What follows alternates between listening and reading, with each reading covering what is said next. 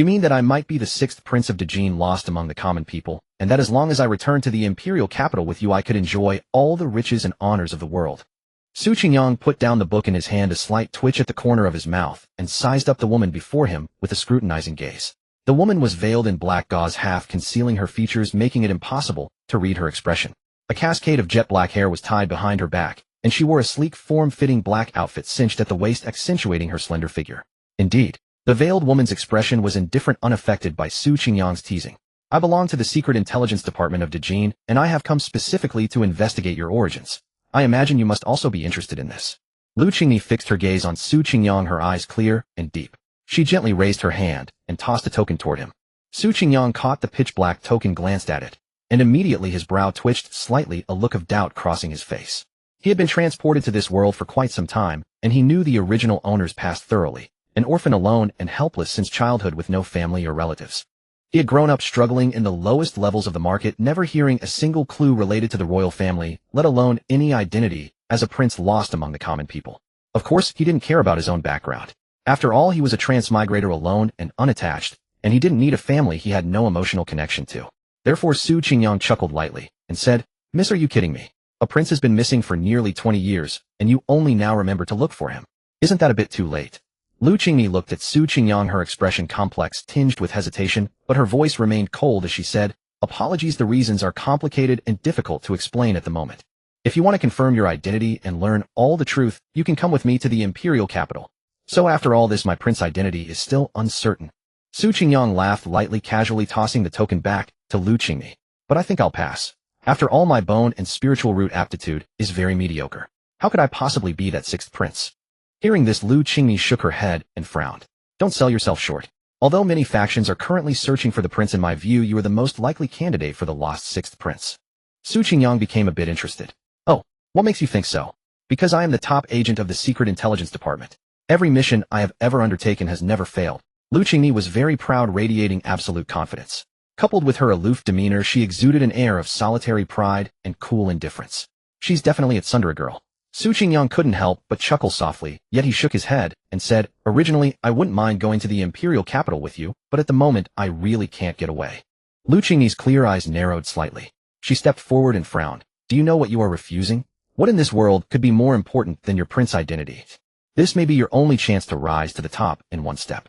If you miss this opportunity, it may be extremely difficult to ever clarify your background and be recognized by your family." Su Qingyang put away his book, walked over to Lu Qingyi, glanced at her calmly, and said with a smile, "Of course I know." He certainly knew what the status of prince represented. If it was true, with just a piece of paper he could rise to the top and step directly into the highest echelons of power in Djinn. Riches, honor, and power were all within easy reach, of fortune that countless people would spend their entire lives seeking. Unfortunately, he simply didn't care whether he was the sixth prince or not.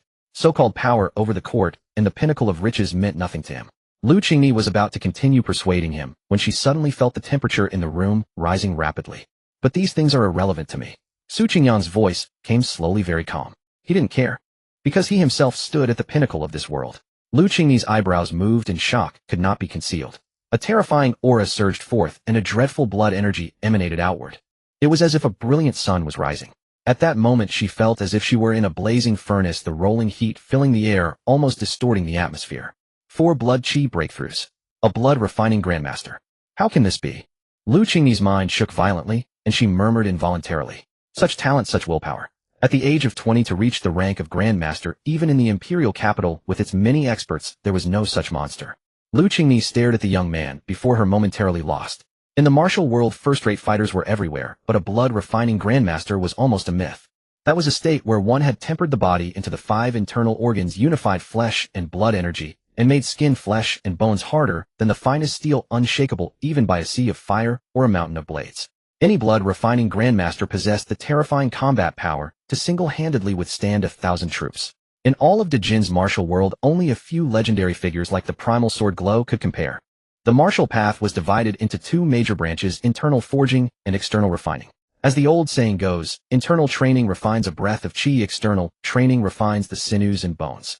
Internal forging martial artists cultivate a single internal chi. The world's known third-rate, second-rate, and first-rate experts are judged only by the depth of their internal chi. However, in the eyes of true experts, most were ultimately shallow and insignificant.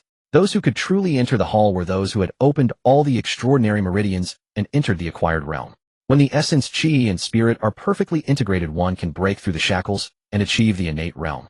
The world's recognized martial arts grandmasters are those who on the foundation of internal chi give birth to a strand of extraordinary true chi, thus transcending the mundane. Once a martial arts grandmaster is achieved, one can ride clouds, walk on air, possess immense hidden strength, soar to the heavens, and dive into the earth with unfathomable means. But a blood-refining grandmaster is completely different. One must undergo 4 blood chi breakthroughs, stepping through the gate of life and death to evolve the physical body and blood energy to the extreme. In terms of frontal combat power, they are enough to crush ordinary martial arts grandmasters, almost invincible within the same rank. Lu Qingmi stared blankly at the composed young man before her. The young man had a face like jade, thick black hair casually falling over his shoulders, spreading across his broad chest. His figure was tall and well-proportioned, with sinews hidden and not exposed lines just right. This completely shattered Lu Qingmi's stereotypical image of a blood-refining grandmaster. In her imagination, a blood-refining grandmaster should be a burly man with arms like beams, a waist like a bear and tiger, and a physique like a mountain. Not like Su Qingyang, who looked more like a physically fit scholar. But the overwhelming heat that burned the air and the suffocating pressure of a life level that made her feel like an ant looking up at a monster forced her to believe that this was a living blood-refining grandmaster. And yet she had to believe that this was a living blood-refining grandmaster. You? How could you? Lu Qingmi's mind was in turmoil, her speech stammering, but her beautiful eyes under the veil burned with a passionate light. You have already reached such a level. In a small county town, what could possibly be worth a grandmaster staying here to handle personally? As long as you return to the imperial capital with me, even if it turns out you are not the 6th prince solely by your identity, as a blood-refining grandmaster, the court and the world will surely treat you as an honored guest admired by 10,000 with a supreme status. Lu Qingmi murmured, her mind tangled, unable to digest the scene that overturned her perception. Su Qingyang glanced at her calmly, then withdrew his pressure, looked out the window, and his expression showed a hint of gentleness. This was why he didn't like to show his strength, because it was a difference in levels. The complete difference in life levels. It was as if he was no longer an ordinary mortal, and the gap with ordinary human existence itself had widened. You should go. Don't disturb me for now, Su Qingyang said softly. Lu Qingmi took a deep look at him, hesitated for a long time, then finally retreated, slowly appearing several yards away in the blink of an eye. Obviously, her martial arts cultivation was also extraordinary. She had no reason to persuade a blood-refining grandmaster to accompany her to the imperial capital. But she would not give up. She still believed that even if one had reached the grandmaster level, there must still be something in this world that one sought. After all, there were no shortage of martial arts grandmasters in the imperial capital. Spirituality. What is spirituality? It is said that in the path of martial cultivation, the innate realm marks the absolute limit of mortals. Only those who possess spirituality can condense true chi from their internal breath and step into the realm of the extraordinary. True chi is the very source of all extraordinary power. Whether a postnatal warrior or an innate master, unless one ascends to the grandmaster realm, one remains fundamentally trapped within a mortal shell. Only when spirituality awakens and the heart-mind resonates with heaven and earth can one's internal breath be purified and transformed into true chi. When true chi emerges, mortal and extraordinary become forever separated. Only then can one be called transcendent with the qualifications to touch the domain of the grandmaster. Su Qingyang turned a page of the ancient tome in his hands, his gaze sweeping over the rows of information described within the book. His brows furrowed slightly as he sank into deep contemplation. His original path of cultivation was the internal forging lineage, internal cultivation of a single breath. The former body's innate talent was indeed ordinary, and worse, it carried a lingering ailment, frail and sickly. Thus at the age of 5, the original soul departed this world due to a bout of cold-induced fever. However, ever since Su Qingyang transmigrated into this body, the situation underwent an earth-shaking transformation. He was uncertain whether it was because his soul had undergone some mutation or because along the journey between worlds he had become tainted with some unknown property. But he had indeed discovered that on the path of martial arts he possessed a terrifyingly extreme comprehension. Martial techniques that ordinary people required years to learn. He could commit them to memory at a single glance, mastering and integrating them instantly. At the time, Su Qingyang had done everything he could to join a martial hall. In less than a few days he had mastered every technique the hall had to offer. Yet those techniques were ultimately shallow. With his terrifying comprehension, he naturally would not be satisfied. Yet Su Qingyang lacked the channels to obtain stronger martial manuals. Thus, on a sudden impulse, he decided to start from the most fundamental techniques, and through deduction create martial arts of far greater power. And in the end he succeeded. The original Qingmu Gong, whose upper limit had only reached the peak of a first-rate expert, was progressively deduced, supplemented, and perfected by him layer upon layer. Ultimately, Qingmu Gong was reborn, renamed Qingtian Huamuju, forcibly broadening the technique's upper limit all the way to the realm of a martial arts grandmaster. Facts prove that his deduced technique was viable. Back then, relying on the Qingtian Huamuju, he had derived his cultivation advanced unimpeded, and he naturally ascended to the peak of the innate realm. But when he sought to advance further, to shatter the innate shackles and truly achieve the realm of martial arts grandmaster, an unexpected event descended. No matter how he sat in meditation, how he circulated his internal breath, he could not condense true qi. Even relying on his heaven-defying comprehension, forcibly achieving harmony between heaven and man, he barely managed to force out a thin wisp of true qi. This wisp of true qi was like a rootless duckweed without any foundation whatsoever. Moreover, this forcibly achieved grandmaster realm could not be sustained. Once the true qi was exhausted, his cultivation would plummet back down. At that time, Su Qingyang vaguely sensed that his body was likely missing some crucial vital quality. Over the following years, he traveled everywhere seeking ancient records and secret lore, collecting all manner of hidden chronicles from the martial world. Finally, he found the answer. What he lacked was the very spirituality essential for stepping into the internal forging extraordinary realm. Yet new perplexities arose one after another. What exactly is spirituality? And without spirituality, how was he to break through to the martial arts grandmaster realm? Su Qingyang did not know the answer. Thus he turned his gaze toward another path of martial arts, the blood-refining grandmaster, the path of qi and blood. The qi-blood martial path emphasizes the external forging of a single skin. No internal breath is cultivated. Only a single body of vast torrential qi and blood is refined. Skin, flesh, tendons, bones, blood, and marrow are all hammered to their absolute limits. The physical body becomes its own cycle, qi and blood endlessly regenerating. A single qi-blood breakthrough rivals a first-rate expert. A second breakthrough surpasses even a postnatal master. A third breakthrough already exceeds an innate master, though it remains far weaker than a true martial arts grandmaster. As for the fourth qi-blood breakthrough, Su Qingyang closed the tome, his gaze falling upon 100 times forged fine iron saber resting on the table. Then a great hand wreathed in blazing blood flame reached toward the weapon. In an instant, the 100 forged saber melted into scalding molten iron. The incomparably scorching blood-colored flames surged forth so intense that even the molten iron was burned away and vaporized, leaving not a speck of dust behind. He himself did not know just how powerful he had become. After all, within the territory of the great Jin dynasty, martial arts grandmasters were exceedingly rare. Each one was a stabilizing pillar of a great sect or noble house anchoring a region.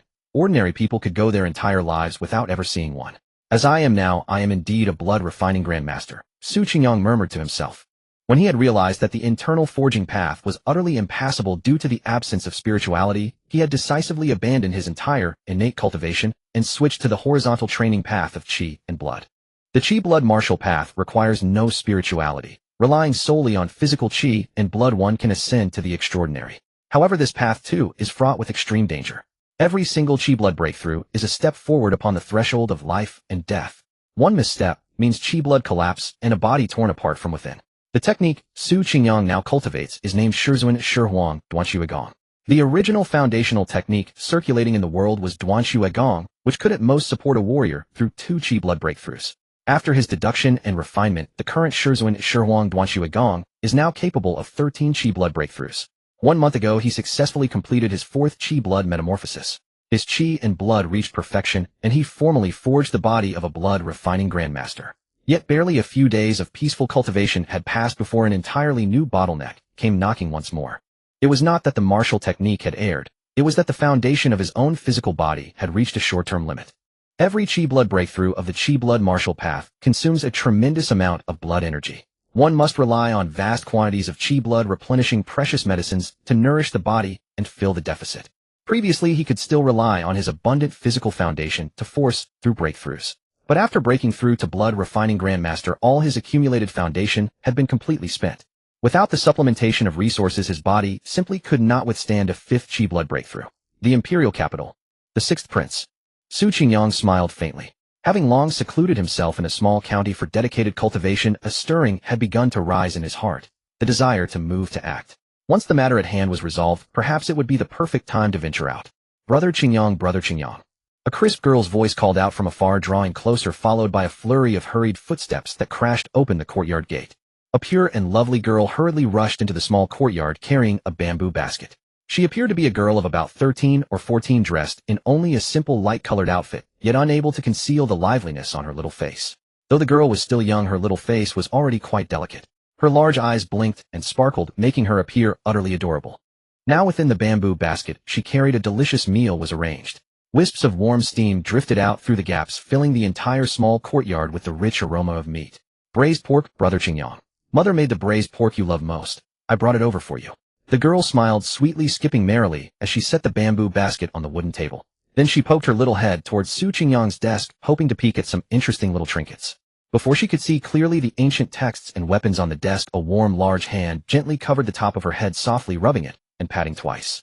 The girl immediately frowned, her little mouth pouting slightly as she complained in a small voice, "You always ruffle my hair, I won't grow tall." Su Qingyang gazed at her puffed-up appearance, his brows and eyes softening as he chuckled aloud. "Have you eaten at home? Would you like to eat together with me?" This girl's name was Lin Yuer, the daughter of Lin Shan, the patrol constable next door. Her father Lin Shan was the patrol constable of Lingyue County, and the two families lived side by side. The Lin family lived right next door to his residence. Since he had settled in Lingyue County, the Lin couple had often looked after him, a solitary soul. Yuer, moreover, was someone he had watched grow up bit by bit. "I've already had half a bowl at home."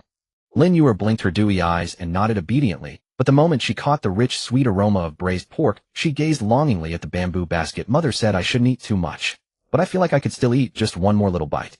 Su Qingyang couldn't help but chuckle. He stroked her little head and said, "All right then, just one more little bite." "Yay."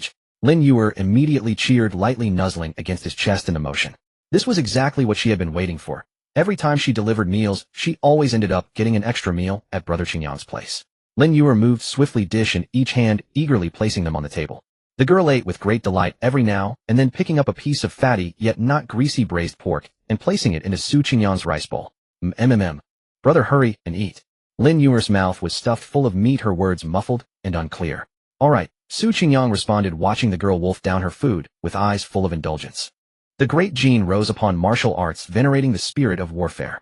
The world was divided into 12 provinces and 64 prefectures, where between mountains, rivers, and towns martial sects stood like forests, and fighting halls were too numerous to count. Lingyue County was not particularly large, situated in the northern region, with only Lingyue Mountain behind it being considered a noteworthy peak. As the saying goes, one thrives by what the land provides. Most residents of Lingyue County made their living from Lingyue Mountain. After finishing dinner with the little girl Lin Yuer, she happily carried her bamboo basket and skipped home. Su Qingyang also stepped out, closing the door behind him, and walked left through the alley. Not long after exiting, a commotion arose from the direction of the busy market, with pedestrians rushing back with anxious expressions and hurried steps. Something happened. Su Qingyang, feeling curious, moved against the flow of people toward the source of the commotion. Before reaching it, he could already see several men in black patrol uniforms blocking the street intersection to disperse the crowd. Every onlooker showed fear on their faces, hastily stepping back 3 paces, daring not to linger. As Su Qingyang approached and looked on, his calm eyes immediately gained a trace of solemnity. On the ground lay a middle-aged man, his eyes bulging outward as if threatening to burst from their sockets, with black blood flowing from all 7 orifices and carrying a foul, fishy stench. That smell was like dead fish rotting in mud for over 10 days. "Help! Help! Me! Quickly! Help me! Quick, help me!" The man screamed at those around him, while vomiting blood, his nails clawing at the ground as he dragged his weakened body forward with difficulty. Glug! He suddenly spat up a large mouthful of blood containing strange bits of torn flesh that seemed to pulse faintly, as if something lay within. Su Qingyang was about to step closer when someone grabbed his arm from the side. It was a dark-faced man in a patrol uniform, pulling him backward while saying gravely, "Qingyang, stay back, do not approach." The dark-faced man was none other than Lin Shan, father of Lin Yuer and deputy captain of the Lingyue County Patrol. Lin Shan pulled Su Qingyang back to the alley entrance, glanced once more at the dying hunter on the ground, then lowered his voice with a grim expression. "A pestilence has spread through the county lately. That man surnamed Bai doesn't know what's wrong, but ever since returning from Lingyue Mountain a few days ago, he's been coughing constantly. At first we didn't take it seriously, for despite the coughing, the man remained strong and agile, no different from before, and hunting went uninterrupted. But today, just moments ago, he was still bargaining with someone at the street side, when he suddenly collapsed straight onto the ground, and in an instant transformed into this terrible sight."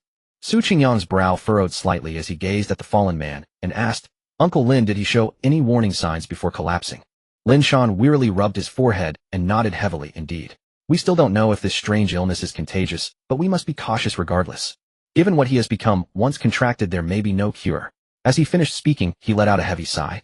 As deputy captain of the Lingyue County Patrol, facing such a bizarre and sudden outbreak naturally left him overwhelmed. Worse still, his wife and daughter both resided within the town walls. If the plague erupted fully, every citizen would suffer, and his own family would be the first to bear the brunt. consequences too dire to contemplate. Ugh. Ah. Suddenly the hunter in the middle of the street let out a muffled scream as his heartbeat quickened, rushing toward a breaking point. Bang! His heart exploded. Gore and flesh splattered across his entire face, and one eyeball burst from its socket, bouncing and rolling until it came to rest before Su Qingyang, staring directly at them. The pupils still held traces of fear and resentment, as though reproaching them for failing to help. Lin Shan jumped in fright and yanked Su Qingyang backwards several steps, then frantically checked himself for any contamination. Yet Su Qingyang remained composed, silently gazing at the eyeball rolling near his feet, until a dark whisper pierced his ear. "You can see me." Lingyue County was a small town with very few physicians. Only after the man died did a doctor arrive in haste with his medical kit, but upon seeing the gruesome scene, he could only stand helpless and shake his head repeatedly. Eventually, following the crowd's suggestion, they burned the corpse on the spot. The bizarre incident spread throughout the entire city, causing all residents to grow fearful and stay indoors. Uncle Lin's expression grew grave for a long time before revealing another matter weighing heavily on his mind to Su Qingyang. Recently, Lingyue Mountain itself had begun to churn with turmoil. Some hunters who ventured out had died on the mountainside, while according to those who barely escaped, they had been slain by bandits. Historically, most bandits were deserters from battlefields targeting remote towns. Those with even a shred of conscience would only take money and spare lives. But facing truly vicious individuals, both wealth and lives would be plundered. As Deputy Captain Lin Shan had been discussing with the main captain how to mobilize the young men of the city to form defenses and repel the bandits descending from the mountains. Now, with this strange plague erupting out of nowhere, two calamities had converged, making the situation suddenly extremely difficult. With these dual disasters, the future is uncertain. Whether we can safely weather this trial remains unknown. The worst-case scenario. I dare not think further. Lin Shan's tone was heavy. I am not concerned for myself, but my heart is burdened. Qingyang, among the entire street, you are the one I trust most. I believe your character is the finest, so if anything should happen to me, I entrust my wife and children to your care, to look after your sister-in-law and your... Su Qingyang turned to take his leave, but Lin Shan suddenly reached out and grabbed him, as if settling affairs in advance. His face was heavy with sorrow, fearing he might truly never return, leaving his wishes early. Su Qingyang raised his eyes to gaze at Lingyue Mountain shrouded in mist, his brows slightly furrowing. After a moment, he simply said, "Uncle Lin, rest assured. Nothing will happen." Lin Shan barely nodded. Though weighed down with worry, he said nothing more, clasping his hands behind his back as he slowly walked away, disappearing into the sunset. The setting sun elongated his lonely, desolate figure. Su Qingyang walked alone to the base of the county walls and lightly leaped atop them. A grandmaster, truly worthy of having entered the transcendent realm. Indeed, one can perceive what ordinary folk cannot. As the sunset, brilliant clouds painted Lingyue Mountain in blood-red hues. He gazed at the distant ranges of layered green peaks stretching toward the endless horizon and stretched his arms. "You can see me, eh? You can see me, right? You indeed can see me." Before Su Qingyang's eyes stood a monster wreathed in black vapor, its body covered in writhing eerie fur, its face twisted in grotesque form. It stared directly at Su Qingyang with blood-red eye sockets. Can see. Can see. Ha ha. You indeed can see. The monster brandished its claws and fangs, emitting a shrill howl beyond human capability. Yet the citizens below the city walls remained entirely unaware, as if it existed completely beyond this mortal realm. How noisy! The creature's shriek cut off abruptly. Su Qingyang finally withdrew his gaze, revealing eyes as brilliant as a golden galaxy. Within them erupted for the first time an unmasked, icy, killing intent. "If you can see me, so what?" The monster staggered, then its face contorted into a derisive, unbridled laugh. "I'll kill you, I'll slay you." Ha ha. An indescribable, terrifying surge of vital energy erupted skyward like a crimson rainbow, blood-colored aura spiraling into the heavens. In that moment, the monster's hollow eye sockets contracted. The terror of that presence made even it shudder. Su Qingyang reached out with one hand, gripping its skull with overwhelming force it could not resist. "Blood-refining Grandmaster. You're a blood-refining Grandmaster." Crack. With a thunderous sound, the monster's entire body shattered.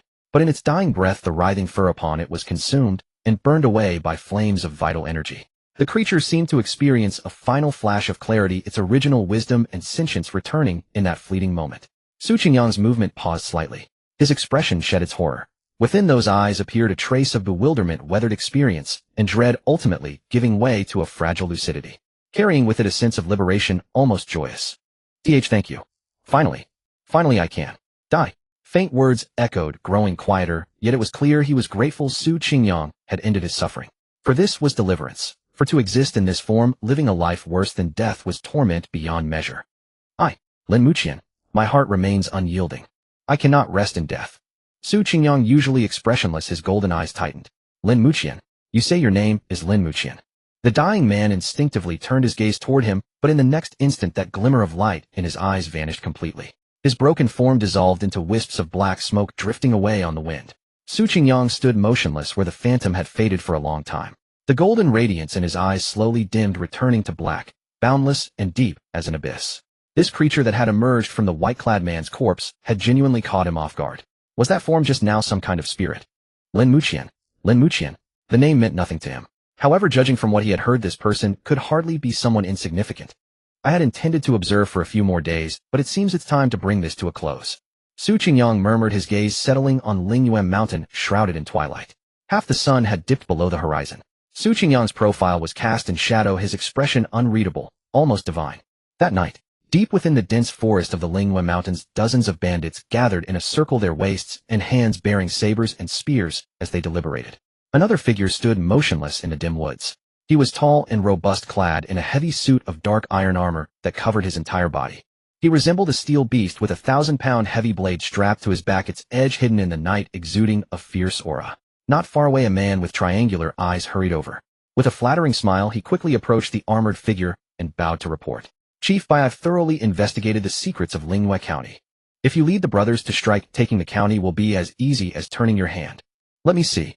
Bai Wei took the intelligence booklet and perused it carefully, his sharp eyes scanning every word and line as if letting no useful information slip. After a while, he sneered disdainfully. After all, that the entire county can't muster a single first-rate fighter, and they think they can stop us by gathering a bunch of untrained youths. It's sheer suicide. Bai Wei snorted coldly, his gaze burning as he looked toward the distant Lingyue County. The strongest combatant in the city was merely a second-rate patrol captain. It seemed they could directly plunder the entire county. Pulling off this job would provide them with years of unrestrained spending. Well done. Bai Wei patted the triangular-eyed man's shoulder. His chi and blood strength were terrifying. Even a light pat made the man wince in pain, but he gritted his teeth and dared not cry out. The rewards I promised you still stand. Tell me, who should we target first when we enter the city? The triangular-eyed man rejoiced and quickly offered, Chief, eliminate Lin Shan first. He's the deputy patrol captain, has considerable wealth at home, and holds great prestige in the county. Once he's dead, the other patrolmen will lose heart. If we display his head, Lingyue County will fall without a fight. The triangular-eyed man had once been a patrolman in Lingyue County, but was caught by Lin Shan for harassing a woman, severely beaten and thrown into prison. After his release, he was expelled from the patrol force, nursing a deep hatred for Lin Shan and seeking revenge day and night. Now, with this golden opportunity before him, he was determined to take Lin Shan's head and vent his long-suppressed fury. Bai Wei glanced at him sideways and nodded lightly. Fine, we'll do as you say. And, the triangular-eyed man's eyes gleamed with greed as he said, and Chief, about the two young ladies of the Lin family you promised me. Bai Wei waved his hand casually. Don't worry, you'll get your share. Just wait. Before the words faded, crack. A thunderous boom sounded, and Bai Wei's pupils contracted. He felt a massive gust of gale-force wind explode beside his ear, and then the triangular-eyed man's head shattered into pieces. Red and white mixed with bone fragments splattered for dozens of feet, and the dark soil was instantly soaked with fresh blood. All the bandits fell silent. Bai Wei didn't even glance at the corpse before him, his heavy armor tightened, and his eyes sharp as a hawk's fixed on the path through the woods. Who hides in the shadows? Show yourself, he bellowed. The bandits, hearing this, quickly scattered into the forest, some even drawing crossbows and aiming arrows at the approaching path, ready to strike. This group of bandits moved with order and precision, their discipline far surpassing that of ordinary mountain brigands. They were likely disbanded soldiers from the battlefield, forming a fierce private army. On the mountain, a figure appeared in the distance. Like a dragon treading the earth, he stepped through the forest and arrived before them. Though he was but one man, the entire mountain seemed to tremble faintly. Birds, beasts, insects, and grass in the forest fell silent, as if afraid to breathe. The world was reduced to stillness, as if they had fallen into an endless hell. The bandits grew tense, a chill surging in their hearts. The hands holding the crossbows trembled uncontrollably, yet they still aimed at the young man before them, as if facing a great enemy. Who comes? Bai Wei spoke slowly, his voice thundering through the woods. You don't need to know. Today I've come only to send you on your way. Don't bother begging for mercy. You can try to resist or flee. Su Qingyang said, indifferently stepping closer to the bandits. Each step he took echoed like a morning drum or evening bell, carrying a terrifying momentum that boomed and fell upon the hearts of all. An invisible pressure blanketed the entire scene. It was as if an unseen giant hand clenched everyone's hearts, suffocating fear spreading across every inch of skin. Overwhelming momentum. Overpowering with force. The oppressive fear made Bai Wei's pupils contract. He spoke gravely, Xiantian. Boom. Bai Wei dared not let this man build up his momentum any longer. His formidable chi and blood exploded outward. As a knight and martial artist who had reached Hotian, his physical body was not weak. The next moment he grasped the heavy blade behind him and drew it with a swish. Terrifying internal energy coalesced into an invisible force. The force twisted and coiled around the great blade, extending in a dense web-like pattern, vibrating the blade and emitting a low hum like a dragon's roar or tiger's growl.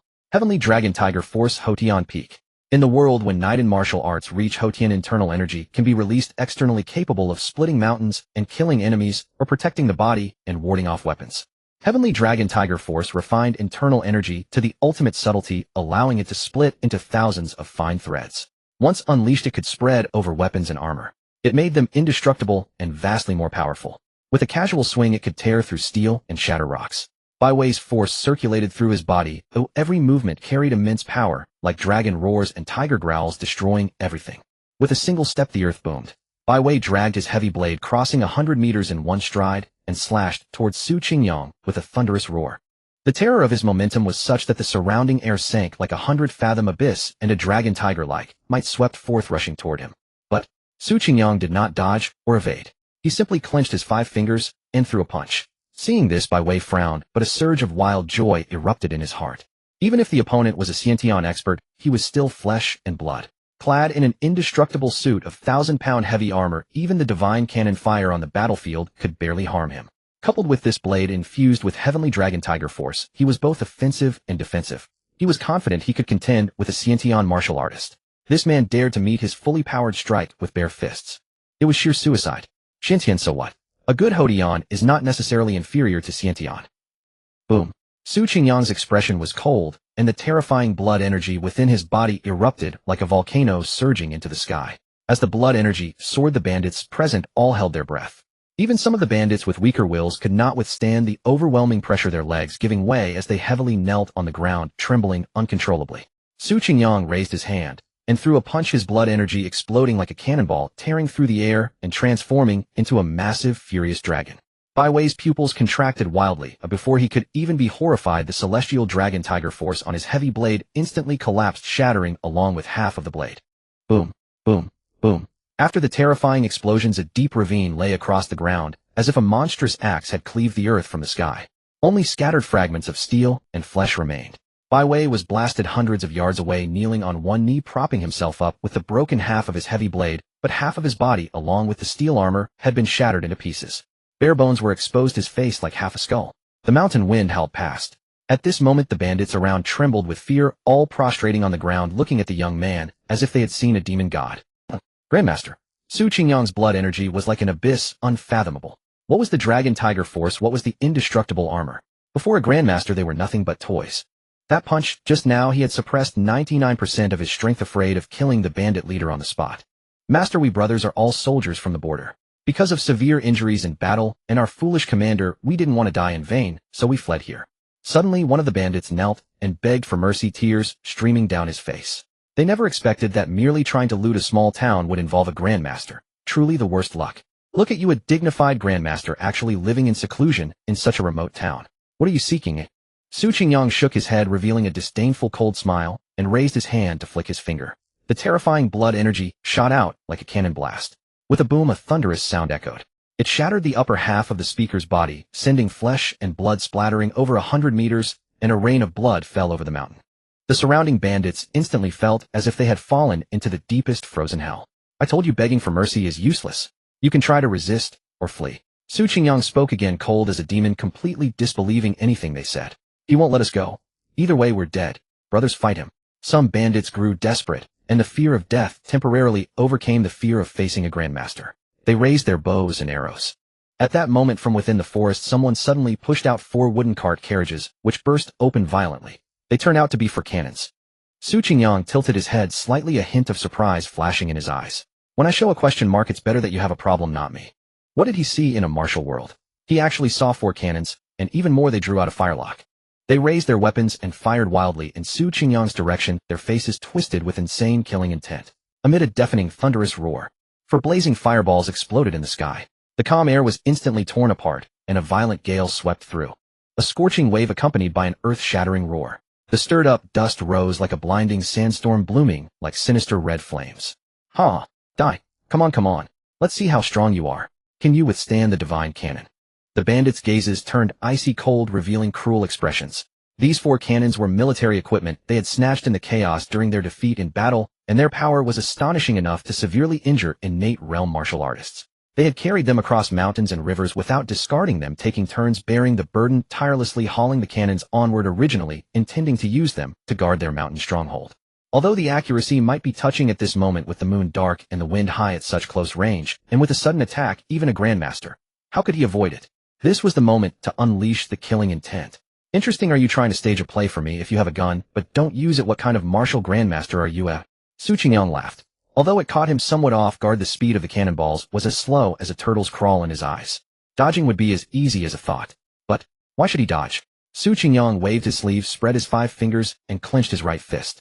With a sudden boom, it was as if he held a banner in his hand with blood energy like a rainbow, like a towering crimson pillar rising into the clouds. This was not a metaphor. There was truly an indescribably terrifying blood energy soaring into the sky, turning into a blood energy beacon. The entire Lingyue Mountain and the Lingyue County below were clearly visible. Su Qingyang swung his fist and struck forward. Boom.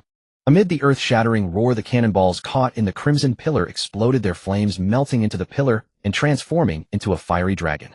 The countless iron pellets and bullets shattered and twisted, rustling like a steel storm swirling in the air current and instantly melting into molten steel. The crimson pillar instantly swept away the power of the cannon eruption, crashing directly into the forest. The next moment, amid a series of screams and explosions, the smoke gradually dissipated. At that moment, there was no sign of life. The ground within 100 meters had collapsed, as if a chunk of Lingyue Mountain had been gouged out. Extremely abrupt. The might of a blood-refining grandmaster was terrifying beyond imagination. Su Qingyang waved his sleeve, clearing the dust, and retracted his blood energy. Then he slowly walked to Bai Wei, who was still kneeling, looking down at him with disdain. The fist-wind pillar from earlier had been precisely controlled by Su Qingyang, not harming Bai Wei in the slightest. I've given you this much time. Are you ready? Su Qingyang said calmly. In his eyes, although Bai Wei's injuries were horrific, his vitality was still strong, far from the brink of death. Grandmaster. Blood-refining grandmaster. What? You a blood-refining grandmaster? Why would you dwell in this small town? Bai Wei's single eye revealed hatred, fear, unwillingness, and finally a hint of confusion. Su Qingyang did not answer. He just stared at Bai Wei with cold, deep eyes, then shook his head and said, "It seems you don't know either." "What are you saying?" Bai Wei's expression showed confusion. He suddenly felt a great chill sweeping over his body. "What exactly are you saying?" "What do you mean I don't know?" Su Qingyang offered no explanation. He simply extended a finger and pressed it onto Bai Wei's forehead, as if pushing something into it. As Su Qingyang gently pressed down, Bai Wei froze in place. The sole remaining eye abruptly began to tremble and rotate uncontrollably, its pupil quaking wildly. Roar! Bai Wei suddenly let out a guttural howl unlike any human sound. In his single eye, black and scarlet intertwined, as if a demon had opened its eyes, staring straight at Su Qingyang. Boom! A terrifying aura burst forth, manifesting between heaven and earth. Bai Wei's entire body radiated fierce blood and qi. In an instant, thick white steam billowed from the gaps in his heavy armor like a geyser erupting. The armor emitted a resonant hum, as if a steel giant had suddenly awakened. As Bai Wei abruptly straightened, the ground began to tremble, and a monstrous, ominous aura exploded outward. Su Qingyang narrowed his eyes. In his sight, countless bizarre black hairs frantically sprouted from the gaps in Bai Wei's heavy armor, covering his entire body in a mere moment. Soon the man was completely transformed into a terrifying monster. Most of the hairs were pitch black except for a small patch on the crown, precisely where Su Qingyang had pressed his finger, which grew a tuft of red hairs. Vivid as blood, exuding an intense sense of ill omen. Is it parasitism? Not quite. It has lost all reason. Su Qingyang appeared unsurprised, merely murmuring to himself. Roar! A bellow shook the mountains and forests. The monster Bai Wei began to swell, growing from 8 feet to 3 meters in height. Long black hairs hung down, trailing through the air and dancing wildly in the wind. His aura surged relentlessly, breaking through the Hotian barrier and stepping into the Xiantian realm. Moreover, even among Xiantian martial artists, he was considered formidable. Die. Kill you. All of you die. Swish. The monster stepped forward. With a single stride, the entire ground cracked open, soil spraying outward. Its aura was overwhelmingly fierce, like a tidal wave crashing head-on. Su Qingyang stepped forward and raised his hand to block. A thunderous clang rang out as the two engaged. In the blink of an eye, they exchanged 7 or 8 moves at an astonishing speed. Every movement caused terrifying blood and qi to vibrate, producing explosive cracks in the air. Waves of air rolled outward like surging tides. This was a monster forged of steel, yet when it clashed with Su Qingyang's flesh and blood, it failed to budge him an inch. His physical strength has increased greatly, almost approaching the level of 3 blood qi breakthroughs. but he has lost his reason, relying solely on brute force, without any technique, unable even to use internal energy. Su Qingyang assessed silently, while defending with one hand. He quickly deduced that the monster Bai Wei had become was burning its life force as fuel, frantically sacrificing vitality to unleash a brief burst of power. In the moment Su Qingyang's mind wandered, the monster, suppressed by his single hand, suddenly struck out. In a flash of lightning, it hurled a fist ferociously toward Su Qingyang's head. The punch was terrifying. A massive fist swept across air, exploding with a thunderous roar that echoed throughout the entire Lingyue Mountain. Naughty! Facing the monster's attack, Su Qingyang smiled faintly and lightly raised his right foot. Ryup! The previously unstoppable monster's massive body jerked to a halt as if struck by lightning. The next instant, a vast spray of blood mist exploded from the monster's back. The fierce blood and chi force pierced through its flesh, snapping its thick, pale spine inch by inch, piercing the skin and exposing the bone. It struggled to lift its head and glanced at Su Qingyang. Then its massive head drooped, swaying, and it lost all life. It had been killed by a single kick from Su Qingyang. Within moments, under Su Qingyang's gaze, the long black hairs covering Bai Wei's body rapidly receded, leaving only a gaunt corpse. Looking at this corpse, it was hard to imagine that this man had once been a majestic and imposing figure. Su Qingyang narrowed his eyes. He reached out to snatch a strand of the red hair, but failed. His hand grasped nothing. This world hides many secrets. It seems it is not merely a world of martial arts. Su Qingyang murmured softly, lifting his gaze to the Lingyue Mountain before him. Things like the eerie red and black hairs, or monsters like Lin Muqian, were discoveries Su Qingyang had made by chance after breaking through to the Grandmaster realm. In his early years, when he forcibly assaulted the martial Grandmaster realm, he had occasionally glimpsed fragmentary bizarre shadows. At the time, he thought it was a hallucination caused by his lack of spiritual nature, and the forceful breakthrough a mere illusion born of chi deviation. But now, after breaking through to become a blood-refining Grandmaster with a transcendent body, he could still see these things. He understood that these things were likely the other side of this world. Only those who crossed the mortal boundary and ascended to the transcendent Grandmaster level could glimpse the dark side of the world. Before long, Su Qingyang withdrew his gaze. However, he did not leave, but instead turned to look at a spot among the trees. All right, stop hiding. You've been following me for so long. It's impolite to keep skulking. That was a shadowy area among the trees, dimly lit with occasional gusts of wind. There was no movement. But after a moment, a slender figure emerged from the shadows, appearing silently not far from Su Qingyang, bowing her head in a respectful salute.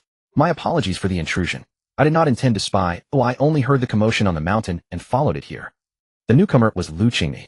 Even beneath her veil, her face could not hide her panic, as if she had discovered something extraordinary. Did you see everything? Su Qingyang raised an eyebrow, a faint, ambiguous smile curling at the corner of his mouth. Lying in front of a Grandmaster was not a wise thing to do. Lu Qingmi fell silent, sweating coldly under the young man's calm gaze, her heart trembling with anxiety. After a long hesitation, she nodded slightly. Then, flustered, she shook her head. She kept her head lowered, her mind in turmoil, uncertain of her fate. Just as her tension reached its peak, she heard Su Qingyang's light laughter in her ear, and the stifling, oppressive atmosphere instantly relaxed. All right, look how nervous you are. You think I'm about to eat someone. Su Qingyang chuckled, not taking her secret observation to heart. Su Qingyang glanced at the place where the bandits had died, rubbed his chin, and thoughtfully asked, the commotion was so loud, and these routed soldiers even brought out artillery. Has something gone wrong in the Great Jin?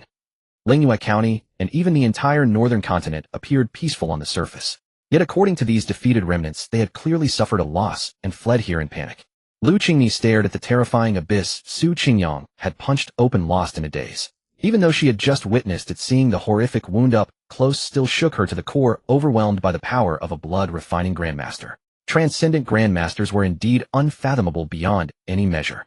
Upon hearing Su Qingyang's question, Lu Qingmi's charming phoenix eyes narrowed slightly, a hint of confusion rising in her pupils as she slowly shook her head. I'm not sure either. Before I left the secret bureau, I hadn't heard of any disturbances within Great Jin. As she spoke, Lu Qingmi seemed to recall something, paused, and said in a hesitant tone, no. In Manzhou there are rumors of the White Lotus sect causing trouble. Those rebels have been acting increasingly bold, like they've taken some kind of tonic. They've reportedly coerced the common folk and breached several county towns. But after all, they are nothing but a rabble with barely any decent martial artists under their command. The local authorities in Manzhou have sent word that they have already dispatched troops to suppress them. According to the reports sent back to the bureau, the situation is said to be under control. Lu Qingmi bit her lip, frowned, and said suspiciously, the court has been in turmoil recently because of the sixth prince's matter. The officials have no spare attention to focus on the White Lotus sect. Could it be that the White Lotus sect has stirred up a great chaos without anyone noticing? In an instant, she gently shook her head, denying her own thought. It shouldn't be possible. Manzhou is separated from Beizhou by several provinces. Even if these routed troops are capable of running, there's no reason for them to flee all the way to a remote mountain like Lingyue County. Lu Qingmi murmured to herself as if trying to convince herself. Su Qingyang's expression was indifferent. He did not dwell much on the court disputes or the refugee rebels. What truly piqued his curiosity were the 4 awe-inspiring cannons and the array of muskets from earlier. He was genuinely surprised that this world which revered martial arts above all had already developed mature firearms. Moreover, their power was impressive and their craftsmanship and design were quite sophisticated. Suddenly, a commotion arose from the foot of Lingyue Mountain. Perhaps the disturbance caused by Su Qingyang's earlier actions was too great, stirring up chaos in Lingyue County. Su Qingyang glanced toward Lingyue County, then turned to the woman beside him and said, "Miss Lu, would you be interested in accompanying me to the depths of Lingyue Mountain?" The forest fell silent for a moment. Lu Qingmi lowered her eyes, pondered for a while, and finally nodded gently in agreement. Her cultivation had not reached the Grandmaster level, so she could not perceive the strange black and red fur growing on Bai Wei's body. However, having just witnessed Bai Wei's sudden mutation and his body swelling into a ferocious monster, she still harbored some suspicions. After all, she had come from the imperial capital. The Grandmasters in the imperial capital were not like those elsewhere in Great Jin, elusive as dragons that show only their heads. In casual conversations, some secrets were revealed. It was said that Grandmaster martial artists could see a world invisible to ordinary people. And Su Qingyang, being a blood-refining Grandmaster, had condescended to live in seclusion in such a small county town. It seemed that there must be something strange in Lingyue Mountain, likely related to the mutation of this bandit leader. Su Qingyang grinned and gave a thumbs-up, praising, "Miss Lu, you have great courage, worthy of a master from the secret bureau."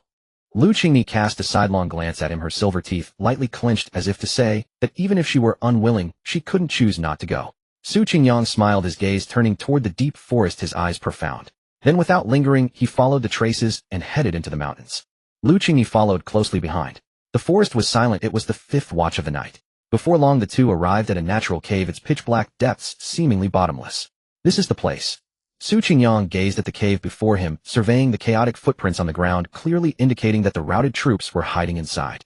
Lu Qingmi frowned slightly, feeling a bit disgusted at the thought of crawling into the cave. Su Qingyang paid no heed and stepped in first. The cave was initially very narrow, only enough for a person to pass. After a few dozen steps, it opened up into a wide space with jagged rocks. They walked nearly 100 meters without any light. "It looks like a natural formation, just rock walls." Lu Qingmi followed Su Qingyang closely, not daring to fall a step behind, staring into the dark depths with some nervousness. She feared that some monster might leap out of the darkness and devour her in one bite. Su Qingyang circulated his blood qi, and a glint flashed in his eyes. They had already walked a considerable distance, and all traces of the routed troops' habitation had vanished, indicating that this place was rarely visited. Just then a faint glimmer appeared on the stone wall about a dozen meters away. Only upon approaching could Su Qingyang see it clearly. Growing on the stone wall was a crimson herb with a single stem bearing 9 leaves, all fiery red, like a continuously dancing and burning flame. At the sight of that crimson herb, Su Qingyang felt his blood qi stir, as if a great craving surged from the depths of his internal organs. This herb seems to contain immense blood qi, extremely beneficial to the human body. This is... As soon as Lu Qingmi saw the crimson spiritual herb, she gasped sharply, her eyes showing shock. Crimson bloodgrass. Lu Qingmi approached, examined it closely, and then smiled wryly. "And it's a top-grade crimson bloodgrass. What a pity. Crimson bloodgrass is extremely precious for those who practice external martial arts, but for those who cultivate internal energy, it's somewhat useless." Su Qingyang nodded, which was within his expectations. Even though he had never understood the effects of this crimson bloodgrass, just by touching it he could clearly judge that its main effect was to replenish blood qi. And it reached an extraordinary degree. However, for those who do not cultivate external blood qi, no matter how much they replenish blood qi, their own blood energy is limited, and they cannot break through the human body's limits. Most of it would be wasted. It could probably only be used for temporary healing and blood replenishment. It seems this is a stroke of fortune. Perhaps I can use this crimson bloodgrass to break through the 5th blood qi breakthrough. Su Qingyang nodded slightly, reached out to pluck the crimson bloodgrass, and put it into his sleeve. Lu Qingmi watched with envy, but said nothing more. "By the way, if you refine this treasure into a great pill, it can be more fully absorbed than taking it directly," Lu Qingmi reminded him. Su Qingyang smiled. As a blood-refining grandmaster, his internal organs were like a furnace capable of fully absorbing the herb's effects. After a brief pause, they continued forward, and the air became thinner. Imperceptibly, they had arrived at the belly of Lingyue Mountain. The winding, deep-karst cave made one wonder if the entire mountain had been hollowed out. Whoosh! It was pitch black all around, but the sound of a long, continuous stream of water came from the depths ahead. "It seems we've arrived." Su Qingyang looked up at the huge rock wall before him. A small waterfall like a pair of intertwined solid clear water columns directly connected to the pitch-black cave below, seemingly bottomless. The waterfall plunged down with immense force, unstoppable. Su Qingyang gathered his blood chi into his eyes, which momentarily turned golden, and his gaze swept everything around like lightning. Soon he noticed something. There was a cave dwelling behind the waterfall. Water curtain cave. Su Qingyang raised an eyebrow, amused. What? Lu Qingmi's eyes narrowed slightly, showing a strange expression. Nothing. Su Qingyang looked at the back of the waterfall and said with a soft laugh, let's go. Go. Go where? Go back. Lu Qingmi was about to ask, when she saw Su Qingyang throw a punch across the air and the terrifying fist wind cut off the waterfall before them. The water hung in midair, suspended for a long time, without falling. She gaped in astonishment, and through the interrupted flow saw the flat, orderly cave entrance behind the waterfall, which seemed to have been artificially carved. Behind the waterfall lay a narrow stone chamber, the cascading torrent outside, yet the cave was clean and dry. The entire space had been forcibly carved out of the thick mountain rock by someone. Su Qingyang's expression shifted as his gaze swept over the rough marks on the rock wall. Such traces. The one who opened this cave dwelling must have used less than 10 breaths to collapse the rock layer and chisel out this place with inner force. To shatter mountains and split rocks with a flick of the finger, they must be a martial grandmaster. An ordinary Xiantian martial artist, even with profound inner strength, would take most of an hour to carve through rock and mountain. Only a transcendent grandmaster whose extraordinary true chi was fused into one could crush mountains with a flick and instantly carve out a stone chamber. There is a stone door ahead. Lu Qingmi looked around, her gaze quickly falling on the stone door ahead, and she spoke up to remind. Su Qingyang looked over, his eyes narrowing slightly. The stone door was covered with dense, intricate runes, though they were quite blurry, clearly having endured long years. Moreover, the door was slightly ajar, revealing a narrow gap, from which a faint, eerie red light seeped out. Su Qingyang stepped forward and pushed open the heavy stone door with one hand. What met his eyes made his pupils constrict slightly. Snow. Like a snowfall. Countless black-red silk-like tufts drifted through the air of the stone chamber like a heavy snow, and the ground was covered in a thick layer of ominous black-red powder. Upon a stone platform in the chamber, a skeleton sat upright, its flesh completely decayed to ash, leaving only the bones which faintly shimmered with a jade-white luster. At first glance it resembled a holy relic, but in Su Qingyang's golden eyes, as a blood-refining grandmaster, he saw countless fine black-red long hairs growing from the skeleton's eye sockets, ear holes, tooth gaps, and every tiny crevice of its bones trailing down to the ground. They writhed and twisted without wind like countless squirming poisonous worms and maggots, densely covering the entire jade-white skeleton. What's wrong? Lu Qingmi, seeing Su Qingyang frozen in place after pushing open the stone door, felt a sense of unease and immediately spoke to alert him. At the same time, she peered through the door crack, and what she saw was only a bleached jade-white skeleton sitting upright on the stone platform. Not only was there no danger, on the contrary, it appeared clean and sacred. On the stone platform where the skeleton sat, there was also a stone table upon which rested a book that looked quite old. Beyond that, there was nothing else unusual, revealing no sign of strangeness. Su Qingyang snapped out of it, his expression slightly solemn, as he turned to Lu Qingmi. Step back, stay away from the stone door, don't come near. Lu Qingmi was startled, but seeing that Su Qingyang was not joking, she immediately retreated. Looking back at the stone chamber, her gaze was now as wary as if facing a venomous snake. Su Qingyang turned back and looked at the eerie black-red hairs. The demonic red hairs on Bai Wei earlier must have originated from this place. It seemed that Bai Wei, confident in his peak Hotian cultivation, had ventured deep into Lingyuan Mountain alone to search for treasures. Although he never found the hidden chamber behind the waterfall, wisps of the vile fluff occasionally seeped through the cracks in the stone chamber and inadvertently clung to him. In fact, when these routed soldiers first entered the mountains to take refuge, Su Qingyang had already sensed the disturbance and originally planned to strike and eliminate them all. But that day, catching a glimpse of a single strand of bright red hair growing on Bai Wei's forehead, he suppressed his killing intent and deliberately held back. He wanted to observe to see what kind of mutation this vile hair would spawn after completely eroding a human body. Unfortunately, Su Qingyang stopped his thoughts, his entire body's chi and blood surging, his flesh radiating pure yang blood energy, like a hidden sun, his powerful physique steaming with endless light and heat. Su Qingyang stepped forward, treading on the thick layer of black-red silk tufts, and instantly blood flames blazed up. Endless vitality was ignited, and Su Qingyang's eyes turned to pure gold. With each step, he took blood flames spread along his footsteps throughout the entire stone chamber. Soon the whole room was filled with blood flames, the temperature soaring by tens of degrees. Even Lu Qingmi far outside felt a burning heat all over her body, her mouth dry, and dared not look at the blood flames again, as if even a single glance would burn her will to ashes. Finally, Su Qingyang reached the stone platform, his gaze falling on the ominous black-red long hairs. The blood flames burned onto them, but they showed no reaction, as if lifeless. No life. It's like a curse. Su Qingyang's mind raced like lightning, sensing the movement of the blood flames, not daring to be careless in the slightest. Facing such an uncanny thing beyond ordinary understanding, even a grandmaster must be extremely cautious to avoid a mishap in the gutter. After a long while, the blood flames burned away all the ominous silk tufts in the stone chamber, leaving only a jade-white skeleton writhing in the fire. Su Qingyang flicked his finger, and the terrifying qi and blood surged up, directly shattering the skeleton, turning it to ashes in the blood flames. It seemed a false alarm, but he could not afford to be incautious. Now the stone chamber was empty and appeared very clean. Su Qingyang stepped forward, his qi and blood retracting, the blood flames gradually dissipating. Only in the ashes did a glimmer of light sparkle. What is that? Su Qingyang looked over, reached out, and the light flew into his hand. What met his eyes was an ancient ring, jade white in appearance, undamaged even by the intense heat of the blood flames. An extraordinary object. Su Qingyang's mind raced, and he probed a strand of qi and blood into the jade ring. It's a storage ring activated by qi and blood. Such a method hardly seems like something from the martial arts world. The moment his qi and blood probed in, he felt a faint connection with the jade ring. With a thought, the space inside the ring was clearly reflected in his mind. The interior was as large as a room, filled with many jade-white porcelain bottles. He whirled one out. It was an empty bottle with only a faint medicinal scent lingering inside, presumably once used to store pills. Suddenly, Su Qingyang's expression brightened as he took out another item from the storage ring. A pitch-black halberd appeared in his hand. A double crescent halberd shaped like a Fangtian Huaji, 18 feet long, weighing no less than 100,000 jin, covered with ancient patterns, exuding a terrifying killing aura that sent chills down one's spine.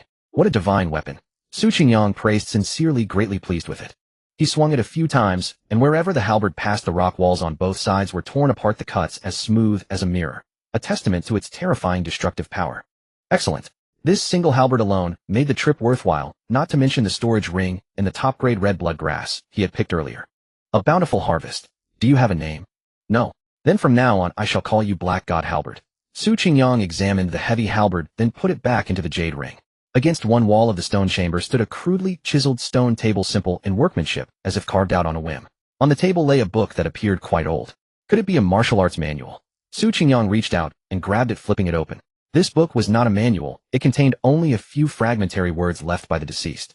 As a martial grandmaster, I have reached the end, seeing no path forward. I am unwilling. I must venture into the forbidden land once. Failed. I barely escaped with my life, but what I saw was hair-raising. I don't know if it is an opportunity or a calamity of annihilation. I seem to be entangled by something. How absurd. I, a dignified martial grandmaster, cannot break free from its grip. I grow weaker and weaker. I won't last long. Every time I close my eyes to rest, some foreign force pulls at my soul, trying to drag me back to that forbidden land. Something has set its sights on me. So it is. The world is like a circle. The larger the circle, the more things you see, and the more likely others can see you. I shouldn't have gone. I should never have ventured there recklessly, but I couldn't accept it, couldn't accept being trapped forever at the Grandmaster realm. I, Lin Muqian, the youngest martial grandmaster of Baichuan sect. How could I be willing? Su Qingyang's expression shifted. Baichuan sect. Lin Muqian. He glanced around the stone chamber, piecing together the complete story in his mind. This place was likely the burial site Lin Muqian carved out himself after knowing he was cursed, and had little time left. The skeleton covered in vile long hairs on the stone platform was the remains of this Baichuan sect grandmaster. A once prodigious grandmaster ending in such a shabby conclusion was indeed lamentable. And the top-grade red blood grass growing on the rock wall also became clear now. A martial grandmaster's qi and blood was immensely powerful. After his death, the qi and blood seeped into the rock over the years, giving birth to this rare spiritual herb that replenishes qi and blood. The hunter who died suddenly on the street, the remnant soul of Lin Muqian that appeared, and by way who mutated after being parasitized by the curse. The cause and effect connected in his mind. Only one mystery remained unsolved. Who had first disturbed Lin Muqian's long-dormant, nearly dissipated remnant soul, triggering the chain of eerie disasters in the mountains? But it was no longer important. The source had been eradicated, this minor puzzle was irrelevant, and could no longer cause any trouble. Su Qingyang called out to Lu Qingni and left the stone chamber. When he reached the waterfall entrance, he looked back at the chamber. After a moment's thought, to be safe and leave no trace, he clenched his fist and threw a punch. A crimson pillar of qi directly destroyed Lin Muqian's burial site, the mountain rock trembling like a small earthquake, the entire mountain rumbling. It took 10 breaths to carve out the cave dwelling. A bit weak. Of course it might have been because he was too weak at the time. Su Qingyang thought for such a cave dwelling he only needed to unleash his qi and blood, and within a single breath, he could shatter the rock and carve it out. In the clearing among the mountains, a bonfire blazed, sending up occasional sparks as the wood crackled. The night breeze swept through, causing the dancing flames to sway and flicker like a cluster of crimson spirits. Not far away, Lu Qingmi sat cross-legged on the ground, her slender hand gently cupping her cheek, her phoenix eyes fixed unblinkingly on Su Qingyang. She watched silently as he flipped through the journal left behind by Lin Muqian. Su Qingyang casually poked at the firewood to stoke the flames, then closed the journal and looked at her with a hint of helplessness. "Miss Lu, you've been staring at me. Is there something you wish to discuss?" Lu Qingmi blurted out, "Your Highness." Su Qingyang gently waved his hand. "Ah, don't call me that." Lu Qingmi was silent for a moment, then relented. "Master, at just 20 years of age you have already attained the rank of blood refining grandmaster. Your physical body's blood and qi are perfectly unobstructed, and you have reached the stage where you can transition from external to internal cultivation and fully pursue the path of inner true qi. The method of external training with blood and qi is indeed fierce and unmatched, but every breakthrough in blood and qi comes at the cost of damaging the physical body. Over long years of cultivation, it inevitably harms the foundation and shortens one's lifespan. Why does Master not switch to orthodox supreme inner arts?" Lu Qingmi said softly. "After reaching the Grandmaster realm, one can cultivate both physical blood and qi and dantian, true qi, simultaneously. If Master is troubled by the lack of a top-tier inner art, the imperial capital has an abundance of them. As long as you are willing to return with me to the imperial capital, I can offer you any lost martial arts manuals or rare heavenly treasures that nourish the physical body." Su Qingyang looked at Lu Qingmi with a smile. He could tell that the woman spoke these words with genuine sincerity. Seeing his reaction, Lu Qingmi thought Su Qingyang might disdain the prince's identity, so she earnestly added, "If Master is unwilling to return to the capital as a prince, simply going as a blood-refining grandmaster would make the journey worthwhile. Because it is universally acknowledged that the path of external blood refining can only reach the grandmaster stage with no further room for advancement. Yet within the imperial capital, among the many true qi grandmasters, there exist secrets to breaking through the grandmaster's shackles and ascending to the realm of great grandmaster. That is why I advised you to switch to the inner true qi path." Lu Qingmi gazed steadily at Su Qingyang, a hint of anticipation hidden in her eyes. She had pondered this speech for a long time before daring to utter it. She believed that even if Su Qingyang cared nothing for court power and was merely a martial arts fanatic, the mention of breaking through the grandmaster would surely stir his heart. Su Qingyang smiled faintly, unconcerned. Stuck at the blood refining grandmaster? No, the insurmountable chasm that ordinary people saw was beneath his notice. Moreover, as long as he had sufficient resources, he could seamlessly perform 13 blood and qi breakthroughs. Not just great grandmaster. A glint flashed in Su Qingyang's eyes. He was indeed a little intrigued. He leaned forward slightly and asked with curiosity, "Miss Lu, you seem very eager for me to return to the imperial capital. Are you so certain that I am the so-called sixth prince? If I traipse all the way to the imperial capital and my identity doesn't match, wouldn't that be rather awkward?" Silence hung in the air, and finally Lu Qingmi let out a soft sigh. "I am 90% certain that you are the sixth prince who was lost among the common folk. Let me explain the circumstances in detail." Soon Lu Qingmi recounted everything related to his background. Su Qingyang listened quietly, mildly surprised to find the whole affair rather absurd and convoluted. It was like a legendary tale from the marketplace. Stories of swapping a cat for a prince, false princes, deep palace power struggles, and covert maneuvers by various factions. Each incident hid blades and bloodshed. They say the imperial capital is teeming with experts and countless court officials. How could such a shocking conspiracy to swap a prince have been kept hidden for 20 years? Lu Qingmi said nothing, only clenching her fists slightly. Su Qingyang did not press her, quietly sorting through the sequence of events. 3 months ago, a top-secret letter had reached the Supreme Commander of the Secret Intelligence Bureau in the imperial capital. The letter exposed that the person currently residing in the Eastern Palace's side hall, entitled the Sixth Prince, was not the true blood of the reigning emperor, but had been replaced through a meticulously orchestrated scheme 20 years ago. The true Sixth Prince had been abandoned in the canal outside the imperial capital, and for 20 years his whereabouts were unknown, his life or death a mystery. The secret letter was passed up through the ranks, eventually reaching the emperor himself, instantly shaking the entire imperial capital. That very night, the emperor urgently summoned the then Sixth Prince, Su Chang'an, to the inner palace. The palace gates remained closed, and no one knew what transpired within. Before dawn broke, a series of secret edicts were sent out from the palace, spreading to all major departments. The false prince Su Chang'an was immediately thrown into the imperial prison under strict guard. The 6 doors, the Secret Intelligence Bureau, and the Fengtian Guards all received top-secret commands to fully investigate the matter of the prince's substitution 20 years ago. Within a day, the story of the true and false prince spread throughout the imperial capital, becoming the talk of the common folk. Lu Qingmi did not know how many people were involved. She only knew that during that period the imperial capital was drenched in blood and storm. The streets ran with blood, and bodies floated in the canal outside the city, once even clogging the waterway. From then on, all factions in the court and beyond became restless. Not only were they convinced of the prince's substitution, but they also began to use their own means to search everywhere for the true sixth prince who had been lost among the common folk. After receiving the order to search, Lu Qingni mobilized the Secret Intelligence Bureau's network of agents across the land, following every clue left behind over the past 20 years. After countless covert investigations and verifications, she finally narrowed down the target to Su Qingyang of Lingyue County.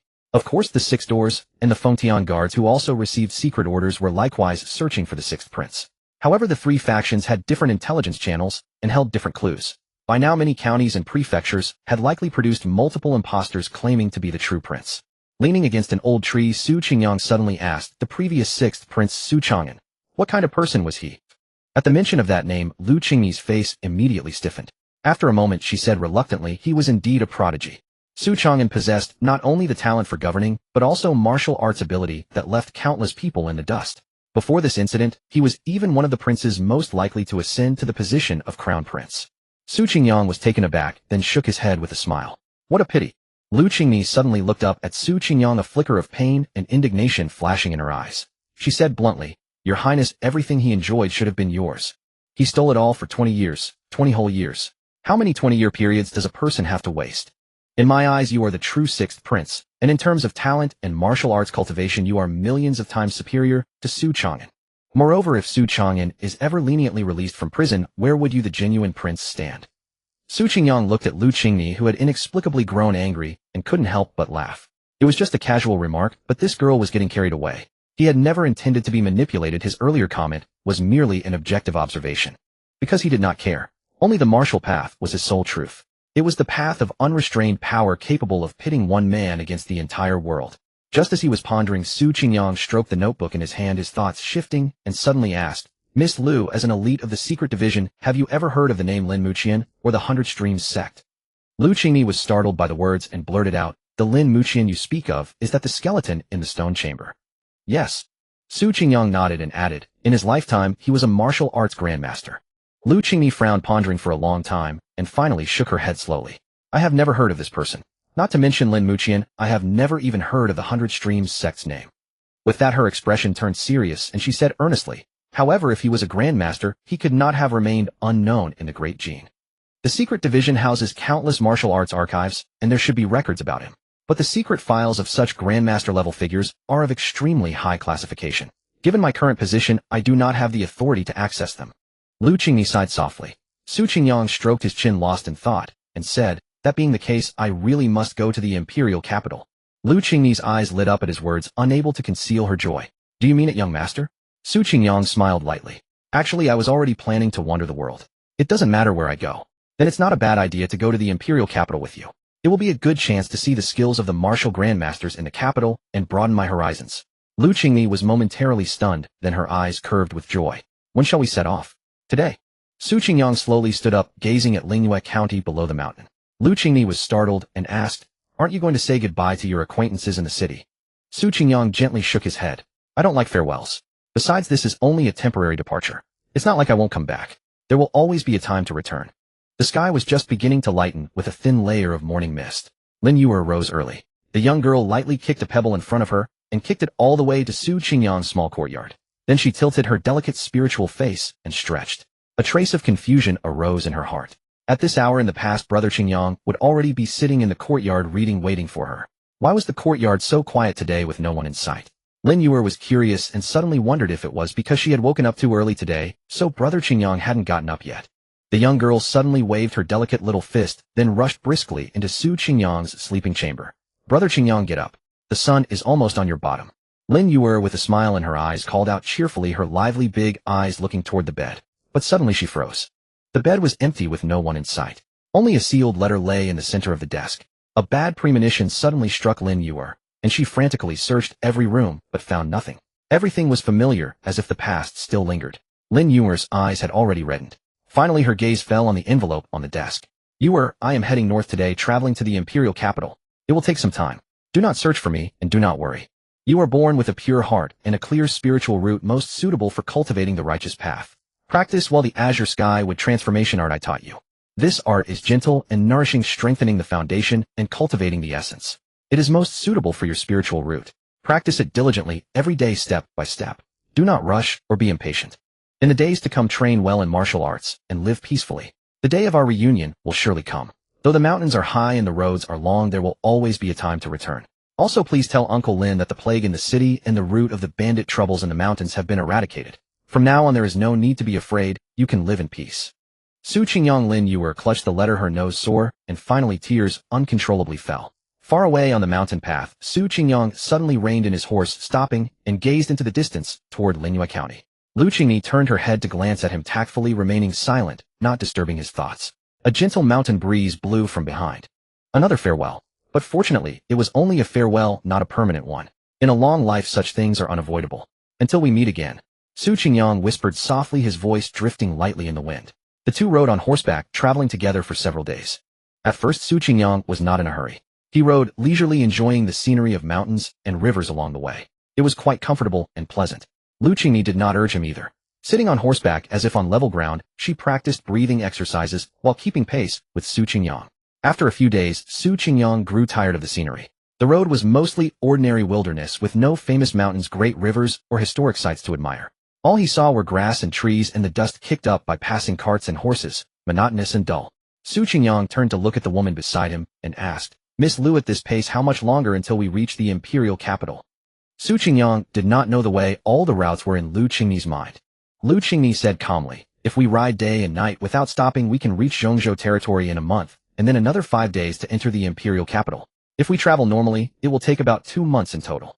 Finally, a slight smile curled at the corner of her lips as she added, "Actually, young master, there's no need to rush. After all, the true prince always appears last." Su Qingyang rubbed his nose sheepishly. Those words were originally an excuse he had made a few days ago to delay the journey and wander slowly, and now they were being thrown back at him unchanged. Lu Qingni quickly glanced at him, then immediately looked straight ahead, finding it somewhat amusing. After these days of travel, she had discovered that Su Qingyang was a bit strange, but actually quite easy to get along with. Seeing his expression, Lu Qingni softened her tone. "When we reach the next prefectural city, we'll find 2 swift steeds. That will speed up our journey considerably. Actually, without horses, relying on our own foot speed, we could go faster," Su Qingyang said thoughtfully. As a blood-refining grandmaster, a single step for him was as vast as 1,000 miles. At full speed, he could cross an entire province in a day. Lu Qingni ignored him, simply urging her horse forward on her own. In a dark forest, numerous ghostly figures appeared unexpectedly. There were hundreds of them, yet gathered together they made no sound. Among these hundreds of figures, a cold and indifferent gaze suddenly appeared. It was a man in green robes, like a snake lurking in the darkness, silent, yet capable of delivering a fatal strike at the perfect moment. A subordinate in a mask quickly stepped forward, knelt on one knee, and said in a reverent tone, "My lord, all personnel are in position and awaiting your command." The man in green slowly walked out of the forest, his slightly pale face exposed to the sunlight. This gave him an eerie, sickly appearance, especially his gray eyes, like those of a dead man, which sent chills down one's spine. "Do you remember the ultimate goal of this journey?" The man in green spoke with his back to all his subordinates, his tone carrying an eerie calm, as if he were a dying man. Especially his gray eyes, extremely strange, reflecting light like 2 mirrors. "Remember, until death." A neat but low voice came from behind. "Very well. Let's begin." The moment the words fell, the figure of the man in green instantly vanished from the spot. The journey was somewhat dull, but they encountered a band of robbers along the way. However, as soon as the robbers appeared, Lu Qingni slew them with a single sword strike. Apart from that, there were no other incidents. According to Lu Qingni, the robbers were an anomaly. The paths she chose had all been carefully selected by the secret bureau. They deliberately bypassed dangerous areas and chaotic martial arts territories, taking the safest route to avoid any complications. However, after entering Yunzhou, Lu Qingni became noticeably more cautious.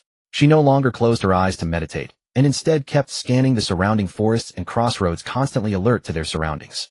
"Miss Lu, what's special about Yunzhou? You seem a bit too tense," said Su Qingyang. "Yunzhou has been unsettled lately. According to confidential reports from the secret bureau, the major martial arts factions in the state are constantly clashing, and there are signs of an impending war." Lu Qingni reined in her horse, slowing down, and explained in a low voice, "We are now within the territory of a martial arts faction called the Black Cloud Sect. Under the current circumstances, they will surely guard all the passes. Although the young master is not afraid of them, it's better to avoid trouble. If we can avoid conflict, we should try not to confront them head-on." "I see." Su Qingyang nodded in understanding.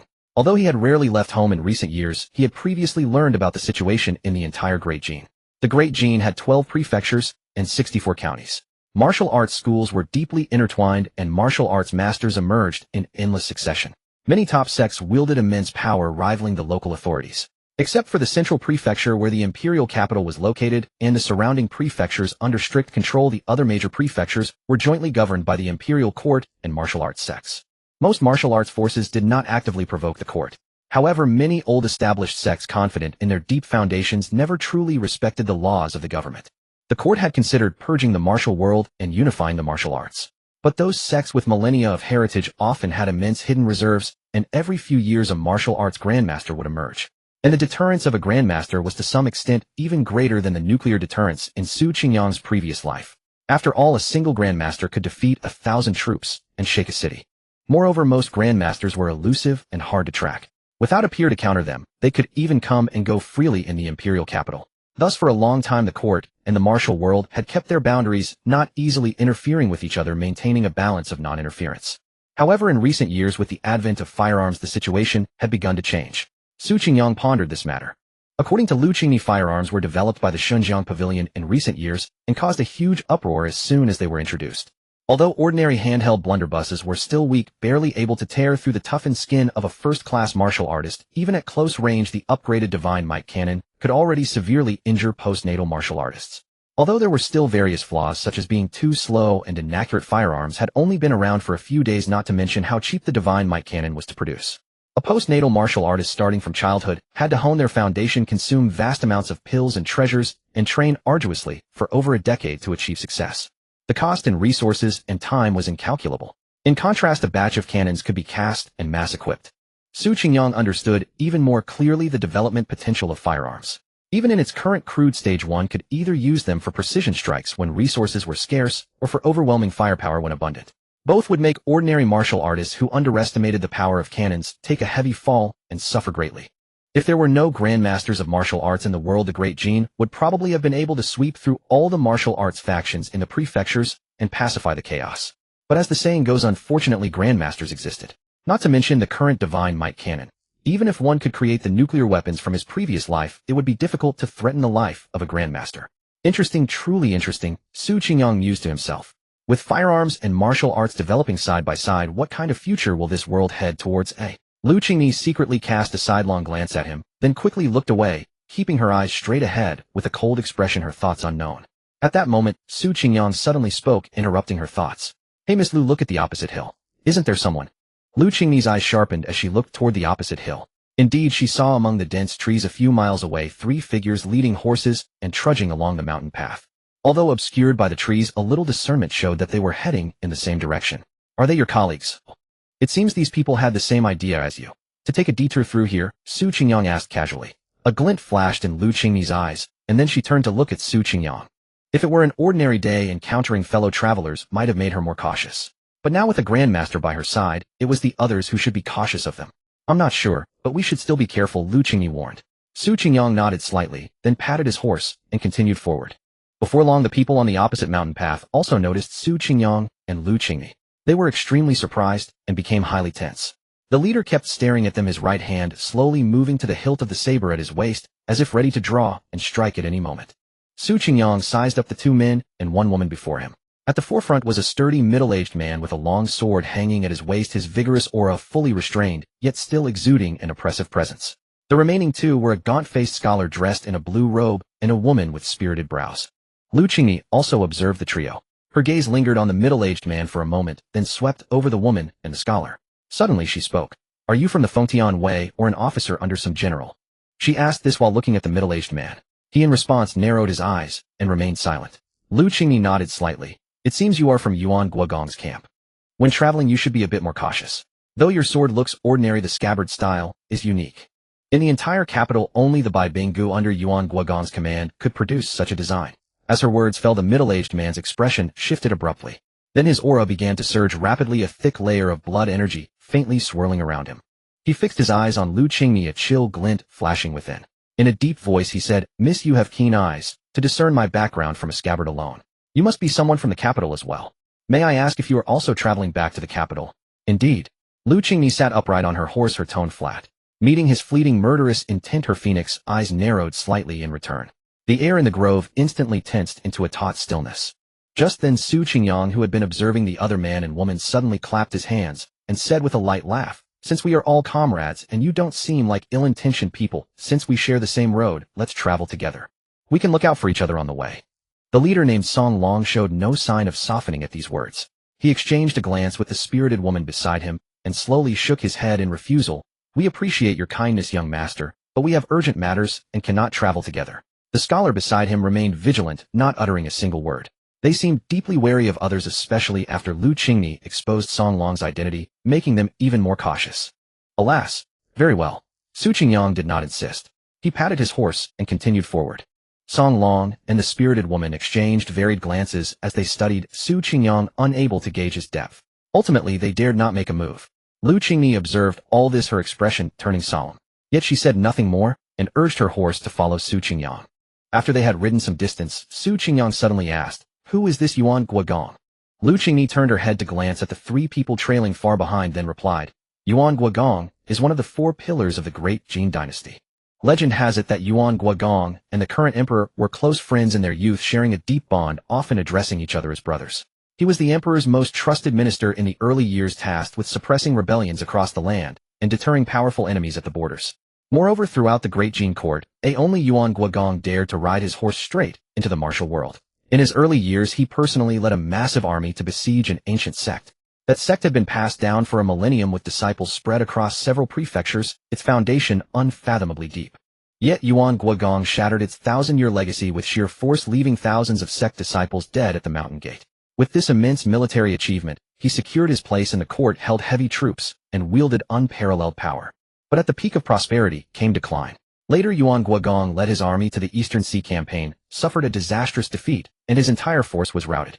A martial grandmaster from the sect he had crushed, who had survived after years of patient endurance, seized the opportunity of his defeat and loss of power to seek revenge.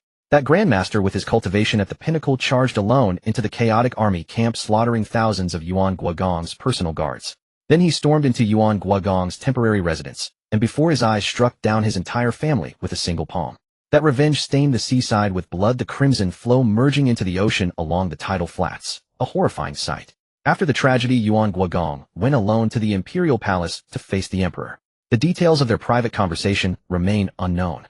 All that is known is that after that day, the emperor decreed the removal of all military power from Yuan Guogong, promoted Ji Gong to take over his troops, entrusted him with the great responsibility of defending the realm, and also granted him the title of national pillar.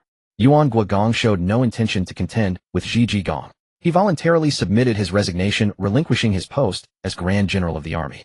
Since then, he has remained behind closed doors, living out his retirement in his mansion in the capital, no longer meddling in court or martial world conflicts. Su Qingyang seemed thoughtful and chuckled lightly. Interesting. According to Miss Lu's account, Yuan Guogong should have already retired from military life with no desire for further strife. But those three just now revealed murderous intent toward us.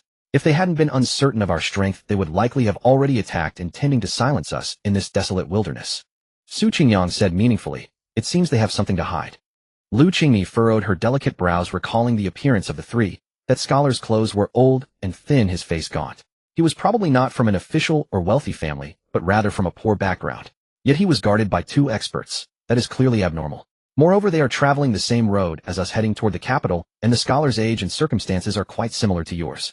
Su Qingyang smiled. It seems there is no coincidence without a story. I suspect that scholar is the sixth prince sought by Yuan Guogong's faction.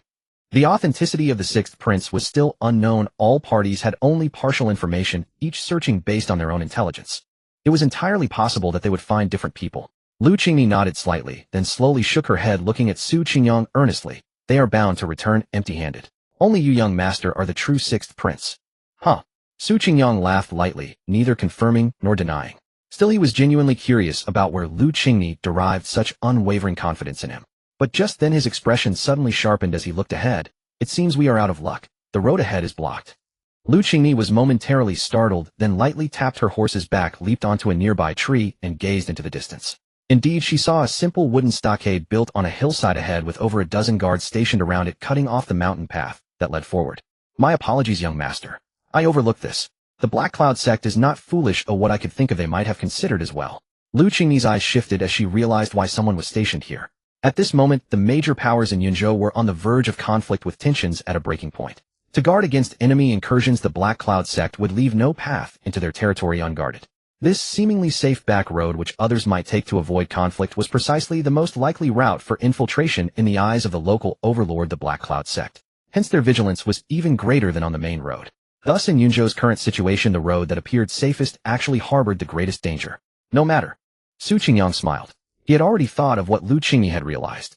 If we really can't get through, then we'll just smash our way through. Lu Qingyi gave a slight nod, then suddenly turned her head to glance back, a cold glint flashing in her eyes. My lord, perhaps we should let them scout the path ahead first. Upon hearing this, Su Qingyang immediately understood her intention. It seemed this girl, though appearing aloof and cold, was actually quite cunning beneath the surface. In that case, let those three serve as guinea pigs for scouting the path. Su Qingyang naturally had no intention of refusing. With a faint smile, he slipped into a blind spot among the trees ahead and vanished without a trace. Meanwhile, the three people behind were completely unaware. Lord Song, do you know where those two came from? The valiant woman suddenly transmitted in a hushed tone as she could no longer see Su Qingyang and the other. Song Long glanced at the scholar beside him and shook his head. That woman is well-traveled and knowledgeable. She's most likely an agent from the Hidden Affairs Bureau or the Six Doors. As for that young man, he paused, a hint of confusion in his eyes. He hasn't revealed any internal energy, so I can't gauge his true background. It's just as he had pressed his aura outward, the moment his gaze fell on that young man, he felt as though he were confronting a deity, a towering, suffocating presence. That trance lasted only a fleeting instant, and when he looked again, the young man appeared to be nothing more than ordinary. What is it? The valiant woman pressed urgently. Nothing. That young man is likely no ordinary person. Song Long composed himself, his voice grave. Either way, neither of them will be easy to deal with. Just looking at that woman alone, she's already a post-heaven martial artist. Although a post-heaven expert is nothing remarkable in the imperial capital, encountering one here, I cannot be entirely certain I could slay her. Otherwise. A cold glint flashed in Song Long's eyes, his tone laced with killing intent. The valiant woman nodded, then her voice turned icy. We carry the Duke's secret order. Our actions must remain confidential. Not the slightest mistake can be made. If we get the chance along the way, I think we should take them out. Otherwise, if word leaks out, it could severely impact Lord Guo's plans. Song Long pondered for a moment, unease stirring within him, but when he recalled the precarious situation of Duke Yuan, he ultimately gritted his teeth and nodded. Then we'll proceed as you suggest. I recall ahead lies Black Cloud sect's territory. They had ties with the Duke in earlier days, which makes this a convenient place to act. If we decide to act, we must ensure absolute certainty. He thought of how Lu Qingyi had already uncovered his origins. If he allowed her to return to the imperial capital, Lord Guo's schemes would likely be exposed. It was highly possible the Emperor's suspicion would be aroused once more, inviting endless trouble down the line. With this in mind, Song Long turned toward the slender scholar beside him, speaking with respectful deference. Your Highness, the journey to the imperial capital is long. To prevent any treacherous individuals from attempting harm, I beg you to endure a few more days. Once we reach the capital, you can rest easy. Upon hearing this, the scholar hastily clasped his hands in a gesture of respect, his demeanor gentle and humble. I thank both of you, lords, for your protection throughout this journey.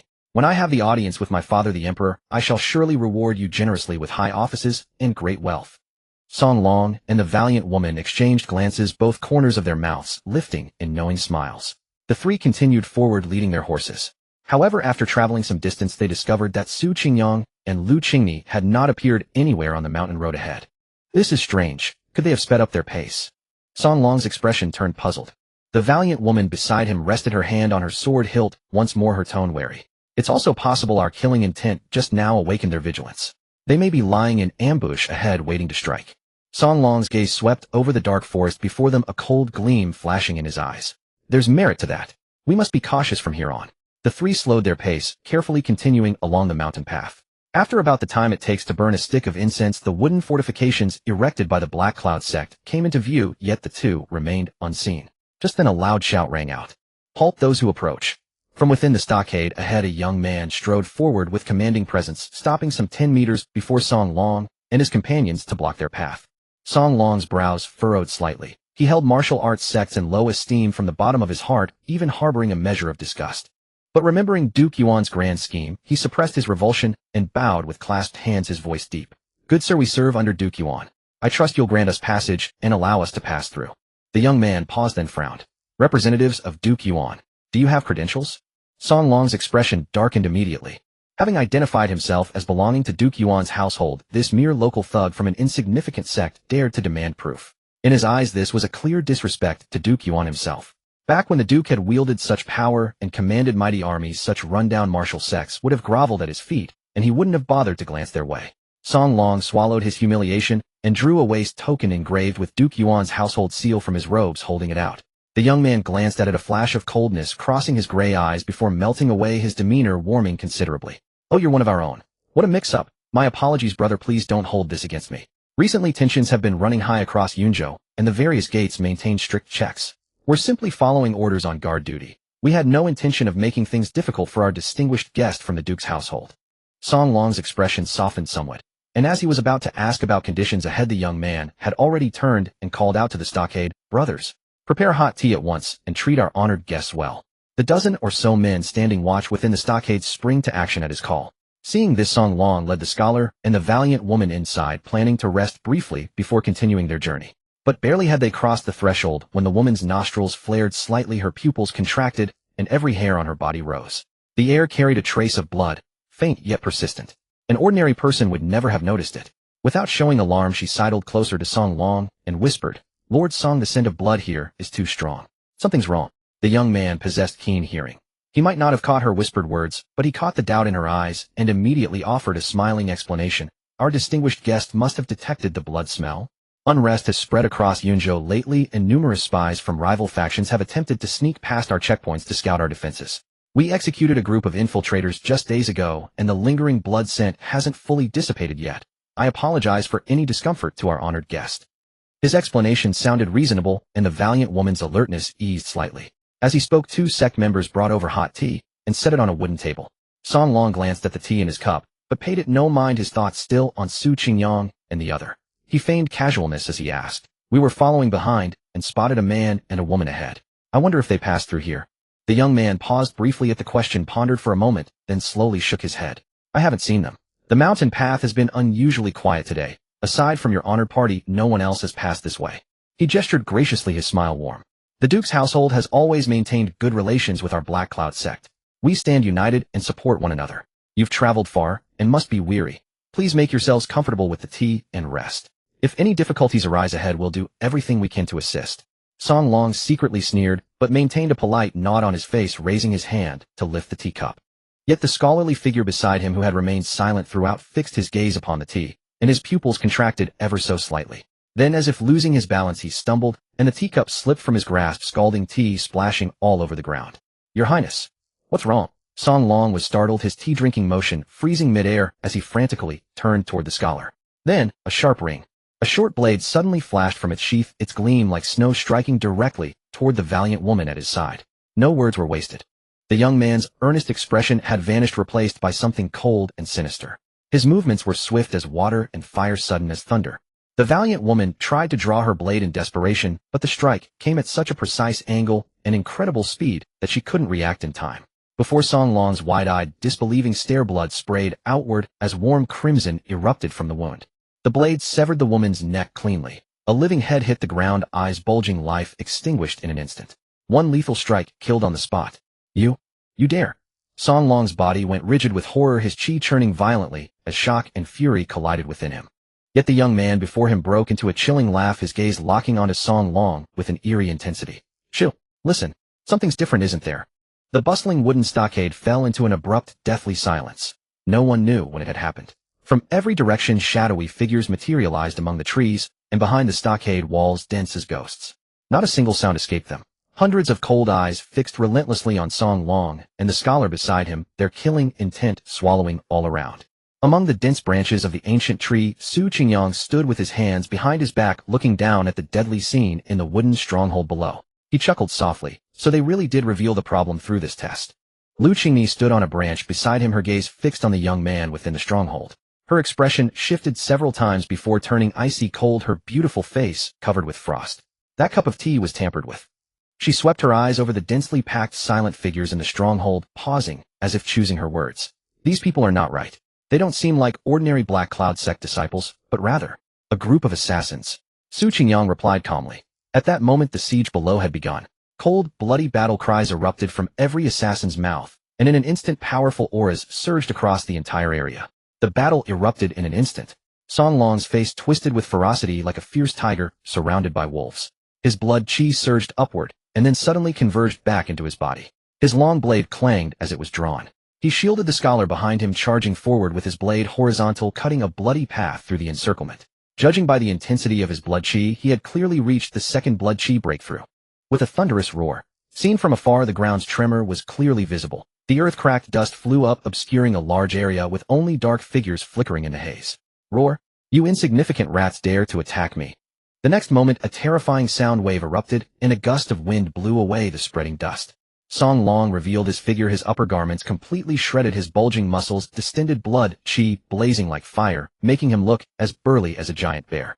In just a few dozen breaths, more than a dozen corpses had piled up on the ground around him. Yet those assassins, seemingly oblivious to life and death, still stared coldly at Song Long, as if looking at a dead man. Song Long let out a wild laugh, his face ferocious.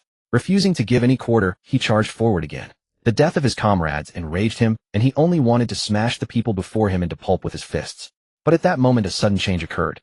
The more than a dozen assassin corpses that had been piled together simultaneously exploded, turning into a mist of blood. Yet that blood mist was not the red of fresh blood, but an eerie, sickly green, instantly engulfing an area 10 meters in radius. With a sizzling sound, the corrosive noise was incessant. The green mist had a terrifying corrosive property, wherever it passed, the assassin's severed limbs and remains were completely dissolved. Song Long was unable to dodge, and was instantly swallowed by the poisonous mist. Immediately, agonizing screams came from within. Green plague corpse explosion poison. At the top of the tree, Lu Qingni saw the ghastly green mist, and blurted out. The next moment her expression turned extremely grim. Such ruthless methods, such brutal actions they. But Su Qingyang's attention was not on the poison mist, instead it fell upon the scholar, who had somehow already retreated far away. At this moment the scholar's previously dull and shy demeanor had vanished, replaced by a cold, indifferent look. His face was filled with irritation and disgust. He glanced coldly at Song Long, who was still wailing in the poison mist, snorted disdainfully, and without looking back plunged into the deep forest and fled in panic. The young man who had just killed the woman was named Wuqing. Now he narrowed his lifeless eyes, then waved his hand, and a black shadow stood behind him like a silhouette. Leave no survivors. Catch that man and bring back his head, Wuqing ordered coldly. Song Long, inside the poison mist, was completely unaware that he had been abandoned. He might not even know that the sixth prince he had been guarding all the way was also a hidden master. That scholar had likely harbored malicious intentions from beginning to end. The wailing gradually weakened. A bloody, indistinct figure struggled to crawl out of the churning green mist. Song Long was on the verge of death. The green plague corpse explosion poison was horrifically corrosive. Even though he relied on his formidable blood chi to resist, his skin and flesh were completely eroded by the poison mist. There was not a single inch of intact skin on his body, only bright red, twitching muscles exposed. The sight was shocking. Song Long could no longer see anything, but his voice carried a tone of terror. Are you crazy? How dare you attack me? You are making an enemy of the Duke of Yuan. The Duke of Yuan will never let you go. Wuqing ignored his roar. With a single wave of his hand, several assassins stepped forward, and with a flash of blades they cleanly cut off his head. After disposing of the corpse, Wuqing gazed into the dark forest ahead. His gray eyes glowed with a cold light, eerie and deep, sending chills down one's spine. With a thunderous explosion, a cluster of eerie flames burst into the sky. When the flames dispersed in the midair among the trees, there actually appeared a crescent moon. The crescent moon was cold and desolate, its beauty dazzling and sorrowful. At first glance it resembled half of a beautiful woman's face, stained with tears, carrying 3 parts loneliness, 3 parts melancholy, and 3 parts longing. As the crescent moon faded, strands of ash slowly drifted down, both beautiful and terrifying. Seeing this, Lu Qingni's eyes narrowed slightly. An inch of longing, an inch of ash. They are indeed assassins of the Longing Tower. Lu Qingni's voice became low, clearly wary of the assassin organization. They found us. At that moment, Su Qingyang suddenly spoke, his gaze fixed on the falling ash in the air, where a strange fragrance could be faintly detected. An inch of longing, an inch of ash. The ash was beautiful, but it concealed deadly intent. This scene was clearly not for show, it was a tracking technique used by the Longing Tower to detect hidden people. Kill. Wuqing showed no surprise, issuing the order with a cold shout. Countless assassins immediately swarmed out, charging madly toward the ancient tree, where Su Qingyang and Lu Qingni were hidden. Lu Qingni looked at the figures surging below like a tide. A cold gleam flashed in her eyes. Young master, let me handle this. The next moment her figure began to distort and become ethereal. A black sword had appeared in her hand without warning. She leaped down from the tree, and in an instant swung the black sword. With a tearing sound, several assassins around her, before they could react, or rather without any chance to react, were cut in half at the waist, blood gushing out and organs spilling. Lu Qingni's figure moved like a ghost. In the eyes of the crowd, only a series of seemingly frozen afterimages flashed. A flash of black light. Sword drawn. Step forward and charge. Each afterimage was extremely clear, yet only after seeing it could one realize her presence. Before seeing her, the air was empty, with no trace of Lu Qingni's movements. What a remarkable technique. Su Qingyang stood on the branch, unable to help but praise. Although both were martial artists at the Hotian level, Lu Qingni's mastery of this technique alone set her worlds apart. Although the assassins of the Longing Tower were fearless of death under this slaughter, they still felt an uncontrollable tremor. Because of the scene of blood spurting and corpses flying. It was truly too horrifying. Wu Qing watched coldly as his assassins fell one by one at the hands of Lu Qingni, his gray pupils utterly devoid of emotion. With a mere clench of his hand, every corpse on the ground erupted simultaneously. The green plague corpse explosion poison spread instantaneously. Wherever it passed, towering ancient trees withered in moments, and all vegetation across the land rotted and oozed pus. The remaining Xiangxi Lo assassins, upon witnessing this scene, displayed not fear, but fanaticism. They charged forward, directly forging a human wall with their own flesh and blood to block Lu Qingni's advance and retreat. Some went even further. They drew their blades and slit their own throats, casting their corpses into the churning poison fog like adding firewood to flames, causing the fog's concentration to surge and its corrosive power to grow ever more terrifying. Lu Qingni was instantaneously thrust into imminent peril. What a pack of maniacs! Su Qingyang murmured in mild astonishment. In the next breath, his figure vanished from where he stood and reappeared, already carrying Lu Qingni back to the branches of the ancient tree. Such movements, each occurring in the span of a single heartbeat. It was as though independent photographs leaped from one frame to the next. Her footsteps left no trace to follow. Landing upon the thick branch, Lu Qingni's chest rose and fell violently, her eyes still bearing the unmistakable tremor of fear. Their methods are cruel beyond imagination. I never expected these Xiangxi Lo assassins to show such disregard for their own lives, she said, suppressing her ragged breathing, her voice heavy. Every assassin present likely ingested the green plague corpse explosion poison beforehand. Such a strategy of mutual destruction means that even if they succeed in their assassination today, they themselves will surely perish. Lu Qingni's tone grew even graver. Though she had anticipated the poison fog, she never imagined Xiangxi Lo would be so unhinged. These killers had in some measure stripped away their very instinct to survive, making them far colder and more terrifying than ordinary death-willing warriors.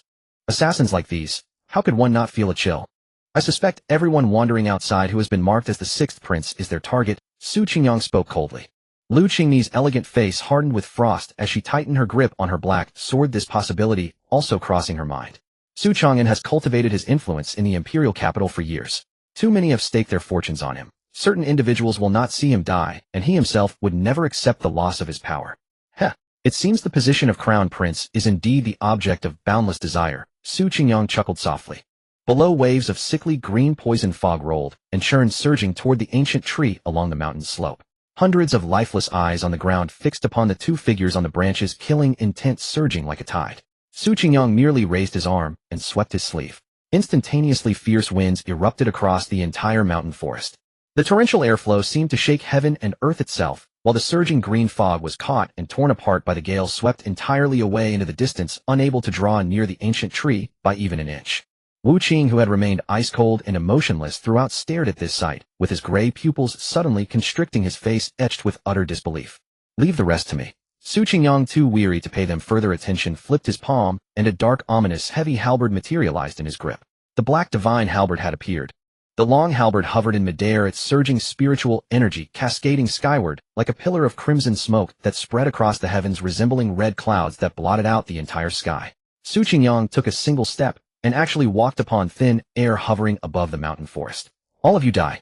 The halberd cleaved through the void and swung forward in a devastating strike. His surging spiritual energy spread outward like layers of sunlight, rolling across the battlefield like tidal waves upon the sea, crashing down upon all the assassins below. Flee. Despite their utter disregard for death, the Xiangxi Lo assassins found their fighting spirit shattered in that moment. Even having prepared for mutual destruction, facing such terrifying power left nothing but primal instinct to flee. To mortal beings, this was an unstoppable natural disaster. Wrapped in terrifying spiritual energy, the black divine halberd struck down with full force. A sudden flash illuminated heaven and earth before plunging back into darkness. As the halberd descended, its blade blazed with 100-jong brilliance. Wherever it passed, everything was reduced to ashes in an instant. The dark woods and towering ancient trees all consumed by fire. The falling ash drifted downward like black snow. Suspended in midair, Su Qingyang's figure emerged, casually gripping the black divine halberd in his right hand as he stood firm upon that spot. The air grew heavy and still. Swallowing hard, Lu Qingni's right hand, which gripped her black longsword, trembled uncontrollably. Before their eyes, the Xiangxi Lo assassins who had flooded the area like a tidal wave had vanished completely. All traces of corpses and poison fog eradicated without a single remnant directly evaporated into nothingness. Even the mountain below had been rent asunder by a single stroke, carving a vast chasm that split the entire peak as though cleaved in two. Fierce winds gushed forth from the rift valley, taking on the form of a gathering storm. Rocks struck by his spiritual energy burned as though their very essence had been melted away, left with a crimson glow like molten lava before turning to ash in moments. The distant view struck terror into one's heart. Grandmaster! Grandmaster! Lu Qingyi drew a deep breath, closing her eyes to conceal the trembling within her gaze. Could the power of a grandmaster truly reach such depths? Though she had never witnessed a martial grandmaster's prowess firsthand, having grown up in the imperial capital, she had caught glimpses of tales describing their strength. Yet now she felt that even the most fearsome grandmaster could accomplish no more than this. If she possessed such power, perhaps she could break free from her current limitations, shatter her cage entirely, and move through heaven and earth as she pleased. A violent surge of emotions coursed through Lu Qingyi's heart. Witnessing Su Qingyang's power once again nearly compelled her to kneel in reverence, cementing her absolute conviction that she must attach herself to his side. The Black Divine Halberd has not disappointed me. It has borne a portion of my power. Su Qingyang, unaware of Lu Qingyi's thoughts, continued to admire the halberd's resilience. With a flip of his palm, he returned the heavy halberd, drawing his spiritual energy back within his body. Just then a glimmer of faint reflection flickered and vanished like sunlight refracting off an object. Su Qingyang's gaze sharpened as he focused on the spot where Wu Qing had perished, his body reduced to ashes by the halberd's terrifying residual energy. The heat generated by that strike had been extreme. Yet even under such devastation, something had survived. This piqued Su Qingyang's interest. He gestured with his hand, and two peculiar objects shaped like gray pupils flew toward him, settling into his palm. Unsure of their purpose, Su Qingyang decided to channel a wisp of his spiritual energy into them. A soft cracking sound echoed as something within the objects shattered, and the two gray pupil-like artifacts flared with light, projecting a luminous screen before them. Within the projection, scenes continuously flowed. Su Qingyang's expression tightened, and he called Lu Qingyi over. Together they gazed at the luminous screen, their faces growing grave. The screen replayed the entire sequence: the battle at the wooden fortress, the poison fog encirclement, and his halberd strike that split the mountain. What is this thing? Su Qingyang asked, rotating the gray pupil-shaped object in his hand. Lu Qingyi furrowed her delicate brows, contemplating for a moment before responding. It should be one of those legendary artifacts spoken of in martial circles. Such extraordinary items are no ordinary weapons or pills. They are rare treasures forged from spiritual energy, anomalous phenomena, or specialized cultivation techniques. Each possesses unique abilities. Some store items, others transmit sound across distances, some record visions, and still others allow one to track movements and observe hidden paths. Such artifacts are exceedingly rare in this world, commanding astronomical prices, yet impossible to obtain through ordinary means.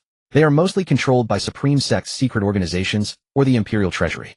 The Xiangxi Lo assassins carried these image-recording artifacts on their persons, which means someone behind this assassination attempt is monitoring the entire operation in real time. Lu Qingyi noted, her tone chilling. Su Qingyang turned the gray pupils over in his hand, lost in silent thought. Just then the distant forest echoed with the rapid sound of approaching footsteps. A large group emerged from afar, and among them appeared a middle-aged scholar-type figure gliding effortlessly through the air upon flying leaves. He moved as though crossing the sky in mid-flight, arriving before them in the blink of an eye. Lu Qingyi immediately sprang to alertness, her black sword raised across her body, ready to face another enemy. The middle-aged man approached with a cold, arrogant expression, opening his mouth to speak, but then froze as he caught sight of the terrifying fissure in the ground. A wound so vast it seemed capable of splitting the entire mountain apart. The middle-aged man stood motionless, wondering if it were still possible to retreat. But as Su Qingyang turned his gaze upon him, an overwhelming pressure crashed down like a mountain upon his shoulders. With a thud, the man dropped to his knees, trembling as he shouted at the top of his lungs, "The sect master of He Yunmin, together with all members of our sect, welcome the descent of a grandmaster." No hesitation whatsoever. No room for doubt. To cleave mountains and split seas, to produce such terrifying devastation. Save for the legendary grandmasters of martial legend, he could think of no other. An inch of longing turns to an inch of ashes. The Xiangxi Tower is an extraordinarily fearsome assassin organization. Lu Qingyi spoke with grave seriousness, slowly revealing the inner workings of the Xiangxi Tower to Su Qingyang. Assassins of the Xiangxi Tower are tempered by harsh mind-forging methods from childhood, stripped of all 7 emotions and 6 desires. They harbor neither goodness nor malice, following only the decrees of their tower. Ordinary deathsworn retainers still harbor attachments and weaknesses, but the assassins of the Xiangxi Tower have long since erased their humanity. To complete their missions, self-mutilation, poison body techniques, and mutual destruction are all commonplace. The Green Plague corpse-exploding assassination art witnessed today was merely one of their many ruthless methods. The Xiangxi Tower is divided into multiple tiers. That gray-eyed assassin we encountered barely reached the middle ranks. Above him stand the top-tier Broken Moon and Xiangxi-class assassins, each possessing combat prowess at the peak of the Late Heaven realm or even the Innate realm. The phantom of a waning moon that materialized in the sky earlier was the mark of a Broken Moon-class assassin's intervention. They failed this time, but next time a Broken Moon-class killer may strike in person. Su Qingyang gave a slight nod and asked instead, such audacity displayed by the Xiangxi Tower has the Dajing court never moved to suppress and rein them in. Lu Qingni's expression darkened somewhat as she shook her head.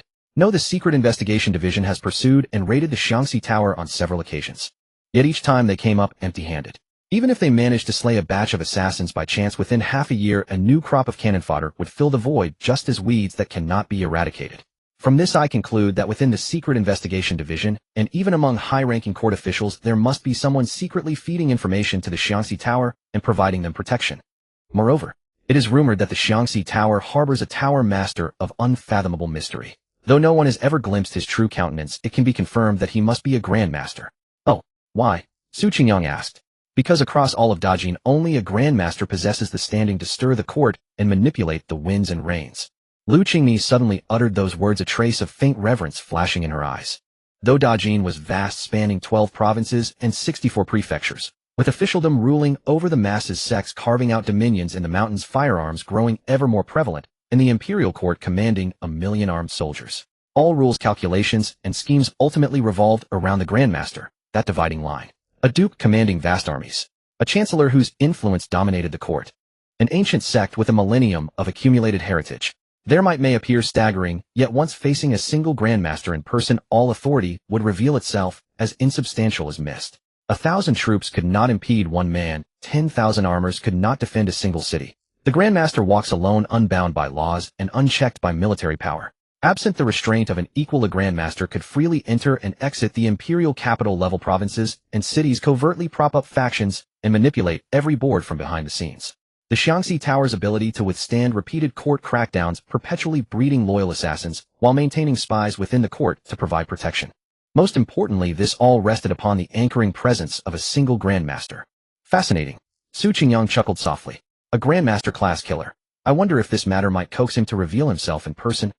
He genuinely longed to witness the overwhelming power of a martial grandmaster, thereby gauging his own standing and realm within this world. It cannot be certain, Lu Qingni replied. Yet I do not believe Su Chang'an could ever hope to summon the Xiangxi Tower's master, even if they share some measure of connection. At present the Dajing court wielded overwhelming authority, its might pressing upon all beneath the heavens. Ordinary assassinations by the Xiangxi Tower were one thing, but should they truly unleash a grandmaster? Within the imperial capital there were already numerous martial grandmasters eager to trace the network and track down the Xiangxi Tower master's whereabouts, seeking to take his head. If all remains uncertain, then let us press onward. Su Qingyang smiled faintly, reached down to pat the Jiao steed beneath him, and urged it forward along the path. At this moment, beneath him sat a colossal Jiao steed. 2 curved horns rose from its forehead, giving it the terrifying appearance of some demonic creature. Its entire body was corded with muscle that rippled like flowing water, with even the slightest movement entirely sheathed in a thick layer of black scaled armor. Its eyes gleamed with savage ferocity, and when its jaws parted, sharp fangs were revealed. Lu Qingni had also taken a different mount. It was a magnificent crimson-hued steed, its limbs powerful and imbued with both strength and beauty. Especially its fire-red mane rippled with each motion, resembling living flames. Though far inferior to the Jiao steed, it was also incredibly precious, something that could be encountered but never easily obtained. Both horses were of course the work of the Black Cloud sect. The Black Cloud sect, in a bid to atone for offending a grandmaster, willingly presented these 2 magnificent steeds. That Jiao steed was given freely, for its nature was violent and untamed. Legend claimed that dragon blood coursed through its veins, though in truth, it was born from the union of 2 disparate beast species. Naturally sterile and unable to breed, there was likely only one such creature across the entire world. Ordinary martial artists could scarcely approach without being slashed by its scales and pierced by its fangs, yet even the fiercest wild horse must bend its neck submissively before a grandmaster. Not a spark of rebellion dared show in its demeanor. At this moment a bright moon emerged from between the clouds, illuminating the forest ahead, and rendering the scene unusually tranquil and pristine. Su Qingyang gently rubbed the storage ring on his finger, and with a flash of light, 3 golden fruits the size of infant fists materialized in his right hand. A pungent medicinal fragrance slowly spread, and even a single wisp drifting through the air stirred the chi and blood within him into restless agitation. These were Vajra Bodhi fruits, treasured herbs renowned for refining the flesh and surging the blood. Su Qingyang pondered inwardly. The stature of a grandmaster was indeed transcendent. Even a casual brushstroke was enough to drive an entire sect to clamor for favor. These 3 Vajra Bodhi fruits were a precious offering presented after the Black Cloud sect master desperately pleaded, seeking only for him to leave behind a personal calligraphy or painting.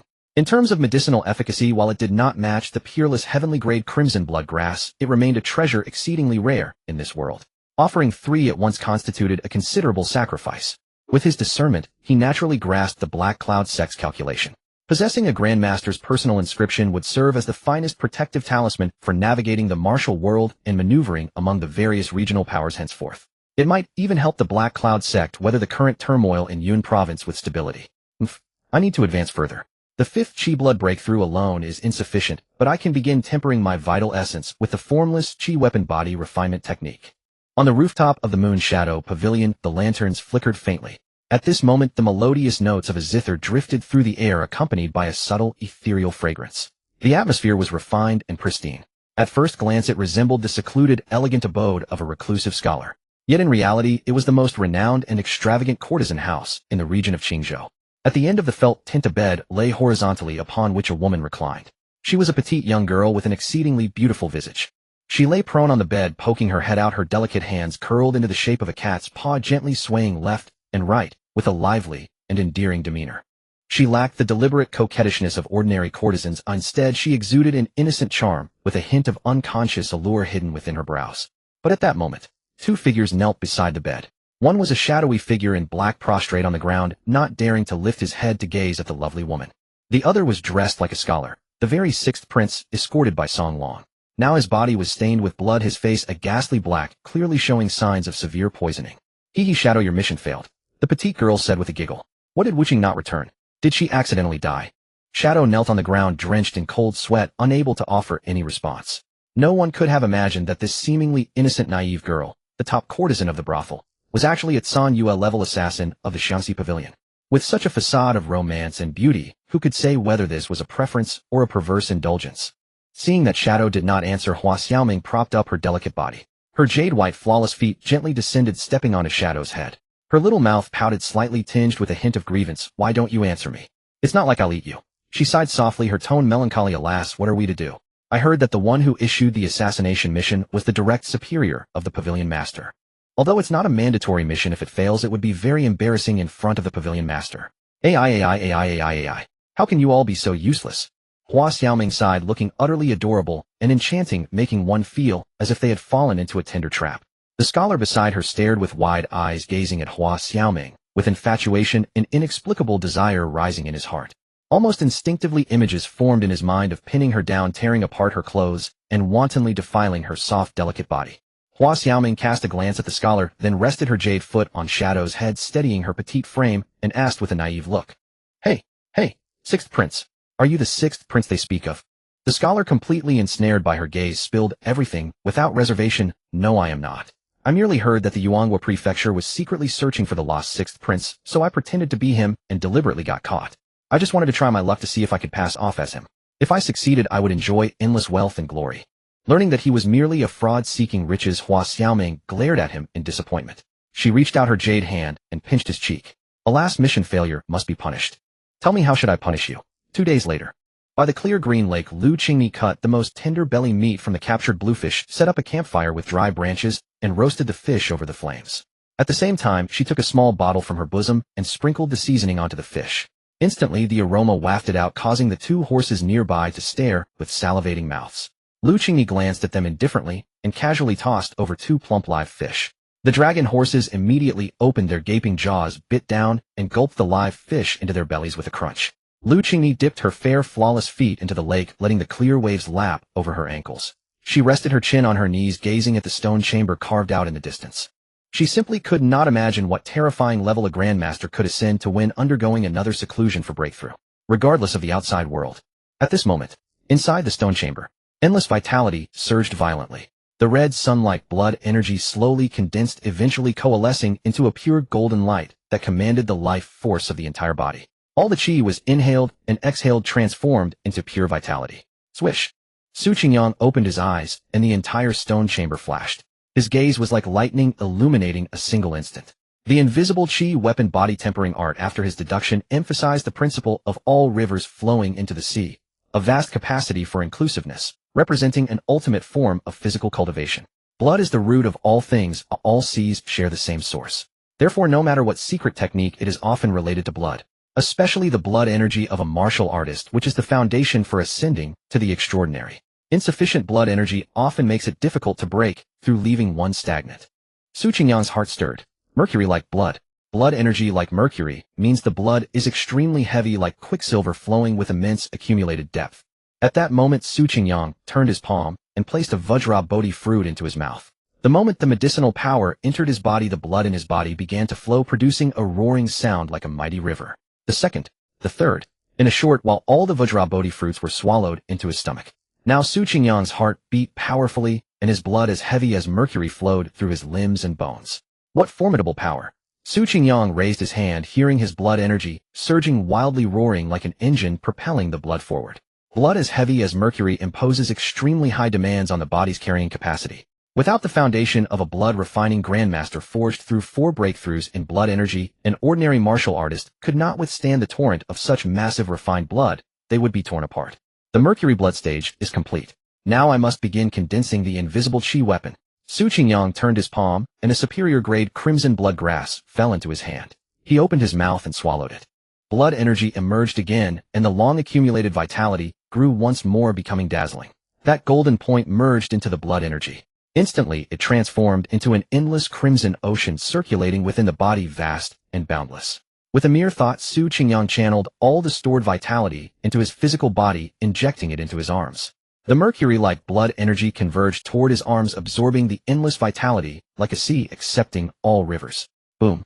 The 2 invisible chi weapons manifested their chi, surging violently, instantly turning into 2 invisible blade auras over 10 meters long. With a slight movement, the blade aura nearly sliced through the entire stone chamber. The invisible chi weapon was initially formed. Su Qingyang felt satisfied, but did not stop. He poured all the heavy mercury-like blood energy into the 2 chi weapons. With a thunderous roar, the 2 invisible chi weapons condensed into solid forms, and with a clanging sound they transformed into 2 extremely condensed crimson long blades. Su Qingyang swung the crimson chi weapon, and the blade tip lightly touched the stone wall. Instantly, half the stone chamber melted away, and fierce blood flames burned wildly along the blade marks. Truly profound. The invisible chi weapon body tempering art forges weapons with one's own chi, and in turn the forging of weapons nourishes the physical body. The stronger the blood energy, the sharper the chi weapon. Repeated tempering of the chi weapon progressively elevates the physical foundation. The 2 complement each other endlessly. Su Qingyang was very satisfied. He slowly stood up, and with a thought the 2 invisible chi weapons retracted into his blood energy. In the next instant they re-emerged from his right arm, moving with his will fully under his control without any hindrance. Su Qingyang raised his hand and slashed. The crimson blade, over 10 meters long, transformed into a ribbon-like blade aura that tore through the earth, splitting the lake water to a depth of over 10 meters. The emerald waves surged violently to both sides, unable to close for a long time. I didn't expect that Miss Lu is not only skilled in martial arts, but also an expert at grilling fish. Su Qingyang had just emerged from seclusion when he saw Lu Qingmi grilling fish. He walked over and sat beside her teasingly. During previous missions I've stayed in the wilderness before. Not wanting to eat dry rations and cold biscuits, I taught myself how to grill meat. Lu Qingmi said softly. Beneath her veil her fair cheeks bore a hint of tenderness, flushing with a faint rosiness. As she spoke, she took the thoroughly cooked fish from the grill, placed it on a clean leaf, and handed it to Su Qingyang. Su Qingyang took the fish, tore off a piece, and put it into his mouth, chewing gently. His eyes lit up and he smiled sincerely. It's delicious. As long as it suits your taste, young master. Lu Qingmi added. Just now the blood energy surged to the heavens from the stone chamber, even splitting the lake water for over 10 zhang. Your cultivation this time must have benefited you greatly, young master. She couldn't suppress her curiosity, secretly wondering if Su Qingyang had broken through to the blood-refining grandmaster, reaching an unprecedented level in the art of tempering the body and blood energy. Although she instinctively thought it impossible, she couldn't help but voice her doubt. Not bad at all. With 3 Vajra Bodhi fruits and high-grade blood crimson grass, my physical body and blood energy have indeed advanced a step further.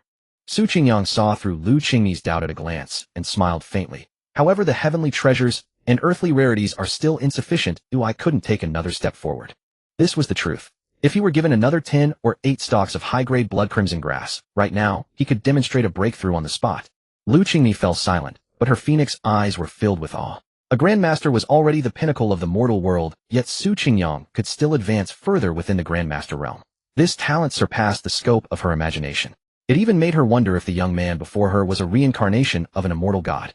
Young master, do not worry. Once you reach the imperial capital and reclaim your identity as the 6th prince, the imperial medicine garden holds countless treasures, and all kinds of heavenly materials and earthly rarities are abundant. Then you will not lack precious resources for refining blood and qi. Lu Qingni raised her eyes and comforted him. Su Qingyang smiled lightly. He was not anxious. The path of martial arts was vast and infinite. He had plenty of time to walk it slowly. As for the scenery encountered along the way, it was all the unique landscapes of the journey. They were also indispensable experiences on the path of cultivation. Miss Lu, how far are we from the imperial capital? Su Qingyang asked while eating the grilled fish. With the speed of the flood dragon horse and the blazing maned steed, we can reach it in about 2 days. Along the way we will pass through Qingzhou territory, and then we can arrive at Zhongzhou. Lu Qingni calculated carefully and replied, once we reach Zhongzhou we will be safe. No matter how rampant the Acacia Tower is, they would never dare to openly ambush and assassinate us in Zhongzhou. Alright. Half a day later, in the territory of Qingzhou. The domain of Qingzhou was vast and boundless, its land area a full half larger than that of Yunzhou. There was an endless stream of passers-by. Merchants from various states, martial artists of the Jianghu, and scholars on the road all converged here. The hustle and bustle of mortal life was thick and intense, presenting a scene of thriving prosperity. And thus a remarkably lively marketplace had emerged here. At this moment, Su Qingyang and Lu Qingni, leading their horses, stepped into this marketplace. A flood dragon horse and a blazing steed were indeed eye-catching. Countless passers-by along the way frequently turned their heads, their gazes all falling upon the 2 exotic beast mounts. It looks very lively. Su Qingyang surveyed the entire marketplace and suddenly said with a smile to Lu Qingni. Lu Qingni, however, had no intention of relaxing. Her brows slightly furrowed, she stared warily at the various shops. They were to enter Qingzhou from here, after which they would be like a tide returning to the sea, completely vanishing into the vast Qingzhou. Sir, fresh and silky tofu pudding, both sweet and savory flavors. Want a bowl to try? Please come inside, sirs. Our humble shop has fine wine and excellent dishes, and all kinds of mountain delicacies and wild game. As Su Qingyang and his companions slowly advanced deeper, there were enthusiastic shouts from vendors everywhere, and many nearby customers were attracted to patronize. At that moment, a noodle shop on the street caught Lu Qingni's attention. In front of the noodle shop, several burly men with dark skin but ruddy faces were gathered around. The men were extremely tall, a full head taller than the young man before them, clearly local thugs accustomed to fighting and bullying the weak. At this moment, they had the young man cornered. One of the men laughed loudly and patted the young man's cheek. Chin boy, isn't it time to pay back the silver your deadbeat father owed? The young man's face flushed red, both fearful and anxious. He defended in a low voice. Master, who when my father was alive he agreed with you, borrowing 10 taels of silver with the promise to repay 16 taels after 1 year. Now there's still half a year left. Isn't this a bit early? Huh? The big man's face darkened and a fierce glint flashed in his eyes. Seeing this, the young man's heart fluttered with panic, and he hastily added, Master, who I'm not trying to renege on the debt. It's just that I really don't have enough silver on hand right now. Once I gather the money, I will definitely go to your door and pay it off immediately. The young man was pleading desperately. At that moment, a corner of the greasy, thick cloth curtain behind the noodle shop was lifted. A delicate little face quietly peeked out. The girl was still young, with a slender figure and a sallow complexion from malnutrition, yet her delicate and beautiful features could not hide her innate stunning beauty. At this moment, her almond eyes were filled with fear, gazing with full worry at her brother, who was being cornered. The onlookers around gathered more, and many local residents whispered among themselves, discussing the scene. Alas, the Qin family has been ensnared in a trap, leaving only these 2 siblings orphaned and helpless. Those loan sharks are not here to collect debts. They have their eyes set on the younger sister, intending to force repayment by seizing her and devouring the family's inheritance. Someone was explaining to the bystanders. Debt must be repaid, it's only natural. The gang of ruffians, sensing the growing agitation, barked loudly in reprimand. Tiger Lord's gaze swept greedily over the exquisite little face behind the curtain, a flicker of lewdness in his eyes. Yet the crowd of onlookers in the marketplace had swelled, and many wandering swordsmen could no longer contain themselves, their right hands quietly resting on their sword hilts. If he pressed further, he risked stirring up a public outcry. Weighing his options, he had no choice but to suppress his wicked intentions for the moment. Boy of the Qin family, don't say Tiger Lord is unmerciful. I'll give you 1 more month. 1 month from now the silver must be placed before me, not a single coin short. If you can't produce it, then don't blame Tiger Lord. By then you'll only be able to see your sister at the Baihua Fong. The Baihua Fong was the largest brothel in this area. Those sold into it were no longer considered human. The young man's face flushed crimson. The man before him was a martial artist. He had witnessed with his own eyes Tiger Lord hurl a 500-pound stone lion into the air. If he provoked this man, his frail body couldn't withstand even a single punch. If he died, his sister would surely fall victim to these villains. The gang swaggered away. The young man clenched his fists weakly. The girl behind the curtain rushed out, her small hand gently tugging at her brother's sleeve, softly comforting him. Yet the fear in her eyes was impossible to conceal. The onlookers, seeing the siblings' lonely and helpless plight, sighed softly. Many kind-hearted commoners dropped a few copper coins by the stove, shaking their heads in pity as they dispersed. The brother and sister gazed at the scattered coins, bowing repeatedly in gratitude. Their eyes reddened. Lu Qingni raised her eyes and watched for a moment, then after a brief hesitation stepped toward the noodle shop. Su Qingyang smiled faintly, wearing an air of nonchalance, and strolled leisurely behind her. 2 bowls of noodles, and add every topping you have. Lu Qingni said softly, casually placing a hefty silver ingot on the counter. Keep the change. The girl held the silver, momentarily at a loss for words. Even if she wanted to give change, she couldn't. This is too much money. Aye. Thank you, miss, thank you. The girl could only hold the silver and bow repeatedly to Lu Qingni in gratitude. The brother and sister, setting aside their grief, hurriedly began their work. Fortunately, they still had the noodle shop to rely on for their livelihood. Miss Lu truly has a heart of bodhisattva. Su Qingyang murmured in admiration, yet a hint of pity lurked in his eyes. The autumn wind was so bleak and desolate. Lu Qingni seemed lost in thought, as if sinking into memories of the past, and noticed nothing. She merely replied with a soft I apologize for acting on my own and causing you trouble, young master. If you dislike this place, I can accompany you to a restaurant later. Su Qingyang did not answer, simply sitting quietly and waiting. Soon 2 steaming bowls of noodles were served. Red broth, a few specks of green scallions, each with a separate portion of toppings in small dishes. Su Qingyang ate heartily, and the bowl of noodles was quickly emptied. Lu Qingni had just come to her senses, and was about to lift her veil to eat, when she heard Su Qingyang say, Miss Lu, I'm still hungry. Would you mind sharing your bowl with me? Lu Qingni was taken aback for a moment, but before she could respond, Su Qingyang had already reached over, taken her bowl, and began eating slowly and deliberately. The young girl quickly hurried over, her bright, clear eyes full of gratitude and anticipation. Eat as much as you like, sir. We have plenty. We can make more for you. No. Lu Qingni, unable to withstand such enthusiasm, waved her hands in a fluster. She turned her head to look at Su Qingyang, who was buried in his noodles, and a faint smile involuntarily rippled in her eyes. Su Qingyang seemed not to hear. Only after finishing his meal did he say with a smile, The noodles are good. Thank you, sir. If you like them. The girl's eyes lit up, and she was about to speak. Unfortunately, they are poisoned. Su Qingyang shook his head with a sigh.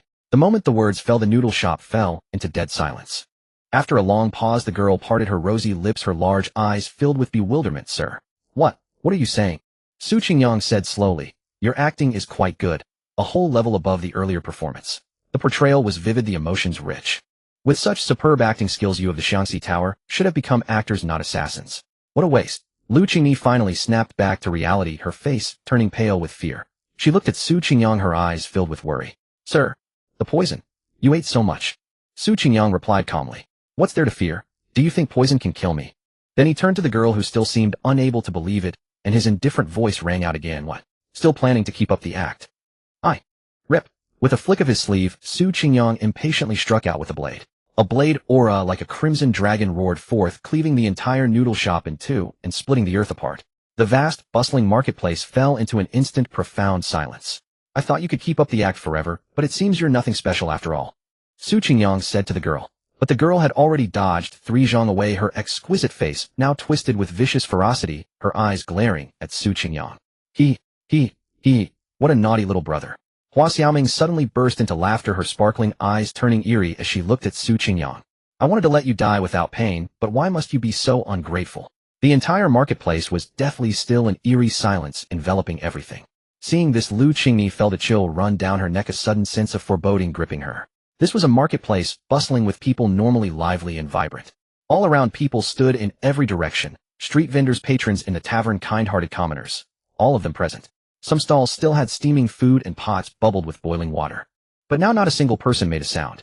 From somewhere in the sky, a bleak waning crescent moon had appeared, and specks of gray ash drifted down with the wind. The waning moon longs for lovesickness. Hua Xiaoming of the Shaanxi Tower sends her greetings. Hua Xiaoming shed her girlish innocence, her body radiating the cold, oppressive aura of an assassin. Lu Qingni's heart shuddered. She scanned the dense crowd around her, and a chill shot straight to her head. Assassins. The entire marketplace, every living soul within sight, was no ordinary folk. Every single one of them was an assassin from the Shaanxi Tower, lying in ambush. A sea of them. Their murderous aura soared to the heavens. I've given you all this time, and I thought you might come up with some trick, but it's still the same old routine. An indifferent voice suddenly rang out. Hua Xiaoming was startled. She immediately tried to retreat. However, the moment her toes touched the ground, a 12 to 13 meter long crimson blade, as if descending from beyond the heavens, pierced straight through her petite frame. It lifted her into the air. I'm curious, how did you dare to make a move against me? Didn't the one who fled back earlier make it clear just how strong I am?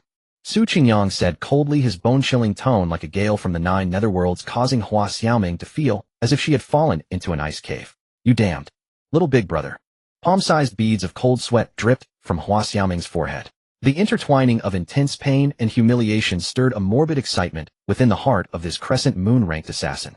Su Qingyang swung his arm, and the terrifying crimson blade on his right arm clanged loudly, about to cleave Hua Xiaoming in half from the center. But the next moment, Hua Xiaoming suddenly burst apart in a grotesque manner, transforming into a mist of blood. She detached from the crimson blade, shot to a spot 100 meters away, and coalesced back into the form of that lovely young girl. Little big brother is really ruthless. Hua Xiaoming licked the blood at the corner of her mouth, growing even more vivid and charming. But unfortunately, you're too arrogant and conceited. Knowing the noodles were poisoned, you still dared to eat them. You're simply courting death. With such a large dose of Miegong powder, even a martial arts grandmaster would have their true chi restrained. How much of your power remains now? Hua Xiaoming giggled, then her eyes turned ruthless as she gave the order. What are you waiting for? All of you attack together, surround him, wear him down, and capture him for me. Upon receiving the command, the many assassins hesitated no longer. In an instant, dense figures shot towards Su Qingyang and Lu Qingni like blazing meteors. A towering aura of bloodthirst arose. Several Hotian experts suddenly struck out their blades and swords, weaving a net that covered the sky and earth. But the next moment, the assassins charging forward saw a blinding light. A blade aura like a crimson dragon tore through the air, cleaving through at least 100 assassins in its path. Those struck didn't even have time to spill blood before being reduced to ash by the blade light. The ashes scattered like falling snow.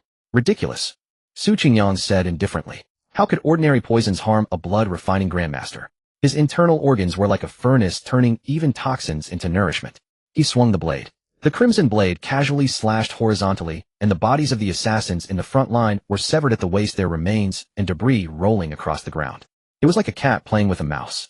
Su Qingyang simply swung his blade in an ordinary manner. Swaths of assassins fell like wheat stalks ready for harvest. A Hotian-level assassin, eyes bulging with rage, desperately mustered his inner energy to block the oncoming blade. But the crimson blade was too fast. The moment they clashed, the blocking weapon instantly melted and shattered. The gleaming blade swept across his body, cleaving through shoulder and waist, half his torso brutally gouged open. The gap was too vast. Even if Su Qingyang merely used his raw physical strength, the speed and power of his blade strikes were beyond any martial artist below the grandmaster level. A single step of difference meant a world apart. 100 meters away, Hua Xiaoming's eyelids twitched violently. Her earlier cunning composure vanished, and a tidal wave of panic surged in her heart. Judging from the speed and power, how could she feel that he was a grandmaster? What was going on? Why hadn't that damned shadow informed her?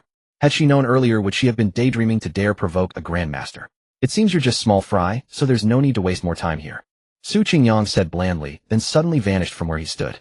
Seeing Su Qingyang disappear in an instant, Hua Xiaoming's eyes flooded with deep terror, and she fled madly without looking back. An indescribable crisis of death enveloped her soul, giving her the absurd sensation of falling into hell. A single crimson blade light had appeared at some unknown time. Then infinite blade lights converged into a sea of light, surging with murderous intent, as if a small sun had risen from the ground. Within a radius of 100 zhang, everything turned into a boundless hell. Time seemed to stop. In the blink of an eye, the air silently split, and then layer upon layer of blade lights, as fine as silk threads, filled the space of 100 zhang. The blade light lasted for a full breath before fading, until no light remained in sight. Only then did Lu Qingyi hurriedly look ahead. She saw all the Xiangxi Tower assassins frozen in place, maintaining their various postures of charging, blocking, and fleeing, not moving a single inch. What was happening? What had occurred? Lu Qingyi felt a wave of eerie strangeness. At that moment, Su Qingyang's figure slowly materialized. The crimson blade hummed softly. He frowned slightly, and with a thought he retracted it into his body. Young master. Lu Qingyi stepped forward, about to call out. Then she witnessed the most unforgettable scene of her life. Thousands of Xiangxi Tower assassins had their bodies covered with countless densely packed, crisscrossing blade marks. Their flesh, muscles, and bones were all shattered by the countless blade lights, their once upright bodies like stacked building blocks or fine sand that would crumble at a touch. A gentle breeze swept lazily through the market, as soft as a tender hand lightly brushing past. Thousands of figures simultaneously collapsed and disintegrated. The entire ground was covered in fine gray-white ashes. The once bustling market now lay in remnants, not a single living soul left. The world suddenly fell into an eerie silence. There's still one little ant trying to escape. Su Qingyang glanced in the direction Hua Xiaoming had fled, smiled lightly, and vanished once more. Only a single sentence lingered in Lu Qingmi's ear. "Miss Lu, wait for me a moment. I'll be right back." In the distance, Hua Xiaoming's eyes were bloodshot. The sea of blade light and hellish scene had terrified her to the core, and she fled with all her might. She immediately swallowed a crimson pill. As the pill entered her stomach, her eyes turned scarlet, and her escape speed suddenly multiplied several times. A grandmaster. That man was actually a martial arts grandmaster. Why? How could this be? Infinite fear and unimaginable emotions flooded her mind, throwing her into chaos, nearly driving her to chi deviation. Suddenly, she stopped in her tracks. Hua Xiaoming's stunning face showed a trace of panic. What was she doing? She had actually dared to think of fleeing before a grandmaster. Fear had made her lose her senses, leading her to commit such a ridiculous act. "I don't want to die. My lord, spare my life." Behind her was empty, yet she couldn't help but kneel and beg for mercy, her voice trembling. Slap. A warm, large hand gently landed on Hua Xiaoming's little head. "You're smarter than I thought," Su Qingyang said softly, smiling like a warm, neighborly big brother comforting a frightened little sister. "My lord, I can still be useful. I know many secrets of Xiangxi Tower." Hua Xiaoming's whole body stiffened, her scalp tingling, her delicate frame trembling. "Oh, so do you know information about your Xiangxi Tower's master?" Su Qingyang asked, quite curious about the mysterious master of Xiangxi Tower. 2 days passed, and Su Qingyang and Lu Qingmi smoothly entered the Zhongzhou region. As soon as they stepped into Zhongzhou, Su Qingyang gazed into the distance, a flicker of shock surging in his eyes. This is Dajin. On the distant horizon, a pitch-black and enormous curtain stretched across the heavens and earth, as if splitting the world into two halves. No, this was not a curtain at all. It seemed to be a city wall, but it was so vast and towering that from afar it appeared like a black screen spanning the world. The wall's surface was black, its height roughly 100 zhang, and its width unknown. One could only see its edges eventually dissolve into the horizon. This is the heart of Dajin, Taiha City. Within this city gather princes, generals, sect prodigies, and martial arts masters. It gathers the dragon's fortune and chi of the entire Dajin realm. Inside and outside the wall, it feels like two completely different worlds. Yes, this is Dajin, Lu Qingmi uttered softly, while turning to glance at the young man beside her, her eyes concealing complex emotions. Truly a magnificent city. Oh, I must have been too ignorant. Su Qingyang had never seen such a vast and majestic city, not even in his past life. The visible part of the imperial capital alone was as large as half of the Beizhou province. Though this world lacked sophisticated firearm technology, it had pushed human strength and martial power to their extremes.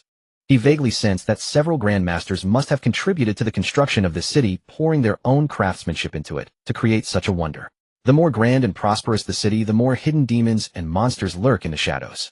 Lu Qingmi said softly.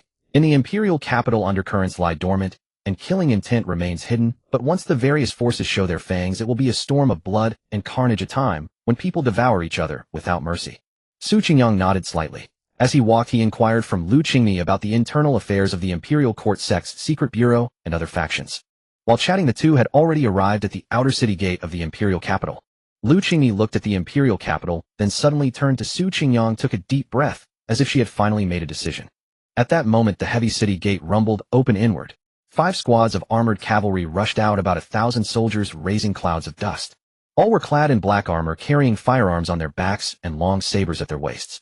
As they passed, their blood and chi merged into a surging torrent, and their murderous intent soared into the sky. Seeing this, the passers-by were all terrified, whispering among themselves as they watched the departing cavalry. What happened? Su Qingyang asked in surprise. He stopped a passerby and asked briefly, then nodded thoughtfully. So it's because of the Acacia Pavilion. The assassins of the Acacia Pavilion had been intercepting and killing the 6th prince everywhere, causing such a commotion that the court learned of it, and the emperor was furious. The imperial court had dispatched 1,000 cavalry to the Zhongzhou border to ambush the assassins. Young master, after entering the imperial capital, if possible, please hide your strength first. Lu Qingmi dismounted, leading her horse by the reins toward the 100-zhang-wide city gate. Oh, why? Su Qingyang raised an eyebrow slightly and asked with a smile. At the city gate, a constant stream of people came and went. Hundreds of armored soldiers stood guard at the entrance, inspecting and verifying travel permits one by one, allowing passage only after confirming everything was in order. Lu Qingmi looked at the imperial capital they were about to enter, her expression shifting behind the veil several times.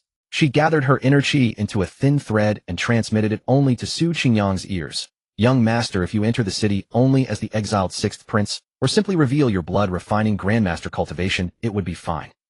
But if both identities are exposed at the same time, a prince who has been exiled and unknown yet is actually a grandmaster, it would be like a dragon entering a shallow pool, inevitably stirring up a storm throughout the city and unsettling all the forces in the court. The current emperor, the princes, the dukes with military power, the various sects hidden in the capital, and the experts of the secret bureau, who would not be wary. From now on, any move you make, young master, will likely put the various forces on edge, and you will be watched and speculated upon everywhere. Su Qingyang looked up at the Dajin dragon flag fluttering on the city wall and smiled faintly. I understand. But I suspect there's more to it than that. Lu Qingyi lowered her head upon hearing this silent and dared not respond. Seeing this, Su Qingyang chuckled and revealed the deepest concern in her heart. What you truly worry about is that the court will suspect that I am not the real sixth prince. Even if my identity is confirmed that I am indeed the exiled sixth prince from years ago with the cultivation of a blood-refining grandmaster laid bare, no one will easily believe it. After all, even though you personally found me along the way, you have had doubts in your heart. Everyone will secretly wonder, in just 20 years, how could a fallen prince exiled to the countryside without a master's guidance or resources attain the grandmaster realm that ordinary people cannot reach in a lifetime? Lu Qingyi's shoulders trembled slightly. After a long silence, she raised her eyes filled with complex emotions and replied in a low voice through inner chi transmission. I'm sorry, young master. Su Qingyang shook his head and continued. It's not your fault because no one believes what lies beyond their common understanding. It's human nature. I'm sorry, young master, please endure a little longer. Once your identity is confirmed, the entire imperial capital will bow to you. Lu Qingyi said earnestly. A prince with grandmaster cultivation would cause too great a stir.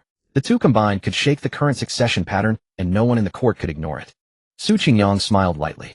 Perhaps so. But now I am even more curious. Miss Lu, why are you so certain that I am that sixth prince? Even though I am a grandmaster, your judgment has never wavered. Lu Qingyi was silent for a moment, then looked up at Su Qingyang, and after some hesitation said, Young master, in fact, you have an elder sister. Oh. Su Qingyang was truly surprised this time. What kind of person is she? Lu Qingyi shook her head and said seriously, I'm sorry, young master, I cannot go into details, but I can assure you that the secret bureau is worthy of your trust. At least most people in the secret bureau can be trusted. Su Qingyang smiled faintly. It seemed his elder sister was quite an extraordinary figure. All right, I have my own discretion. The city guard meticulously verified Lu Qingyi's token, his gaze lingering a moment longer on the two Jiao horses beside her before he registered their travel details and raised his hand to let them pass. Passing through the wide city gate passage, they stepped onto the central avenue of the Great Jin imperial capital. Soon the clamor of voices surged toward them. Su Qingyang lifted his gaze and surveyed the scene. Within Taihe City, towering pitch-black pillars thrust into the sky from all directions like colossal pillars supporting heaven and earth. Carved on these pillars were coiled black dragons, their scales distinct, claws outstretched, heads raised in furious roars. A profound and majestic royal aura swept over them, overwhelming and mysterious. As befits a nation's capital, its foundation is truly extraordinary. Su Qingyang gazed at the dragon-coiled pillars, a flicker of light in his eyes, as he silently absorbed the city's layout. The two walked side by side along the street. The streets of Taihe City were packed with jostling crowds, endless streams of carriages and horses. On both sides, taverns, pawnshops, silk shops, and herbal medicine stores lined up in tight rows stretching beyond sight. Young master, let us first find a tavern to rest and dine. I need to send a message to the Secret Intelligence Bureau reporting your situation.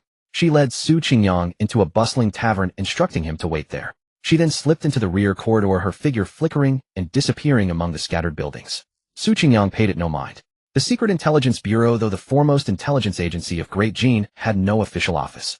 Its agents were scattered throughout the court and the streets, each assuming an ordinary identity in public, only revealing their hidden affiliation when carrying out missions. He walked straight to a window-side seat on the second floor. Honored guest, please take a seat. This tavern is among the top 10 famous establishments of Taihe City. Our signature wines, 1,000 Gold and Buddha's Laughter, are unique. Nowhere else in the capital can you find them. We offer a full range of delicacies and wild game sure to suit your taste. The waiter bustled over, energetically wiping the already spotless redwood table, enthusiastically listing the restaurant's specialty dishes and drinks. A pot of 1,000 Gold and a pot of Buddha's Laughter with a few randomly chosen dishes. Su Qingyang said calmly, slowly taking his seat. Right away. Please wait a moment, honored guest. The waiter responded warmly and hurried off. Su Qingyang sat alone by the window, his expression serene. The tavern was filled with the noise of voices and the aroma of wine and food. In such a bustling tavern where people from all walks of life gathered, it was easiest to pick up street rumors and true or false secret tales. Did you hear? Just yesterday, another sixth prince appeared at the Zijge mansion. That makes 7 in recent days. Shoo. Keep your voice down. Everyone knows about this now. Oh, it's already made the court lose face. They find one who isn't real than another who is also fake. In my opinion, the real sixth prince is probably long dead. Also, I heard those lunatics from the Xiangxi Tower have been conducting indiscriminate assassinations. One of the recovered sixth princes already fell to their blades. That enraged the court, so they mobilized over 1,000 of the Black Wind cavalry. If it turns out the real sixth prince died miserably on the road, I'd like to see how the court cleans up this mess. Who do you think has the power to drive those desperados of the Xiangxi Tower? Could it be the one locked in the heavenly prison? He's lucky to have kept his life. How could he have the wealth or connections to hire Xiangxi Tower assassins? Who knows? Don't forget the one in the prison isn't just a sixth prince. His martial arts have reached the Xiantian realm. At just over 20 years old, he's already reached Xiantian. Given time, he could become a grandmaster. Moreover, he's been stripped of his sixth prince title, posing no threat to any heir. He might even walk out of the heavenly prison alive. The Great Jin Court isn't so short-sighted as to needlessly kill a genius who might become a grandmaster. At that moment by the window at the redwood table, Su Qingyang sat still, but his calm eyes churned with sharp light. Zijie Mansion. Sixth Prince. Su Qingyang murmured. From the fragments of these people's words, and the information from Lu Qingmi, many hidden truths were becoming clear. The people below continued their low discussion. Suddenly an extremely jarring voice rang out. TSK, TSK. What a farce of real and fake sixth princes. Truly an eye-opener. One is said to be skilled in both letters and martial arts, the other probably grew up in the countryside uneducated like a beggar. If these two met, what scene would unfold? Who would embarrass the royal family more? If the real prince suddenly decided to kill the fake one, how would the court handle it? How curious. At these words the hall fell silent. Everyone turned to see who was so audacious, so reckless. There, a young man in a white robe sat quietly, his eyes slightly closed, lifting a cup of fine wine as if about to taste it. His handsome face was calm, as if detached from the world, exuding a transcendent aura, and his entire being radiated a natural simplicity. Who was he? With such bearing and demeanor, he must be no ordinary man, but some onlookers wore expressions of schadenfreude. But this was the imperial capital. To speak so boldly disregarding the court's dignity, the consequences were obvious. Bang! The tavern door was suddenly kicked open. 3 people strode in, led by a woman in black robes. She had a pretty face, but her eyes were sharp. She glanced at the young man and barked. You have just spoken treasonously about the princes. Come with me to the magistrate for trial. Hearing this, the young man laughed heartily and said dismissively, What? Did I say something wrong? Insolent. Bai Bijuan shouted, her expression cold. Who do you think you are to dare speak of His Highness the Sixth Prince? With such reckless words I could execute you on the spot. The young man's eyes narrowed. He set down his wine glass, gently cast a faint glance at Bai Bijuan, and said with a half-smile, The Sixth Prince you speak of, is the real one still missing, or the fake one in the heavenly prison? Is it the fake prince in the heavenly prison unworthy of the title? One sentence left Bai Bijuan speechless. Her brows furrowed, her eyes blazing with cold light. Smooth tongue and cunning sophistry. Bai Bijuan shook her sleeves. The royal bloodline is not for a commoner to speculate and mock at will. I was just asking casually. Don't get so angry, miss. The young man still sat there, a smile playing on his handsome face, carrying an air of mischief. Actually, in my opinion, the court needn't waste effort searching for the real sixth prince. The one in the heavenly prison excels in both literature and martial arts. As for the one missing for 20 years, even if found, he'd likely be crude and ignorant, only bringing shame to the royal family. Nonsense. Bai Bijuan's face changed color. This man's sharp words, after a long detour, were ultimately aimed at dragging Su Chang'an into the matter. Su Chang'an was already imprisoned.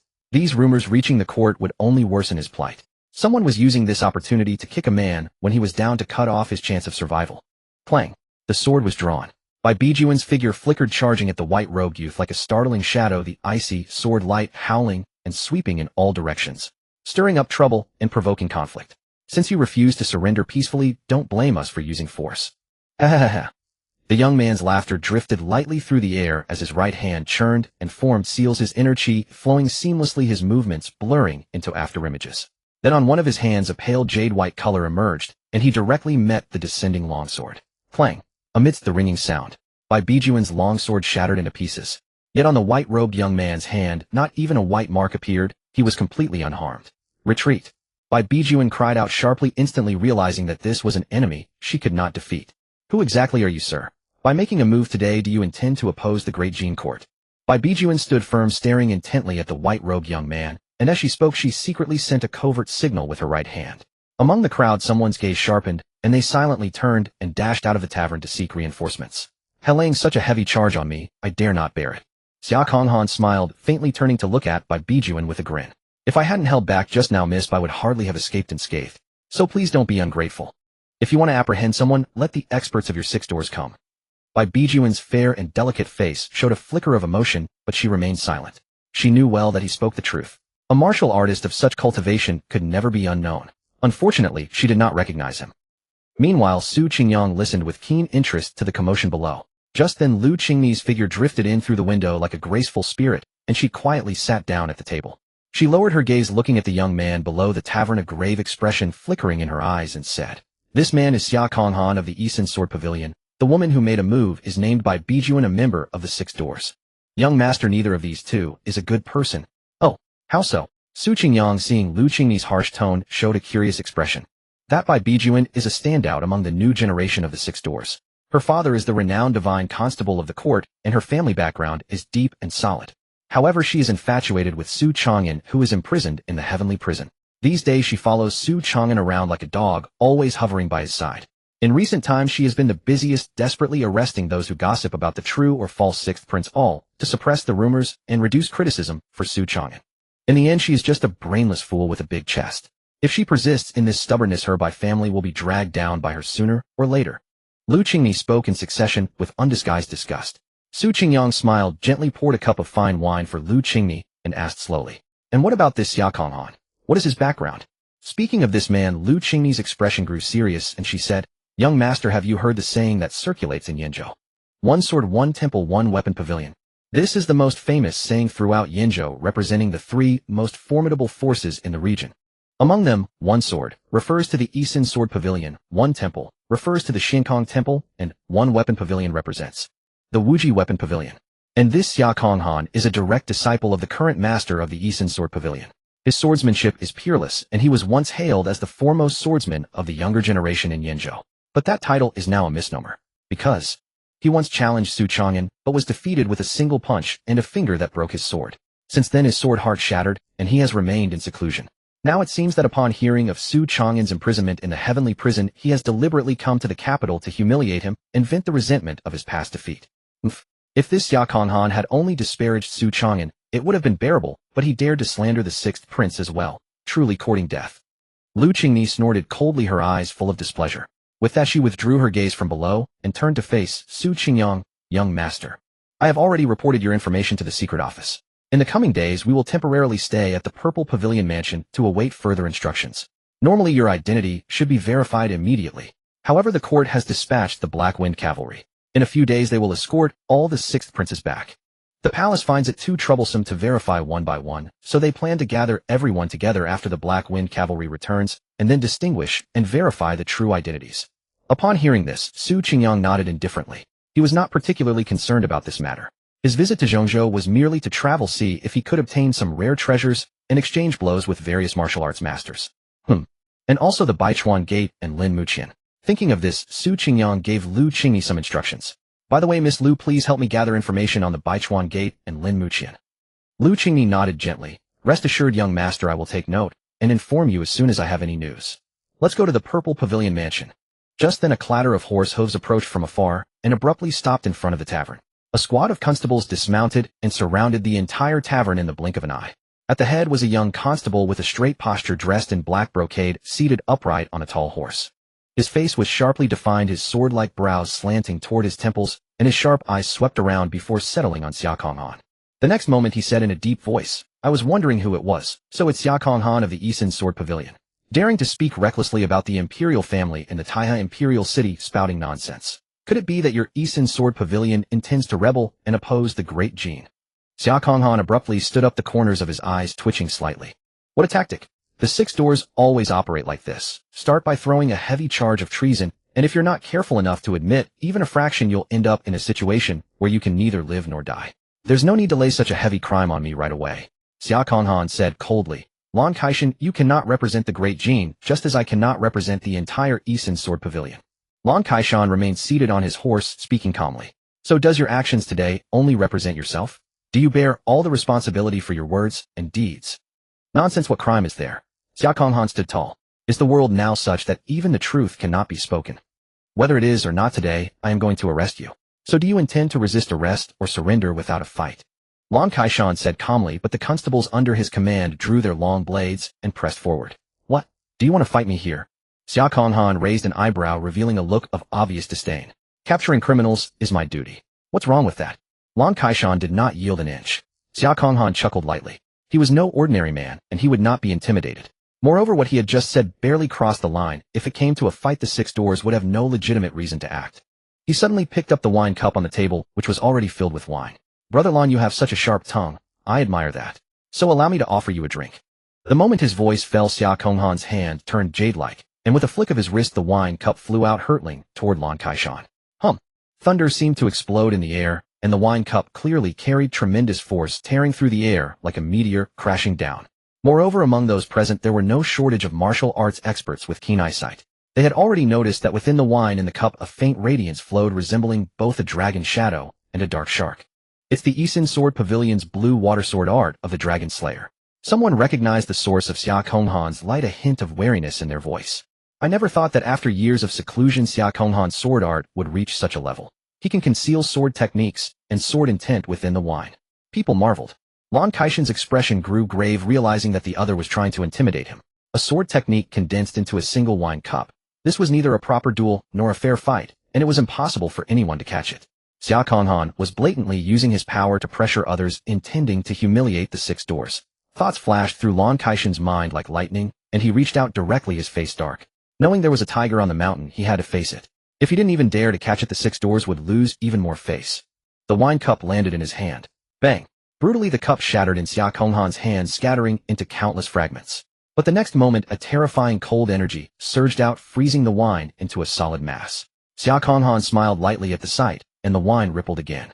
Vaguely, the onlookers could hear a resounding dragon's roar, distorting the air before them. A dazzling sword light burst forth from the ice. Like a dragon swimming through the waves, the dragon looked down upon all directions, its mouth slightly open, as if emitting a roar surging upstream. In a flurry, Lan Kaishan tilted his head to avoid the sword light, but a lock of his black hair was severed, flying in all directions. Ha ha ha ha. Xia Konghan laughed heartily. The 10 famous constables indeed live up to their reputation, but unfortunately, you still lack a bit of skill. With that, he turned and leaped out of the tavern, his hands behind his back, drifting away casually. Seeing this, Bai Bijuan grew anxious and wanted to chase after him, but was firmly held back by her colleagues. You're just letting him go like this. He publicly insulted the sixth prince. Lan Kaishan glanced at her sideways, his tone cold. Haven't we embarrassed ourselves enough? If it weren't for your father, the divine constable, I wouldn't bother with you. I advise you to stop here. If you don't want to drag your entire family into a prison disaster. With that, Lan Kaishan turned his horse and rode away, leaving only a faint voice transmission to Bai Bijuan's ear. He had done enough today. Whatever Bai Bijuan did next was none of his concern. He could answer to the divine constable. Bai Bijuan's lips moved, but in the end she frowned deeply and fell silent, a mixture of anger and helplessness appearing on her creamy face. Let's head to the Purple Pavilion Mansion. Su Qingyang said calmly, rising to straighten his robes, paying no more attention to the chaos below. At the same moment, in a certain place within the great Jin imperial capital, a solitary peak sat in solemn silence. Whoosh! The fierce gale howled at the summit, tearing through all directions, blade-like currents crashing against each other. If an ordinary person were to come here, they would be torn to shreds by the gale in an instant, leaving no trace of bones or flesh. Besides that, the entire mountain was deathly still. It seemed as if no living creature existed here. But in the next instant, a streak of magnificent rosy light broke through the raging gale, slowly spreading and radiating. Finally, it vaguely formed a shimmering entrance to a cloud realm. Looking into the distance, one could see layer upon layer of a pure white sea of clouds spread within the gale. Mists and clouds swirled. It was like a 9 heavens immortal realm isolated from the mundane world, suspended high above the mortal realm. An aura of extraordinary transcendence. At the peak of the sea of clouds, 2 figures sat cross-legged. The young woman on the left was tall and slender, with a face that could topple kingdoms. A pitch-black long blade lay across her well-proportioned slender legs. She was very quiet, exuding a beauty as deep as a pool. Opposite her sat a stunningly beautiful woman wearing a misty veil. Her skin was like snow and porcelain, with a mysterious mark on her brow that shimmered faintly. Her eyes were like autumn waters, carrying a sense of peace and tranquility that drew one in. It seemed no man could look away after a single glance. Master, my little brother, is he still alive? Su Yueji asked softly. This young woman was none other than Su Qingyang's blood sister, Su Yueji. She wore a sleeveless black and white outfit, her bare arms showing a wheat-colored skin that shone in the rosy light, radiating a stunning beauty. Unlike the fragile, delicate princesses of common impression, Su Yueji was more like a blade wielder walking between life and death. The stunning woman opposite, her voice ethereal and distant, spoke slowly. The heavenly secrets cannot deduce a definite answer. His fate line is obscure and chaotic auspiciousness and calamity indistinguishable. However, Yueji, that brother of yours, is no ordinary person. You need not worry excessively. Calm your heart. As long as he can return to the imperial capital, his life will not be in danger. No ordinary person. Su Yueji murmured, a trace of worry appearing on her breathtaking face. I now regret having brought him back from the mundane world. Did I shatter his peaceful, ordinary life by doing this? Did I force him into separation again? Did I drag him back into the vortex? But I cannot stop worrying, afraid that he will suffer hardships and be bullied alone outside. I wish I could spread my wings to shield him, to block all the frosts of the world for him. I would rather he were just an ordinary person. Now that I have enough power to bring him back, I only want him to enjoy a life of wealth and honor, free from disaster and suffering. Yueji. The stunning woman called softly, pulling Su Yueji back from her daze. Your heart is disturbed. I apologize, master. Trouble arises from much talk. I lost my composure. Su Yueji was helpless and bowed her head in apology. The stunning woman nodded gently, a glimmer of light shining in her luminous eyes, her robes fluttering with an ethereal grace. She understood her disciple's anxiety. Back then she had witnessed her own blood brother secretly swapped, yet she dared not make a sound or investigate, even pretending to know nothing. This torment had weighed on her for 20 years. Master, with your divine ability to deduce heavenly secrets, can you not even find out who orchestrated the conspiracy of swapping the prince back then, eh? Su Yueji lifted her gaze slightly and asked, yet the black blade across her legs hummed faintly, revealing her killing intent. The stunning woman was silent. She knew some inside information, but not much. After all, if not for Su Yueji having passed numerous trials to become her disciple, she would not care at all about such royal entanglements. Someone has intervened to confuse the heavenly secrets. The stunning woman answered, unwilling to deceive her own student. What is father's attitude towards Su Chang'an now? Su Yueji was puzzled. For over 20 years he had impersonated the prince, a crime of deceiving the emperor. By rights he should have been executed long ago. Yet Su Chang'an was still sitting comfortably in the imperial prison, not only without suffering torture, but even without any semblance of a prisoner. Could it be, as the outside world says, that father is reluctant out of 20 years of father-son affection? Su Yueji sneered. She knew her father's character all too well. She found this explanation utterly ridiculous. Yueji discussing this now is meaningless. The stunning woman said softly. Su Chang'an possesses the potential of a grandmaster. Your father will not easily give up a grandmaster. A grandmaster was too important to the great Jin court. One more person reaching this realm could guard a territory and intimidate other nations and sects. No matter how great the personal grievances in the court, they must yield to this martial foundation. Grandmaster. Su Yueji gritted her teeth, her heart surging with turmoil. Master, I want to descend the mountain. Su Yueji asked her master for leave. She wanted to go down the mountain, protect her brother, and settle everything for him, in order to find peace of mind. The stunning woman returned to her previous indifferent demeanor, expressionless, as if her heart were lost in the deep clouds. Now is not the time. The stunning woman said calmly, refusing Su Yueji's request. Su Yueji had been able to become her disciple precisely because of her unique constitution. She needed Su Yueji to comprehend her own 7 emotions and 6 desires, then suppress them, thereby tempering her martial path. At this moment her longing and worry for her brother were the most intense inner demon she faced. Then, master, what cultivation level must I reach to descend the mountain? When your cultivation catches up to Su Chang'an's current level. When you nurture the essence flower and qi flower, among the 3 flowers of essence, qi, and spirit. Hearing this, Su Yueji was silent for a long time, then finally sighed and withdrew. Above the sea of clouds, the misty veiled woman in white like snow gazed down at the rolling mortal world with her autumn water eyes. Her slender finger gently pressed down. Magnificent rosy light pierced the gale, crossed the 1,000 layers of clouds, and transformed into pillars of light descending from the sky, illuminating thousands of mountains and valleys, revealing a breathtaking beauty. All people in the city and the mountains involuntarily stopped to look up. The woman murmured to herself, her voice dissipating in the cloud waves and gale. Below the Grandmaster, all are ants. Without reaching the Grandmaster, one can only be manipulated forever. Within Taiha City stood a grand and magnificent mansion. This was the Zijge Mansion. The mansion was exceedingly splendid and imposing.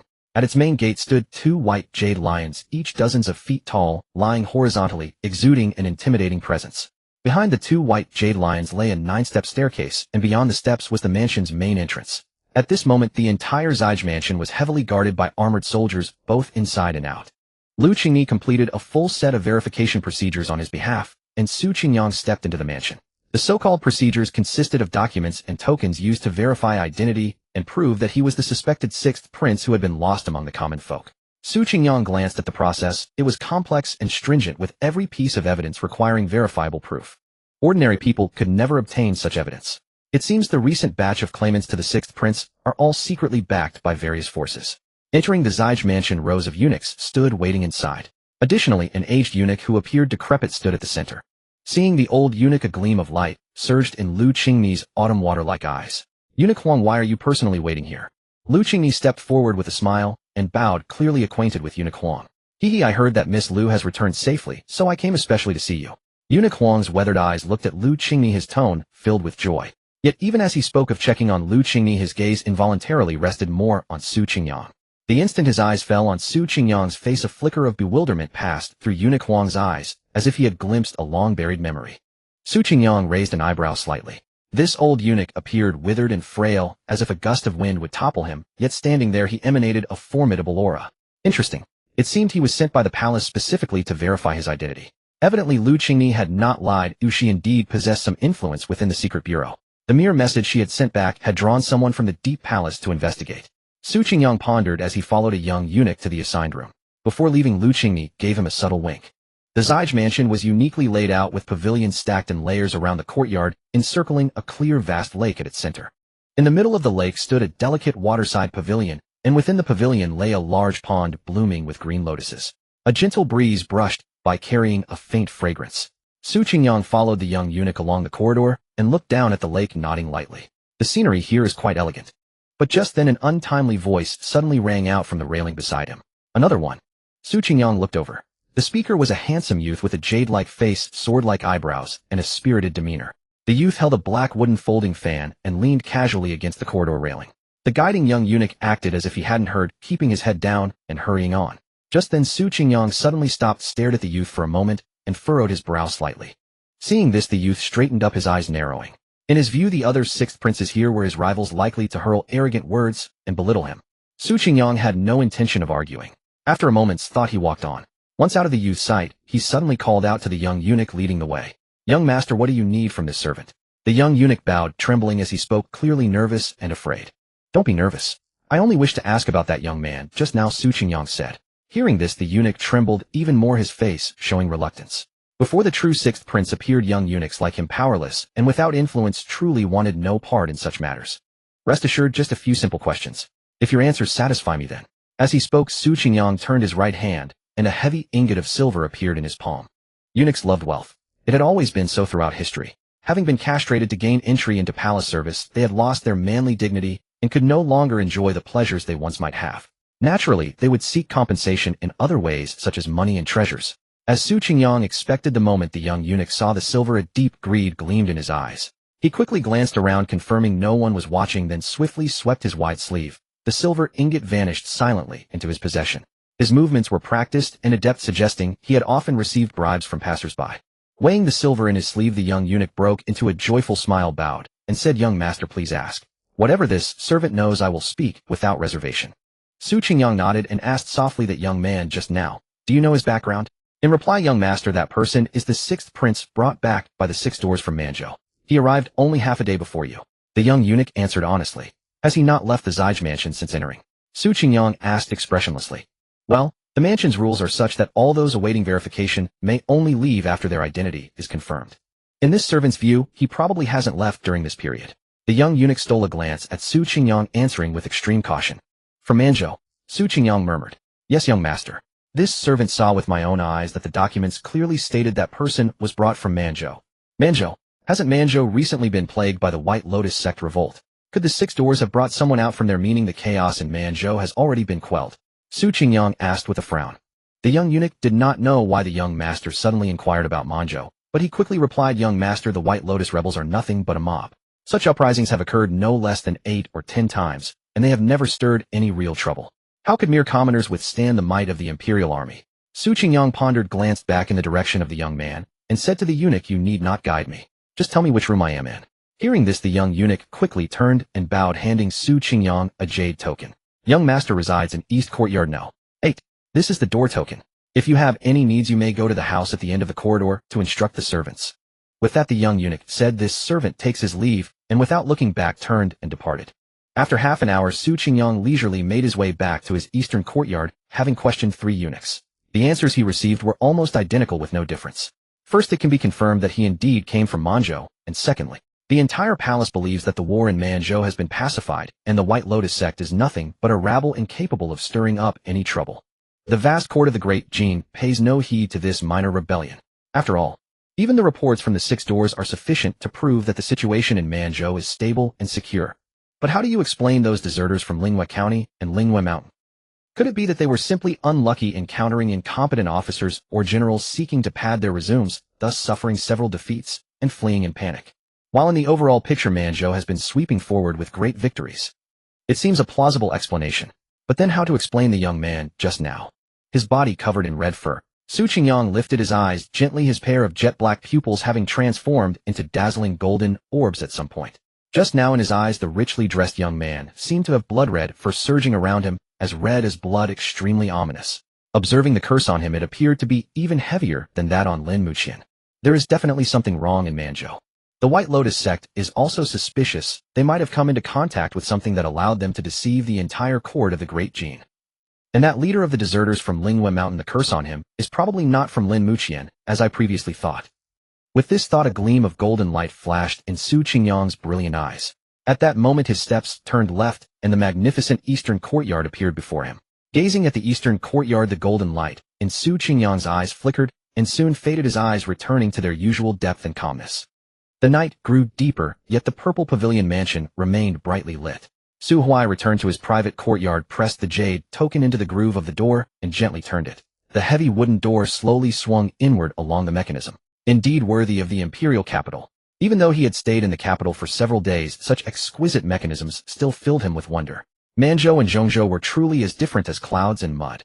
On one side the land was barren houses, crude, and a desolate barbaric atmosphere pervaded. On the other skilled artisans were everywhere, with pavilions and towers displaying utmost splendor. It was like the gap between a savage and a prosperous dynasty. He slowly entered his room, looked around the elegant and spacious chamber, and his resolve to stay in the imperial capital grew stronger. His thoughts involuntarily drifted back to his homeland Manzhou. The name Manzhou had long been established, as the name implied, it was the barbaric region. Even among the 12 provinces of the Great Jin, it ranked near the bottom. The reason was that this land had been the ancestral stronghold of foreign barbarians for generations. In the past, they had even risen in full force, battling the Great Jin for years, fostering deep enmity. Even though it was now part of the Great Jin's territory, the barbaric customs remained hard to change, with mountain bandits and heretical cults emerging endlessly. The living environment was extremely harsh. At the thought of Manzhou's poverty and chaos, a flicker of disgust passed through Su Huai's eyes, and he grew even more attached to the tranquility and prosperity of the purple pavilion mansion. Sixth Prince. Sixth Prince. I must be the sixth prince. Su Huai silently prayed. All the splendor he now possessed stemmed from his uncertain identity as the prince. If the true sixth prince turned out not to be him, then in the next moment, he would fall from the clouds into the dust. He coveted everything here. Even a single private courtyard was equipped with clear ponds, blue water, and misty painted bridges. Scenery unimaginable in the barren and chaotic Manzhou. Su Huai suddenly froze, seeing a figure on the misty painted bridge. At some unknown time a person had appeared on the arched bridge, sitting lazily leaning against the railing with a leisurely and indifferent posture. It was Su Qingyang. Who are you? Su Huai's heart was instantly filled with terror, and he shouted in alarm. The purple pavilion mansion was heavily guarded, yet this man had managed to sneak into his private courtyard without a sound, and even sat boldly on the arched bridge. Truly strange and terrifying. Su Qingyang glanced at him indifferently. He casually reached out and grabbed. In a daze, Su Huai seemed to see a mighty azure dragon extending its claws. The next moment the world spun, and he found himself on the arched bridge. With a thud, Su Huai collapsed to the ground, trembling all over. A strange, eerie feeling rose in his heart. I ask you, answer. A cold voice reached Su Huai's ears, plunging him into an icy hell. He instantly understood. A figure like this probably didn't even deign to regard the Great Jin court. He lowered his head, not daring to peek, his mind racing with thoughts. At one moment, he even vaguely felt that he was the true sixth prince. Thus a great enemy had come to eliminate him early. Please speak, I will tell you everything I know. Where do you come from? Manzhou Grand King's mansion. Has there been any conflict in Manzhou recently? Yes. Su Huai thought for a moment, and replied honestly, a few months ago the White Lotus sect raised a rebellion, but it was quickly suppressed by the Manzhou army. Is that so? But I heard that deserters fled in all directions, even causing disasters. Su Huai showed a shocked expression. I haven't heard of that. The White Lotus sect was no match. Our Manzhou army was invincible, marching straight into Yingta County and Suilang County, clearing out the rebel bandits in just 2 days and 2 nights. The wails spread across the wilderness, I once heard. Halfway through his words, Su Huai suddenly shut his mouth, his expression evasive, unwilling to reveal more. Su Qingyang's eyes flickered and a terrifying aura pressed down, freezing the air and silencing even the flowing water and wind. Heard what? Continue. Su Huai's muscles tensed.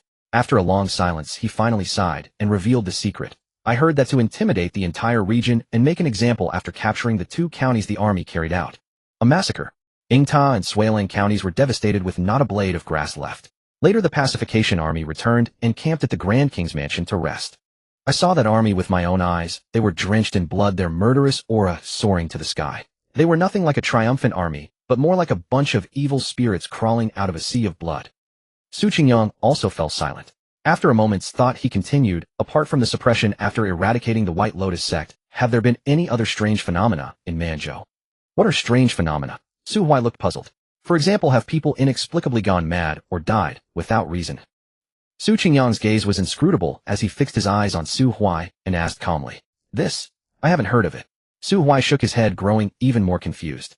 This man sought him out in the dead of night, not asking about the dispute over the prince's identity, but instead interrogating him about Manzhou, truly baffling. Then what about you? Su Qingyang spoke softly, an endless surge of vitality emanating, and his eyes instantly turned into pure gold. Me.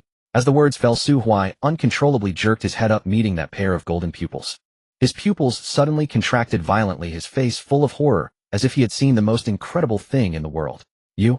Su Qingyang flicked his sleeve, and Su Huai instantly seemed to lose consciousness, standing there dazed like a puppet. After who knows how long, the evening breeze brushed across the lake, shattering the moon's reflection, and Su Huai suddenly came to his senses. He scratched his head in confusion, looking around, feeling that he had only been absent-minded for a moment, completely unable to recall the interrogation just now. Full of doubts, he shook his head and turned to enter the bedroom to rest. Su Qingyang stood on the arched bridge, watching Su Huai's retreating figure, his golden eyes slowly fading. Suddenly his figure disappeared from the spot. Under the moonlight, Su Qingyang casually landed on a lake, one hand behind his back, appearing like a celestial being under the moon. His pitch-black eyes shimmered with profound depth, like a secluded mountain pool, unfathomable. Just now he had used his martial will to confuse Su Huai's mind, and conducted another confirmation. The other party's statements before and after showed no major discrepancies. This meant Su Huai was not lying. But if he wasn't lying, then things were serious. The entire Manzhou might be in deep trouble. The government troops breached Yingta and Suiling counties, then directly massacred the cities for 2 days and nights, turning the 2 cities into dead lands. No one saw, no one knew, so there is great room for manipulation. Su Qingyang muttered to himself, a suspicion rising in his heart. However, some verification was still needed now. Su Qingyang raised his head, gazing at the brightly lit Taya city, a scene of worldly hustle and bustle, peaceful and ordinary, yet who knew how many mysteries lay hidden within. I originally thought it was just an ordinary dispute among princes, but I never expected it to involve a greater secret.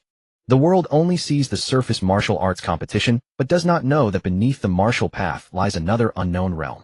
How much do the martial arts masters in various places know about this? It's getting more and more interesting. Su Qingyang chuckled softly. This world was too narrow. If nothing unexpected happened, the 5th realm of qi and blood would be his limit. But now a broader and more mysterious new world was slowly unfolding before his eyes. The next day at dawn, just as the sky was barely light, a piercing scream shattered the silence, awakening the still sleeping purple pavilion. A young eunuch on duty scrambled out of the 7th East courtyard, pale as death, as if he had seen an unbelievable sight. In no time, a squad of soldiers in black heavy armor, holding long halberds, marched in unison to the 7th East courtyard, quickly sealing off the entire courtyard, forbidding anyone from approaching. A clanking, murderous aura spread. Before long, a senior eunuch in purple brocade robe hurriedly stepped into the courtyard, his brows filled with anxiety. It was Manager Ming, the eunuch in charge of the mansion's affairs. The wooden door of the bedchamber was pushed open by guards. A contorted corpse lay on the ground. Manager Ming hurried forward, crouched down, and carefully examined the corpse. After a moment, his face gradually sank to the bottom. No life force. Vitality has been burned away, died of desiccation. What a vicious method. The surrounding eunuchs and imperial guards all changed color at the words. One young eunuch cautiously asked, "Godfather, could it be that someone secretly poisoned him? Or is it the work of a demonic cultivator who absorbed others' essence?" Manager Ming frowned deeply. He quickly searched his mind for the world's famous poisons and evil arts. If it's poison, the exhaustion-inducing life pill does have the effect of draining vitality, but this pill is only used for the dying to leave a moment to settle affairs. It shouldn't be possible to burn out the vitality of a young man in his prime. As for demonic methods of absorbing human essence, I have heard of the Northern Abyss absorption art. But the victims of the Northern Abyss absorption art have withered flesh like old mummies. The 2 deaths are different. While thinking, Manager Ming's heart suddenly tightened, and his voice became shrill and urgent. Not good. Quickly inform Eunuch Huang the other young masters awaiting verification must not come to harm. The messenger eunuch acknowledged and sped away. Not long after, all the candidate princes living in the Purple Pavilion were led by eunuchs to the main hall to wait. The main hall of the Purple Pavilion was extremely spacious, with 9 vermilion pillars carved with lifelike, coiled dragons supporting a painted cloud palace ceiling extremely luxurious. The wind blew through the carved wooden windows and ornate curtains hung and fluttered. The 4 young men standing in the hall were all silent and solemn. The previous batches of impostors who had been screened out had long been sent away. Now, all the candidate princes were present. Su Qingyang stood in a corner of the hall observing the people around him, all handsome young men. When everyone had arrived, a gaunt old eunuch led 4 eunuchs in blue brocade robes and hurried into the hall. That gaunt old eunuch was none other than the one Su Qingyang had briefly met yesterday. Eunuch Huang. Eunuch Huang stepped through the door, his gaze immediately falling on Su Qingyang in the corner. Seeing that the latter was safe, he seemed to let out an imperceptible sigh of relief. Gentlemen, I assume you have all heard about the recent disturbance in the mansion. Young Master Su Huai, who was brought from Manzhou yesterday, was found collapsed in his room this morning with strange symptoms. I suspect he was secretly poisoned. Now the Inner Palace and the 6th Fan Department need to investigate this matter. Please forgive the inconvenience. Hearing this, the 4 people in the hall showed varied expressions. A young man in an elegant scholar's robe stepped forward, first bowing to Eunuch Huang with cupped hands. Thank you for your trouble, Eunuch. Eunuch Huang smiled kindly, then turned and gave a slight signal to the 4 eunuchs beside him. The eunuchs immediately split up and examined the others in turn. Eunuch Huang himself walked to Su Qingyang's side in the corner. Young master, please forgive the intrusion. His gaunt cool fingers gently rested on Su Qingyang's wrist pulse, carefully detecting the flow of qi and blood. After a thorough examination, there was no sign of evil toxins accumulating in his body. However, when he examined Su Qingyang's meridians and found no trace of internal energy, he seemed to let out a soft sigh. Elder Huang seems to know me. Su Qingyang had been watching the other's subtle expressions without showing any reaction and suddenly spoke calmly. Alas. Eunuch Huang slowly withdrew his hand, gently shaking his head, his tone obscure and hard to understand. Young master only needs to wait a few more days. Everything will become clear. Su Qingyang's expression remained calm. Mysterious people are really interesting. However, he could clearly tell that this Eunuch Huang probably knew him. But he had long lived in Lingyue County and rarely ventured outside. How could he have acquaintances in Taihe City except for Lu Qingmi? So it was very likely that Eunuch Huang did not recognize him as himself, but rather this face that closely resembled someone from the past. Su Qingyang was pondering this when suddenly a cry of surprise rang out in the hall. A eunuch detected hidden traces of poison in a young man's skin. Then the other 3 were also found to have the same condition. Panic instantly spread through the hall. Several young men turned pale and frantically checked themselves. Eunuch Huang's brow immediately furrowed his old face like a bitter gourd. He quickly walked over and re-examined the 3 one by one. The results of the examination were clear. Except for Su Qingyang, who had only been sent to the Purple Pavilion yesterday, the other 4 candidate princes all had traces of poison on them, more or less. Moreover, the method was extremely concealed, undetectable under normal circumstances, and would likely only erupt suddenly under a specific trigger. What a method, what a vicious person. Eunuch Huang's face darkened, and his tone had become thick with murderous intent. To poison the candidate princes so blatantly was a complete provocation to the Great Jin Court. Moreover, the real 6th prince was actually present in the Purple Pavilion. If something happened, he himself might lose his head. Just then a guard rushed into the hall and reported, Eunuch Huang, the people from the 6th Fan Department have arrived. Su Qingyang raised an eyebrow slightly, his gaze sweeping with interest over the panicked few in the hall. Although Su Huai's death was not directly caused by his hand, it was indeed inextricably linked to him. After his investigation yesterday, he had secretly planted a wisp of blood qi flame within Su Huai's body originally as a contingency measure to facilitate remote observation of his movements and to capture clues about the malevolent entities in Manzhou. But he hadn't expected.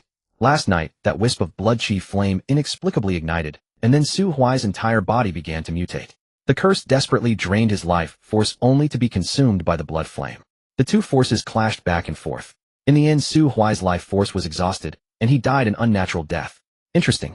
It had lain dormant for so long without any sign, yet right after I investigated, the curse suddenly erupted.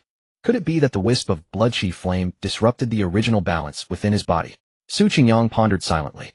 The blood qi flame he had planted was pure strong yang energy, while the curse was a kind of yin and evil qi. The 2 were as incompatible as fire and water, hence the sudden eruption. If so, perhaps pure yang blood qi is a counter to that curse. As he was pondering, the eunuch had already led the Liaishanmen group into the hall. Among them, one man stood tall with a sharp gaze and handsome brows. It was none other than the renowned Constable Lan Kaishan, who had clashed with Xia Konghan at the tavern yesterday. With him came an older seasoned constable named Zhu Xiu, who was not only highly skilled in martial arts, but also well-versed in the world's toxicology archives. In identifying villains and solving cases, he was a top-notch expert of liaison. In these troubled times, the villains are so audacious. It seems some evildoers still harbor wicked intentions. Lan Kaishan listened to the eunuch's explanation of the incident, then frowned, his gaze falling on the several young men in the hall. However, when his gaze fell on Su Qingyang, he narrowed his eyes almost imperceptibly. Compared to the others, this man was far too composed. Moreover, upon closer inspection, he vaguely felt that this face was somewhat familiar, as if he had seen it at the tavern yesterday. He never expected that this man was actually a candidate prince. Lan Kaishan's thoughts raced like lightning, but he quickly forced himself to shift his attention to those who had been poisoned. Senior Zhu, have you ever seen this kind of poison? After examining for a while, without result, Lan Kaishan asked Zhu Xiu. After all, he was still young. Though gifted and formidable in martial arts, his experience in identifying poisons and solving old cases was far inferior to Zhu Xiu, who had spent decades in liaison. Based on my judgment, the poison afflicting them is red dust smoke. Zhu Xiu recognized the deadly toxin and named it, but his eyes flickered slightly. This poison had a beautiful name, but its effects were terrifying. Once it entered the body, it would day by day dissolve a martial artist's inner energy and gnaw at their blood and qi. Those afflicted would not even realize it themselves, only feeling tired as if they hadn't slept well. Unbeknownst to them, their life force was steadily declining until their flesh, blood, and essence would all dissipate, eventually turning into a wisp of red dust smoke in the mortal world. The name red dust smoke came from this. Such a vicious method. Lan Kaishan set his brows deeply furrowed as he let out an angry shout. The old eunuch beside him glanced at Zhu Xiu, a glint of sharp light flashing in his aged eyes. Zhu Xiu continued, red dust smoke is extremely insidious, entering the body without a sound. Since the villain was able to poison all 4 young masters simultaneously, it means this was definitely not a spur-of-the-moment act. Lan Kaishan pressed further. Senior Zhu, how does this poison invade the human body? Does it require contact ingestion or exposure through breath to take effect? Zhu Xiu paced slowly, looking at each of the 4 poisoned youths, and replied in a deep voice, red dust smoke does not dissolve in water nor mix with objects. Based on the severity of the poisoning in these young masters, I suspect it was something like incense slowly seeping into their bodies day and night. Lan Kaishan's gaze sharpened as he asked, in recent days, who has been able to freely enter and exit the inner court of Zij's mansion and replace the incense vessels in each courtyard? The eunuch in charge of duty quickly stepped forward to reply, Your Excellency, Zij's mansion is heavily guarded. Outside servants are not allowed inside. Only a few designated personal attendants responsible for cleaning, changing incense, and delivering items can enter and exit the courtyards daily. Lan Kaishan looked at Eunuch Huang, seeking his opinion. Eunuch Huang had been somewhat distracted ever since he heard about red dust smoke. Now coming back to his senses, he nodded slightly. Lan Kaishan immediately ordered that the 5 young eunuchs who had been on duty in the inner court and responsible for changing incense be brought to the hall one by one to question and verify their shift times and records of entering and exiting the courtyards. After a round of interrogation, one of the young eunuchs had a mental breakdown, revealing many flaws. Zhu Xiu's gaze turned cold. He stepped forward, releasing a faint aura of pressure, causing the young eunuch's legs to go weak and tremble uncontrollably. Who sent you? Is Su Huai's sudden death last night also related to you? Why did you suddenly kill him? The young eunuch trembled and shook, unable to speak for a long time. Zhu Xiu looked impatient and was about to step forward to pull him up. But in an instant, a nauseating stench of blood rushed over. The young eunuch had somehow raised his head, and on his palm had grown sharp, blood-red nails like blades, thrusting viciously toward Zhu Xiu's heart. How dare you? A thunderous, aged voice exploded. A terrifying wave of energy swept across the entire hall. The originally frail and withered eunuch Huang, who seemed as if a gust of wind could blow him over, seemed to transform in an instant into a terrifying demon lord. Whoosh! A gale tore through the air. Eunuch Huang appeared in front of the young eunuch before anyone could see, grabbing him by the neck with one hand and lifting him into the air. Even Lan Kaishan was startled. He hadn't even seen Eunuch Huang's movement. He had long known that these eunuchs were hidden masters, but he never expected them to be so formidable. Zhu Xiu hastily stumbled back a few steps. Then, looking at the young eunuch before him, whose face was twisted with ferocity and eyes bloodshot, he finally realized that he had just brushed past the gates of death. He took a deep, heavy breath, then clasped his fists and bowed to Eunuch Huang. Thank you, eunuch, for saving my life. I am deeply grateful. Lord Zhu, there's no need for such courtesy. The liaison is helping me solve this murder case. It is I who should be thanking you all. That such a calamity has occurred in the mansion is, after all, due to my lack of oversight. Eunuch Huang shook his head, speaking kindly, and returned to his original frail appearance. Of course, the only incongruity was that he still held in his hand the young eunuch, who was thrashing wildly like a madman. Eunuch Huang glanced at Su Qingyang, who remained calm, then turned his gaze to the young eunuch, scrutinizing him carefully. If I'm not mistaken, he has been afflicted with the Dao Heart Demon Seed. Dao Heart Demon Seed. Zhu Xiu frowned and said, It is rumored to be the supreme demonic martial art of the heavenly demon sect. Once this art is mastered, it uses the 7 emotions and 6 desires to stir others' desires, planting a seed called the demon seed in their hearts. Those who are planted with the demon seed are generally called human materials. Such people appear normal in daily life, but once activated by the mastermind, they use the power of the demon seed to devour blood, chi, and internal energy. Furthermore, the demon who planted the demon seed can not only manipulate the human material, but also, once the human material matures, devour them to enhance their own demonic cultivation. Upon hearing this, Lan Kaishan stepped forward, stared at the young eunuch for a moment, and said, "So he was planted with a demon seed, and then manipulated, which is why he's so deranged." Zhu Xiu nodded and said, "That's about right. However, this demon seed was planted not long ago, so it cannot fully control the mind, only guide it. From this we can infer that the demon is likely near Zij's mansion." Zhu Xiu nodded and said, "That's about right. However, this demon seed was planted not long ago, so it cannot fully control the mind, only guide it. From this we can infer that the demon is likely near Zij's mansion." Eunuch Huang's gaze darkened as he lightly clapped his hands. In the next instant, several eunuchs skilled in martial arts leaped across the tiles and landed in the hall, kneeling before him. "Search the area within 100 zhang of the purple bamboo manor immediately. Arrest anyone who appears suspicious." As those eunuchs prepared to act, a soft clicking sound suddenly rang out. It was Su Qingyang, who could no longer hold back. His gaze fell upon the hall as he spoke softly, focusing only on searching outside. "Have you never considered the darkness beneath the lamp?" Eunuch Huang raised his hand to halt the eunuchs, his expression puzzled. "Young master, what do you mean by that? This servant fails to grasp the depth of your words." Su Qingyang glanced casually at the frenzied young eunuch and said lightly, "Don't you find it too coincidental?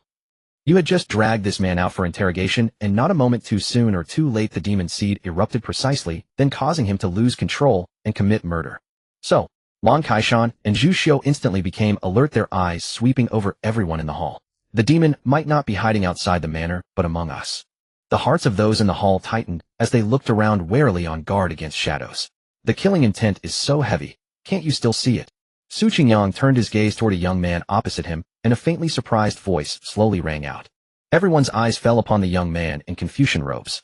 "Me?" The young man in Confucian robes pointed a finger at himself, his face full of disbelief. "Not you." Su Qingyang shook his head slightly, then raised his hand to point a few feet behind the young man. "Him." In an instant, all eyes turned to where Su Qingyang was pointing. There, just a few feet behind the young man in Confucian robes, stood a black armored guard holding a spear. He stood in the shadow of the curtain, his head lowered, his true features completely hidden. Lan Kaishan's gaze sharpened as he finally sensed the faint, elusive aura of malice emanating from the armored soldier. Shocked inwardly, he glanced sideways at Su Qingyang. As a peak-acquired stage martial artist, he had been beaten to the punch by this young man who appeared to have no inner strength. This person was definitely not as simple as he seemed on the surface. But now was not the time to dwell on that. He merely made a mental note. "You step forward and answer." Lan Kaishan's voice was like rolling thunder, his gaze as sharp as a blade as he fixed it on the armored soldier. His entire demeanor shifted, exuding a chilling, suffocating aura. The surrounding youths also retreated, their faces wary, staring at the man with caution. The armored soldier standing in the shadow of the curtain never moved. Silence lingered in the air for a few moments, the entire hall becoming so quiet that a pin drop could be heard.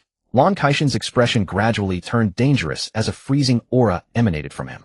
He was about to stride forward and reach out. The armored soldier finally let out a soft sigh. For a moment, the long sigh echoed throughout the hall. At the same time, the soldier slowly raised his head, revealing a pale, corpse-like, yet handsome face. "How did you find me?" Yan Shenghing's voice was utterly flat as he looked at Su Qingyang, a wry smile curling at the corner of his mouth. Eunuch Huang's old face betrayed no emotion, but he silently moved to shield Su Qingyang. "If you want to be an assassin, you should learn to hide your killing intent better." Su Qingyang tilted his head and smiled faintly. "I've been alone and helpless since childhood, so it's only natural that I'm sensitive to killing intent, isn't it?" Was it reasonable? Lan Kaishan was stunned, his eyes showing disbelief. Even now, he couldn't detect any killing intent from Yan Shenghing. Yet it was exposed because of an ordinary man's sensitivity to killing intent. Though Eunuch Huang was also shocked, his old eyes flickered with a barely noticeable trace of pity. Su Qingyang's expression remained unchanged, looking utterly sincere. Of course it was false. As a blood-refining master, he could discern everyone's aura. The moment he entered the hall, he had noticed this man because it was too obvious. It was like a lone wolf abruptly mixed into a flock of rabbits. Exposed for this reason. Truly inconceivable. Yan Shenghing said in a rather helpless tone. The next moment, a terrifying aura erupted from him, as if a ferocious beast had been unleashed, exuding a dreadful, murderous aura. "But since it's come to this, I suppose I'll have to take the trouble to send you all to hell myself." He looked at Su Qingyang, grinning savagely, and strode directly toward him. The entire hall trembled with his footsteps, as if it might collapse at any moment. How dare you? Zhu Xiao and several highly skilled eunuchs glared coldly, striking out with lightning speed without hesitation. Zhu Xiao seemed to activate some secret technique. A dark cyan hue spread over his skin, veins bulging and writhing like dragons, and the muscles in his legs abruptly tensed. He shot toward Yin Shengheng like a cannonball. The sound of wind and thunder exploded, and a gale swept through, raging both inside and outside the central hall. Almost at the first move, they exerted their full strength, even ganging up together. The aura Yin Shengheng revealed made them feel threatened. Yet facing the siege of several opponents, Yin Shengheng remained unmoved, standing rooted to the spot, without any intention of fleeing. A mocking expression appeared on his pale, corpse-like face. With a boom, Yin Shengheng erupted with extremely sinister inner force like a 1,000-year-old zombie. His right hand shot out, forming a deep black claw imprint. With a thud, the entire hall seemed to shake. Yin Shengheng's figure vanished from the spot, leaving only a deep trench behind. When he reappeared, the claw imprint had already been struck, facing everyone head-on. A powerful wave exploded as inner forces collided, shattering a large area of doors and windows around them.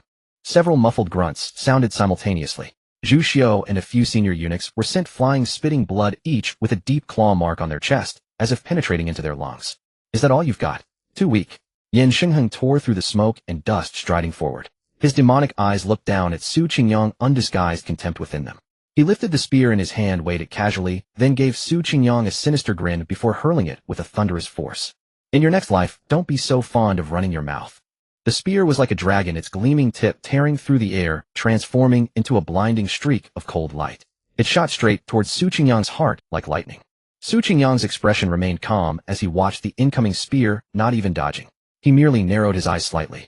How dare you? Long Kaishan made his move. He strode forward, his steps almost covering the ground in an instant. With a single palm strike, terrifying cold air rolled in, directly shattering the spear. Clang! Long Kaishan wielded his bare palms, clashing with Yin Shengheng. His strength was formidable, and despite facing the ferocious demonic cultivator, he remained composed in both offense and defense.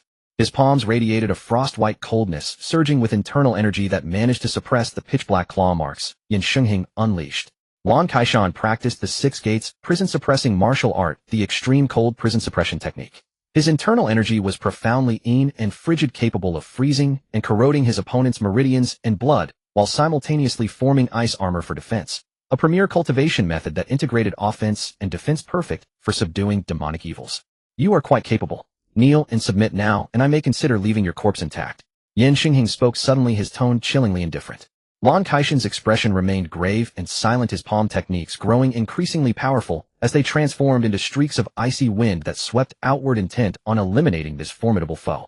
What a pity. Yin Shengheng sighed lightly, his cold internal energy suddenly converging, and above his head at a distance of 3 feet, a phantom lotus gradually materialized. In an instant, pitch-black radiance surged from his body, and wisps of ink-dark mist emerged from the lotus above his head, coalescing into a towering shadow standing behind him. Innate. Long Kaishan was greatly alarmed. Yin Shengheng fighting him was an innate cultivator, not an ordinary one, but one who had condensed the chi flower. As the saying goes, 3 feet above one's head dwell the divine. When an innate martial artist manifests the 3 flowers above their crown, it signifies their essence, chi and spirit, have grown so potent they can project their divine presence into the world, powers far beyond what post-innate cultivators could ever match. Another cold shadow claw. Yin Shengheng sneered ferociously, stamping his foot, as cold internal energy gathered upon his claw marks, swelling rapidly against the wind before crashing toward Long Kaishan. Crack! The entire hall split open with monstrous fissures from his stomp, the fractures spreading all the way to the main street beyond. Rolling black internal energy surged forward, and Long Kaishan's face twisted in terror. He felt like a tiny boat on a raging sea, teetering on the edge of capsizing. Just then, an aged figure materialized behind Yin Shengheng like a wraith, and in that instant, an aura 10 times more terrifying than his erupted. It was Eunuch Huang, who now appeared more like a great demon lord than Yin Shengheng himself. With ancient eyes devoid of emotion, his withered hand descended and pierced straight through Yin Shengheng's robust internal energy defenses, striking his flesh directly. Yin Shengheng's face contorted in horror, barely having time to channel his internal energy fully and shift his body sideways. Ryup. Blood sprayed everywhere, staining his armor crimson, as Eunuch Huang tore clean through Yin Shengheng's shoulder, ripping away flesh, sinew, and bone in one brutal motion, exposing white skeletal remains beneath the gushing wound. Old eunuch slave, you're seeking death. Yin Shengheng roared in fury, channeling his surging internal energy like a whale's gulp into the demonic shadow behind him. The towering demonic shadow unleashed a thunderous punch downward. The air detonated with a shriek like a waterfowl's call, compressed shockwaves layer upon layer shattering the entire hall. Beams, carved windows, and painted domes collapsed into dust. Eunuch Huang's gaze sharpened as he pivoted and sidestepped, meeting the demonic shadow's crushing fist with a single palm, before using the impact's force to retreat rapidly. However, his brows furrowed suddenly, as Yan Shengheng exploited the recoil from the collision to flee backward at even greater speed. Eunuch Huang quickly halted his pursuit, but just then Yan Shengheng let out a thunderous roar. Dare to thwart our Xiangxi Tower's grand plans, old eunuch, my lord will surely not spare you. Eunuch Huang's expression darkened unpredictably. At that moment, the once magnificent hall crumbled with a deafening rumble, while Lan Kaishan rose from the ground, encased in ice armor that had deflected Yan Shengheng's claw strike. He gazed at the ruined hall, knelt on one knee, and pressed his palm against the shattered ground. Fierce, cold energy erupted outward in all directions, transforming the crumbling structure into an ice sculpture in an instant. Under the sunlight, it blazed with breathtaking brilliance. Lan Kaishan rose to his feet, his gaze fixed ahead, where a terrifying pit several zhang deep still emanated an eerie lingering chill. Innate, he murmured to himself, resentment boiling within. Zhu Xiao and those senior eunuchs bore severe injuries, while the other soldiers and candidate princes alike suffered grave wounds. The remaining forces descended into chaos. Eunuch Huang's expression grew increasingly dark as his gaze swept over the wounded scattered about, suppressing his urge to pursue the enemy. Given the current state of affairs, if another ambush were launched, he feared total annihilation if he were absent. After weighing the situation, he could only remain behind to organize medical care for the injured. Yet no one noticed that amid the chaos, Su Qingyang had vanished without a trace. In a desolate, narrow alley of Taihe City, the ground was damp and chillingly cold. Yan Shengheng raced forward along the way, channeling his remaining internal energy to seal the wound on his shoulder and stem the bleeding, all while keeping a wary eye on what lay behind him. Seeing that Eunuch Huang showed no sign of pursuit, Yan Shengheng visibly relaxed and couldn't help muttering cursedly under his breath, "Damn old dog. Back then my master spared your life out of mercy, yet today you dare to sabotage my grand scheme." He then brought himself to a halt, locating an abandoned courtyard, and vaulted inside, intending to conceal himself and tend to his injuries until nightfall, when he could formulate another plan. The moment his foot touched the ground, a warm, large hand settled upon his shoulder. Yan Shengheng froze in place as an overwhelming terror surged within him. The oppressive aura radiating from the person beside him was like a monstrous beast of cataclysmic power. He turned his head slowly and stiffly to look back. Boom. Yan Shengheng's pupils contracted violently, as if thunder had exploded in his ears, his expression one of utter disbelief. "It's you. How? How is this possible?" Yan Shengheng instinctively squeezed his eyes shut, yet the figure before him remained unchanged. Su Qingyang stood beside him, now his dark eyes looking down with cold detachment, as though a master examining a toy in his hands. "Who exactly are you? You are certainly not that sixth prince." Su Qingyang brushed dust from his chest and said indifferently, "Who sent you here?"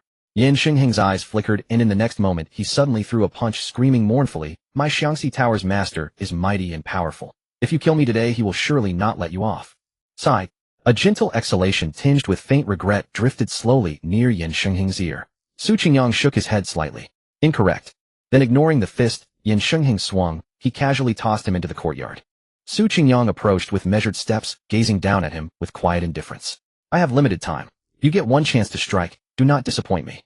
Yan Shengheng pushed himself up from the ground, his torn shoulder wound weeping blood continuously. His eyes were fierce as blades locking onto the unfathomable youth before him. "Ha ha ha. Very well. Then I shall. Come." Boom. The entire small courtyard exploded outward as terrifying internal energy surged forth like an erupting volcano. Yan Shengheng's face twisted into a crazed, bloody grin, his in-cold power billowing outward with such force that even the trembling air seemed to wail in agony. The illusory lotus once again materialized above Yan Shengheng's head as a 10-foot demonic shadow stretched and twisted behind him, with dense black mist coiling around his form. The air, compressed by the raging inner force, emitted shrill screams like the wailing of living beings. Yan Shengheng's face was covered with a maddened flush of blood. He wanted to kill this man. Then he directly detonated the Dao Heart demon seed within his body. With a thunderous roar, the twisted demonic shadow opened a pair of blood-red vertical pupils. A chaotic, icy, and violent demonic chi surged forth like a tidal wave, sweeping over everything. A thick layer of dark clouds gathered in the high sky, the weather turning gloomy, swirling around the demonic shadow like a storm. "Ha ha ha. Kill. Kill you. Secret art blood moon, startling swan sword rise." Yan Shengheng let out a maniacal laugh, his entire being as if possessed by madness. He stomped his right foot on the ground, launching himself into the air, and with his right arm serving as a sword, he slashed down with a thunderous roar. The pervasive, icy inner force abruptly gathered onto the demonic shadow, which then stepped forward and raised its arm to strike in the same manner. Above the void, a blood-red sword shadow over 10 meters long rose with a thunderous boom. If anyone looked in a trance, it seemed as if the bright moon hanging high in the world had been stained with blood, yet it appeared even more dazzling and enchanting, captivating the mind. The sword shadow descended like a blood moon, breaking through layers of dark clouds. The sword light split the air, causing it to twist as if the very sky was about to be cleaved apart. But Su Qingyang merely stood there calmly watching the scene.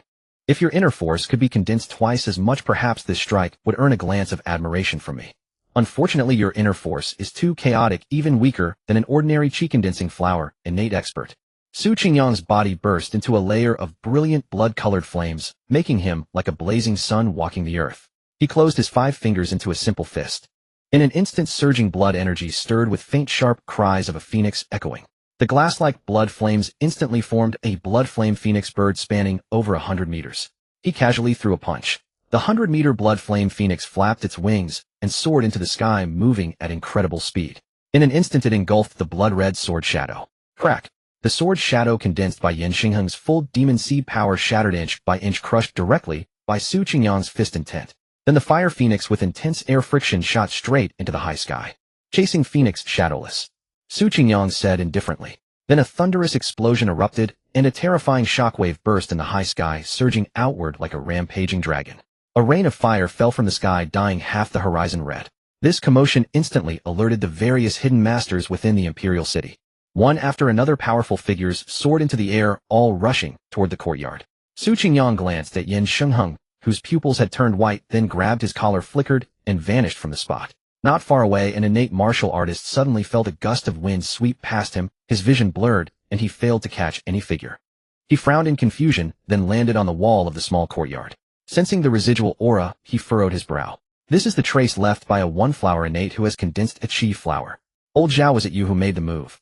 Another martial artist stepped through the air, his attire marking him as a member of the 6th Fan School. No, I just arrived as well. I can only sense the residual innate chi here. It looks like there were 2.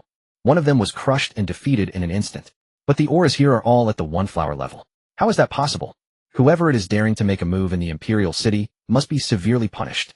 Within a short moment, more and more martial artists with innate cultivation from the 6th Fan School and the Secret Service arrived, one after another, whispering and investigating among themselves. In just a few moments, dozens of innate experts gathered, revealing the terrifying depth of the great gene capital's hidden strength. Shortly after, Su Qingyang landed with Yan Xingheng in a deserted alley. He casually threw him to the ground. The man's pupils were now white, his mind and blood energy completely crushed by Su Qingyang's fist intent in the previous clash. Now he was just an idiot. However, an idiot was easier to interrogate. Su Qingyang's fingers surged with chi, which instantly transformed into a crimson chain that plunged directly into Yan Xingheng's brow sea of consciousness. The man's pupils suddenly twitched violently, then after a moment calmed down, and he stood still in place. Su Qingyang nodded slightly. This was the soul confusion art he had developed while cultivating inner force, specifically used to interrogate hidden matters. However, now that he had switched to cultivating blood energy, many of the martial arts he had relied on with inner force and true chi were temporarily set aside. This technique was barely activated using the chi derived from blood energy. But the difficulty of control increased several times, and a slight mistake would directly shatter the opponent's soul. Who sent you to poison the purple pavilion? Su Qingyang asked. Yan Xingheng, with a dull expression, mumbled indistinctly, wind. Blood Shadow Pavilion. Blood Shadow Pavilion. Su Qingyang frowned slightly. He had never heard of this organization. Could it be another assassin's guild? Then he thought of Lu Qingmi. As a spy of the Secret Service, she should know more than him, and might know about the Blood Shadow Pavilion. Why poison the candidate prince? Target. Kill the real 6th prince. Why must you kill the 6th prince? Ma. Stir. Protect. Su. Chang'an. What master? Who is your master? Why protect Su Chang'an? The master is Emperor. Just then Yan Xingheng began to convulse uncontrollably. Su Qingyang's gaze sharpened, and he examined him briefly. Then he discovered that Yan Xingheng had also been planted with a demon seed, but a more advanced one that could split off weaker demon seeds from the main seed, thus creating subordinates for himself. Interesting. This Dao Heart demon seed martial art is truly intriguing, able to operate in such a way. Su Qingyang stroked his chin with interest. He looked at the convulsing Yan Xingheng and realized that no more information could be extracted. The other party had likely placed some kind of prohibition on Yan Xingheng, like a mental command that prevented him from revealing the true identity. However, the vague word, Emperor, had clearly fallen into his ears. Who could it be? Huang, or Emperor? Who would want to kill a nameless and unacknowledged 6th prince? Su Qingyang pondered. Moreover, Su Chang'an, who was in the imperial prison, seemed far from simple. Someone was willing to go to such lengths for him. And until now he had not received any substantial punishment. Was the Jin Emperor acting deliberately, or was he reluctant? Or perhaps that emperor referred to the Jin Emperor. No, if that were the case, the Jin Emperor would not have gone to such great lengths to retrieve the sixth prince. He could have simply let Su Chang'an continue as the sixth prince. Otherwise, was all this just for amusement? Su Qingyang blinked, a sudden thought rising in his mind. Why not go directly to the imperial prison and kill Su Chang'an? He really wanted to see what interesting events would unfold then. But this thought only flashed through his mind. He had no intention of overturning the entire imperial city. For now, the night was clear and serene with not a single wisp of cloud in the sky. The azure heavens held a bright moon, casting its pure snow-like radiance over the entire Taihe imperial city. Green bricks, soaring eaves, and vermilion walls and pavilions were bathed in the soft light, the night tranquil and elegant. Su Qingyang stood alone on a glazed ridge, gazing up at the moon, savoring a moment of rare contentment. He had left the Zijie mansion, once more intending to seek out Lu Qingni of the Secret Bureau. Along the way, he would hand over the clues extracted from Yin Xingheng, asking her to investigate the origins of the Blood Shadow Pavilion and also inquire about the massacre in Manzhou. That seemed like quite a few requests. Perhaps it would be simpler to just hand Yin Xingheng over to her as well. It might count as a small achievement for Lu Qingni. As he was deep in thought, two figures suddenly leaped into the air from a deep, dark alley in the distance. One fled ahead, the other pursued closely, both using inner energy to execute light-footed techniques, leaping nimbly over walls, rooftops, and treetops. The direction they were heading happened to be straight towards Su Qingyang. He frowned slightly. His rare moment of moonlit leisure was being interrupted, and it clearly displeased him. Soon the two arrived before him. The foremost was an ugly old man, while the one behind was entirely concealed under a black robe, revealing only a pale right hand with 5 rings adorning the fingers. Judging by the formidable aura, both were at the Xiantian level. 2 Xiantian martial artists were clashing, but they made little noise, likely wary of the experts in the imperial city. Just then the ugly old man noticed Su Qingyang on the rooftop. His eyes flickered and a scheme formed in his mind. He pulled a cloth-wrapped object from his bosom and hurled it towards Su Qingyang, shouting, "The goods are in hand. Hurry, we split up and flee." At the same time, his inner energy surged, propelling his body to veer off in another direction as he leaped away deliberately, making it appear as if Su Qingyang were his accomplice. Su Qingyang glanced sideways and reached out to catch the flying object. Since it was given to him, it was now his. Even if it wasn't originally, it should be. Seeing this, the black-robed figure landed directly on the ridge. "Give me that thing." He had been suspicious at first, wondering when the old fiend had acquired an accomplice, but when he saw Su Qingyang, didn't refuse, and even caught the object. His expression turned icy. "Your business can wait," Su Qingyang said without looking up. "You seek death." The black-robed man's eyes turned frigid. In a single motion, he swooped down like a hawk, his pale hand turning as he struck, resembling a pristine white lotus bud about to bloom, aimed at Su Qingyang's bowed head. The great compassion, lifeless lotus. The palm itself was the lotus. The strike carried not a trace of killing intent, as if it were Buddha's mighty slap, extinguishing all life, with compassion hence lifeless. The spiritual essence within it bewildered the opponent, those of weak will might abandon resistance and await the palm's arrival. At that moment, Su Qingyang frowned slightly, then lifted his gaze to rest on the white lotus. His right hand extended, passing through the lotus as if through nothingness, and in the shocked gaze of the black-robed man grasped his throat, lifting him entirely. How is this possible? The black-robed man could hardly believe his eyes. If he had lost after a fierce battle, it would be one thing, but what kind of defeat was this? "Damn it, you old fool. If you were going to toss something, you should have given it to me properly." Su Qingyang dropped the empty wooden box, then casually flung the black-robed man aside, saying coldly, "If you're smart, you'll stay put." While the black-robed man was still in shock, Su Qingyang's figure vanished in an instant. Meanwhile, the old man, after tossing the cloth-wrapped empty box, had been fleeing headlong, without looking back. He touched the object safely in his bosom, glanced back at the two figures now out of sight, and sneered, "A mere boy is still a boy. How could he compare to this old master? I only hope that lad can buy me a moment's delay." The old man's wrinkled face twisted with extreme savagery and bloodlust. With that thought, he turned and slipped around the corner of the alley into another street. Yet after dashing only a few dozen paces, he abruptly halted. Under the silver frost-like moonlight, the long street that had been silent and empty now held a young figure standing directly in his path of escape. "You? How can it be you?" The old man's bloodthirsty grin slowly froze, his eyes filled with disbelief. Before him stood a young man with a jade-like countenance, clad in simple robes, still impossibly handsome. The old man recognized him at once. The very youth he had used as a shield on the rooftop. Su Qingyang looked at him expressionlessly, then extended his hand and said flatly, "My thing. Give it to me. Your thing." The old man stood there stunned for a moment, then realized he had falsely claimed Su Qingyang as an accomplice and tossed an empty box, so the youth now naturally considered the real object as his own. The old man hesitated, sensing he might have bitten off more than he could chew. As he wavered, Su Qingyang frowned slightly. Troublesome. I'll have to take it myself. Boom. Gravel slowly rose from the ground. Su Qingyang's figure flickered, vanishing in an instant. In the last moment, the old man's expression changed drastically. The power of the fist that appeared in his spiritual sense instantly surpassed the limit of his reaction.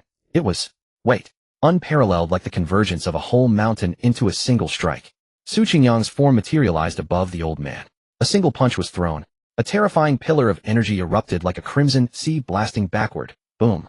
In the resounding boom, the old man exploded, his flesh and bones riddled with holes, blood mist scattering everywhere, as if he had performed a blood escape technique to flee. Ungrateful wretch. Su Qingyang didn't even glance at the drifting blood mist. In one hand lay a palm-sized silver star relic covered with ancient star patterns, quietly resting. The man in black robe stood in the alley, trembling with terror in his heart and soul as he witnessed Su Qingyang's earlier attack. How can he be so terrifying? Who exactly is this person? He was unable to speak, frozen stiff in place. That black-haired old man was a Xiantian martial artist who had formed a chi flower, yet this young man had reduced him to a mist of blood with a single punch, as if crushing an ant. Could this person be a perfected Xiantian at the three flowers merging stage? On the opposite side, Su Qingyang, who had been toying with the silver star, seemed to sense something. Suddenly his figure flickered, and in the next instant he stood before the black-robed man. Su Qingyang narrowed his eyes, gazing at the black-robed man with a hint of displeasure, and said flatly, "I told you to stay quietly on the roof ridge. It seems you didn't listen." As he spoke, he directly struck out with one hand. In a blur, his palms seemed to blot out the sky and the sun, clearly intending to crush the man with a single slap. At the brink of life and death, the black-robed man was terrified out of his wits, his internal energy surging to its peak. Simultaneously, every muscle on his body bulged, releasing his power without reserve. Then, with fluid grace, he knelt on the spot and wrapped his hands around Su Qingyang's thigh. "My lord, I am wrong. That black-haired old man is ruthless and full of schemes. I was truly worried that you might fall into his trap, so I dared to follow and observe the situation." A dignified Xiantian expert at this moment actually clung to Su Qingyang's thigh, crying and sniffling while pouring out his grievances. Even Su Qingyang was rendered speechless. Then, with a hint of disgust, he kicked the man aside. The black robe's wide hood fell back, revealing a pale female cultivator's face, delicate and gentle with a modest charm. A comely appearance indeed. A pity that her skin was deathly pale, lifeless, like a walking corpse that had not seen sunlight for years. Su Qingyang glanced at her indifferently and said, "Get up. Tell me who you are." Ning Qingqing hurriedly dusted off her clothes, stood up stiffly, raised her hand to pull the hood back over her head, hiding most of her face in shadow. She lowered her head and brows, adopting a posture of fearful submission. "Forgive me, my lord. This junior is from the Ning family of Fengtian." "Fengtian Ning family. Are you a member of the Fengtian Guard?" Su Qingyang frowned slightly. Great Jin has 3 major enforcement organizations responsible for guarding the realm. The Six Fan Bureau pursues criminals and makes arrests. The Secret Investigation Bureau probes hidden matters, but the Fengtian Guard is the most special, formed by the elites of the 36 heavenly constellations, noble families who followed the founding emperor directly under the emperor's command, and tasked with handling major cases that the Six Fan Bureau and Secret Investigation Bureau cannot resolve. The 36 heavenly constellations families are deeply intertwined, with Great Jin prospering together and suffering together. They are extremely loyal and deeply trusted by the Jin Emperor. Over time, they came to be known as the Fengtian nobility. "No, my lord." Ning Qingqing shook her head slightly, speaking in a faint voice. "I come from the Fengtian Ning family, but I am not a member of the Fengtian Guard. The selection for the Fengtian Guard is extremely strict. It's not something one can enter just by wishing." Su Qingyang nodded slightly. "I see. Interesting." Then he slowly raised his right hand, revealing the silver star within it, and said slowly, "You risked your life to fight for this object just now. Tell me, what exactly is this star?" In his view, even if Ning Qingqing was not a member of the Fengtian Guard, she came from a Fengtian noble family and should have seen many valuable things. Yet she was very concerned about this star. Now that it had fallen into Su Qingyang's hands, he naturally wanted to find out what this thing was. Hearing Su Qingyang's question, Ning Qingqing was momentarily stunned. She looked at the silver star now in Su Qingyang's hand, and her gaze became complicated. After a moment, she bowed her head respectfully and replied, "This silver star represents a qualification. It can be called the Jingxinling." The Jingxinling. A flash of light crossed Su Qingyang's eyes. What audacity! What kind of qualification could bear the name Jingxin? "Yes, my lord. To be precise, the Jingxinling is a ticket to a secret realm. To enter that secret realm, one must possess a Jingxinling." "What secret realm?" Su Qingyang asked, quite curious. "I don't know." However, Ning Qingqing shook her head slightly and gave that answer. "You don't know? You don't know, and yet you fought to the death for this Jingxinling." Su Qingyang frowned, showing disbelief. "My lord, I am not hiding anything. I truly do not know." Ning Qingqing was startled, her voice even fainter. In the past, the Jingxin Ling has circulated only among Xiantian martial artists at the Three Flowers merging stage. Its appearance follows no pattern, though it can manifest out of thin air at any place. Ordinary martial artists are not even qualified to hear of the token. Even martial grandmasters have personally investigated, hoping to trace its origin, but ultimately returned empty-handed. But, as long as one possesses a Jingxin Ling, one is permitted to enter that secret realm. As for what lies inside that secret realm, no one can say, but it indeed attracts countless martial artists, all eager to go. Because any martial artist who qualifies to enter the realm returns greatly enhanced in strength, obtaining immense gains. More crucially, it is rumored that within the secret realm lies the opportunity for a Xiantian perfected to break through to martial grandmaster. For this very reason, every time the Jingxin Ling appears, it stirs up a storm of blood and violence within a small circle. As she spoke of the secret realm's opportunity, a glimmer of light and longing shone in Ning Qingqing's eyes, and her tone was filled with awe. Su Qingyang's heart stirred slightly, and a flicker of surprise crossed his eyes. A mysterious secret realm, its true nature unknown. A Jingxin Ling that appears out of thin air beyond even the investigation of martial grandmasters. And it supposedly holds the opportunity for a Three Flowers Xiantian to break through to martial grandmaster. To him it sounded more like a carefully laid baiting ground, using some sweet temptations to lure those Three Flowers Xiantian to scramble for food, then releasing a few small fish. That is the martial artists who greatly improve their power, as she mentioned, to stabilize the crowd, leading more and more strong practitioners to fall into the trap. Has any martial grandmaster seized a Jingxin Ling and entered that secret realm? Su Qingyang immediately thought of the key question. I'm not sure. Ning Qingqing shook her head with a bitter expression. This junior is merely a small Xiantian. Those secrets at the level of Three Flowers Xiantian and martial grandmasters are completely beyond my reach. It was pure luck that I encountered this Jingxin Ling. At that time, the black-haired old man was also present. The Jingxin Ling appeared out of nowhere before us, but unfortunately, it was closer to the black-haired old man, so we started fighting over it. Moreover, I never intended to enter the secret realm myself. I wanted to see if I could obtain the Jingxin Ling to exchange for some resources from my family. After all, my Ning family also has a Three Flowers Xiantian elder. They have been desperately seeking a path to break through to martial grandmaster. If I could present the Jingxin Ling, it would greatly benefit the family. Ning Qingqing looked at Su Qingyang, cautiously harboring a little private thought, but afraid that he might perceive her words as a threat. Su Qingyang twirled the Jingxin Ling. He had to admit that he felt a faint interest in the secret realm. However, take me to the place where the Jingxin Ling just appeared. First, he wanted to figure out what exactly the Jingxin Ling was. After all, its sudden appearance out of thin air reminded him of the hidden existences lurking in the world, invisible to ordinary people. Is this the place? At the end of a bluestone path in the rear courtyard of a large mansion, an elegant and picturesque pavilion stood amidst lush trees and blooming flowers. Su Qingyang and Ning Qingqing stood on the pavilion, overlooking the brightly lit courtyard below, where the murmur of voices drifted faintly. That's right. The Jingxin order appeared out of thin air on the top of the corridor just now. And what are you doing here for no reason? Su Qingyang glanced sideways at her with a hint of curiosity. Ning Qingqing looked around, her brilliant eyes shining with a piercing intensity. I came here tracking a lecherous thief. Recently, 3 neighborhoods in the imperial city have been plagued by a degenerate who defiles unmarried maidens. Moreover, this fiend not only violates women's chastity, but also uses a sinister technique to split open their skulls and devour their brains. His methods are utterly brutal. As she spoke, a murderous glint flickered in Ning Qingqing's eyes. She had been hunting this lecherous thief all along. This mansion housed a strikingly beautiful young lady of marriageable age, and she suspected the pervert might be coveting her. So she concealed herself on the pavilion, waiting like a spider for the villain to appear. Unexpectedly, she encountered the black-hearted old man, and then witnessed the Jingxin order materializing out of thin air. The two immediately engaged in a fierce battle.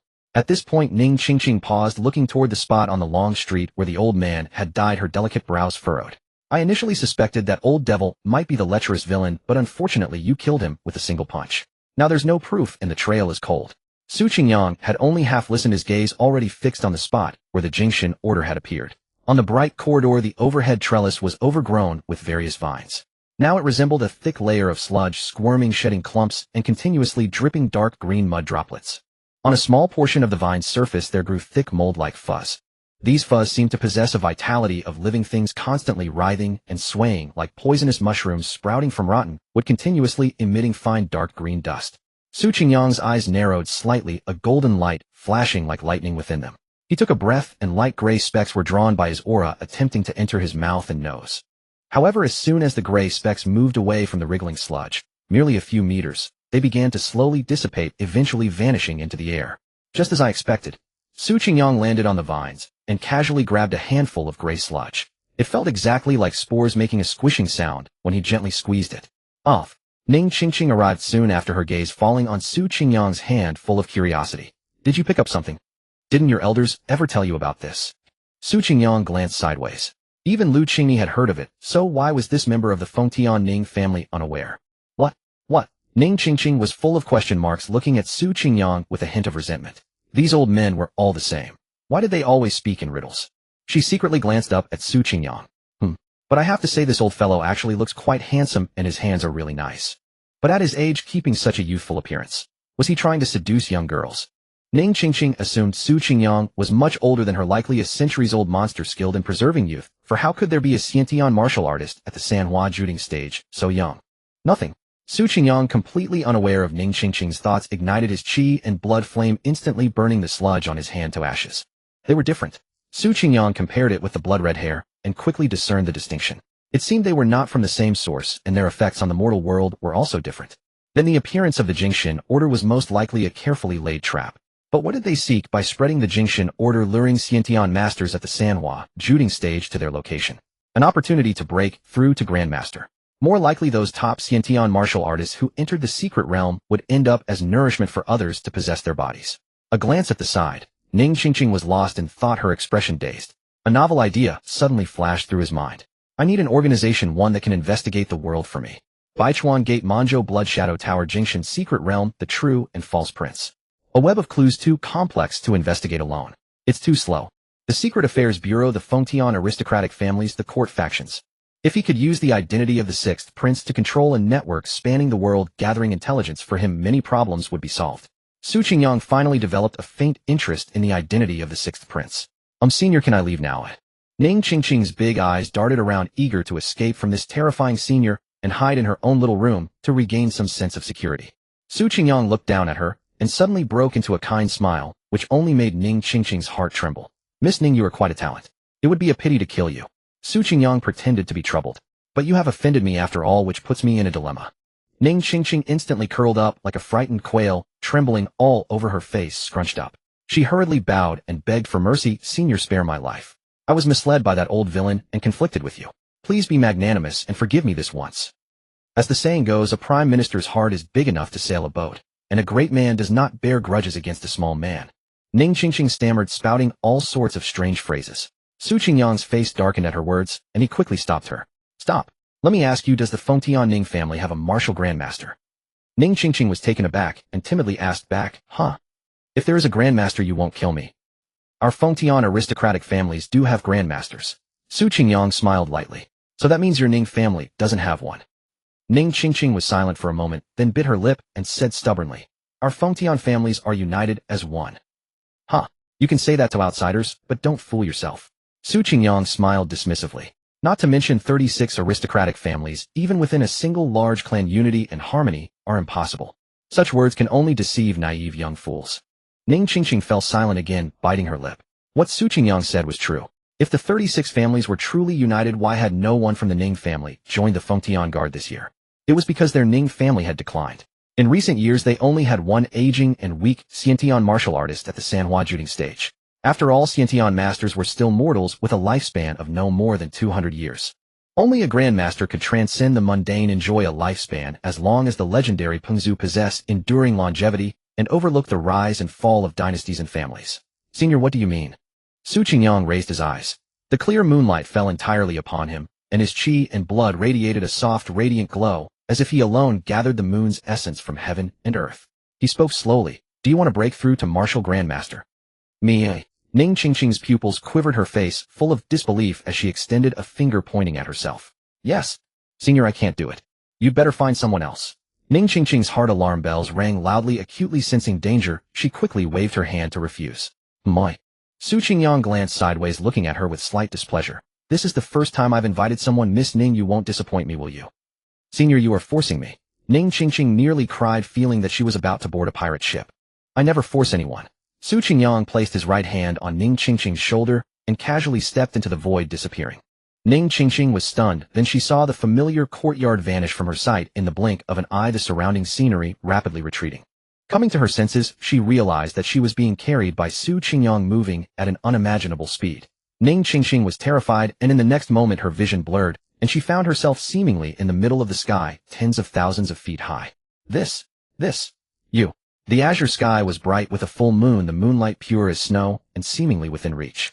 Only then did Ning Qingxing realize that she was indeed tens of thousands of feet high, the vast lunar disk filling the sky, so magnificent and dazzling that it struck her with an unimaginable shock. You are a grandmaster, she asked. Want to join me? Su Qingyang smiled faintly. Ning Qingxing was silent for a long time, then raised her eyes to look at the young man bathed in moonlight. Why me? I saw you, that's all. I have no reason to refuse. Then senior, what is our organization called? Huh. Oh, you haven't thought of it yet. Let's call it Yin Luo. Su Qingyang stood atop the 9 heavens, his gaze overlooking the entire Taihe imperial city, taking in thousands of auras, and in a moment locked onto that familiar presence. With a flicker of his form, he silently landed in a courtyard, confirming the aura. Lu Qingmi was in a room within the courtyard, but she clearly hadn't noticed Su Qingyang's arrival. Such an exquisite little courtyard, it seems Miss Lu is quite wealthy. Su Qingyang stood with his hands behind his back, looking around at the pavilion's flowers and trees in the courtyard, and couldn't help but sigh. In this imperial city where every inch of land was precious, buying such a small courtyard must have cost a fortune. At that moment, hearing Su Qingyang's voice, the person in the room finally reacted. A shadow silently flew out from the darkness, appearing behind Su Qingyang in an instant. At the same time, a pitch-black long sword reflected a bright gleam under the moonlight, quietly resting on Su Qingyang's shoulder. Miss Lu, long time no see. This way of greeting is quite unique. Su Qingyang chuckled softly, slowly turned his head, and reached out a finger to push aside the blade resting on his shoulder. Young master. Lu Qingni was startled, then a look of joy appeared in her eyes. With a flick of her wrist, the black sword slithered back into her sleeve like a spirit snake, vanishing in an instant. How did you find me here? A puzzled expression appeared on Lu Qingni's face. Haha, I have my ways. Su Qingyang smiled, but did not elaborate further. Then he took a corpse out of his storage ring and threw it in front of Lu Qingni. Miss Lu, do you recognize this person? Lu Qingni frowned slightly, carefully examining the corpse at her feet, and said, is he the assassin who escaped from the Zijie mansion during the day? Although the Six Gates and the Secret Bureau had managed to suppress the news of the Zijie mansion incident, it couldn't be concealed from her, a core spy of the Secret Bureau. But although she had heard of the assassin attack at Zijie mansion, Lu Qingni was not worried. In the whole world, only she knew the unfathomable and terrifying strength of the young man before her. Yes, it's him. Su Qingyang nodded, and then briefly recounted what happened after Yan Xingheng's escape. After finishing, he went straight to the point. I learned from him about an organization called the Shuiying Pavilion. Miss Lu, have you heard of the Shuiying Pavilion? Is it also an assassin organization? Why would they frame the Shaanxi Pavilion? Hearing this, Lu Qingni lowered her eyes and thought for a moment, then said, the Shuiying Pavilion is an assassin force that appeared out of nowhere in the past decade. It usually operates quite low-key, always a minor player, and cannot be compared to an established assassin organization like the Shaanxi Pavilion. The only thing that made the world remember them was when they foolishly sent someone to assassinate Duke Zhiji 5 years ago. It was said that Duke Zhiji didn't even resist when encountering the assassin, and the assassin exhausted all means only to be shaken into a bloody pulp. That incident was once a laughingstock in the court and the martial world. Why have they appeared again? And they even infiltrated the Zijie mansion to ambush a candidate prince. Could it be that they want to make a name for themselves by assassinating a member of the royal family? Lu Qingni frowned. No, if they wanted to become famous, why would they use the Shaanxi Pavilion's name? Su Qingyang slowly shook his head and said, furthermore, since they use the Shaanxi Pavilion's name for such things, then the more shady jobs that would attract the full might of the imperial court, isn't it possible that the Shuiying Pavilion is pinning them on the Shaanxi Pavilion while they act like a venomous snake hidden beneath the Shaanxi Pavilion, reaping the benefits and quietly growing? Hearing this, Lu Qingni's frown deepened. In recent years, the Shaanxi Pavilion had become increasingly rampant, drawing the vast majority of the Secret Bureau's attention. They hadn't considered that perhaps more assassins, after committing their deeds, casually claimed the name of the Shaanxi Pavilion. After all, the Shaanxi Pavilion could never come out to clarify, nor could they clarify clearly. This also gave the Shuiying Pavilion an excellent opportunity to hide. You're right, young master. This matter involves the assassination of a prince, which is no small thing. I will immediately report to the Secret Bureau and thoroughly investigate the background of the Shuiying Pavilion. How dare they assassinate a prince? We will never let these skulking scoundrels off. Lu Qingni's expression was stern, and a fierce, murderous intent flashed in her eyes. By the way, young master. Lu Qingni raised her eyes to look at Su Qingyang and asked, by the way, young master, I heard that Su Huai died suddenly the day before yesterday. The Secret Bureau has sent people to examine his corpse. The results are quite strange, and it seems he didn't die at the hands of an assassin. Young master, did you notice any inside information that day? Oh, about this I was just about to tell you. Su Qingyang nodded. His death is related to me. Huh. Oh. Why, young master? Lu Qingni blinked, not thinking that Su Qingyang was a bloodthirsty person. Miss Lu, do you still remember those bandits on Lingyuan Mountain? Su Qingyang suddenly asked. Of course I do, Lu Qingyi nodded. After they parted ways that day, she had returned to the secret department and even investigated the matter thoroughly. But the reports that came back stated that the White Lotus sect rebellion had been quelled. As for those bandits, they had presumably encountered inept and mediocre commanders, which led to their several defeats. And fearing military punishment, they simply abandoned their armor and took to the mountains as outlaws. Su Qingyang nodded, gently recounting the details he had extracted from Su Huai back then, the curse of the red hair that plagued him and the circumstances of Su Huai's death. He then said in a deep voice, the general outline of the whole matter is roughly as I've described. Setting aside the massacre of the city, I feel that even the White Lotus sect itself is deeply problematic. Based on my judgment, the entire Manzhou region must already be plagued by calamities. Lu Qingyi's pupils contracted. But young master, if Manzhou had truly descended into such chaos, why hasn't a single person appealed to the court for help? Could it be that all the people in such a vast territory as Manzhou have perished? Moreover, recently some agents from the Six Doors have returned from Manzhou, and they haven't mentioned any disasters occurring there. Lu Qingyi found it hard to believe. The mere act of massacring a city had not occurred within the borders of Great Jin for a century, and this news dealt her a considerable shock. Exactly. Su Qingyang looked at Lu Qingyi and said slowly, so I need to verify it. How will you verify it?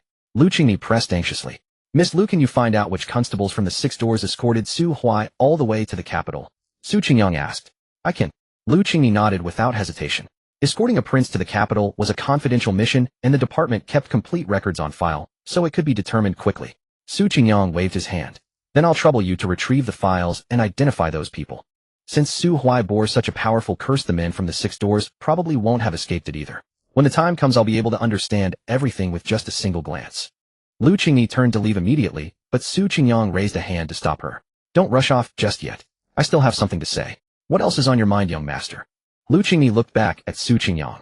She had been truly startled by his conjecture, leaving her restless and unsettled.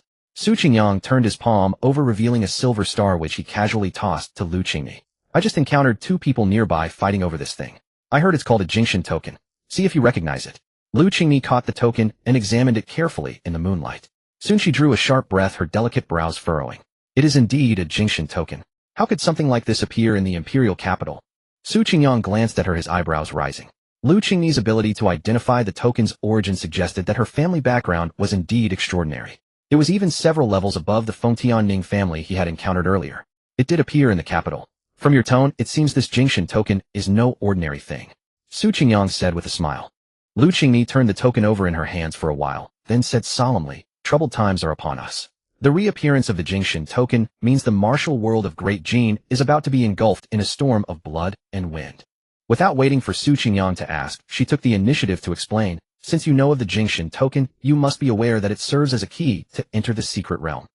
Many martial grandmasters in the court were once tempted by it, but the secret realm seems to have a restriction. Those who have reached the 3 flowers perfection Xiantian stage, or even ordinary 1 flower Xiantian practitioners can enter, but only grandmasters are blocked by an invisible force and cannot approach. Later some grandmasters theorized that the Jingshan token might be a trap. Yet within the secret realm, some have indeed succeeded in breaking through to the grandmaster level. Greed clouds people's minds, and even knowing it was an open ploy, Xiantian cultivators still take the risk one after another. Su Qingyang's face showed a contemplative expression. He reached out and took the token back from Lu Qingyi's hand. Lu Qingyi was startled. Young master, you're not still thinking about that secret realm, are you? Perhaps. I'm quite curious. If it can block martial grandmasters, can it block a blood refining grandmaster as well? Su Qingyang said with a light smile. Lu Qingyi's beautiful eyes widened and a faint shadow seemed to cloud her heart like a dark moon. Su Qingyang's gaze swept over Yin Shenghing's corpse in the courtyard. I'm not sure if this man's body is of any use to you, Miss Lu.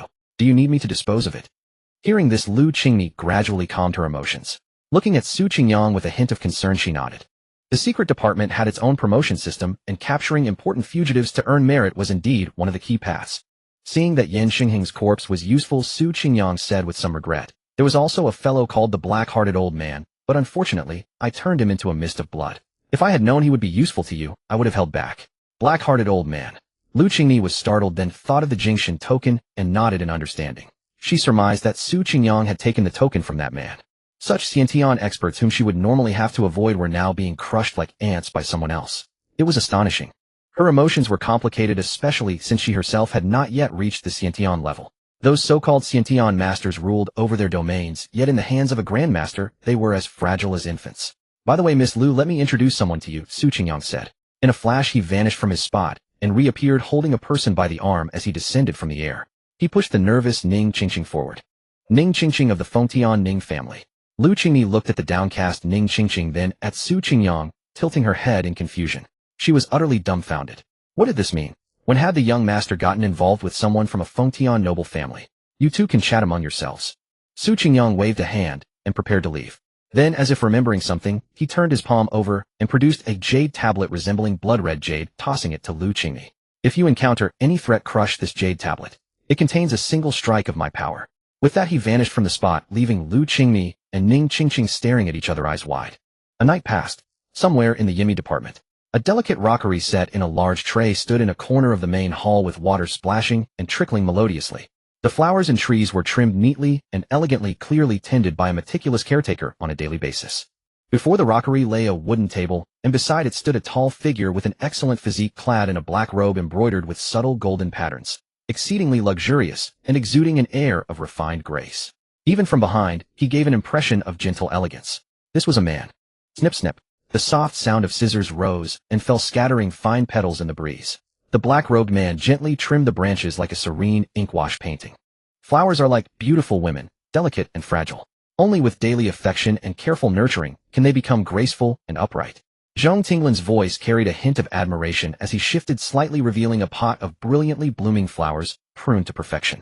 Blooming in full glory, Zhong Tinglan stood quietly gazing at the scene he had just shaped, his expression relaxed and indifferent. Suddenly, I have an urgent report, Lord Zhong. A heavy voice tinged with shock and disbelief rapidly approached from afar, and a tall figure charged into the hall. Zhong Tinglan watched as the floral scene before him was scattered by a gust of wind, and his expression turned icy. You've been with me for 7 or 8 years now. His voice was calm. Seemed to recall something, his face paling, and a deep regret flashed in his eyes, even his tall frame trembling slightly. Yes, my lord. Gritted his teeth. Then a ruthless glint flickered in his eyes as he raised his right hand like a blade, aiming to chop off a part of his own left shoulder. Whoosh. But the next instant Yin felt a blur before his eyes, and his right hand, striking at his left arm, was suddenly seized. Zhong Tinglan had blocked Yan's self-punishment. And thus Zhong Tinglan revealed his true face. A fair-skinned visage appearing around 30 years old with handsome and refined features. He exuded a unique aura, the kind that immediately draws attention in a crowd. Indeed, he was a man of immense charm. He was the acting deputy director of the Yimi department, hailing from the Fengtian Zhong family. The Zhong family was a great clan far beyond the insignificant Ning family. Among the noble families of Fengtian, it ranked among the foremost, with openly more than a handful of innate martial artists at the Three Flowers Cornet stage. You are always steady and prudent, never overstepping. Today, for the first time, you have lost your composure. Surely something major has happened. Under urgency, it is understandable, so the punishment is unnecessary. With these words, Zhong Tinglan released Yan's hand and spoke with a faint smile. Yan was immensely moved, feeling that his lord was magnanimous and wise, and that he had not followed the wrong person. His heart was filled with gratitude. Speak, what is the matter? My lord, Miss Lu Qingyi has captured the assassin who attacked the Purple Pavilion yesterday and has already beheaded him. She is now waiting in the front hall for verification. Upon hearing this, Zhong Tinglan, who had been smiling, narrowed his eyes. He cautiously glanced up at him. After all, the entire Yimi department knew that Lu Qingyi was Zhong Tinglan's fiancée, as both families were from Fengtian's noble lineages and had gradually shown intent to unite. A flicker of unreadable emotion passed through Zhong Tinglan's eyes. He said slowly, I heard that fiend possessed the strength of a chi flower innate, and even Lan Kaishan of the Liaishaman was defeated by him. Lu Qingyi hasn't even reached the innate realm. How could she kill him? Yan did not refute, but merely stood there, not daring to speak. He dared not meddle in the marriage affairs of their noble families, lest he end up dead with no intact corpse. Enough. Lu Qingyi is not one to speak without basis. Perhaps she mistook the person. Let us go and see, lest colleagues gossip privately, and we become a laughingstock. With that he walked toward the door. 10 breaths later, in the main hall of the Yimi department, Lu Qingyi stood in black robes, hands clasped behind her back, holding a severed head in one hand, calm and composed. Does it take this long to process a single prisoner? She finally spoke, her voice tinged with impatience. Ever since she arrived, the staff had been dawdling. Without thinking, she knew they were waiting for her so-called fiancé to appear. Seeing this, Zhong Tinglan frowned slightly, but quickly returned to normal. He stepped past the crowd and said softly, Qingyi, I heard you captured that fiend. Lu Qingyi gave him a sidelong glance and said, oh, does such a trivial matter require the acting deputy director's personal presence? Apart from the mysterious director, the Yimi department had 4 deputy directors, each overseeing the affairs of the east, west, south, and north. Every deputy director was a perfected innate martial artist at the Three Flowers Cornet stage. Only Zhong Tinglan relied on his family's wealth and influence to secure the position. As long as he failed to break through to the Three Flowers coronet, the word acting would never be removed from his title. This is no trivial matter. Zhong Tinglan's expression remained unchanged, still calm. It concerns the sixth prince. At present, a great deal of effort from both the Liaishanmen and the Yinmi department is focused on hunting down that escaped fiend. So this matter cannot be taken lightly. Oh, in the end you just don't believe me. Lu Qingyi sneered. Qingyi, you misunderstand. That is not my intention. I only fear you might misidentify the suspect and ruin a great achievement. I do not mean to doubt you. Zhong Tinglan spoke calmly, his face wearing an unchanging gentle smile. Lu Qingyi had delicate brows like mist, a graceful figure, and a black veil obscuring her face. But at this moment her gaze toward the hypocritical man before her was filled with undisguised mockery. Have you been putting on such an act for so long that you've forgotten your true face? Or do you think I don't know what schemes you're plotting? Zhong Tinglan stood with his hands behind his back, a flicker of obscure darkness in his eyes. Qingyi, I don't know what misunderstanding you have of me, but you are my betrothed. I hope you won't disgrace the honor of our two families in public. What engagement? What honor? Lu Qingyi said indifferently. Do you think I care about the Lu family or your Zhong family? Or do you believe I would acknowledge any marriage pact between our families? She utterly disdained to recognize the family's arranged marriage, let alone the title of fiancé. If not for Su Yueji's recommendation that had caught the director's attention, such a betrothal would be nothing but absurd. She had no desire to say more and casually tossed down the severed head, revealing its face to the crowd. Many Yinmi agents looked and soon gasped in surprise. They recognized Yin Xingheng. Some even touched at finding residual innate qi even in death. Zhong Tinglan glanced at it calmly, his expression shifting for an instant before returning to placidity. The air seemed to thicken. Lu Qingyi stood with her arms crossed, saying nothing, merely watching her colleagues who had fallen silent, their faces showing shock, disbelief, and admiration. At this moment the feeling was indeed addictive. No wonder someone once said, if you train in profound martial arts, but never show off, it's all meaningless. But earlier she had been watching Su Qingyang show off. He was a blood-refining grandmaster. That wasn't showing off, it was natural and effortless. Now Lu Qingyi finally understood this deeply. Even though Yin Xingheng was not killed by her, Su Qingyang had said she could dispose of the matter as she wished. So using the criminal he provided to claim a merit and gain some vindication, what harm was there? Lu Qingyi, how did you do it? Finally someone broke the silence, asking her. Zhong Tinglan also turned his head slightly to look at her. Lu Qingyi shook her head, offering no explanation, but sneered at Zhong Tinglan. What you cannot accomplish, someone else naturally can. Regardless, I have brought the criminal. The merit must be recorded in full without deduction. With that she turned to leave, but stopped halfway. Oh, one more thing. Lu Qingyi looked back at Zhong Tinglan and said coldly, I do not acknowledge the marriage between us. So I hope I will never hear you use that engagement again. And Zhong Tinglan, let me give you a piece of advice. You'd better abandon any improper schemes you might have. Someone will soon return to the imperial capital. If the Zhong family insists on its own course, you may not be able to bear the consequences. The moment her words fell, the warmth in Zhong Tinglan's eyes vanished, completely replaced by a fleeting, bone-chilling coldness. After Lu Qingyi left, the crowd secretly glanced at the silent Zhong Tinglan, noticing that the usually steady, mature, and prudent Zhong Tinglan now had a visibly grim expression. Your Excellency, Yin quickly reminded him. Only then did Zhong Tinglan gently close his eyes, then slowly open them, and said in a deep voice, it's nothing. With that he cast a glance at Yin Xingheng's head, gave Yin a meaningful look indicating disposal, and then turned around and left, ignoring everyone else. Soon after, in Zhong Tinglan's private side hall, Yin pushed the door open and entered. What did you find? Zhong Tinglan sat upright in the main seat, asking in a cold voice. Your Excellency, Lu Qingyi went out this time on a secret order from the Lord of the Bureau and brought back a sixth prince of uncertain authenticity. Yin said solemnly, and then reported everything he had learned in detail to Zhong Tinglan. Zhong Tinglan's expression remained indifferent. After a long silence he revealed a cold smile. No wonder she was so confident today, daring to defy me publicly. She thought she had found the sixth prince, and thus gained a patron. Leaving aside whether that so-called sixth prince is real or fake. Even if he is real, what is he? Nothing but a coarse rustic bumpkin raised in the countryside. How dare he be compared to my Zhong family? Zhong Tinglan muttered to himself, his gaze growing more and more terrifying until it seemed to turn into a pitch-black abyss. Yin, I am here. Su Chang'an is still imprisoned in the heavenly prison. Send someone to secretly contact him and deliver this intelligence about the so-called sixth prince. Yes. Yin immediately replied respectfully, and then withdrew. The hall was left with only Zhong Tinglan. He slowly walked to the rockery, his gaze falling on a carefully nurtured, bewitchingly blooming red lotus. After a long silence, a gleam of longing and fervor finally surged in his eyes. Su Yueji. Flowers are like beauties, but no matter how gorgeous the blossoms, they can never match even half the elegance of a beautiful woman. Closing his eyes lightly, the image of his first meeting with Su Yueji surfaced in his mind again. In those days the bustling market was crowded with people who, just a single glimpse from afar, and he was completely captivated, unable to forget her from then on. That Lu Qingmi was utterly clueless. If he hadn't heard that she was close to Su Yueji, did she really think he would acknowledge this marriage? A discarded pawn of the Zhong family, how could she be worthy of being his wife? The sixth prince. He suddenly opened his eyes. A coarse rustic bumpkin, even with the title of sixth prince, would have no power or influence. In the end, he would be nothing more than an idle prince. But as long as he is human, he will have greed. If he feigns allegiance and using the name of the Zhong family stirs his ambition for the position of crown prince. Once a person has tasted the flavor of power, they can never be content with mediocrity. Then by alternating between closeness and distance, step by step controlling him, he didn't believe he couldn't handle this so-called sixth prince. And once he had him under control, wouldn't Su Yueji also be in his palm? After all, she seemed to have only this one relative left. The Great Jin Heavenly Prison. A middle-aged man walked through the dark corridor.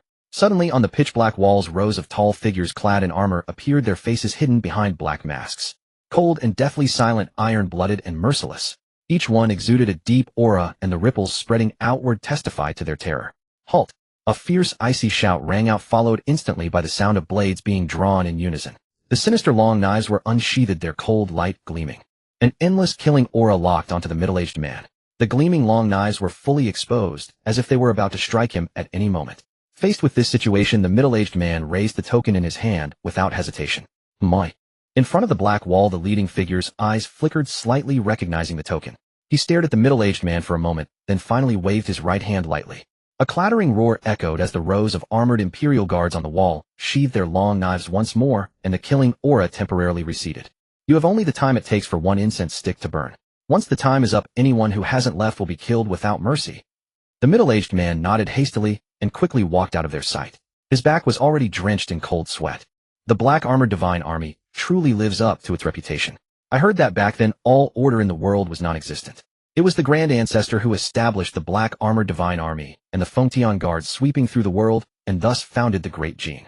Since its inception, this imperial guard has been the most solid butcher knife and bulwark of the royal family. The middle-aged man's heart surged with emotion. He walked straight to the deepest cell of the heavenly prison and stopped. The cell was sparsely furnished with a straw mat on the floor and a small wooden table where a dim oil lamp burned. Sitting cross-legged before the table was a young man dressed in white. The young man had delicate features and a tall, straight posture. Though imprisoned in the heavenly prison, his loose hair was free of any filth, and he exuded great vitality. When he slowly raised his eyes, his gaze was like a deep, cold pool, giving an impression of lofty, unfathomable mystery. Wherever his eyes fell, it seemed as if the people outside the cell were the crawling ants seeking an audience. Your Highness, this subordinate pays his respects. The middle-aged man bowed to Su Chang'an. Su Chang'an slowly opened his eyes and glanced at the middle-aged man indifferently. The Zhong family. Every official in the court is avoiding me now, yet your Zhong family is eager to crawl to me. Aren't you afraid of courting disaster? The middle-aged man's expression changed, and he argued seriously. Your Highness is mistaken. Among the court officials there are countless who support your Highness. The reason they do not come is presumably out of fear of arousing His Majesty's suspicion, lest unforeseen events occur on the day of your Highness's release. Hep. Su Chang'an smiled faintly. Stop wasting words. What do you want here? The middle-aged man handed a rolled paper through the gap in the cell door to Su Chang'an. Su Chang'an glanced at it. It contained much information about the so-called sixth prince. What is the meaning of this? Su Chang'an asked calmly. Your Highness, this is merely a token of sincerity from the Zhong family, the middle-aged man replied. Su Chang'an laughed. The paper scroll in his hand ignited without fire. Then he shot a glance at the middle-aged man, a bolt of lightning-like gaze that blasted him several meters away. So you want me to be your Zhong family's dog? It seems your Zhong family doesn't think much of me either. Your Highness, we. The middle-aged man struggled to get up, his face filled with panic. Get out. The single word fell, and an overwhelming killing intent locked onto the middle-aged man, as if the next moment blood would spill in the heavenly prison. The middle-aged man was terrified out of his wits. He dared not utter another word, hastily prostrated himself, kowtowed in apology, and then scrambled toward the corridor exit, fleeing without daring to stay a moment longer. The prison returned to dead silence, the dim oil lamp flickering. The 36 heavenly aristocratic families who once followed the grand ancestor in conquering the world and enjoyed boundless glory have now degenerated into parasites. How laughable.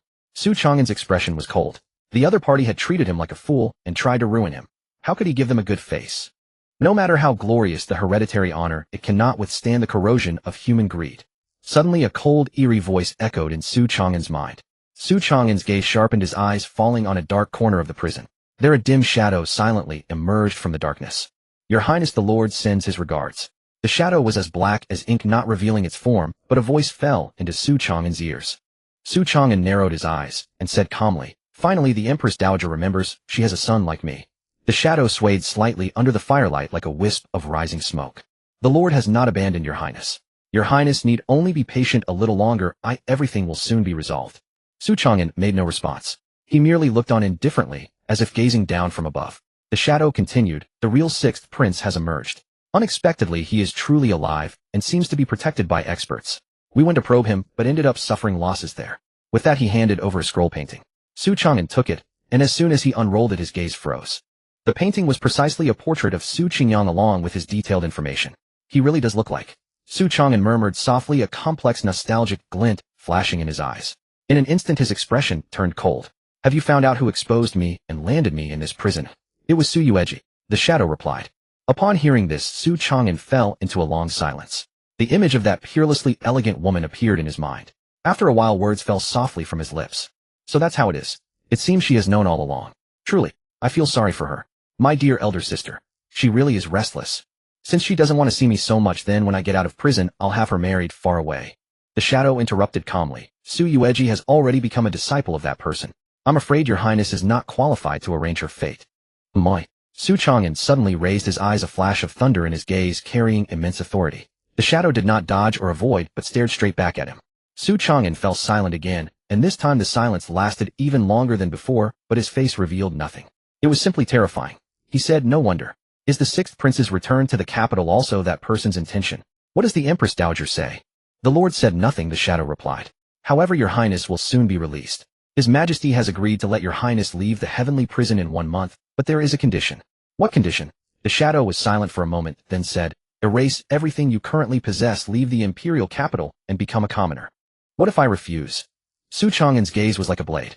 If the price of freedom was to give up everything he had, then he would rather be unfree, even fight to the death.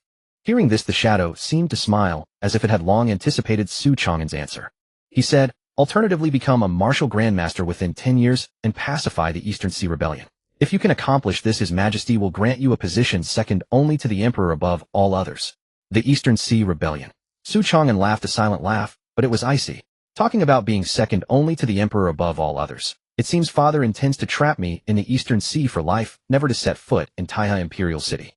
As a prince, he naturally knew the inside story, especially the Eastern Sea, where even the Duke of Yuan once held his halberd. The waters there were deep. Anyone who fell in, unless they were a grandmaster, would not even make a ripple. "There is always a chance, isn't there?" The shadow said, certain that Su Chang'an would never give up this opportunity. "A fine, always a chance indeed." Su Chang'an looked at the shadow, a murderous glint in his eyes. He knew he had been abandoned. If not for his talent, he would probably have been dead without an intact corpse. But why? Clearly everything started because of his Empress Dowager mother. Why must it all be counted against him? Even if he wasn't the sixth prince, he was still a prince by birth. Now he had become a sacrifice. And my dear Empress Dowager, she won't help me with everything, will she? Su Chang'an calmed down and asked calmly. "Of course." The shadow said, "The Lord said that if you can advance to the 3 flowers innate before leaving prison, she will allow us the Blood Shadow Pavilion to assist you with all our might." Su Chang'an smiled faintly. "It seems my Empress Dowager mother has truly calculated everything about me." With that, he slowly raised one hand. A terrifying innate aura rippled around him. Above his crown and on his shoulders, 3 illusory lotuses began to emerge. They grew increasingly translucent, almost solid, clearly containing unimaginable power within.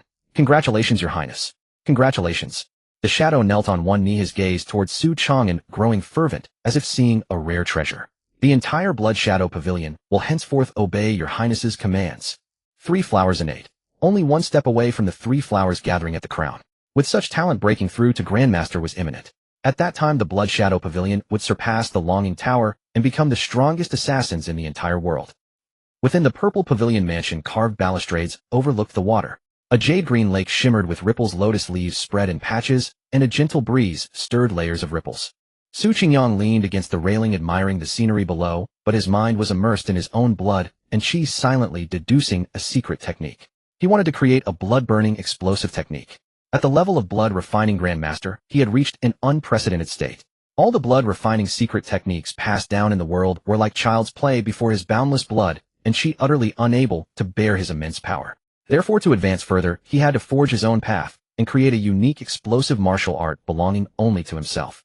Su Qingyang opened his eyes. In his pupils a layer of blood flame instantly ignited. It was life force burning madly. In the blink of an eye 3 layers of crimson surged up. An inexplicable aura rippled. Within the purple pavilion mansion someone shivered, feeling a terrifying majesty. Eunuch Huang, who was dozing under a large tree, suddenly raised his head.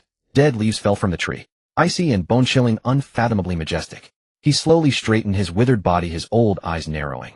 Rustle. The delicate flowers in full bloom all around were instantly shredded by a vicious wind. In a sudden explosion, Su Qingyang's eyes opened and closed, and behind him a huge vertical dragon eye snapped open. Within that dragon eye was a trace of a golden pupil sweeping across the entire purple pavilion mansion. Then a vast dragon roar resounded. As the power of the dragon roar echoed, a tremendous rumble, like a tsunami, descended. The entire lake surface within 100 meters collapsed with a roar, then immediately began to boil. As if an azure dragon was raging in the lake. Su Qingyang closed the massive vertical pupil, contemplated for a moment, and sensed that his power had increased nearly threefold. It can still be stacked further up to 13 layers for this blood-burning secret technique. Since it is derived from the 10 Venerables and 10 Emperors' blood-forging art, 13 is the limit. I shall call it the Azure Dragon blood-burning art. Whoosh! An old man appeared like a ghost. His gaze swept and landed on the jade-green lake. The residual powerful aura made this elderly man who had long lived in the deep palace tremble inwardly. He approached Su Qingyang and asked, "Does the young master know what just happened?" His tone was filled with astonishment, and there was a hint of suspicion towards Su Qingyang. "Oh, it's Eunuch Huang." Su Qingyang smiled, looking at the lake below. To cause such a commotion, it must have been an azure dragon turning over just now. Azure dragon. Eunuch Huang was taken aback. Although he was old, he wasn't senile yet. Where in the world was there a dragon? What other explanation is there? The dragon roar echoed across the fields just now. It can't be that I did it myself. Su Qingyang lied with a straight face. Eunuch Huang fell silent, casting a look at Su Qingyang that did not hide his suspicion. "Fine, I won't hide it from you. It was indeed me." Su Qingyang spread his hands helplessly and nodded in confession. "You? This? Young master?" Eunuch Huang opened his mouth at a loss for words. "Alas, you old fellow, why are you so curious?" Su Qingyang shook his head helplessly and leaned against the railing. Seeing this, Eunuch Huang also gazed into the distance at the jade-green lake for a while. "Tell me, what kind of person is my mother?" Su Qingyang asked suddenly without turning around. Hearing this, Eunuch Huang studied Su Qingyang's face carefully for a moment, then said after a pause, "Lady Qihua was a kind and benevolent mistress. She treated the palace servants very well. So it seems you have long known my origins. Then I don't want to waste any more time. I am probably that so-called real sixth prince, right?" Su Qingyang lowered his eyes. His reflection in the lake water showed a perfect face. Perhaps he had once resembled a certain woman, but unfortunately now there should only be one person left. At this moment, Eunuch Huang, the Grand Eunuch, his expression shifting rapidly, hesitated for a long while before saying, "The young master does indeed bear some resemblance to Lady Qihua, but no more buts. I don't want to waste time. Eunuch Huang, go find someone who can make decisions. If you can confirm my identity as the sixth prince, then all is well. If not, consider my trip wasted." Su Qingyang looked at him calmly. Eunuch Huang was momentarily stunned. After a long time, he said with a complex expression, "The young master need not have been so hasty. I had originally intended to let you enjoy some carefree days to ease your mind. The royal family is a great whirlpool, those who plunge and often disappear swiftly. But since the young master has decided this, servant has no reason to stop you. I will go and report this immediately. However, whether this matter can be accomplished depends on the empress's will. Then I thank Eunuch Huang." In the outer district of the imperial city, sizzle. From a humble dwelling in the alley came the crackling sound of meat hitting hot oil, as boiling oil continuously stirred the tender fat of pork, filling the entire lane with a rich aroma. Suddenly a faint rustle seemed to come from the rooftop. 2 figures had somehow appeared on the terrace of another house. One of them was clad in a flowing black gauze robe which concealed some of her graceful curves, yet still stirred the heart. She was a strikingly beautiful woman, but her face was veiled with a black silk obscuring her true features, leaving only a pair of autumn water-like eyes visible. Those eyes seemed to see through everything profoundly deep. Then she gently lifted her gaze and looked up at the sky. The once clear blue sky had turned overcast without warning. The air grew heavy, the horizon darkened. Distant clouds rolled in, pressing lower and lower, as if about to crush the entire imperial capital. The two were naturally Lu Qingni and Ning Qingqing. Ning Qingqing pursed her lips, glanced around left and right, rubbed her chin, and murmured, "Judging by the weather, it's going to rain." As if to confirm her words, a dull thunderclap rumbled from the thick clouds, echoing endlessly. Lu Qingni looked at Ning Qingqing, a trace of helplessness flickering in her eyes. Then her gaze sharpened, and she said solemnly, "Huang Di and Tian Ge have failed to report to the 6 doors for 3 days now. I fear it is as the young master said. They have run into serious trouble." When Lu Qingni had just visited the Secret Affairs Bureau, she had already retrieved the information on the 2 6 doors agents who escorted the fake 6th Prince, Su Huai. But after rushing to the 6 doors to inquire, she learned that the two had not shown themselves since returning to the capital with the prince. A sense of unease rose in Lu Qingni. After asking about their residences, she immediately headed to the outer city. I just asked. Huangdi's place is over there. Ning Qingqing pointed to a small courtyard ahead. Lu Qingni nodded, lightly tapped her foot on the ground, and flew toward the courtyard. At the same time, the intelligence about Huang Di flashed through her mind. Huang Di was a Houtian warrior who had opened 32 extraordinary meridians. He was taciturn, minded his own business, never defied his superiors, and was honest and law-abiding. He had not yet taken a wife, hoping to advance further in the 6 doors. Thus he had taken on the arduous task of escorting the prince to the desolate region of Manzhou. As for Tiangu, also a Houtian warrior, he was an inveterate gambler. It was said that after losing all his money, he accepted the assignment. Had his late father not made great contributions to the 6 doors in his early years, he would have long been dismissed. Landing on the wall of the small courtyard, Lu Qingni immediately frowned. The courtyard was empty, clearly abandoned for some time. In the center stood a willow tree beneath which was a deep well, a desolate scene. Lu Qingni jumped into the yard. Ning Qingqing suddenly poked her head out from the doorway. She scratched her head, puzzled. The door is not locked. Lu Qingni nodded, pushed open the door, and carefully searched the room. After a moment, she wiped a finger across the table, leaving a clear trail of dust. Find anything? Ning Qingqing pushed the door open and entered. Judging by the dust marks, the time roughly matches 2 or 3 days. In other words, Huang Di has not returned home since coming back from Manzhou. Lu Qingni glanced at the dust on her finger and said softly, "He's missing. Could something really have happened? What should we do next?" Ning Qingqing rubbed the goosebumps on her arms, feeling a chill of unease. "Let's go to Tianji's place." "All right." Over the entire imperial city, the sky was thick with dark clouds, as if covered by a massive ink-black cloth. Fewer and fewer pedestrians walked the streets. Suddenly, dense raindrops began to fall, crackling loudly. The few remaining people on the streets scattered in all directions, seeking shelter under the eaves of shops. In an instant, the heavens seemed to split open, pouring down a torrential rain. The wind howled, the rain slanted, and the shop signs on both sides of the street swayed violently. The gate of a deep, secluded residence stood wide open. A passing man, drenched to the bone, saw the gate and hesitated briefly before dashing under the eaves to take shelter. "Strange, isn't this Tianji's place? Why is the door open?" The man muttered to himself as if he knew Tiangu. As he spoke, he glanced into the courtyard. It was pitch black. The dark clouds blotted out the daylight, making it as deep as night, obscuring everything. "What's that smell?" Suddenly the man caught a bizarre foul odor, like the rotting carcass of a rat that had been dead for several days. "Damn, did Tiangu take a dump in the yard?" The man covered his nose, his face twisted in disgust. A lightning bolt suddenly tore through the sky like a sword, illuminating the long street in a ghastly white. Then a thunderclap exploded, as if to shatter heaven and earth. The lightning flashed, and an eerie wind howled. But the man who had been standing under the eaves had vanished without a trace. Silent and soundless. A faint, prolonged breath seemed to echo from deep within the house. The wide-open door resembled the gaping maw of a giant beast lurking in the darkness. Amid the chaos, Lu Qingni suddenly halted, standing in the rain.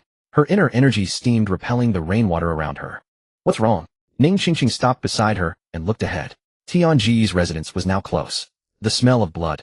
Lu Qingni frowned slightly, a sense of caution rising within her. "Something's off. Be careful. Let's take a look." Lu Qingni drew her black sword, her figure flickering in the rain. In the blink of an eye, she was on the roof of Tianji's house, with Ning Qingqing close behind. She lifted her gaze to the courtyard and gasped. This is... A lifelike human head still attached to some flesh at the neck, as if it had been ripped from the body while the person was still alive. His eyes were wide open, as if he had seen something utterly terrifying before death, his expression frozen in that moment. Vivid and lifelike. A pungent stench of blood rushed over. Lu Qingni frowned and continued looking, then her pupils constricted. It wasn't just that one head. A pile of human body parts like garbage was heaped together into a small mound, with crimson blood pooling on the ground.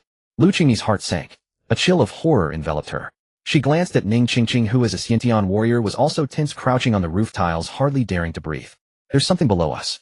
Ning Qingqing transmitted a message, her voice grave. "Don't move. It's very dangerous. I'm no match for it." "Can you discern what it is, eh?" Lu Qingni asked, her expression grave. "I'm not certain, but it's no benign entity. I've never witnessed such cruelty."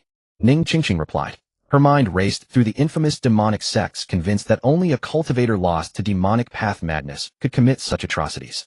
Lu Qingni fell silent, circulating her cultivation technique meticulously, sensing every nuance of their surroundings. The torrential rain lashed the roof tiles, and from within the house came a long, drawn-out breath. Gradually the breathing grew fainter, as if sinking into deep slumber. Just as Lu Qingni allowed herself a moment of relief, a sudden violent chill erupted over her skin, her scalp tingling. "Run!" she bellowed. Ning Qingqing hesitated not an instant. A layer of white vapor rose from her body. With lightning speed, she seized Lu Qingni's shoulder and vaulted backward. In that moment time seemed to slow.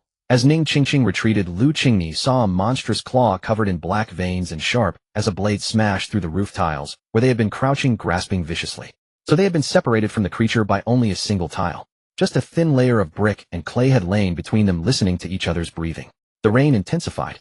Lu Qingni and Ning Qingqing stared fixedly at the gaping hole in the roof where a pitch-black silhouette slowly rose. Lu Qingni's gaze sharpened. The figure standing up was none other than Tiange. But now his body shuddered incessantly, his face contorting as if something inside were about to burst through the skin. Tiange suddenly emitted an eerie laugh. As he laughed with a crack, his face split open from the nose outward. The original visage shattered instantly, and from within squeezed out a grotesque, hideous face. 6 irregular, mismatched pitch-black pupils paired with a mouth full of jagged teeth made it look like a demon, utterly horrifying. His body too was cracking open. Flesh tore apart, revealing a twisted amalgamation of several human forms contorted into a 4-armed demonic ghost shape.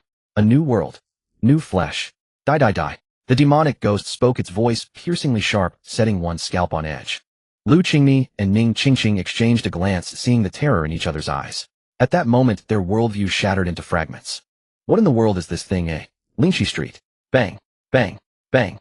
A continuous series of explosions erupted violently, like a hurricane sweeping through. Houses and brick walls, fragile as deadwood, shattered and burst apart at the slightest touch. The rampant destruction stretched from one end of the street to the other. Amid the thick dust, the demonic ghost's sinister silhouette slowly rose, exuding an aura of brutality and oppressive terror. Such a terrifying monster. Ning Qingqing stood atop a tavern, her jade-like hand trembling beneath her robe. She had only briefly clashed with the demonic ghost, yet her internal energy nearly scattered. The creature's physical resilience was formidable, and judging by its form, it likely lacked the usual weaknesses of a human. Roar! The demonic ghost howled at the sky, its 6 pupils swiveling to fix on Lu Qingni. Its sinewy, bulging body erupted with terrifying veins, and with a burst of leg power, it launched itself like a cannonball, pouncing with savage ferocity. Lu Qingni's expression shifted. She activated her flowing cloud movement to its utmost, her figure flickering elusively through the rain. Boom! A thunderous explosion, a shockwave of sheer force erupted, surging outward like a rampaging dragon. The ground split open, mud and debris flying skyward. Within a radius of 20 to 30 meters, it was as if artillery had struck, leveling everything in an instant. Such bombardment had occurred over a dozen times in a short span. The demonic ghost seemed inexhaustible, ceaselessly pounding, while the 2 women, stretched to their limits, were nearly drained of spirit. Their internal energy waned, fatigue creeping in. Ning Qingqing gazed at the entangled figures in the alley, and her right hand moved abruptly beneath her robe. Internal energy exploded forth. The 5 rings shot out like 5 meteors, slamming into the demonic ghost as it rose. Simultaneously, Lu Qingni unleashed her black sword. A surge of pitch-black sword aura expanded, transforming into a dozen dark lines that sliced toward the demonic ghost from all directions. Seeing the elusive little insects dare to resist, the demonic ghost roared in fury, clenched all 4 fists, and punched out with earth-shattering force. Rain poured down in torrents. The terrifying fist force carved a massive vacuum zone through the surrounding rain curtain. Lu Qingni's pupils contracted. Her black sword aura was torn apart, and then Ning Qingqing's 5 rings struck the demonic ghost like cannonballs. Bang! Bang! Bang! The impacts rang out in a continuous barrage. The demonic ghost's feet carved a deep groove several feet long into the street, while the surrounding stone pavement for several zhang was shattered and sent flying. Lime dust and smoke briefly rose in the rain, only to be quickly doused by the downpour. The demonic ghost let out a pained howl, but its damaged flesh visibly writhed and healed in the blink of an eye. Without pause, it took heavy steps and charged forward, fearless of death. Lu Qingni and Ning Qingqing both paled. Damn it, this monster's body is too tough. I have no stronger means to harm it. Miss Lu, do we fight or flee? Ning Qingqing asked, full of tension. She knew that boarding Su Qingyang's boat would lead to no good. Who fights a monster on the very first battle? Lu Qingni touched the blood jade in her bosom, murmuring, the young master left me a contingency. Her gaze fixed on the demonic ghost, and the next moment a cold gleam flashed in her eyes as she prepared to crush the blood jade. Clang! A crisp sword cry tore through the rain curtain. From far away, a magnificent sword light soared like a celestial dragon, parting the waves, cutting through the deluge, and in a flash of lightning struck the demonic ghost, cleaving down with lethal precision. The demonic ghost let out a thunderous roar, crossing its 4 arms in front of its body. Amid the violent boom, the very air seemed to explode. The demonic ghost was blasted backward like a cannonball, hurtling across the entire street, crashing heavily into the wall of a rear courtyard, sending bricks and splintered wood collapsing in a heap. What kind of freakish thing dares to disturb my sweet slumber? A clear voice rang out. A young man in a white robe, holding a cerulean longsword, stepped lightly through the rain, gliding toward them. Lu Qingyi focused her gaze. The newcomer was none other than Xia Konghan of the Eastern Sword Pavilion. She narrowed her eyes, pocketing the blood jade, a flicker of curiosity rising within her. She wondered why Xia Konghan had not yet left the imperial city. But now it was beneficial. On one side a bizarre monster, on the other a young prodigy of the Eastern Sword Pavilion. The two were about to clash. What kind of monster is this? Xia Konghan's face showed disgust, the Tianjiao, sword in his hand, trembling slightly, its clear and resonant hum echoing through the rain alley. Boom. The concrete rubble created by the demon ghost crashing through the wall exploded violently, countless fragments and dust shooting into the sky. The demon ghost struggled to stand, its 6 pitch-black pupils fixed on Xia Konghan. Its twisted flesh writhed continuously, and the wound just inflicted by the sword light was healing and regenerating at a visible speed. Be careful, this monster's body is extremely tough. From a distance, Ning Qingqing suddenly warned. Xia Konghan didn't even glance at her. His azure-long sword pointed diagonally at the ground, rain streaming down its blade, his expression cold and aloof. Wow, so arrogant. Ning Qingqing muttered softly, then quietly moved to Lu Qingyi's side. What do we do now? Should we seize the opportunity to strike, or wait and see? Lu Qingyi focused on the situation, replying in a low voice, let's watch for now. Xia Konghan is very strong. Let's test the limits of this demon ghost. If even he can't suppress it, we'll find a chance to intervene. Before the words faded, the demon ghost in the ruins stomped the ground, its massive body breaking through layers of rain, stirring up a foul wind as it lunged at Xia Konghan. Get lost. Xia Konghan snorted coldly, without hesitation, swinging the Tianjiao sword forward. Rolling sword intent erupted instantly in attack, like a giant wave surging forth. Like waves, endless and relentless, one layer after another. The demon ghost seemed startled by Xia Konghan's fierce sword intent, hesitated for a moment, and was directly wounded, blood splattering. You dodged quickly. Xia Konghan held the Tianjiao sword horizontally, a line of blood flashing across the blade. Blood gathered at the tip, forming droplets that fell continuously. Good. Sharp. Sword. Suddenly an icy voice rang out in the rain curtains, startling Xia Konghan, Lu Qingyi, and the others, their faces showing shock. It was the demon ghost speaking. The demon ghost glanced at the sword wound on its chest, then gathered its large hand and gently wiped it away. What exactly are you? Speak, and I'll leave you a whole corpse. Xia Konghan shouted sternly, his face grim. He had roamed the martial world for years and never seen such a monster, as if it shouldn't exist between heaven and earth. What am I? I am, naturally, human. The demon ghost grinned, and clearly its articulation became clearer, as if regaining its intelligence and spirit. What a wonderful world, so beautiful. Everything is complete, everything exists. Such a world should belong to us. The demon ghost laughed loudly, raising its 4 arms high, greedily feeling the rain on its body. Everything here was novel to it. Nonsense. You're trying to buy time. Xia Konghan's eyes turned cold. His inner energy steamed, and 2 illusory lotuses appeared on his shoulders. His rolling inner energy pushed the torrential rain aside. 2 lotus Xiantian. He has actually reached this level. From afar, Lu Qingyi was shaken inwardly. As expected of the foremost young disciple of the Eastern Sword Pavilion. After losing to Su Chang'an, instead of being crushed, he broke through and rebuilt, ascending to 2 lotus Xiantian. She seemed to guess why Xia Konghan was still in the imperial city. Probably waiting for Su Chang'an to be released from prison to seek revenge. Tiny insect, you are not bad. If you submit to me now, I might consider making you my subordinate to fight alongside me. The demon ghost spoke, its aura growing more powerful and bloodthirsty. It seemed to be getting stronger with time. Or rather, it was actually restoring its true form. Clang. The sound of metal clashed, reverberating endlessly. The torrential rain in this street shook violently. In response to the demon ghost came a sword light like a surging tide. Extremely violent, extremely ferocious, and extremely merciless. Green water sword technique, slaying dragon. From afar, Lu Qing's eyes widened as she watched the sword light pour like mercury, roaring as it moved as fast as lightning, breaking the sound barrier, in an instant kicking up a mist of white vapor. Even though it wasn't aimed at her, she felt as if she would be split in 2 by the sword in the next moment. Not to mention the demon ghost facing Xia Konghan directly. An extreme cold sensation flowed through its body, and the shadow of death pressed on its heart like a 10,000 zhang mountain. It had not felt this way for a long time. The most unforgettable time was when it gazed from afar at the great Jidushi lord, whose terrifying figure made it feel as if falling into hell. Roar! Its hair stood on end, and the demon ghost let out a terrifying roar. The ground burst apart, collapsing into a large pit with dense cracks like a spider web. The demon ghost raised its 4 arms to the sky, twisted gray flames burning on them. Using the powerful recoil, its massive body charged at Xia Konghan with even more violent fury. Boom! A terrifying collision sound rang out, and a visible shockwave radiated in all directions. All the buildings on the entire street were instantly shattered, countless bricks and debris flying everywhere. Amid the violent air explosions, Xia Konghan remained expressionless. The Tianjiao sword moved like a dragon, weaving around the demon ghost, leaving terrifying sword marks on its body. The demon ghost, after withstanding Xia Konghan's green water sword technique, had one arm sliced in half, dangling like a boneless chicken strip. Merely the sharpness of your weapon. The demon ghost sneered, turning all its joints into ferocious weapons, striking at Xia Konghan.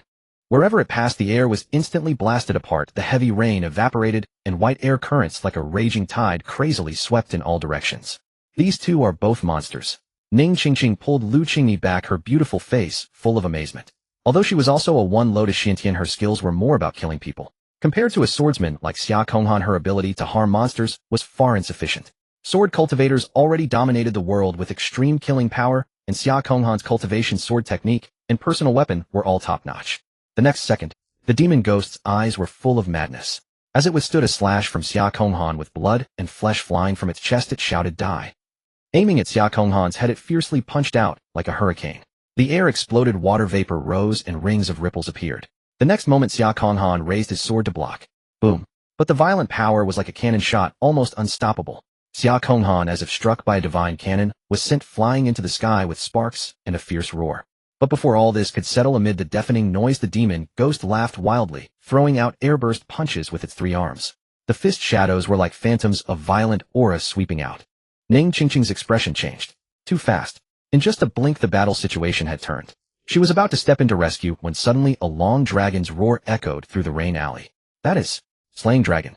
A sword light flashed, and between heaven and earth it seemed a flood dragon had burst out from the deep sea, soaring into the sky. In that instant, the demon ghost's heart trembled, feeling as if a flood dragon was staring at it, its murderous aura boundless. But the next moment, its pitch-black pupils shook, dispelling the incoming spiritual intimidation.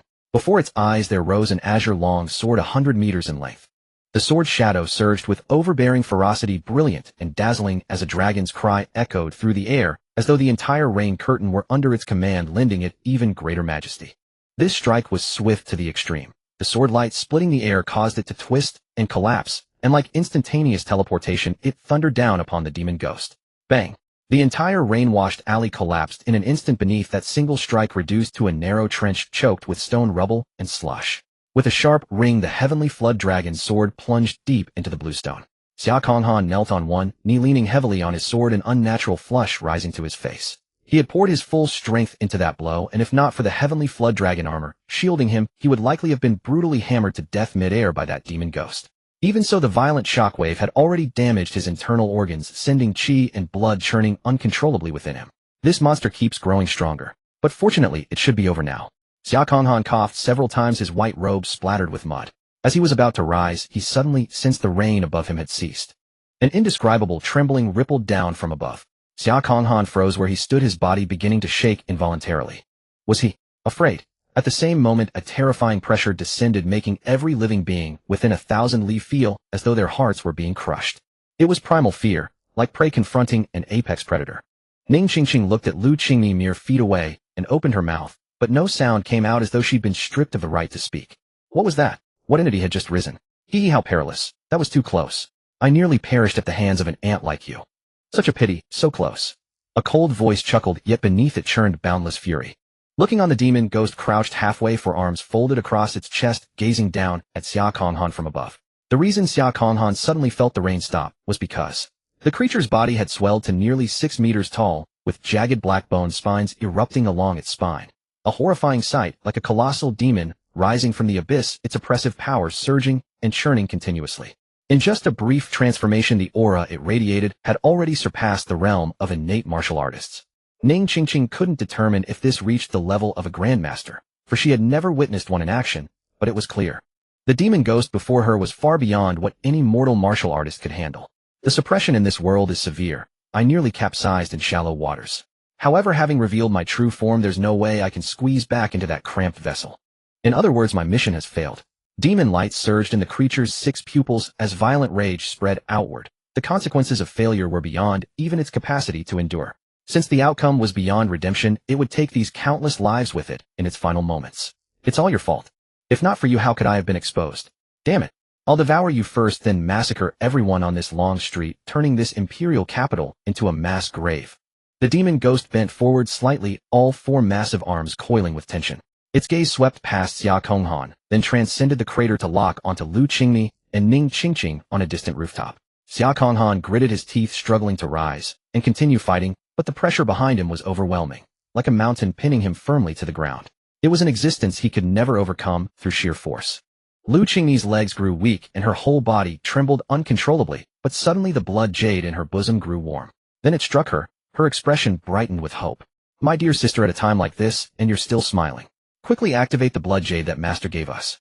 Ning Qingqing's breathing grew ragged as cold rain poured down, chilling her heart, but when she turned to see Lu Qingmi smiling, she nearly wept without tears. What was happening? Was she destined to die today? It's no longer necessary. Lu Qingmi whispered softly. What? The demon ghost, consumed by wrath and nearly frenzied, was about to rise and charge forward, intent on crushing every living thing within sight in an instant. Boom. Muscles corded and veins bulged as its tremendous power erupted like a volcano, but then it suddenly stalled. It discovered it couldn't stand up at all, because a fair slender hand had casually reached out without warning. Fingers spread wide, palm facing down, it pressed firmly onto the demon ghost's enormous shoulder. Roar! Damn it! Get off! Get the hell off! The demon ghost's screams of terror exploded continuously, its muscles bulging wildly as the surrounding earth shattered and collapsed. Proof of how terrifying its struggles were.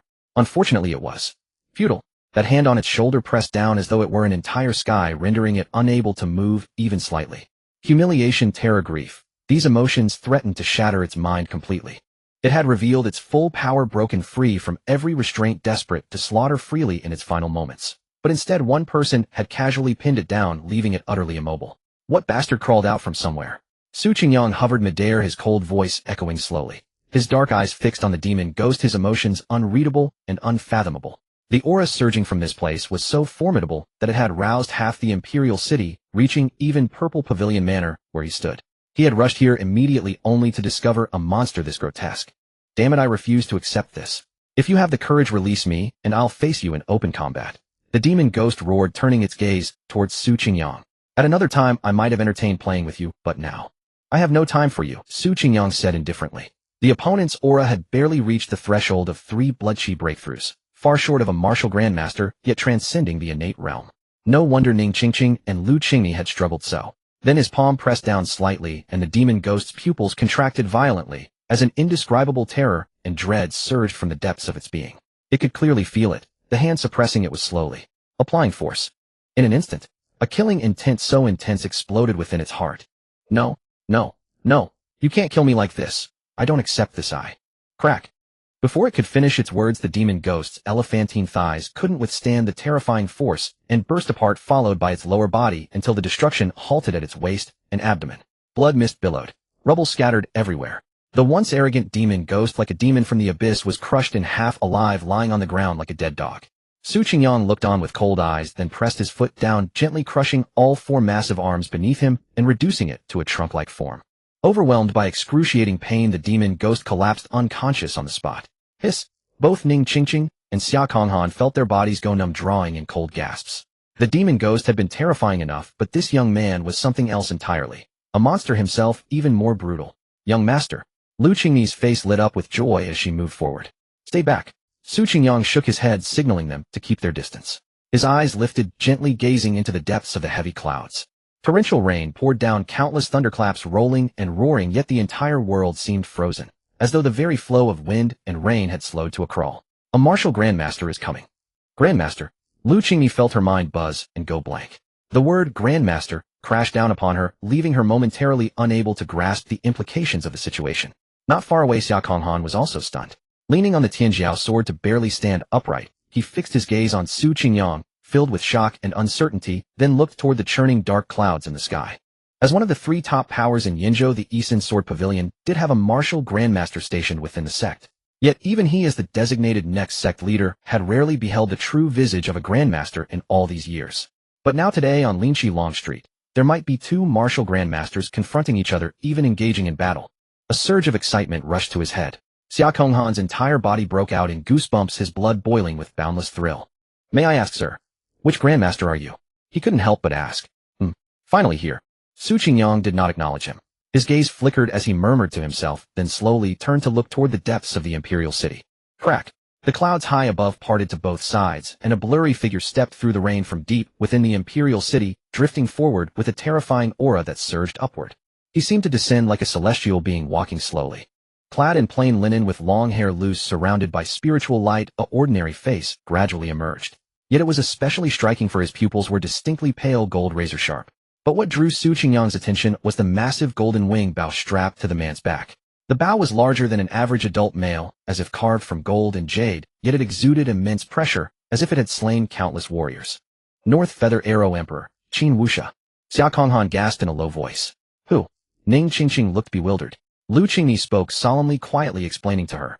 Qin Wuxia, known as the world's foremost arrow emperor. In the vast world many who wield the sword are honored as sword emperors, but only one has reached the pinnacle and earned universal recognition in the art of archery. Beyond the northern frontier of Dajin, vast grasslands harbored numerous barbarian tribes. Skilled in riding and archery, they worshipped savage, evil gods, were bloodthirsty, and used human sacrifices, and raided Dajin's borders year after year. Decades ago the barbarians reached their peak, giving birth to a barbarian king hailed as a divine son. His physical might dominated the grasslands, and his archery was said to be transcendent, capable of taking a man's head from 1,000 miles away. He united many barbarian tribes and launched a massive invasion of the Great Wall. The northern border defenses fell one after another, countless soldiers buried in foreign lands. Qin Wuxia was born amid this war-torn chaos. He followed an old border soldier to learn archery and rose step by step through blood and fire. He slew the barbarian divine son with a single arrow. With one arrow he intimidated tens of thousands of barbarian allied troops.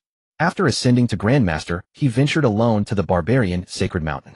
Even if 1,000,000 stand against me, I shall go. No one knows what happened during those years, but the barbarians insisted that Qin Wuxia failed to reach the mountain's summit, yet the great temple dedicated to the evil god on the sacred mountain was pierced through by an arrow. From then on the barbarians suffered a severe blow and could not launch a large-scale invasion for a century. Qin Wuxia became famous overnight, and the world honored him as the North Feather Arrow Emperor.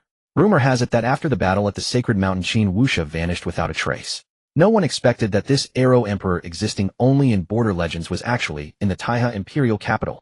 Lu Qingni frowned, her mind filled with doubts and astonishment along with more confusion. In the midair Qin Wuxia's pale golden eyes locked onto Su Qingyang from afar. His sharp pupils narrowed slightly, then swept over the dying demonic corpse below his brow, furrowing even deeper. When did this world produce a blood-refining grandmaster? Even Qin Wuxia, accustomed to great storms, found it unbelievable. In his perception, although the young man below had restrained his terrifying blood aura, he still sensed an immensely vast scorching heat, as if a boundless abyss lay across the earth, encompassing all directions. Rain halted between them, thunder silenced, and an invisible force collided, squeezing, so that the torrential rain within 1,000 zhang was blasted away, opening a void in the air. I once thought that the blood-refining grandmaster was merely an illusory myth, but I never imagined someone could truly reach this realm. Good, good, good. This is truly wonderful. Qin Wuxia's tone grew fervent, his pale golden pupils sharp as a blade. Meeting a worthy opponent, his heart surged with uncontrollable excitement.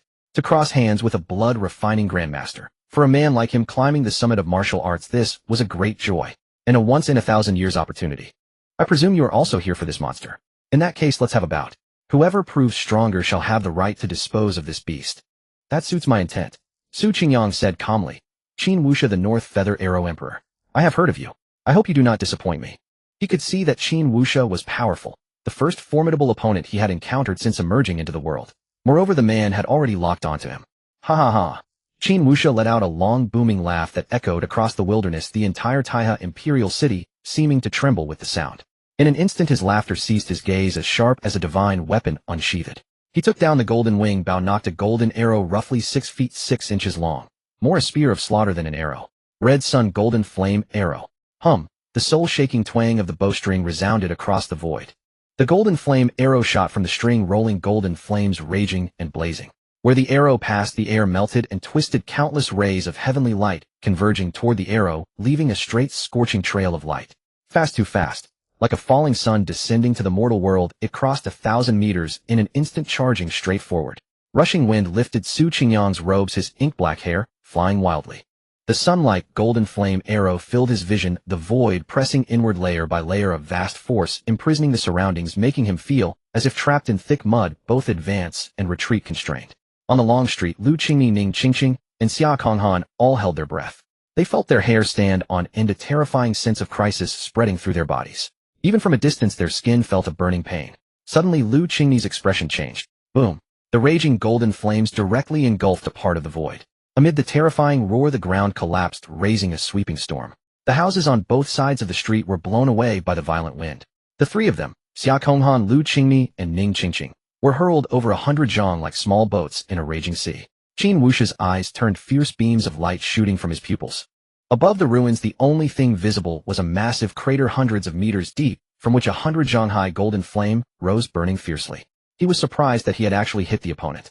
The legendary blood refining grandmaster shouldn't be this weak. Or is it that you're only at this level? Qin Wushe looked at the deep pit, a faint trace of disappointment finally appearing on his face. Crack crack. Suddenly from deep within the earth came the sound of something being overturned and shattered, the entire ground trembling. In the next instant Su Qingyang, dust clinging to his clothes, slowly emerged from the massive pit, stepping on golden flames and gently twisting his neck. The power is acceptable. Su Qingyang weighed the golden arrow in his hand and smiled faintly at Qin Wushe. Qin Wushe's pupils contracted and an overwhelming shock surged within him. The red sun golden flame arrow he had shot was actually caught barehanded. How could this be? Masters of the same cultivation level had always only been able to evade his attacks and wait for an opportunity to engage in close combat. Now it was caught barehanded, an unprecedented event. It is impolite not to reciprocate. Su Qingyang flipped his right hand, producing the pitch-black Black God halberd. His vitality surged and his eyes, when opening and closing, shone brilliantly like a golden river of stars.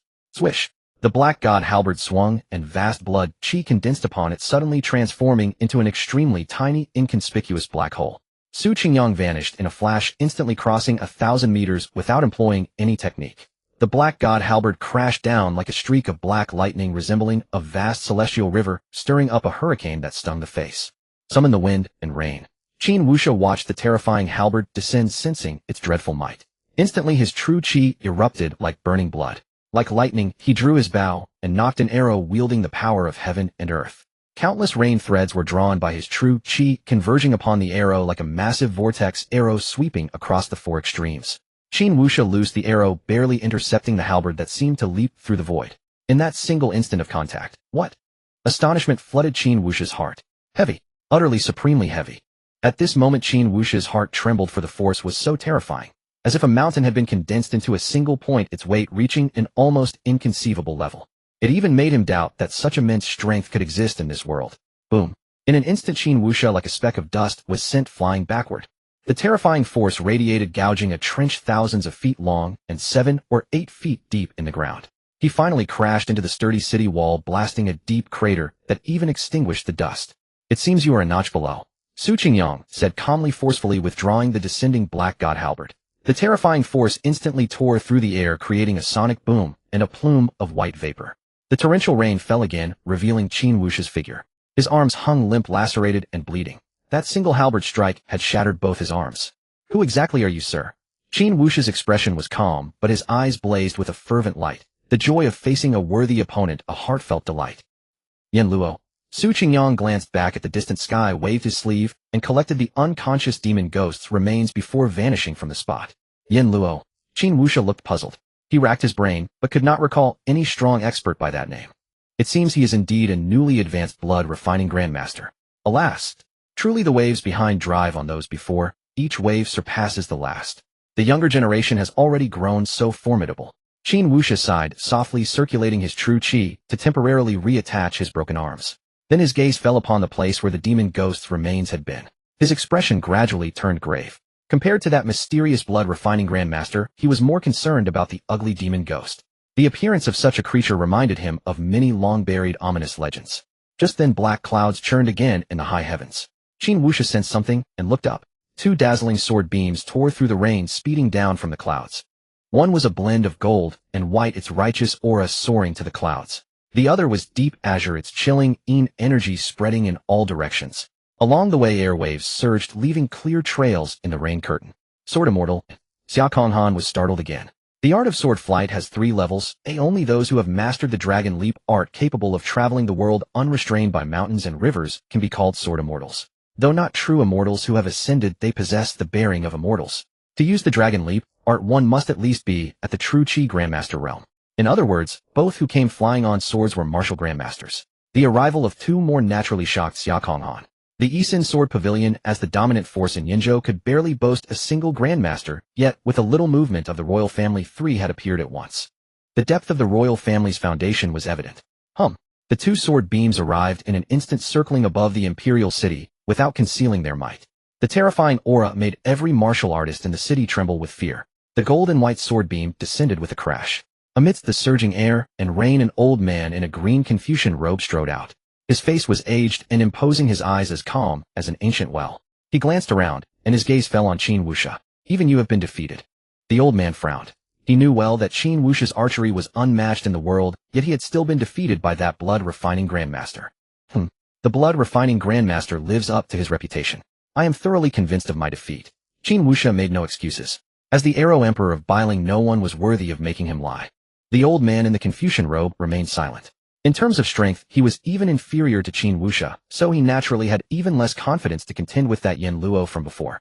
His gaze also fell on the demon ghost's remains, and his frown deepened. How is this possible? How did such a fiend appear in the mortal world? Did it escape from some forbidden zone? I'm not sure. That Yin Luo from before was also after it. However, Qin Wuxia paused. Suddenly, he turned his gaze to Lu Qingmi and Ning Qingqing, who were huddling together in fear, and to Xia Konghan, who was still recovering from his injuries. Before this, it seems these three young friends were desperately fighting it. As the two martial grandmasters' gazes fell upon them, Ning Qingqing nearly wept, unable to help silently cursing Su Qingyang. You left fine, but why didn't you take the two of us with you? Compared to the panicked Ning Qingqing, Lu Qingmi was much calmer, faintly understanding Su Qingyang's intentions in her heart. Taking them away in public would have directly confirmed their relationship. Now that they were safe, how could they act in the imperial city? Besides, the young master probably intended to use them to spread news of the anomalies in Manzhou. Manzhou must indeed be facing a major crisis. Even a constable returning from Manzhou was harboring such a monster. Then Manzhou. No Huangdi had not been found yet. Lu Qingmi's expression changed. Are you saying this demon was once a constable of the Six Gates? Qin Wuxia's pupils contracted slightly as he exchanged a glance with the elder in Confucian robes, both seeing the shock and disbelief in each other's eyes. Yes. Lu Qingmi spoke with a steady demeanor but concealed Su Qingyang's presence. She merely stated that she had started from the investigation of Su Huai's death in the Purple Pavilion and followed the clues to the constable of the Six Gates who had escorted him back to the capital. Having said that, she stood quietly by the side, her eyes downcast. Yet inwardly she could not help but feel a little uneasy. Although she had hastily woven the general course of events, she was not certain that she could deceive a martial grandmaster of such caliber. On the other side, Xia Konghan knitted his brows as well, apparently not expecting such twists and turns behind the scenes. He then explained to the two grandmasters that he had been disturbed by the loud commotion in the dead of night, and thus intervened to slay that monster. Hearing this, Qin Wuxia swept his sharp gaze over them, perceiving that both had concealed a few things, but he did not press further. It seems that some changes have indeed occurred in Manzhou, the elder in Confucian robes said in a deep voice. He had always despised this barbaric land. Had he known earlier, he would have wiped out these savages. Qin Wuxia mused. A few days ago it was said that there was a bandit uprising in Manzhou. Could it be that the White Lotus sect has uncovered some secrets? Or perhaps those surrendered barbarians with their hearts unrepentant have once again sacrificed to their evil god? The elder in Confucian robes looked at Qin Wuxia and asked, Brother Wuxia, you once ventured into the barbarian's sacred mountain. Do you know what secrets that so-called evil god conceals? There are no gods in this world. I once drew my bow and shot down the great temple, yet no god descended to punish me. Qin Wuxia said indifferently with a natural arrogance. The elder in Confucian robes pondered, then said, 2 constables, and one is still missing without a trace. If a demon has also been parasitized inside his body, we should not mobilize too many men and tip off the enemy. Let us first find this person, perhaps we can follow the trail. Before he could finish, a cold voice suddenly came from the sky, too troublesome. I will personally go to Manzhou and see what evil spirit is causing trouble. No, it might lead to unforeseen danger. The elder in Confucian robes said hastily, transforming into a streak of sword light and charging into the sky to block him. What danger? Is there anyone in this world who can stop me? The voice from the sky grew fainter, and the 2 streaks of sword light entangled and drifted away from the imperial city. Qin Wuxia withdrew his gaze from the high sky and turned his eyes to Lu Qingmi. His pale golden eyes were sharp and intimidating, making it hard to meet his gaze for long. After a moment, he suddenly softened his aura and smiled faintly. Miss Lu, you belong to the Secret Bureau. I entrust you with the task of searching for Huangdi. If you encounter any trouble that is hard to resolve on the way, just mention my name. With that, he took out a wooden token from his bosom and handed it to Lu Qingmi. Lu Qingmi looked at it. On the wooden token was carved a golden-winged eagle spreading its wings with ancient lines that contained a powerful arrow force. With a long laugh, Qin Wuxia's figure flickered and vanished into the sky as a golden light. The air finally fell silent. Ning Qingqing looked left and right, let out a long sigh of relief, patted her chest, and crouched down with a bitter face.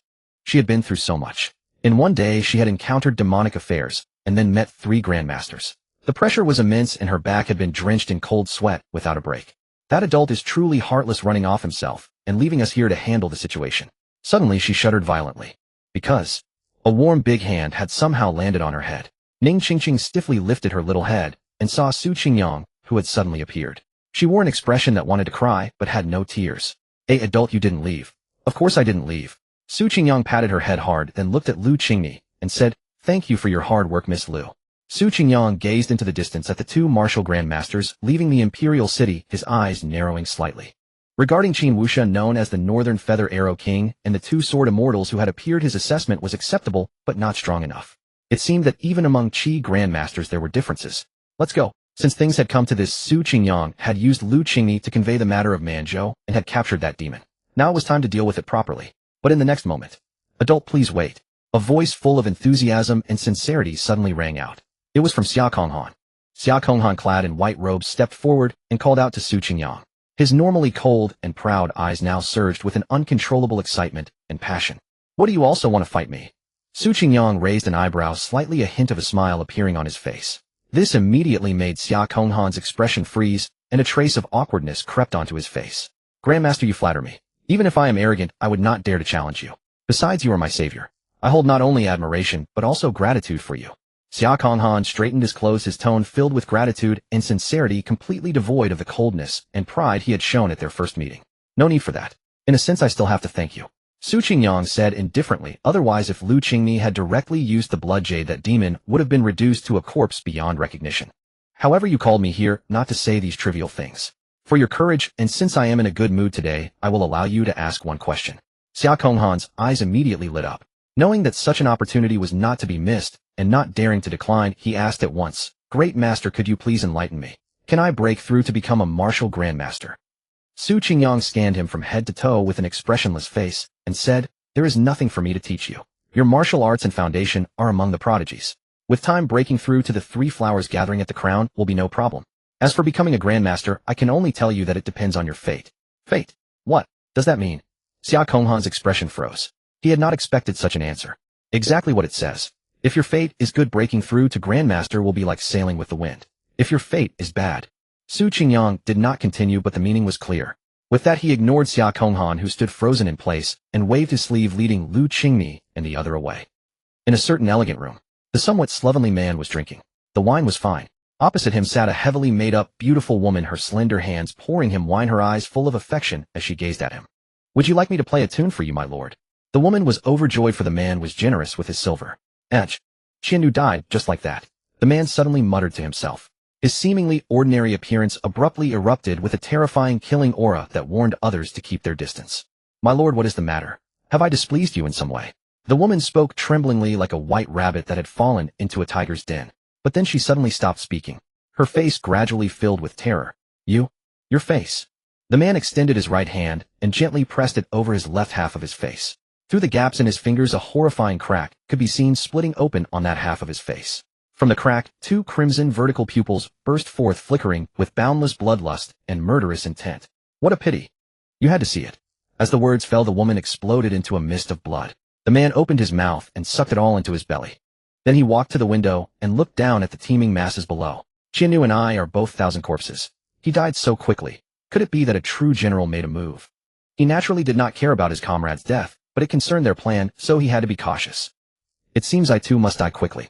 But not just anywhere. I need the right moment and the right place," the man said calmly, his tone detached and ruthless. He slowly lifted his eyes and looked toward the imperial palace, revealing a face that was unharmed. If someone who knew him had seen this, they would have recognized him. It was Huangdi. Bang! Su Qingyang casually tossed the dying demon to the ground, his gaze falling upon its broken body. To his surprise, the flesh was still writhing, slowly repairing its wounds. What a terrifying monster! Lu Qingyi frowned. She had never imagined anything could possess such tenacious vitality, refusing to die even in this state. Su Qingyang said nothing, stepped before the demon and kicked it awake. The demon's eyes snapped open.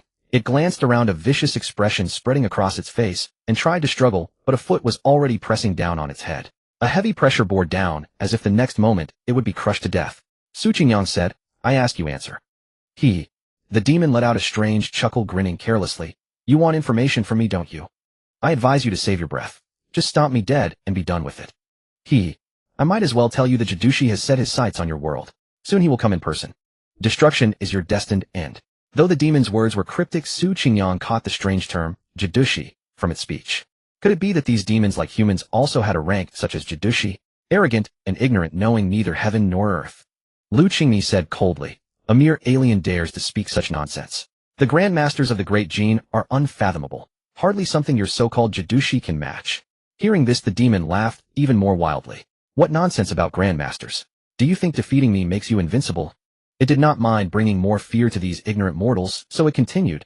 I am merely a humble 1,000 army. Above me is the 10,000 army, and beyond that true generals and king generals. Yet even such beings are but ants that the Jadushi can crush with a flick of his finger. Lu Qingni paused, her brows furrowing, and finally showed disbelief. She understood the terrifying implications behind these words. This demon before her had already surpassed the innate realm comparable to 3 blood chi breakthroughs. By that logic, the 10,000 army above it would be equal to a grandmaster, and the true generals and king generals might even surpass the grandmaster realm. And the Jadushi whom it revered as a god. What kind of horror must that be? See, the ants are beginning to fear. Seeing the change on Lu Qingni's face, the demon laughed, as if no one else was present. You lowly inferior creatures, before us noble humans you should. Before it could finish, Su Qingyang impatiently kicked it in the mouth. You are human. Then what are we? Ugh. The demon struggled, its words slurred. Don't be fooled by its words. You're only scaring yourself. Su Qingyang turned to Lu Qingmi, seeing through her anxiety. So-called 1,000 army and 10,000 army are merely distinctions within the same rank. They may not be able to transcend their inherent level. As for true generals and king generals, the same logic applies. Whether they can even touch the grandmaster realm is uncertain. After all, there is a vast gap between mortal martial artists and grandmasters, and even among grandmasters, strength varies greatly. With that, Su Qingyang's gaze returned to the demon beneath him. I hope you'll tell me something useful next, or I won't mind making you taste my methods. The demon's 6 pitch-black pupils rolled, but it remained silent, only emitting a low, threatening growl from deep in its throat. It had already revealed the hierarchy to its limit, the deeper secrets it would rather die than divulge. Ning Qingqing leaned nearby and whispered, Young master, it seems determined not to speak. Shall we resort to force and interrogate it? Su Qingyang nodded slightly, his eyes narrowing.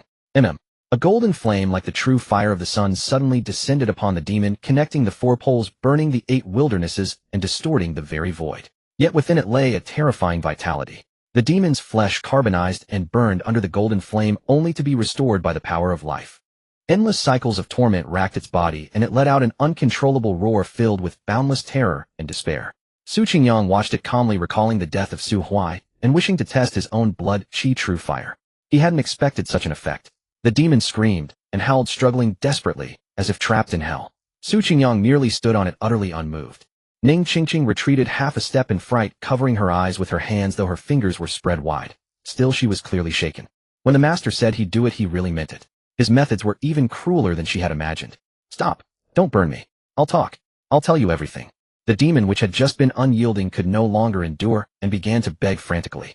Can't hold out anymore. Su Qingyang's tone carried a hint of disappointment. The golden flame ceased. He had actually wanted to try a few more techniques in one go. Hearing this, the demon shuddered, looking at Su Qingyang as if he were a demon from hell. It clearly understood his implication. What is your name? Qian Nu. Where did you come from, and how many of your kind have come to the human world? Qian Nu shook his head. I don't know. Moi. Su Qingyang frowned. I truly don't know. At that time I was fighting on the front lines, and was inexplicably stuffed into this body. Qian Nu said in terror, but there should be another one. The one I was fighting, he was probably thrown in too. What exactly are you? Why do you call yourselves human? Qian Nu was stunned. We are human. What makes you think we're not? Su Qingyang tilted his head, looking up and down at the broken, twisted, four-armed body. What about its appearance suggested it was human? You are human. Then what are we? Lu Qingmi couldn't help asking coldly. You. Qian Nu's pupils contracted. You are naturally the despicable, lowborn species. Lowborn. Su Qingyang said calmly, listening to the demon's claim of being human, a faint speculation already forming in his mind. Qian Nu glanced at Su Qingyang and said, You are the lowborn who have not completed evolution, nothing more than blood food in our world. Only a race like ours, nearly ageless and immortal, deserves to be called true humanity. I advise you to abandon resistance and submit to us. In time you may have the chance to transform and join the ranks of humanity. It struggled to twist its broken body, showing itself. Look at me. Even with injuries like this, I haven't died unless. And as long as there is blood food, I can. Su Qingyang kicked its mouth and shook his head slightly. Nonsense, humanity neither human nor ghost, you know full well the price you've paid, and yet you still consider yourselves human. You? Qian Nu's eyes flashed with ferocity, about to roar, but was kicked in the mouth again. Two, damn it. Don't kick me in the mouth anymore. Golden flames surged, the familiar burning sensation, climbing the demon's body again, the piercing pain instantly making it tremble. It immediately shut its mouth. Su Qingyang's gaze fell coldly. I ask you, how many of you came this time? How did you manage to possess human bodies? What is the purpose of infiltrating the imperial city? Qian Nu looked at Su Qingyang tremblingly, saying cautiously, I can hardly tell how many of us descended this time. I can only tell you that the weaker ones are less restricted by the world. As long as there is a suitable passage, our army can continuously come to this world. As for the method of possessing human bodies, I suspect it was done by the Grand Commandant. At the very end, I heard the Grand Commandant's voice. It ordered us to stir up chaos at the right time, in plain words, to test your strength. Qian Nu revealed the truth, yet its face showed no resentment at being used as cannon fodder. As if this were only natural, Su Qingyang took note of all this. One last question, what is the world you come from really like? I don't know, Moi. Su Qingyang frowned. I'm telling the truth. Qian Nu hastily said, I truly don't know. Since birth I have been fighting and killing, and most information comes from the higher-ups. I only vaguely know that the great Grand Commandant is contending for the Central Plains, warring with other Grand Commandants, the flames of battle stretching for nearly 100 years. Su Qingyang raised an eyebrow slightly, knowing he could get nothing more. With a flick of his sleeve, a blazing, boundless golden flame of blood and she swept down. The demon didn't even have time to let out a wail before its body was instantly engulfed by the flames, turning into a pile of cold ashes. He looked at the ashes and shook his head. So-called agelessness and immortality are not truly immortal. Lu Qingni's eyes fell on the pile of ashes, thoughtful. Young master, if we ignore their appearance and just listen to their description, their world seems somewhat similar to ours. Only over there they are in a prolonged, chaotic era. Ning Qingqing frowned, full of resistance. How can it be the same? They are monsters, we are humans. Su Qingyang walked to the window, gazing at the continuous wind and rain outside, his thoughts involuntarily drifting to the late Tang Dynasty chaos in his past life. Grand Commandant, the world of the demons was once dominated by humans. Perhaps it was the end of a dynasty. Perhaps something happened causing humans to turn into demons and demons into humans, but what remained unchanged was that various Grand Commandants still held their territories and warred with each other. At his level of cultivation, he had vaguely sensed that the world had rules hiding some secret. The demon world might have stumbled upon some secret. Young master, besides this demon, there is another person, Huang Di of the 6th Fan Division, who has also disappeared. He is very likely possessed by a demon as well. Lu Qingni's expression was serious. The situation was urgent, she must return to the secret bureau immediately to report and mobilize personnel for a search. Be careful. Su Qingyang understood her meaning and cautioned. Remember, don't engage recklessly alone. Once you find clues, send word to me. Yes, young master. Lu Qingni nodded heavily and reached out to pull Ning Qingqing away. Do I have to go too? Ning Qingqing's eyes widened, reluctant to face those monsters again. Go. Su Qingyang smiled faintly. When you come back, I'll refine your martial arts. I suspect the martial arts you practice now are not suitable for you. Hearing this, Ning Qingqing stopped resisting. Lu Qingni had just taken 2 steps when a calm voice drifted from behind. By the way, soon I will have my identity verified. Lu Qingni paused, turned sharply to look at Su Qingyang, then a light shone in her eyes.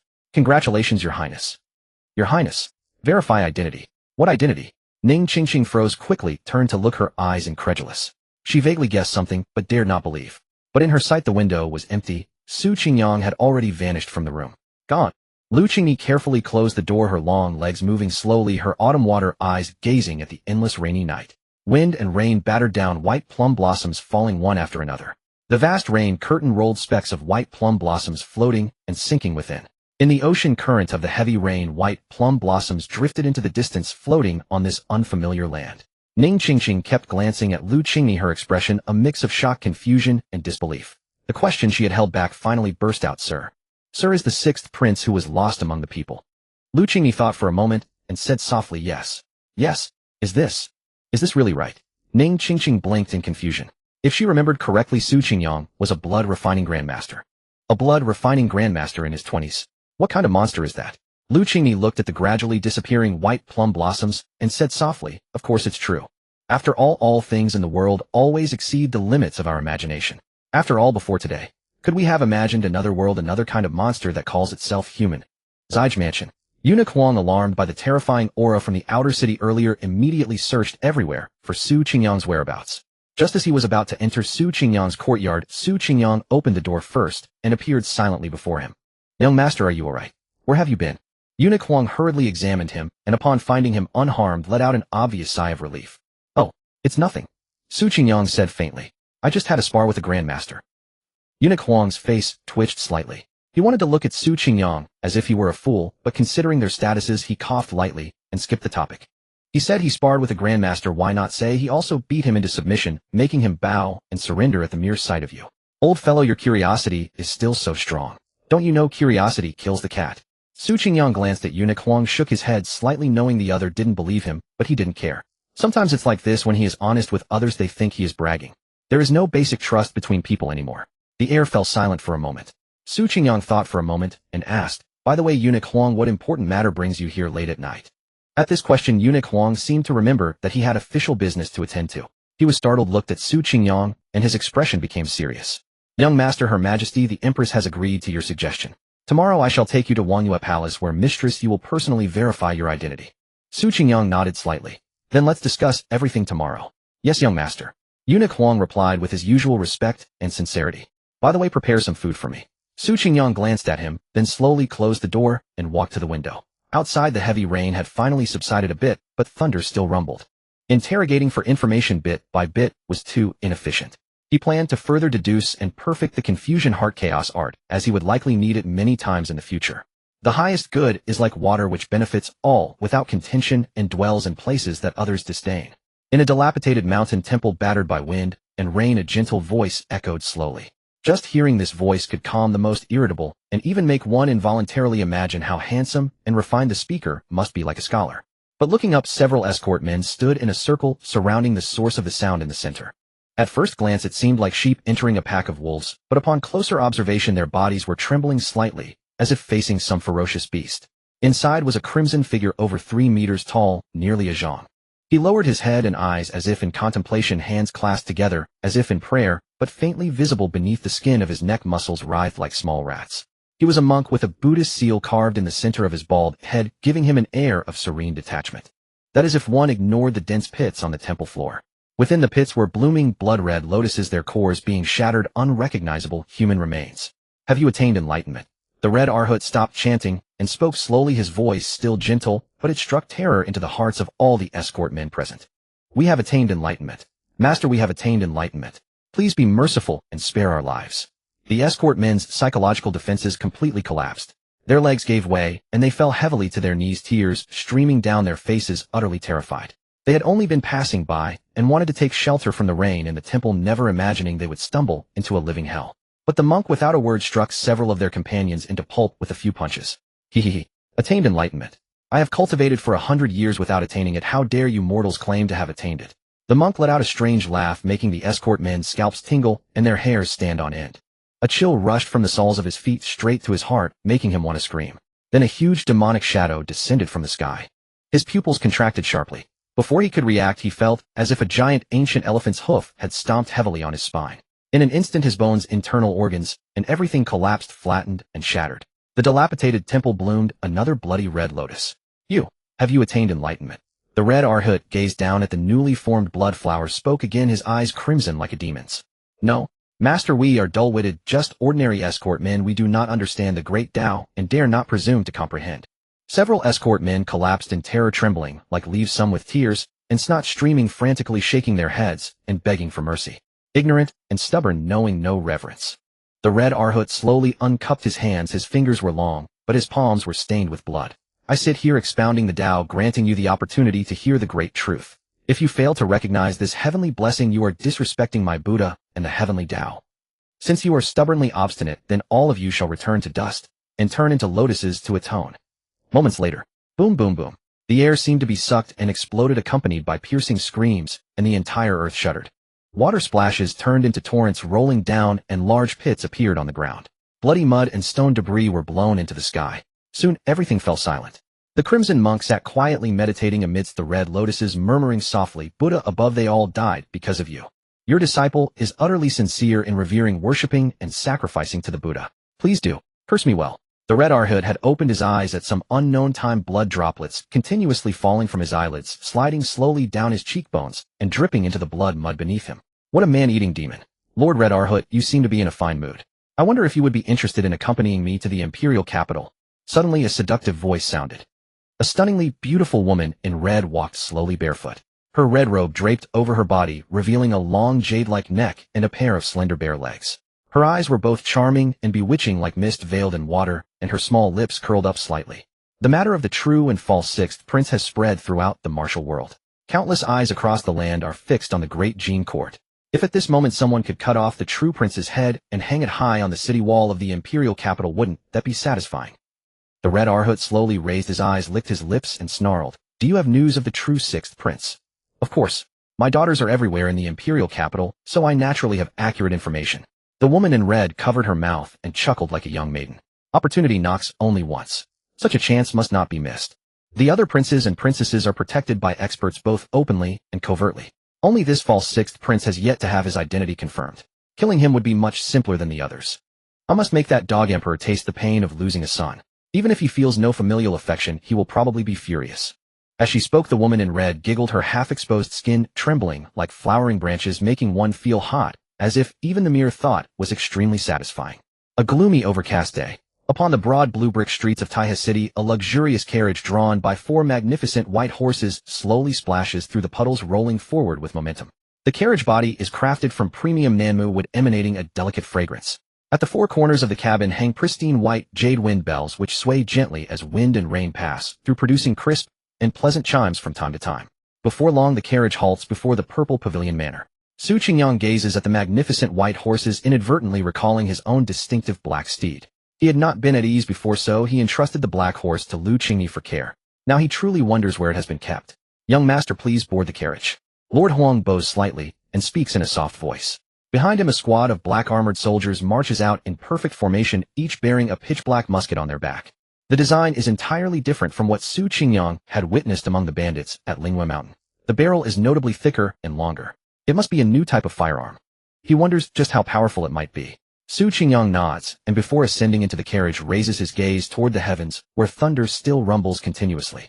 The carriage's interior is elegantly appointed, carpeted with thick plush rugs. Small side tables on both sides hold delicate teas and pastries, their fragrance wafting gently through the cabin. The white jade wind bells continue their melodious tinkling as the carriage begins moving once more. Su Qingyang casually leans back against the soft pillow, appearing to rest with closed eyes, but in truth he continues refining the soul disorientation technique within his mind. Thunder rumbles endlessly. Silver-purple lightning tears through the gloomy sky again and again as raindrops the size of beans pelt down, striking the carriage roof and walls with a crackling sound.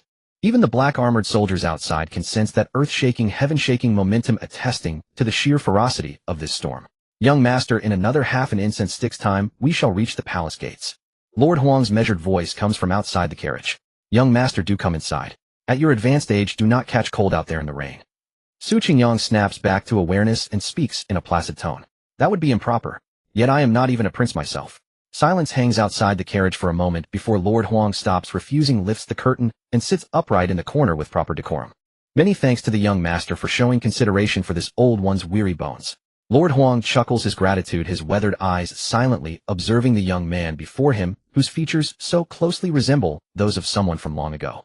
Sometimes he truly wonders what manner of person this young master is. Judging by his appearance, Su Qingyang bears a striking resemblance to the Crimson Lotus consort, suggesting he may well be that 6th prince who had fallen into the common folk. What manner of status is that? The highest nobility of the imperial bloodline. Yet even on the eve of this pivotal moment when his identity is to be verified, he remains utterly nonchalant. Having lived for so long, Lord Huang could naturally discern that this was no affected composure, but rather a profound tranquility and indifference emanating from his very bones. As though the honor of princely status and the identity of imperial blood were but insignificant dust to him. Su Qingyang pays no heed to Lord Huang's scrutiny, his gaze falling upon the black-armored guards accompanying the carriage. Lord Huang, those weapons borne upon the backs of the black-armored soldiers must be the legendary firearms, I presume. In this gloomy, rainy weather, are they not afraid of getting damaged, eh? Su Qingyang suddenly speaks up, lifting the tea that has already boiled on the side table, pouring a cup, and handing it to Lord Huang. Lord Huang glances at Su Qingyang, accepts the teacup, and takes a small sip, chuckling. The young master may not be aware, but this is the second-generation firearm developed by the Divine Craftsman's Pavilion, called the armor-piercing cannon. It has improved the structure of the firing mechanism and powder chamber, boasting excellent sealing. It fears neither rain nor moisture, and can be discharged normally even in snow or rain. Compared to the first-generation firearms, this armor-piercing cannon not only has greater range, but also packs far more destructive power. This old one has personally witnessed the Imperial Guard's drill and firearms demonstration. At over 200 zhang away, it can blast a fist-sized hole straight through an armored, condemned prisoner. Speaking of these firearms, Lord Huang becomes quite animated, his words carrying genuine admiration. Upon hearing this, Su Qingyang gives a slight nod. The Divine Craftsman's Pavilion indeed appears to be an extraordinary place. That it is. Lord Huang's eyes ignite with fervent brilliance, his expression turning solemn and distant as he slowly intones, "This was established by decree of the late emperor, and personally overseen by His Majesty the current emperor, gathering all skilled craftsmen, extraordinary talents, and artisans from across the realm to form this secret pavilion. Moreover, the silver allocated by the court to this pavilion each year accounts for 1/3 of the entire national treasury's tax revenue." Speaking to this point, he cannot help but shake his head slightly, his tone carrying both lament and mockery. Those pedantic civil officials in court, and those short-sighted ministers year after year, submit memorials condemning the Divine Craftsman's Pavilion for squandering the national treasury and indulging in unworthy pursuits, researching nothing but frivolous, unconventional tricks and base mechanical arts. But ever since these firearms emerged and were equipped among the Imperial Guard, not a single person in the entire court dares to utter another word of criticism. A thought flickers across Su Qingyang's brow as he gazes with keen interest toward where the palace lies. It appears this Jin Emperor's ambition far exceeds what the world could ever imagine. Even without knowing the power of these firearms, he dared to devote the entire nation's strength and firmly resolved to support the Divine Craftsman's Pavilion. And even though firearms have already developed to such an advanced stage within the court, they remain concealed and unpublished. Su Qingyang is certain that this revealed armor-piercing cannon is by no means the Divine Craftsman's Pavilion's most cutting-edge firearm. There must be far more devastating weapons still hidden away. Judging by the pace of firearms development, the Jin Emperor must be patiently waiting for an opportune moment. Waiting until the firearms can pose a threat to Grandmaster-level martial artists, then suddenly unleash something massive. Does he seek to sweep away all martial sect powers and truly unify the entire realm? However, with mere mortal craftsmanship alone, can the Divine Craftsman's Pavilion truly forge firearms capable of harming Grandmasters? Where does the Jin Emperor's confidence stem from? Must he truly lie in wait? Or could it be that the birth of firearms in this very land also originates from the extraordinary? Myriad thoughts swirl about within Su Qingyang's heart. Beside him, Lord Huang continues murmuring to himself, "His Majesty's profound foresight runs far beyond what ordinary people can fathom. I have heard that His Majesty not only intends to continuously expand the Divine Craftsman's Pavilion, but also plans to establish another institution called the Primordial Ministry. This old one has no knowledge whatsoever regarding what manner of pursuits the Primordial Ministry will investigate. I have only heard that the silver invested annually will in no way fall short of what the Divine Craftsman's Pavilion receives. Those court ministers are going to raise an uproar once more." Su Qingyang's eyes narrow slightly. The Divine Craftsman's Pavilion specializes in firearms and lethal weaponry. Now the court wishes to establish the Primordial Ministry from scratch. Could it be that? A thought turns in his mind. Without needing to deliberate, he can infer that while the Divine Craftsman's Pavilion reaches outward seeking weapons and firepower, the Primordial Ministry would most likely look inward, researching the mysteries of the human body itself. How truly fascinating this is. Boom. Another violent thunderclap explodes above the Imperial City. The rain suddenly surges in intensity as vast curtains of water conceal the palace halls and towers. Lord Huang, who had been lost in contemplation, abruptly straightens up. The wrinkles on his aged face are laden with solemn gravity.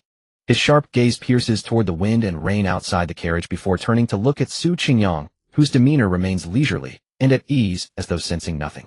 He speaks with a grave expression, "Young master, be on guard. There is murderous intent." The black-armored guards accompanying them also seem to sense something, their eyes scanning warily the eaves along both sides of the street and the shadowy corners of the alleys. Rainwater washes over the blue stone slabs, rushing and churning noisily, masking many subtle movements. All around was the sound of rain pattering, as if the heavenly river had been overturned. Thick mist spread for several zhang, blurring everything beyond a distance of 10 zhang. Thump, thump, thump. It seemed as if something was beating. The sound of a heart beating, domineering, powerful, and explosive, pierced through the rain curtain, reaching each person's ears clearly. Eunuch Huang was slightly stunned, just lifting his head, and then a earth-shattering roar exploded deep within the rain curtain.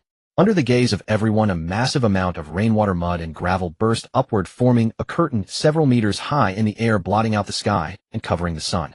The ground trembled incessantly. It turned out that a wide and massive stone platform had been forcibly pulled from beneath the earth.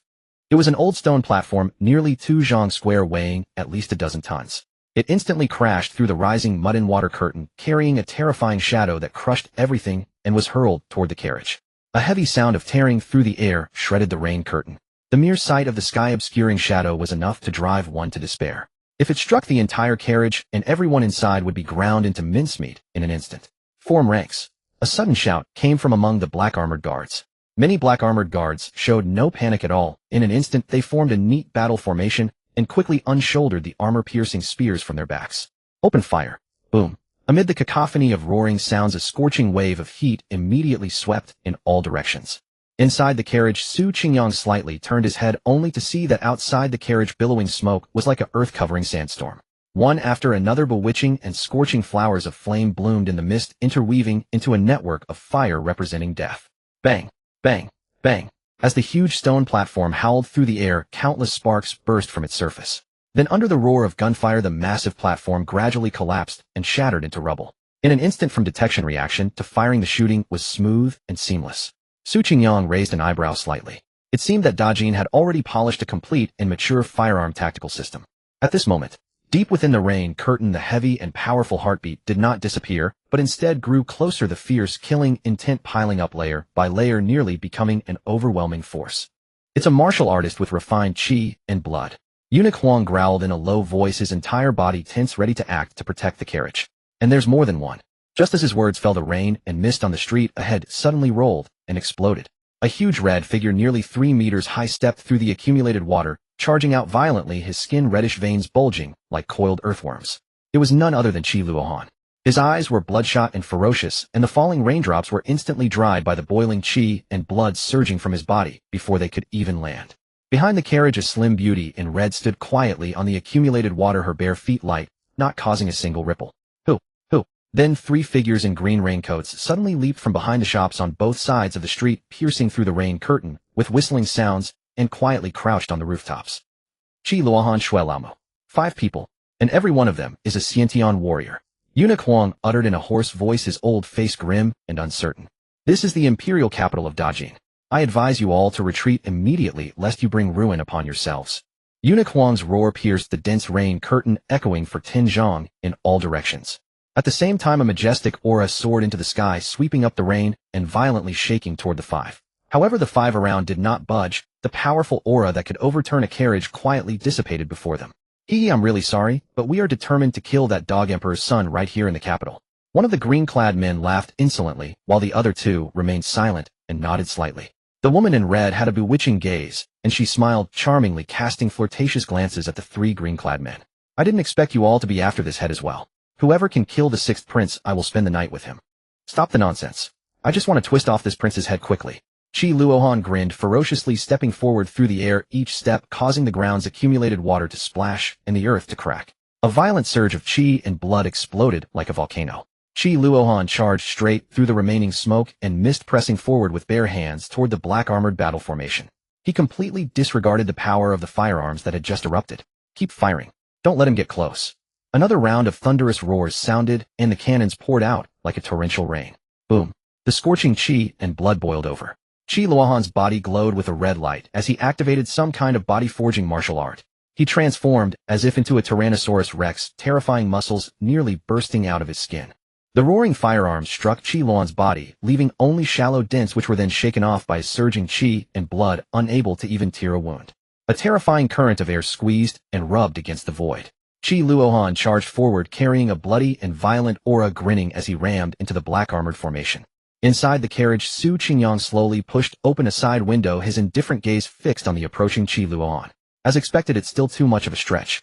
Even though this so-called Qi Luohan had used some expedient method to barely break through 3 levels of qi and blood, he was still considered a master among Xiantian warriors. Although the armor-piercing spears could shatter boulders, they were still inadequate against such a body-forging monster. Against ordinary Xiantian warriors, if they could hit, it would be somewhat better. I'll just crush you all. Qi Luohan let out a wild laugh like a tyrannosaurus hunting its prey, sending wind and waves flying through layers of rain, almost unstoppable. Within the black-armored formation, a pair of tiger-like eyes flashed with cold light, as sharp as a sword, exuding iron-blooded ferocity and a powerful aura. On his black armor, a flood dragon was engraved on the chest. The sword hanging at his waist was completely black, with a slit at the handle like a flood dragon's open mouth. He was the one who had been commanding the formation just now. He was a military marquis of an army stationed here to guard against unexpected events. Rebels and traitors, you don't know when to die. How dare you actually charge the formation? Today I'll wipe you all out. The marquis charged out of the formation, the flood dragon, sword glinting with cold light, like a bolt of lightning at an extreme speed. Qi Luohan's pupils constricted. He recognized at a glance that it was a divine weapon capable of cutting through body-forging protective qi. Martial artists like him, who specialized in physical cultivation, were most wary of such sharp treasures. He reached out with a large hand, stirring up a curtain of water. The two immediately engaged in a fierce battle with fists and sword clashing, and splashing water instantly vaporized upon hitting the qi. Seeing Qi Luohan entangled, the woman in red no longer stood by. Her eyes turned cold, and 3 illusory lotuses rose from her head and shoulders, faintly tinged with blood. A 10-foot-tall crimson Dharma projection emerged behind her with 3 faces and 6 arms, each hand holding a short blade, just like a Rakshasa demon appearing in the world. Wielding 6 bloody and cruel short blades, the crimson Rakshasa lightly tapped her toes in the air and suddenly flew toward the carriage, delivering a heavy horizontal slash. Eunuch Huang said nothing. His palms turned black as iron, and the rainwater falling around him instantly turned into countless poison needles under the influence of his inner force. Countless poison needles like a rain of arrows shot forth toward the bloody Rakshasa. The crimson Rakshasa's twin blades flashed, carving a blood-colored cross in midair that tore through the shower of poisonous needles with a thunderous roar. Eunuch Huang's eyes blazed with murderous intent as he stepped forward, seemingly treading upon the falling raindrops, landing lightly in the air. Bloodhag, I heard you were once scared out of your wits watching helplessly as your husband was beheaded by the court's experts. How dare you break into the imperial city to commit murder today? Accursed eunuch cur, I'll deal with you first, then crush that 6th prince. The crimson-robed woman's eyes reflected hatred, not only icy, but radiating a terrifying light that chilled the soul. With a thunderous boom, the 3-faced, 6-armed Rakshasa Dharma image was fully activated, sanguine inner energies swirling around the short blades into several feet of razor-sharp edge. Blade shadows crisscrossed, weaving an impenetrable net of blood-colored steel that descended upon Eunuch Huang like a collapsing sky. But Eunuch Huang was no weakling either. As he raised his hand, his tendons snapped like startling bowstrings, his chi shot forth like sharp arrows, his fist struck like thunder, and his momentum surged like a great demon. A sudden clash of blade light and fist wind erupted like a muffled thunderclap, shattering the rain curtain and sending a gale sweeping through the entire street. The black-armored soldiers were thrown off balance by the shockwaves, stumbling and nearly falling. It seems the 6th prince's head is destined to fall into our hands. 3 assassins in blue surveyed the battlefield with cold eyes. The next moment, their inner energy seethed as the long swords at their waists trembled violently, emitting a clear, piercing ring as they leaped from their scabbards. Transforming into 3 streaks of green light, they shot through the air like lightning straight toward the carriage. Open fire. The military marquis was locked in combat with the Red Arhut and unable to intervene, so the deputy captain of the black-armored guards immediately took command, bellowing the order. The black-armored soldiers mechanically repeated the motions of firing and reloading, unleashing a relentless barrage of firepower at the 3 streaks of green light. A new round of firearms thundered, billowing smoke filling the air as scorching bullets roared in a dense swarm, intercepting the 3 sword lights head-on. The firearms clashed against the azure sword aura, sparking tiny bursts of flame. The 3 assassins in blue moved like lightning, their surging inner energy churning the surrounding rain and wind, vanishing from sight in an instant. When they reappeared, they swung their long swords horizontally, the roar of firearms suddenly drowned in a cacophony of metallic clashing. A fierce, merciless, blinding ocean of sword light erupted. The sword light flashed so intensely it seemed to slice into the eyes like lightning striking face-on. The black-armored soldiers' eyes stung painfully, some even streaming tears. Truly worthy of martial arts masters. Su Qingyang almost applauded. In a single exchange, they had keenly detected the weakness of the firearm formation. A flash of sword light, blinding and dazzling. How could these black-armored soldiers aim and fire when they couldn't even see? The Great Jin's firearms do have some tricks. A clanging sound rang out from midair as a blue-clad figure strode through the air, stepping directly on the heads of the black-armored soldiers and slashed a brilliantly bright sword light toward the carriage. The military marquis, locked in combat with the Red Arhut, made a decisive choice, abandoning the fight. He swept aside the Red Arhut's furious assault with a single sword stroke, turned and rushed to the carriage, gripping his sword with both hands, channeling his entire essence, energy, and spirit into one unified strike. A dazzling sword light shot into the sky like a flood dragon. The military marquis's inner energy exploded like a mighty river, unleashing an overwhelmingly sharp aura. Under the vaporization of this sword light, the rain on the entire street turned into a vast white mist. The sword's momentum was like a dragon emerging from the sea, unstoppable and irresistible. With a piercing sound, the dragon-like sword light shattered the azure long sword, and without losing momentum cleaved through the blue-clad figure in midair. Then it continued downward, cutting the entire street in two. Under the incredulous and furious gazes of the other two assassins in blue, a rain of blood fell from the sky, as two halves of a corpse crashed heavily into the muddy water. The street fell into a brief dead silence. The two assassins in blue stood frozen, but after a momentary blank their faces twisted with rage, their eyes bulging, and they let out an inhuman roar, veins bulging on their foreheads. Beasts! Beasts! Die! Die! A terrifying storm exploded outward, and 4 lotus flowers rose within the 3-inch realm of the mundane. At this moment, only one thought remained in the minds of the two assassins in blue: to avenge their brother. Both swords shot out together, 2 azure sword lights intertwining into a 2-headed sword python that lunged from left and right, aiming straight for the military marquis's head. The military marquis, nearly exhausted from that last strike, saw his expression shift. The enemy's sword was too fast. He could only raise his sword to block, and the immense sword cheese sent him flying backward. The military marquis's feet carved a deep trench several feet long into the street, reducing the blue bricks and rubble to dust. Before he could catch his breath, the two assassins in blue pounced again like mad dogs. The military marquis, relying on the sharpness of his flood dragon sword, retreated while fighting with difficulty. It seems there are quite a few nameless experts in the imperial city, but unfortunately it appears no one can save you now. The Red Arhut's bloodshot eyes locked onto Su Qingyang inside the carriage, speaking with a cruel coldness. In the distance, Eunuch Huang and the crimson-robed woman had fought to a frenzy. Eunuch Huang's martial cultivation was revealed, a perfected innate master with the 3 flowers gathering at the crown. Yet he seemed to carry old injuries, as the crimson-robed woman herself, a 3-flower innate master, managed to keep him tightly entangled. How dare you, accursed rebels! Eunuch Huang's hair danced wildly, crazed like a demon. As he raised his hand, his 5 fingers turned pitch black like ashes, forming a claw print. Wherever it passed, raindrops turned to cinders, exuding an aura of utter annihilation and desolation. The Extinction Demon Claw. You are the Old Man of Annihilation. How is this possible? The crimson-robed woman recognized the claw, shock and terror in her voice. In the past, this martial art had a fearsome reputation. Once the Extinction Demon Claw invaded the body, flesh and blood would slowly dissolve, leaving only a human skin, a gruesome death. More terrifyingly, inner energy could not cleanse it, only be assimilated. Only true chi from a martial grandmaster could dispel it. It was essentially incurable. The crimson-robed woman's face paled slightly, a flicker of fear in her eyes. Su Qingyang lifted the carriage curtain and slowly stepped down. He glanced at the Red Arhut advancing through the baptism of gunfire, then swept his gaze over the military marquis, who was tightly suppressed, and shook his head slightly. You're not up to it either.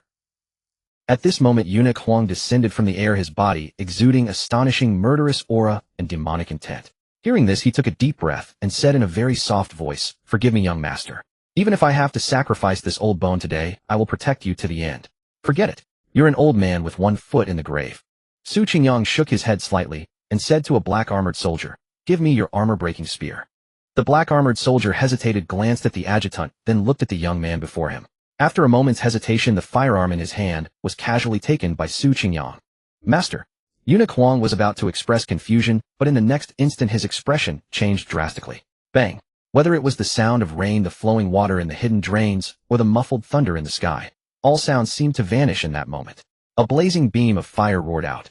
One of the green-clad assassins who had been fiercely attacking the military marquis exploded upon hearing the sound. His upper body shattered into pieces. A deathly silence fell over the world. The black-armored soldiers stared blankly at the mangled corpse ahead, then looked at the comrade who had just had his weapon taken away, their eyes wide. This is truly an armor-breaking spear. At the same time, the Red Arhut's forward steps abruptly halted. He suddenly recalled that he had neither dodged nor avoided this weapon's attack, and a look of shock and bewilderment appeared on his face. A weapon capable of blasting apart a second Blossom Sciention cultivator in 1 shot. Yet it struck him without causing any pain or itch. A trace of confusion arose in his heart. Had he become this powerful? Su Qingyang gently stroked the black armor-breaking spear in his hand and shook his head slightly. After all, it's just a standard-issue firearm, too fragile. He had only infused a trace of his blood energy into it, and it was already unable to withstand it. What was called a gunshot was essentially just using the firearm's form to unleash a blast of blood energy, more like a casually thrown pebble. He looked at another green-clad man and raised his hand to fire another shot. Even though the green-clad man had been highly focused, he still failed to react and was blasted into a cloud of blood mist. The military marquis wiped the blood that had splattered across his face and held his breath, terrified that Su Qingyang might also take a shot at him. This is impossible. This is impossible. The Red Arhut finally reacted, his face filled with horror.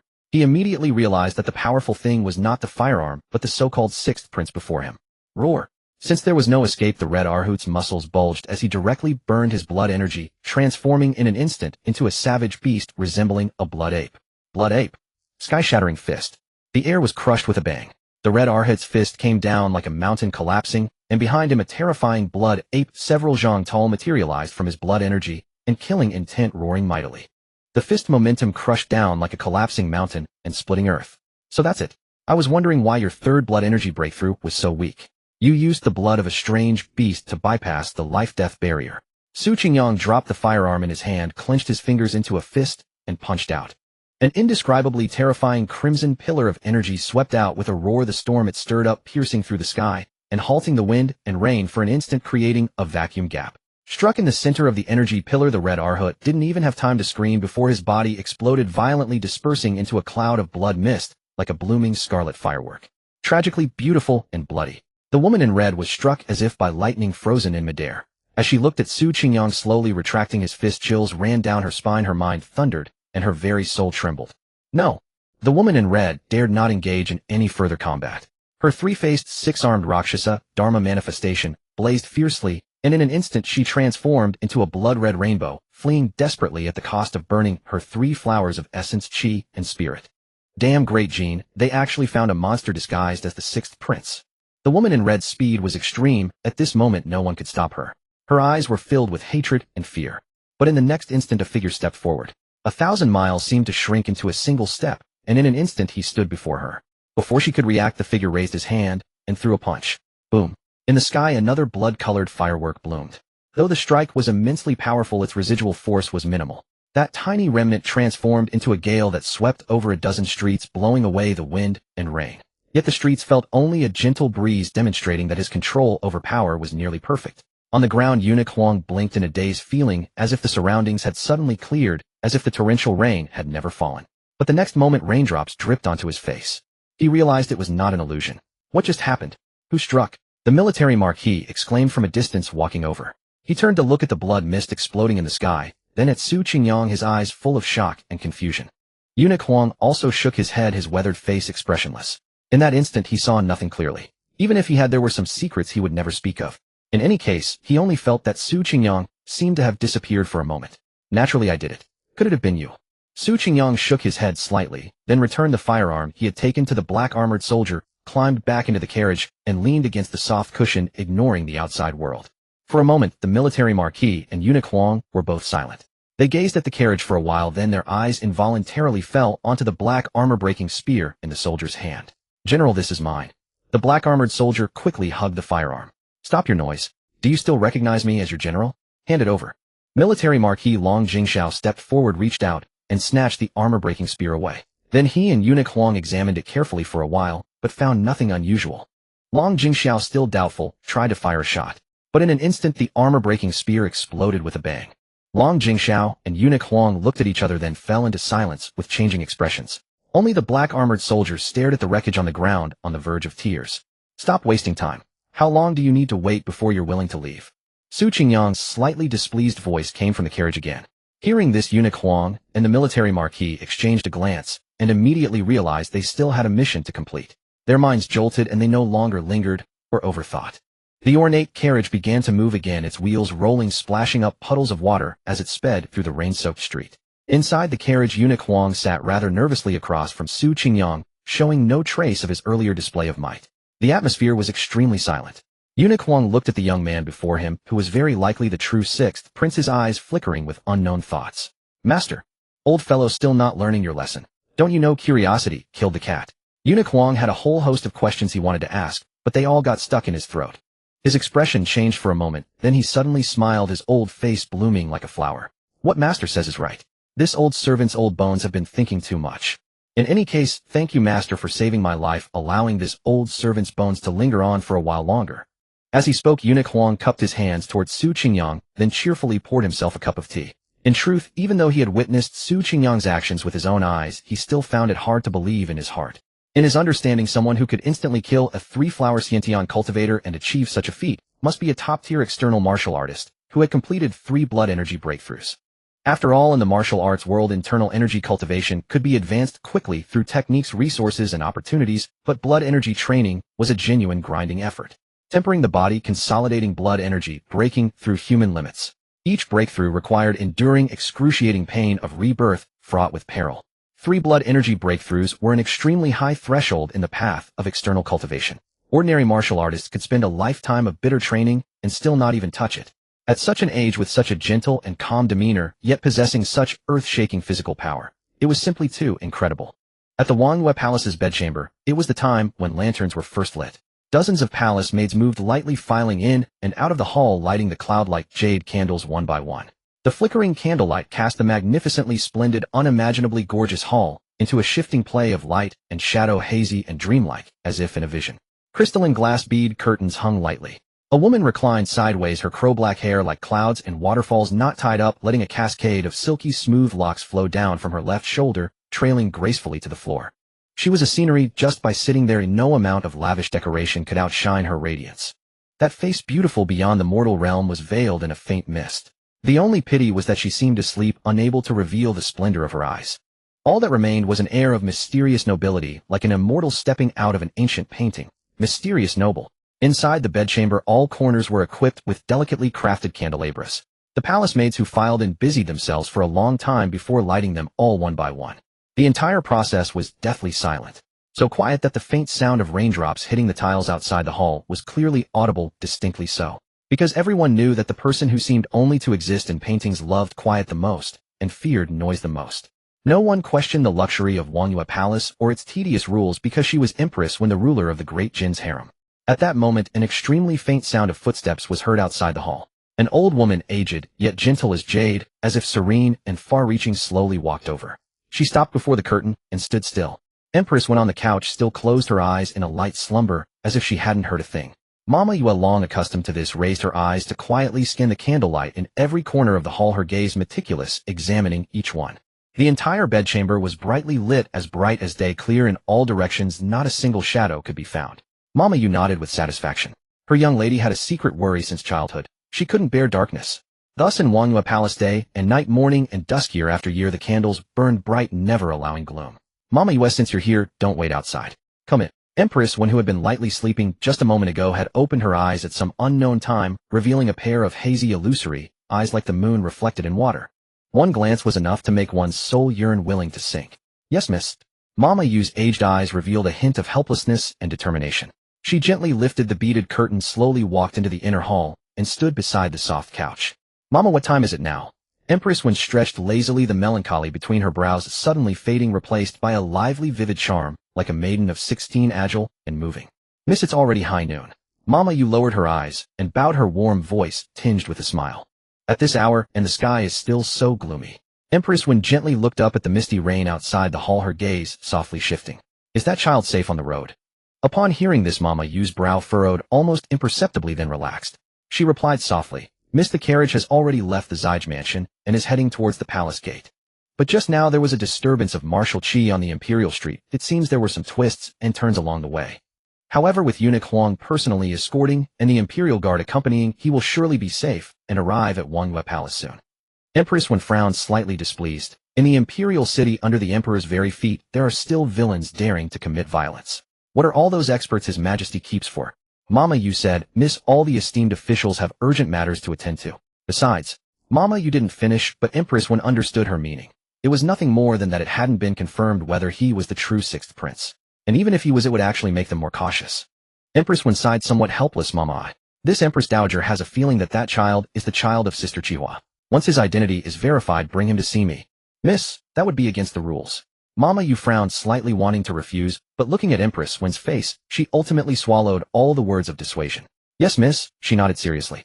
Then you go prepare, Mama. I am tired, and will take another short nap. Empress Wen said softly, slowly closing her eyes. Mama Yue stepped as lightly and slowly as possible, quietly withdrawing from the bedchamber, unable to bear making any sound. After leaving the bedchamber, Mama Yue turned around and looked back at the magnificent, beautiful creation that seemed not of this world. The more she looked, the more it seemed like a beautiful cage. Young master, please. Eunuch Huang, with a smile on his face, helped Su Qingyang down from the carriage. Armored soldiers immediately came forward to hold up oil paper umbrellas to shield him from the rain. Standing a few steps away, looking out, Wangyue Palace was situated in the center of the palace complex like stars surrounding the moon. Under the misty rain, the outlines of the eaves undulated in the rain and fog like dancers stretching their wide sleeves. From the water's edge to the misty mountains, there were scattered lights everywhere. A grand scene of a prosperous palace, magnificent in scale. Su Qingyang's gaze swept over the halls, then casually glanced at the dark corners around, sensing a series of powerful auras lurking there, countless experts hidden in the vicinity, silently guarding this palace. At the main gate of Wangyue Palace, an old woman with a gentle demeanor stood waiting quietly. It was Mama Yu. Eunuch Huang. Was the journey smooth? Mama Yu looked up at the armored soldiers and asked. There were some twists, but I will report to Her Majesty personally. Eunuch Huang replied.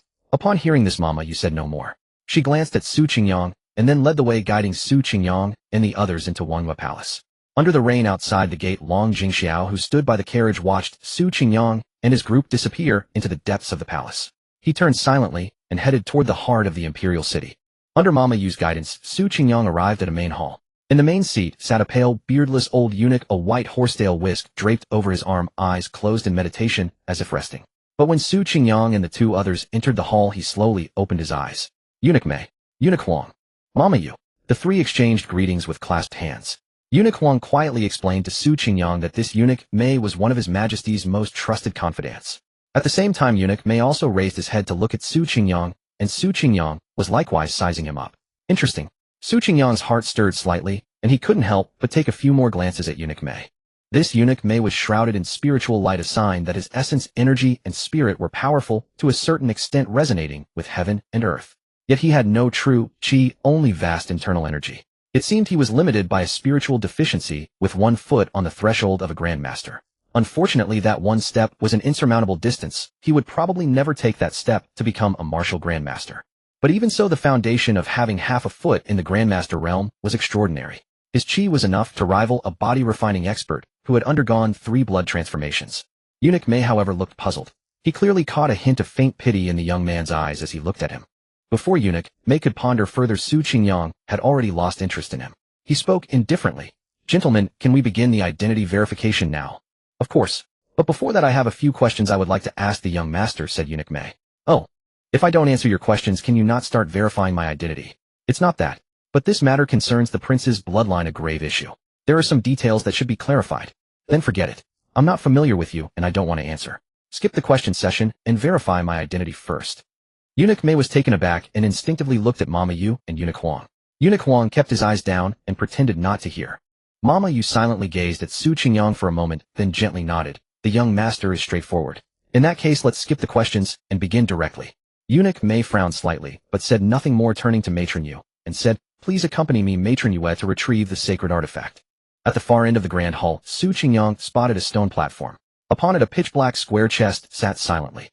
Ancient runes were carved around the chest, seeming to depict a star, exuding profound mystery. Matron Yu and Eunuch Mei walked to the stone platform together, raising their hands simultaneously to form a strange hand seal. In an instant, the ancient runes on the chest came alive, writhing like tadpoles. A blaze of pure light swept out, making the entire hall feel as if it were floating in a vast starry sea. With a crisp crack, a faint red light shone from within the chest, illuminating the whole hall, while a desolate ancient fluctuation slowly spread outward. A statue of a black sheep with a maiden's head slowly emerged. It sat in an eerie cross-legged posture, its 2 hooves pressed together, as if in prayer, exuding an ancient and profound aura. The sacred artifact. Su Qingyang gazed at the black sheep, his eyes flickering with surprise. He had never imagined the so-called sacred object would look like this. Let us reverently welcome the Lady of Worship. Matron Yu and Eunuch Mei, both solemn, respectfully lifted the black sheep statue. Though small, it felt as heavy as a mountain as they slowly carried it before Su Qingyang. Please, young master, let a drop of your blood fall upon the Lady of Worship. Su Qingyang examined the black sheep. Just then the statue's maiden head lifted slightly, meeting his gaze from afar. The two fell into silence. Bah! A golden light flashed in Su Qingyang's eyes.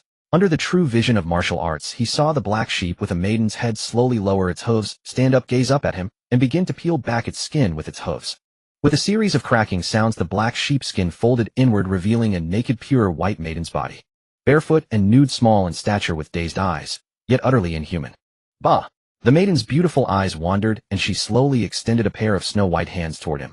Her peach-like bosom trembled, white as fresh snow, yet not seductive, bearing instead a mythic beauty that brooked no desecration. Su Qingyang's eyes grew deep, while the maiden's remained hollow. He sensed no malice from her.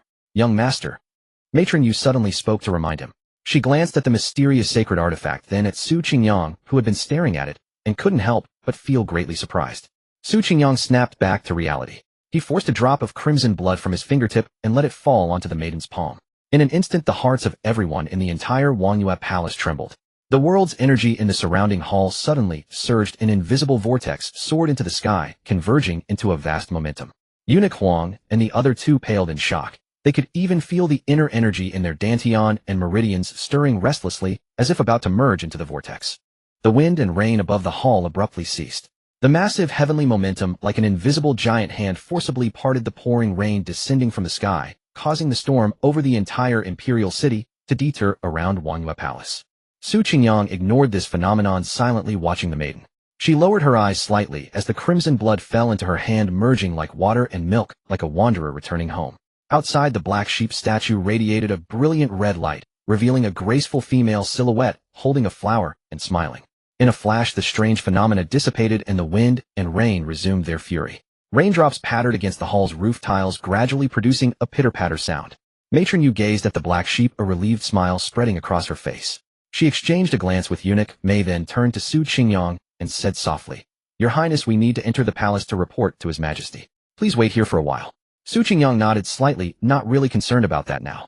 He merely said calmly, "Leave the sacred artifact here. You may go." This? Eunuch Mei was startled, showing hesitation. "Eunuch Mei, I'll keep an eye on things here," Eunuch Huang said with a smile, stepping forward. "Since your Highness is interested in the sacred artifact, you may keep it for a while. After all, this is Wangyue Palace," Matron Yu said after a moment of silence. With that said, Eunuch Mei no longer insisted. He turned and stepped into the vast curtain of rain outside the hall, vanishing in an instant. Matron Yu gave Su Qingyang a deep look and walked toward the inner chambers of Wangyue Palace. Once both had left, Eunuch Huang let out a long sigh, his demeanor relaxing. He tucked his hands into his wide sleeves and said, "Your Highness's identity has been verified. Now at last you have come home." Su Qingyang said nothing, silently stroking the black sheep. In his field of vision, the maiden's hollow eyes opened slightly, as if in disbelief. After a moment, the maiden extended her snow-white little hand, swatted away Su Qingyang's large hand, and slowly peeled off her own human skin, revealing the sheep's fur beneath. She covered herself again with the black wool, once more turning into a cold, silent black sheep statue. Su Qingyang fell into deep thought.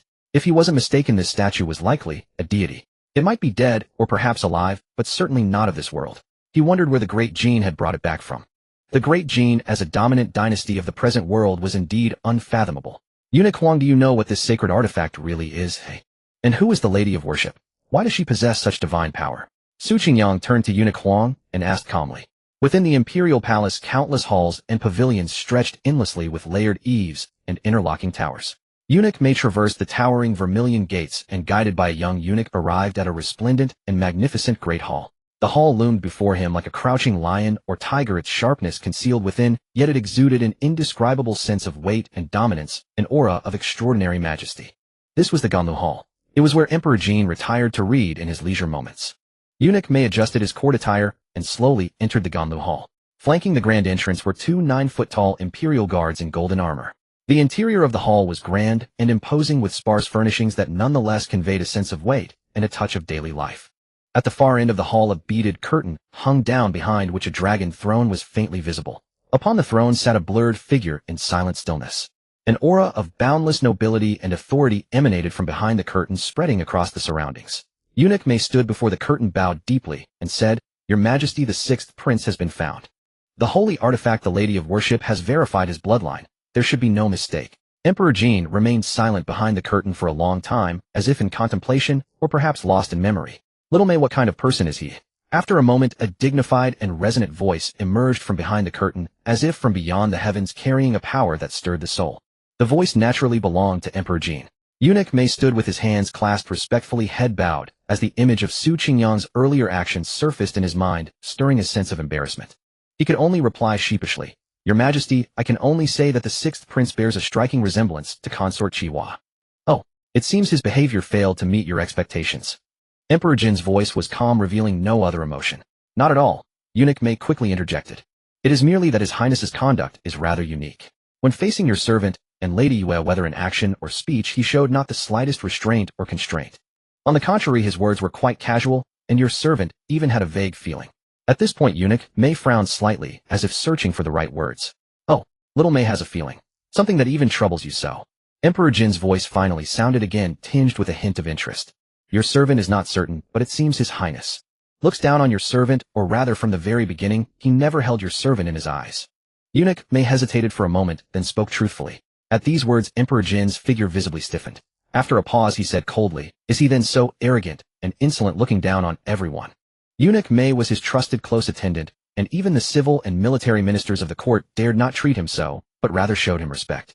It is not that His Highness is arrogant or insolent. Eunuch May shook his head, frowning. Your servant truly cannot describe this feeling. His Highness's behavior is not unusual, but there seems to be an inherent aloofness of contempt and disdain. Eunuch May silently thought that this feeling was akin to facing exalted grandmasters, an involuntary sense of inferiority. Although they might not deliberately exert pressure in the presence of such transcendent beings, one could not help but feel a hierarchy instinctively revering them and bowing one's head. Emperor Jin fell silent for a moment, unsure how to respond. Just then a eunuch's announcement came from outside the hall. Your Majesty, Long Jingxiao, the commander of the Black Armor Army, requests an audience. Enter. Summon him. Long Jingxiao strode into the hall with a steady tiger-like gait, stopped at the center, bowed to the curtain, and saluted. Your servant Long Jingxiao pays homage to your Majesty. May your Majesty live 10,000 years. My beloved minister, rise. I presume you have important matters to report. Could it be related to my son?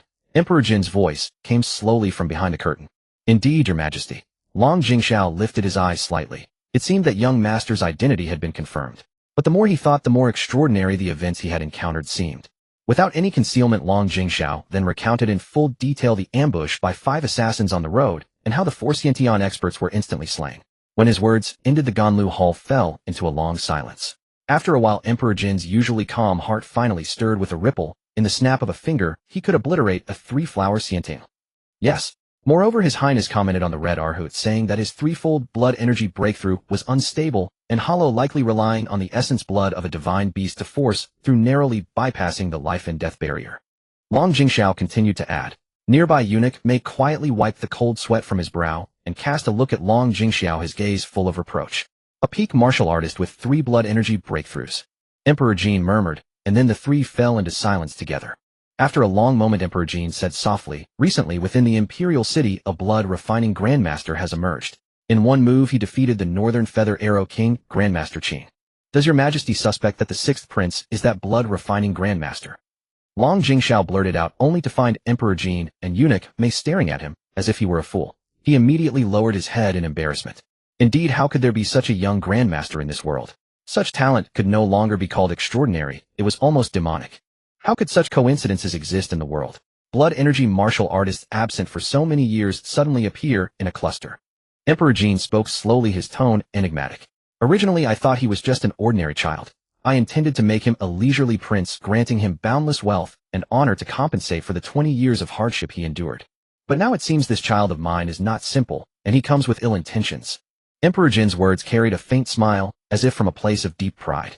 Chief Eunuch, go to Wanyue Palace once more and summon him to the Ganlu Hall. I wish to see him in person. Your servant obeys the decree. Eunuch May bowed, glanced at Long Jingxiao, and slowly withdrew from the hall. Jingxiao, stay. Emperor Jin called him back. On your journey, you were ambushed by assassins. How did the Black Armor Army's firearm formation perform? Reporting to your Majesty, the firearm formation.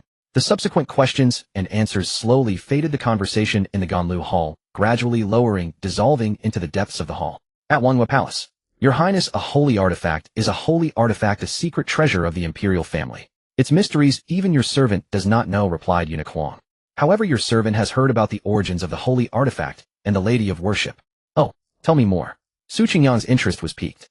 Eunuch Huang carefully chose his words and began. Legend has it that the holy artifact is a heavy treasure passed down from the founding emperor. In the final years of the previous dynasty, the Central Plains were engulfed in war and chaos. The founding emperor's mother once dreamed that the Lady of Worship entered her dream, and then she conceived without a husband, giving birth to the founding emperor. Because of this extraordinary birth, the founding emperor was subjected to much criticism and ostracism in his youth. Then one day the founding emperor saw in a dream that he had turned into a sheep lying in the arms of a golden shepherdess with 12 white sheep accompanying him.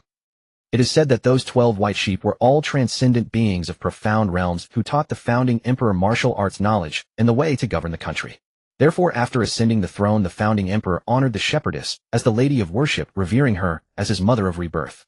The Lady of Worship, moved by the founding emperor's filial piety that reached heaven and earth, bestowed this holy artifact along with 3 divine weapons to guard the nation, laying the foundation of Great Jin for 10,000 years. Su Qingyang. This was a relationship beyond his imagination. He stroked his chin, pondering silently.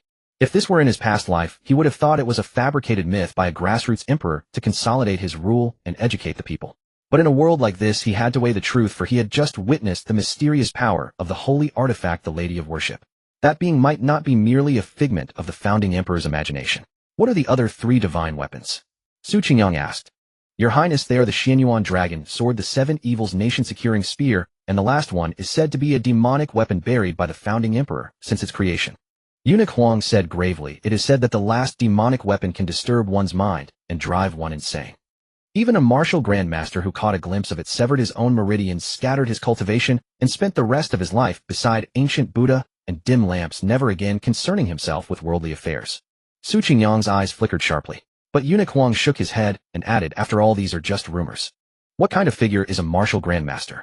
What demonic weapon could disturb his Tao heart with a single glance? In my younger days, I also tried to verify this story, seeking out that grandmaster. In the end, I could not even find his name. In my opinion, it is mostly exaggerated hearsay.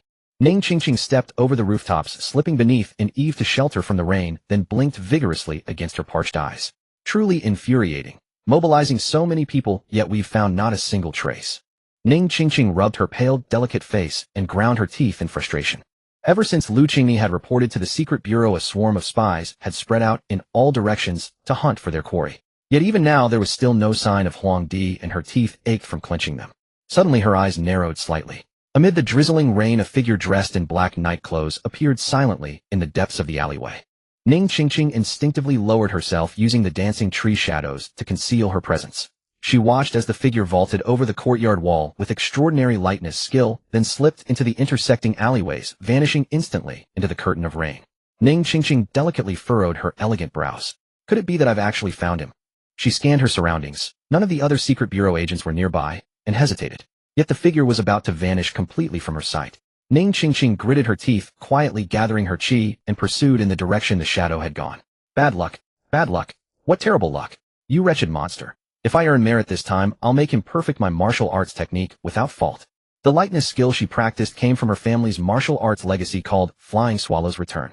Treading without sound, swift as a startled swan, it was truly extraordinary. Thus, although she'd lost some time, she soon caught up to the figure. And that person hurrying along the entire time had not the slightest clue she was tracking behind. Soon an elegant pavilion rose before them. Candlelight flickered within the second-floor window, casting a warm, gentle glow. Before the vermilion windowsill, a beautiful woman sat at her dressing mirror, holding a wooden comb, slowly brushing her cloud-like black hair. The woman had delicate, exquisite features and a gentle disposition, like a pearl of modest family origins. Within the room, incense rose gently from a burner, diffusing a faint, ethereal fragrance. The woman cast a slightly melancholic gaze toward the rainy scenery beyond the window, letting out a soft sigh. She wished to venture out, but heaven would not cooperate. She walked slowly to the elaborate carved bed, whose canopy curtains hung softly down. A gentle breeze stirred, causing the gauze curtains by the window to drift and sway. The woman secretly retrieved a small book from beneath the mattress, her cheeks flushing pink. Then she walked to the window to peer outside for a moment before closing the open window with a push. Soon the room scene was hidden from view, leaving only a hazy silhouette reflected on the paper.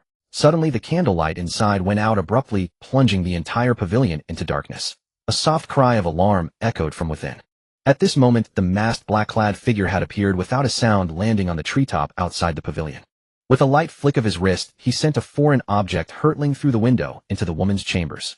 In the blink of an eye, a wisp of pale blue smoke rose in the darkness. A moment later, the black-clad figure leaped lightly, striking the second-floor window mid-air with a palm strike that shattered it silently. Seizing the opportunity, he dove into the room. This isn't right.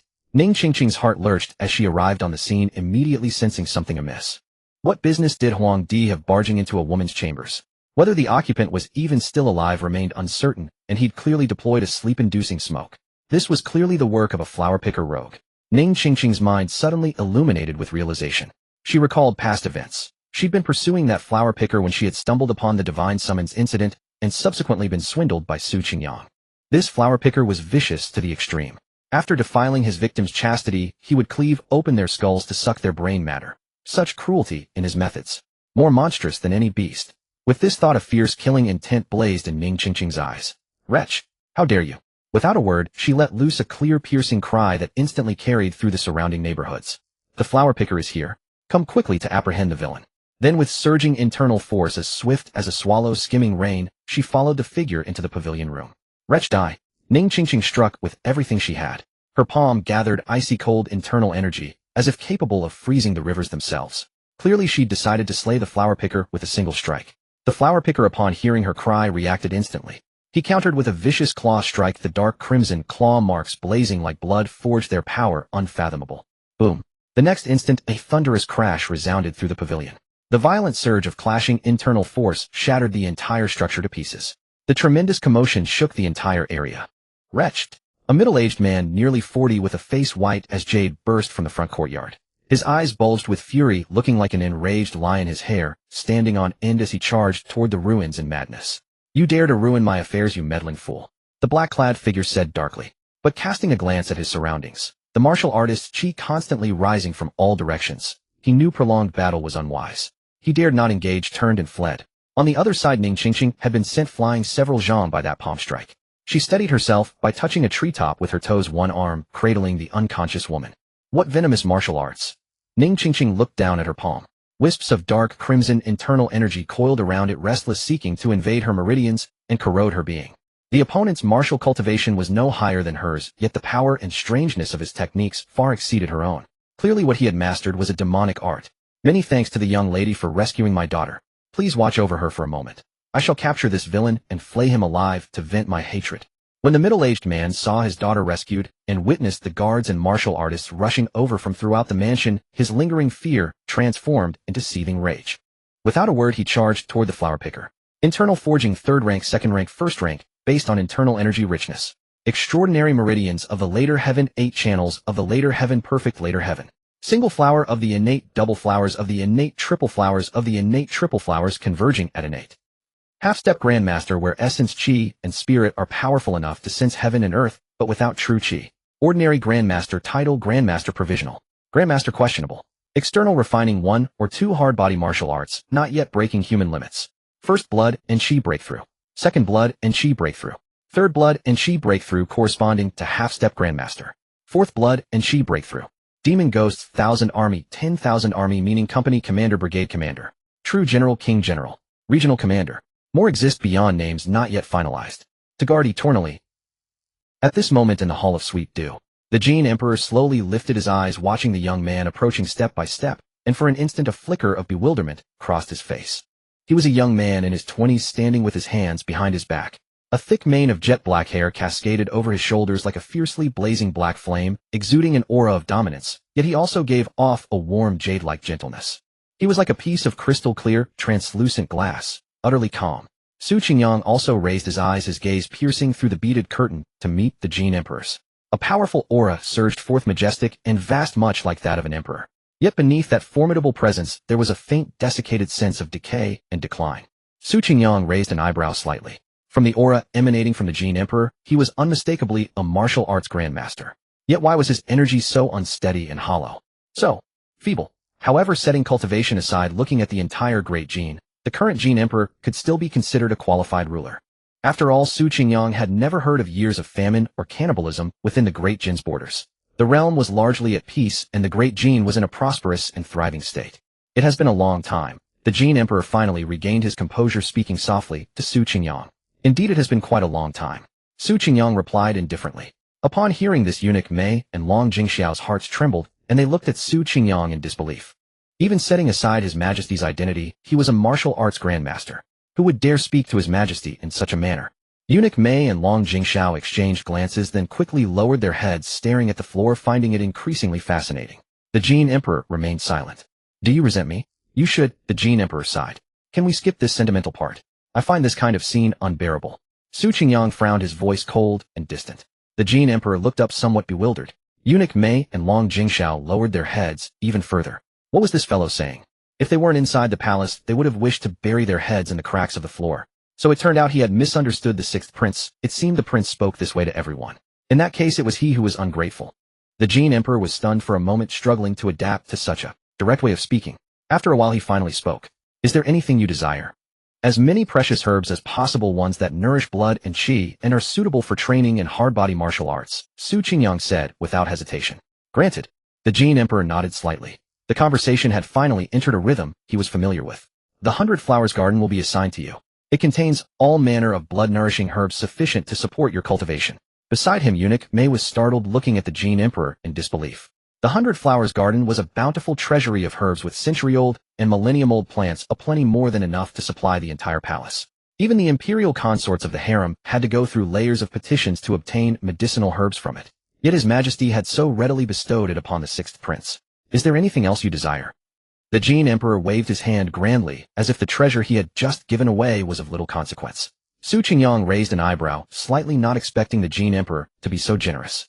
He was not yet fully aware of the garden's true value, but judging from eunuch Mei's shocked expression, he could tell it was priceless. Still, since it was given, he had no objections. After a moment's thought, he spoke again. Then give me the Secret Intelligence Bureau as well. The hall fell silent. The Jin Emperor was somewhat taken aback. The Jin Emperor could barely maintain his composure. He suddenly regretted asking that extra question. But after staring at Su Qingyang's face for a long time, he burst into hearty laughter. With a rustle, the Jin Emperor rose from the dragon throne. An immeasurable, inscrutable imperial majesty surged forth like a tide sweeping through the entire hall of sweet dew. Very well, I grant it to you.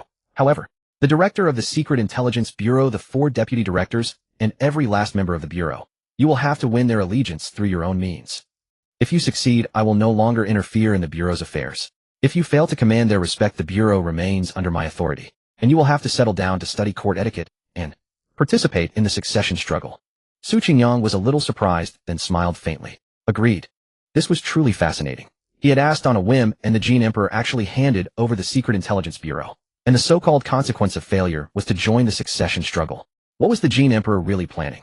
Not that it mattered. In this world, things only depended on whether he was willing or interested. No one could force him. Since matters are concluded, I will take my leave, Su Qingyang said. Escort the 6th prince. Eunuch Mei hurried forward and slowly escorted Su Qingyang out of the Hall of Sweet Dew. Inside the hall, only the Jin Emperor behind the beaded curtain and the military lord who wished he could bury his head in the floor remained. A supreme martial artist.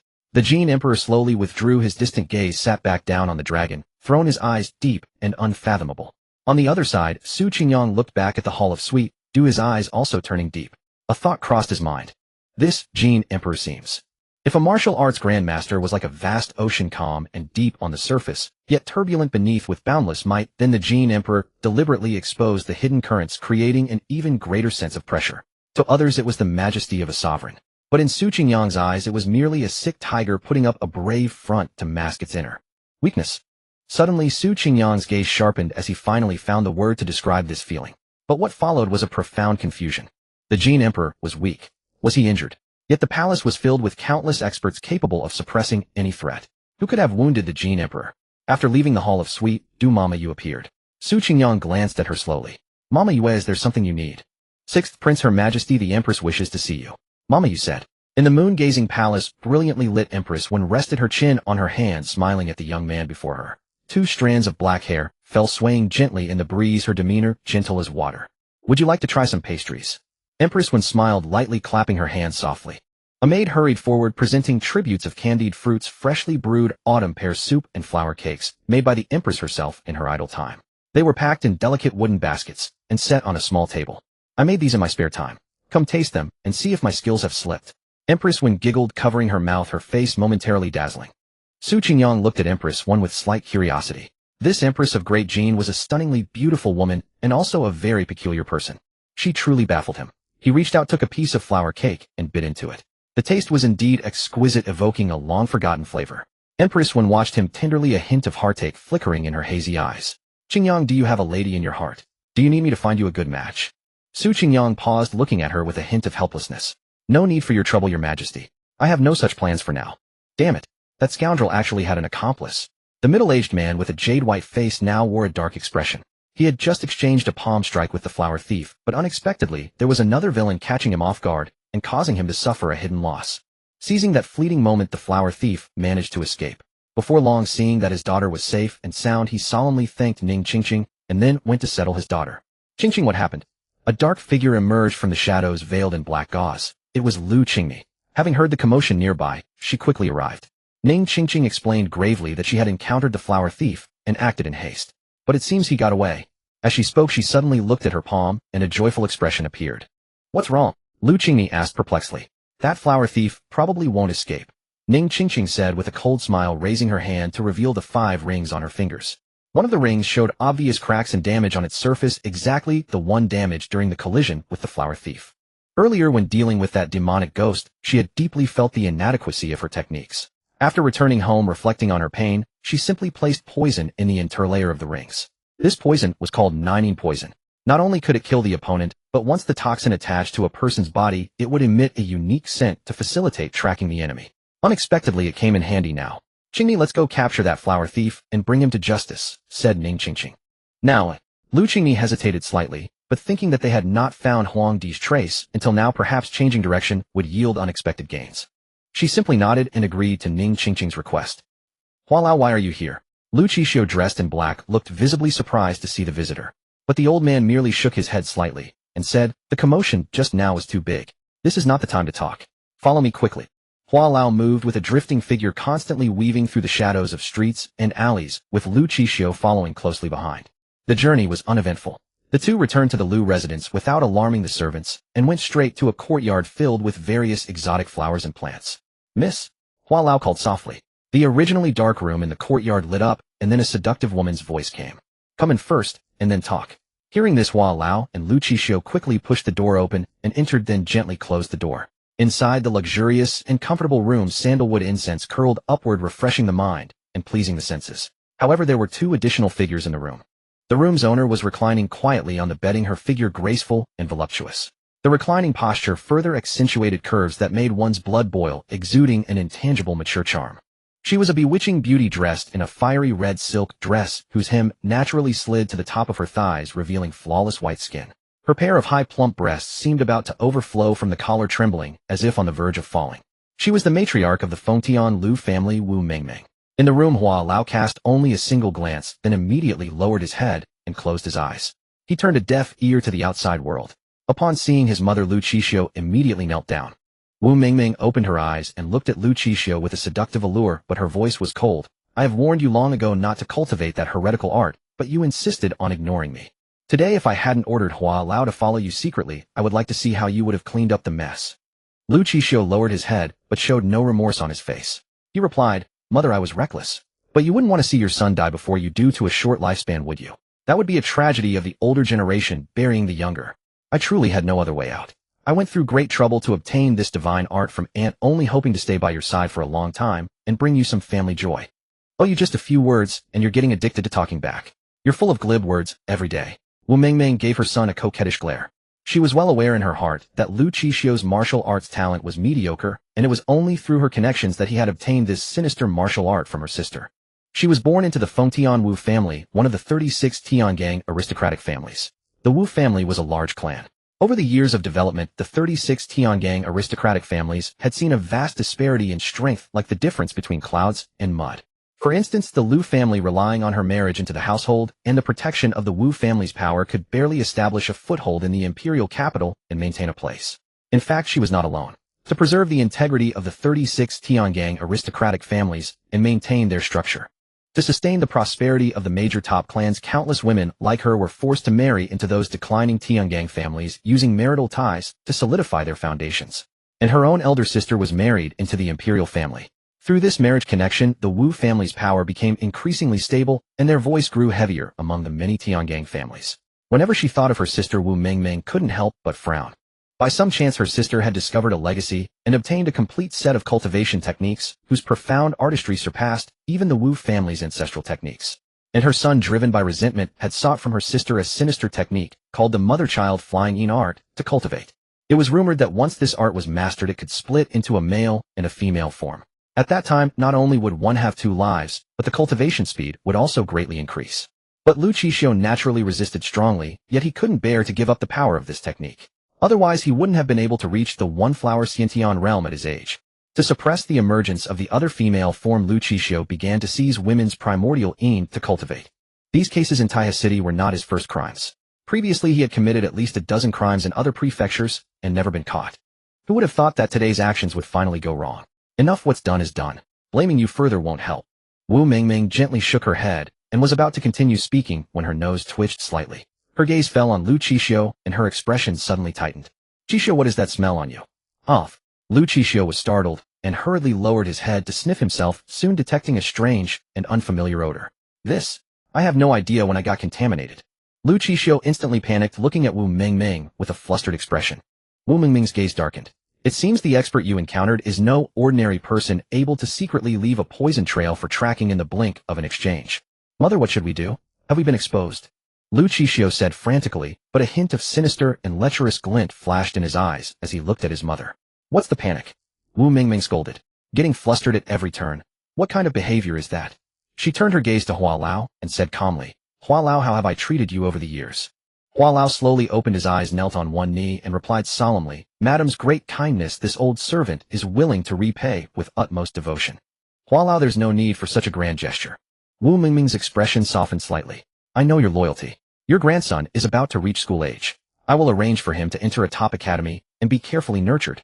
Her tone shifted and her expression turned cold like a seductive poisonous snake. "Go find that useless wretch and use any means necessary to frame him for this matter. Make sure he has no way to defend himself." Meanwhile, Lu Qingni and Ning Qingqing had been tracking all the way and arrived at Sijifang. Ning Qingqing suddenly turned her head and looked towards the direction of the Lu residence with an incredulous expression. Lu Qingni also froze on the spot, and then her expression gradually turned cold. "Mother, can old Hua really pull this off?" Lu Qixio had changed into a fresh set of robes, his face etched with worry as he gazed at Wu Mingming. "If not for you, why would I have to make such a painful sacrifice?" Wu Mingming shot Lu Qixio a resentful glare, her anger causing her delicate chest to heave. Old Hua had followed her for quite some time, always handling duties diligently and never making significant mistakes. Had it not been for him being her only son, how could she bear to sacrifice such a loyal servant? It is all this son's fault for being unfilial. "Mother, please don't ruin your health over this." Wu Mingming cast him a sidelong glance, then turned to gaze at the exotic flowers swaying in the storm within the courtyard, her expression tinged with worry. "Sister's monthly date for blood provisions approaches. We must scout for suitable candidates among the human traders beforehand. Sister's needs must be fully met. Her cultivation cannot falter. It would be best to keep more servant girls in the manor to prepare for emergencies. Mother, please leave this matter to your son." Lu Qixio volunteered eagerly. "You?" Wu Mingming regarded him with a doubtful gaze. "This concerns ants cultivation. Your son will certainly act with the utmost caution and will not disappoint Mother." At this moment, old Hua had donned the black garment Lu Qixio had just removed and departed from the small courtyard. Fortunately, their builds were not too different, so the clothes fit perfectly. His eyes gleaming with determination, he discerned the direction of the Lu manor and, transforming into a shadow, swiftly vanished toward a certain location within the estate. Shortly after, he arrived at a study. The spineless good-for-nothing the madam spoke of was known throughout the Lu household. None other than the current family head, her husband Lu Shou. How does one frame another so completely that no words can clear their name? The perfect method was to fabricate evidence, publicly slander, provoke him into losing control, and ultimately have him killed by their own hand, forcing him to bear blood guilt. What one hears cannot be trusted, only what one sees holds truth. Empty denials convince no one, but when fresh blood and corpses lie before their eyes, all arguments become feeble and pale. When that moment arrives, others will only believe the truth before their eyes. Those who framed him would naturally know full well he was being framed, yet they would personally nail the verdict upon him. When the time was ripe, Wu Mingming would step forward at just the right moment to fan the flames and control public opinion. Moreover, the Tiangang clan's rules were strict and unforgiving. Never would they allow the family head to be tainted with the monstrous reputation of a flower-picking murderer. For the family's sake, this matter would ultimately be forcibly suppressed, with Lu Shou permanently condemned as the chief culprit, his name forever wronged. In the span of a heartbeat, old Hua had constructed the entire scheme. Though the price was his own life, old Hua kept his head slightly bowed, preventing anyone from discerning the emotions upon his face. After a long moment, he gazed into the distance toward where Wu Mingming resided, offering a tragic smile. Yet to sacrifice oneself for the master was precisely the fate of men like him. Besides, his death could still pave a path for his grandson, so it was certainly not a losing bargain. He only hoped his grandson would not follow in his footsteps, becoming a dog the master could discard at any moment. The study blazed with candlelight. A composed figure sat quietly beneath the flickering flame, head bowed, as he slowly turned the pages of a book. Old Hua waited a moment before preparing to act. Suddenly, that composed figure rose to his feet, pacing slowly about the study. After a moment, he opened the window, gazing at the overcast sky, then promptly extinguished the candle.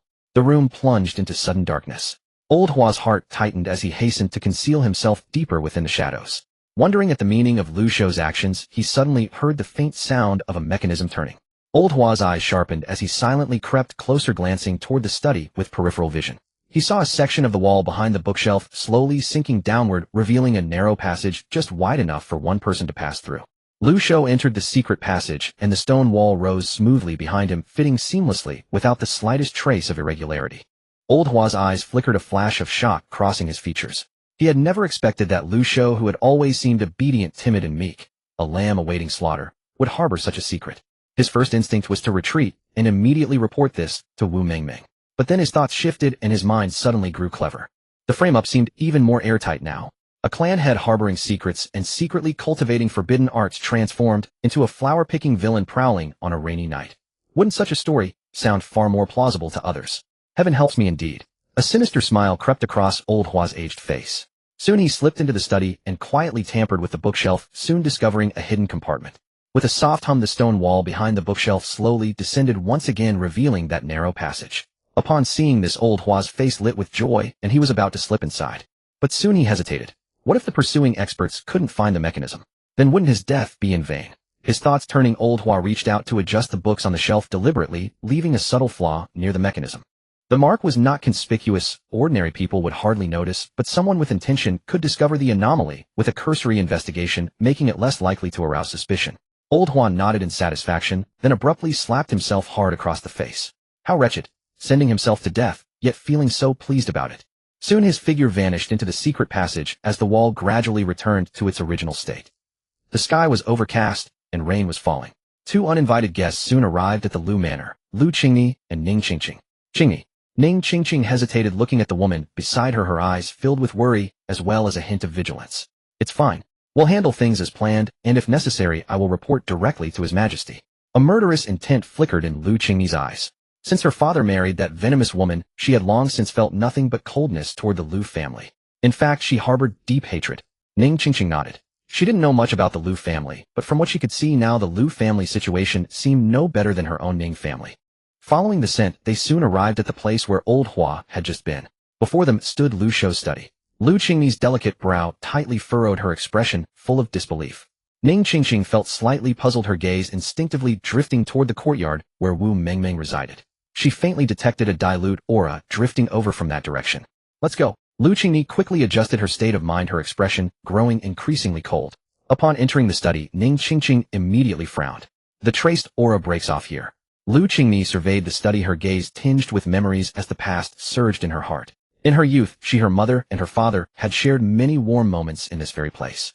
Alas, after Lu Shou married Wu Mengmeng of the Wu family and murdered her mother, that warmth had come to an abrupt and bitter end.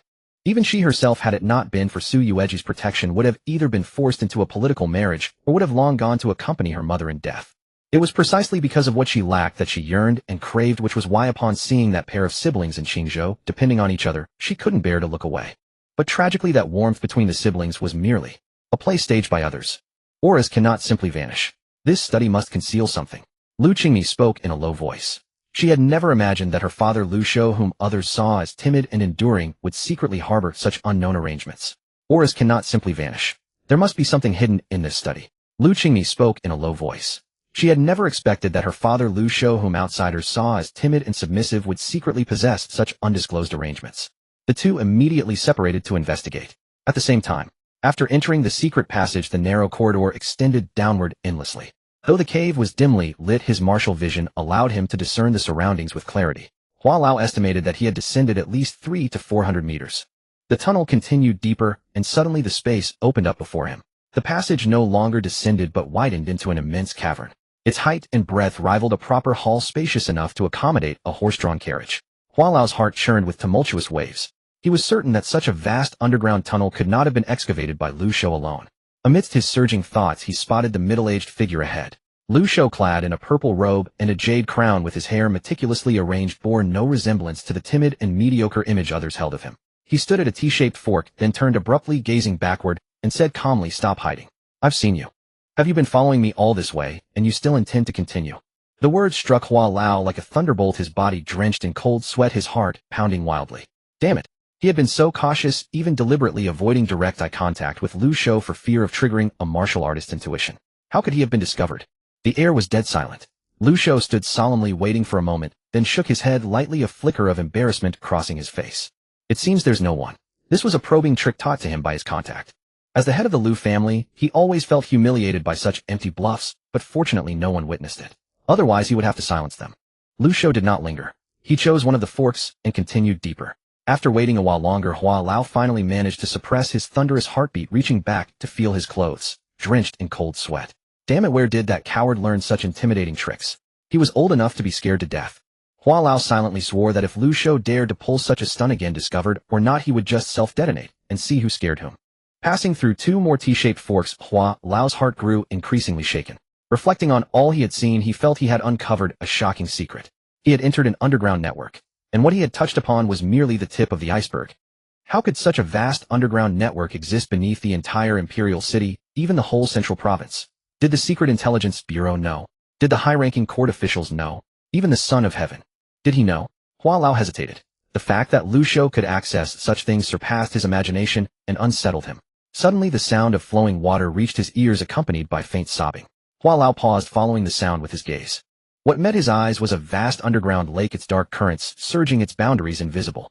On the lake's shore lay a broad platform larger than an ordinary room, upon which sat 7 or 8 cages, each holding several ragged figures. Hua Lao's heart pounded uncontrollably. Now he understood why the slave traders always had stock when he bought people for the consort. They were transported from this underground lake. This was by no means a task that a mere Lu Shou could accomplish. He was but a small cog in the machine. Lu Shou walked to the center of the platform, where something resembling a lookout post stood. He lit a flame. The fire blazed like a signal. It's about time for this batch. The Duke's man should be arriving soon. His gaze swept over the pitiful goods in the cages, devoid of any pity, only lofty indifference. Such underground junctions were countless across the entire dark lake. If not for his fortuitous discovery of the Liu family's secret passage, he would never have connected with the Duke. But with such a grand scheme, even the Duke might be nothing more than a pawn on the surface. Yet even a Duke was a colossus. For him, for the Liu family, this was an opportunity. A chance to break free from weakness and dependence on the Wu family. And that bitch. He would have his revenge. Damn it, she had cuckolded him, even forced him to swallow his pride and acknowledge Lu Qishio, that bastard, as his own son. Lu Shou's face twisted in rage, his shadow contorted by the firelight like a demon. Boom. A thunderous explosion ripped through the underground space, accompanied by a muffled groan. A figure in black spurted blood and was sent flying. Lu Shou's heart jolted. He turned in shock to see a fierce-faced old man. Hua Lao also looked up abruptly. Their eyes met, and the air fell into a tense silence. Who are you? That was the only thought echoing in Lu Shou's mind. Hua Lao too was stunned. His mind had been reeling from the day's revelations, and he had lost his focus. Someone had attacked him from the shadows. Probably a master tracking him. He hadn't even started his act yet. What should he do now? The same thought echoed in Hua Lao's mind. Footsteps sounded from the darkness. 2 figures emerged. 2 women in black, Lu Qingni and Ning Qingqing. Seeing the scene on the platform, Lu Qingni froze, her eyes filled with horror and disbelief tinged with a faint sadness. What? What is this? Why? Why? For a moment, she could not believe that such things were happening in the secret chamber beneath her father's study. Lu Shou closed his eyes upon seeing Lu Qingni, a flicker of pain crossing his face. When he opened them again, all warmth had vanished, replaced by icy indifference. My dear daughter, why must you be so curious? Why must you uncover your father's secrets? Lu Qingni glared at him, furious, her eyes fixed on him. Did you do all this? Do you even know what you're doing? The head of the Liu family, now calm, replied evenly, of course I know what I'm doing. You? Lu Qingni trembled, pointing at the father she had not seen for some time, feeling for the first time how unfamiliar he was. Though she had always despised her weak father, believing that if he hadn't married that venomous woman, her mother might still be alive. Yet she still held on to the beautiful memories of childhood, the warm recollections of their family of 3, the softest part of her heart. But now, seeing this, the tenderness of the past shattered. The man before her was cruel, unrecognizable, no longer the person she remembered. Don't make such a fuss, my daughter. After all, I merely store these goods, and my hands are generally unstained by blood. Not like your second mother, who kills relentlessly and even sends people into the palace. Hua Lao was startled. He hadn't expected the usually taciturn Lu Shou to know this. Gritting his teeth, Hua Lao knew he could wait no longer. He had to adapt on the spot and play his role well. Master. Hua Lao coughed out blood, raised his head with tear-filled eyes, and looked at Lu Shou. Go quickly, I'll hold them off. The air was dead silent. At least give some reaction.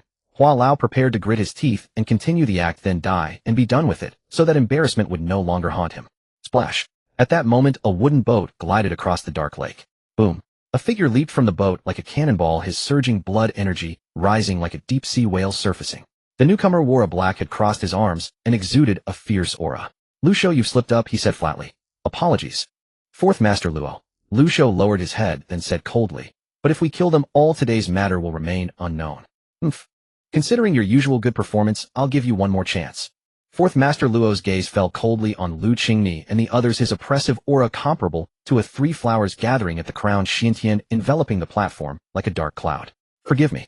Lu Shou looked at Lu Qingni, a fleeting sorrow in his eyes vanishing instantly. Lu Qingni, staring at her unfamiliar father, fell silent, but quietly touched the blood jade Su Qingyang had given her. Drip, drip, drip. Wet footsteps echoed from the lake's surface. Someone was walking out of the water. Everyone froze. Another expert. All eyes turned to the lake. A bloodied, mangled figure slowly rose from the icy dark waters. He tilted his head slightly, seemingly surprised to see so many people gathered here.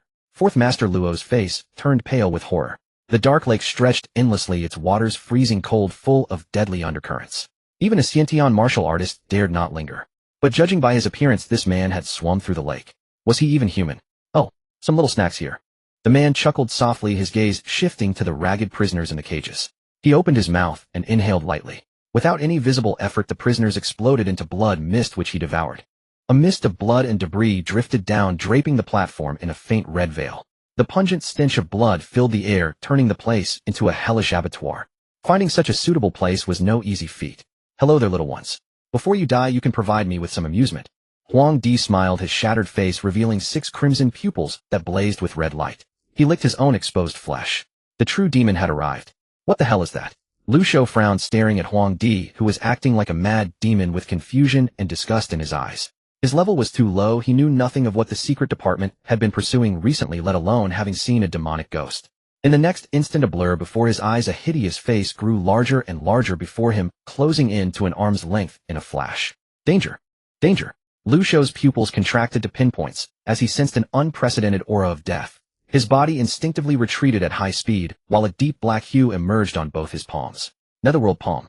He struck out with both palms, muscles swelling on his arms, internal energy surging, and slammed them toward the oncoming demonic ghost's head. Bang! The palms hit with a loud crash. Lu Shou was about to show a joyful expression, but suddenly he felt a terrifying force rebounding back.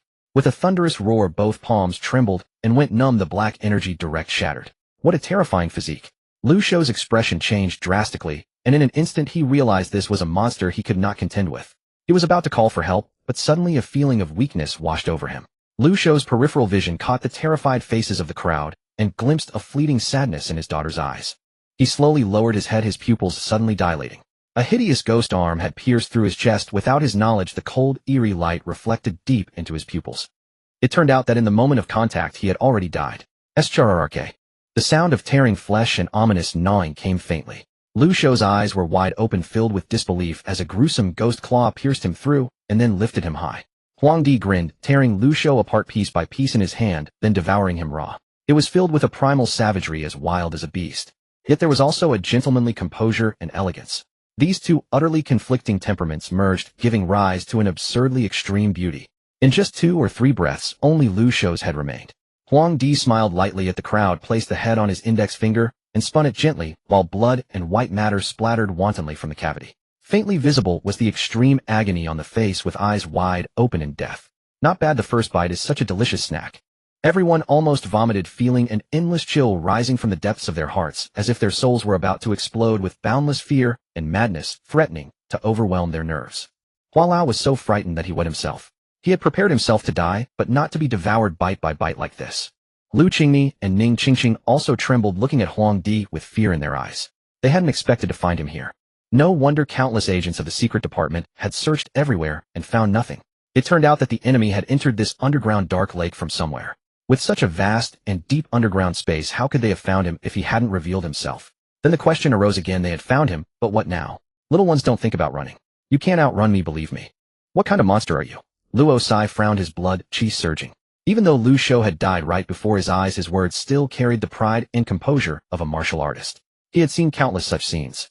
Who am I? Huang Di tilted his head, assuming a thoughtful pose, the spinning head splattering red and white filth, looking like a demon, then sneered, now it doesn't matter. You only need to know that from now on I will be your master. How dare you? Luo Sai bellowed in rage. Suddenly a thunderous crash shook the entire platform, and a figure shot through the air, breaking through the space. The speed was so great it was almost impossible to catch with the naked eye. In the blink of an eye he stood before Huang Di. Such goblins and monsters were nothing to a martial artist like him. In martial arts, courage comes first, especially for a blood chi martial artist like him. Luo Sai extended a hand and threw a punch at Huang Di. Is he crazy? That was Lu Qingni's first thought. She exchanged a glance with Ning Qingqing, and both saw the understanding in each other's eyes. Ignorance breeds fearlessness. The two quietly shielded the crowd and began to retreat. Boom. A deafening boom rang out as Luo Sai's iron fist struck Huang Di, producing a sound like striking metal, and the entire underground space trembled. Boom, boom, boom. Luo Sai didn't stop. On his arms, swirling red clouds appeared. A phenomenon that only manifested when blood qi was surging to a certain extent. He unleashed over a dozen punches at the motionless Huang Di in one breath. 20-some punches, 30-40. A drop of cold sweat slid silently down Luo Sai's forehead. His confidence crumbled bit by bit, and his gaze grew increasingly fearful. What kind of monster was this? Under such bombardment, even a city wall cast from molten iron would have cracked, but now striking this seemingly shabby body of flesh and blood produced no reaction at all. But he dared not stop. He had a very subtle feeling that if he stopped he would die. Monster! A monster! Suddenly a cry of near breakdown rang out. It was Hua Lao, whose mind had been shattered by the eerie atmosphere. He shouted, fleeing headlong into the tunnel behind, without looking back. Damn it! You dare ruin my pleasure! A furious roar exploded from the midst of the strikes. Luo Sai's pupils shrank sharply as he sensed a terrifying killing intent, an overwhelming power like a mountain crashing down. A hideous ghost claw grabbed his head without hesitation and pressed down, forcing half his body into the hard platform. The earth rumbled and trembled, terrifying cracks spread for hundreds of meters, and the stone platform let out a groaning sound of unbearable strain, the entire foundation slowly collapsing and sinking into the dark lake below. A scarlet gaze swept the entire tunnel. The next instant Huang Di's figure burst forward, suddenly stirring up a cloud of pale white mist and vanishing into the darkness. In just a moment, a wail of extreme terror and pain echoed, and the pungent smell of blood filled the air. A figure hideous as a demon stepped forward through the blood. It was Huang Di, now dragging a corpse torn in two, bloody and horrifying. No, that was not a corpse. Lu Qingni was suddenly horrified. Hua Lao was not yet dead. He seemed to have been torn in half from the legs, but his head remained intact, as if the demon had deliberately done so. The powerful vitality of a martial artist still left him with a breath of life. But to endure such torture while fully conscious, even hell would be no worse. It would be better to die immediately and be released. You overreached. I warned you, you bastards. The demon casually threw Hua Lao to the ground, letting his life force ebb away, then cast a scarlet glance at Lu Qingni and Ning Qingqing, revealing a bloody smile. You two little snacks are quite quiet. After I've had my big meal, I'll give you a quick end. What? Lu Qingni's heart tightened. I didn't go all out just now, little one. You must have more tricks up your sleeve. Go ahead, let me enjoy my last big feast to the fullest. The demon looked at the platform sinking into the dark lake, his tone growing more excited and fervent, his skin, flesh, and bones trembling violently. He could barely contain himself. A long ethereal wail song rose from the depths of the dark lake, and a white column of air burst forth from the water. In a trance, it seemed as if a black back was seen within the dark lake, slowly gliding across the water, rising like a small hill between the earth and the sea. A giant whale. A colossal whale tail burst out of the water and crashed down upon the demon on the shore with overwhelming force. Boom. The ground shook as if a small earthquake had erupted. A storm raged and rampaged through the narrow tunnel. Lu Qingni and Ning Qingqing huddled tightly in the corner, struggling to look toward where the whale tail had crashed. As the dust slowly dissipated, a 3-meter-tall, dark-skinned, burly man stood there. That was Luo Sai. At this moment his body was like a whale's, his muscles dark, thick, and vast. Black light surged continuously on his skin, and terrifying heat waves spewed from his pores, steaming in all directions. His eyes seemed to have turned into two black gems, dazzling and intimidating. Luo Sai now glared with murderous intent, his blood energy surging wildly. Dimly above his head, a phantom of a leaping sea giant whale appeared. His form was vast and boundless, his might overwhelming. He burned the essence blood of the alien sky sea whale within him, pushing the demon tyrant whale heaven fist to its limit, stepping 1 foot into the level of the third blood energy breakthrough. The giant whale phantom floating above his head was the Dharma manifestation of his blood energy's ultimate sublimation. Damn you bastard, it's all because of you that I have to pay such a heavy price. Luo Sai glared at the distant demon. That whip-like whale-tail strike had been instantly dodged by the opponent. The essence blood of the sky sea whale was so rare, only found deep in the Eastern Sea. He had originally planned to keep it as a life-saving trump card when breaking through the third blood energy bottleneck. Now he was forced to burn it all at once. Hehehe. Finally, this is getting interesting.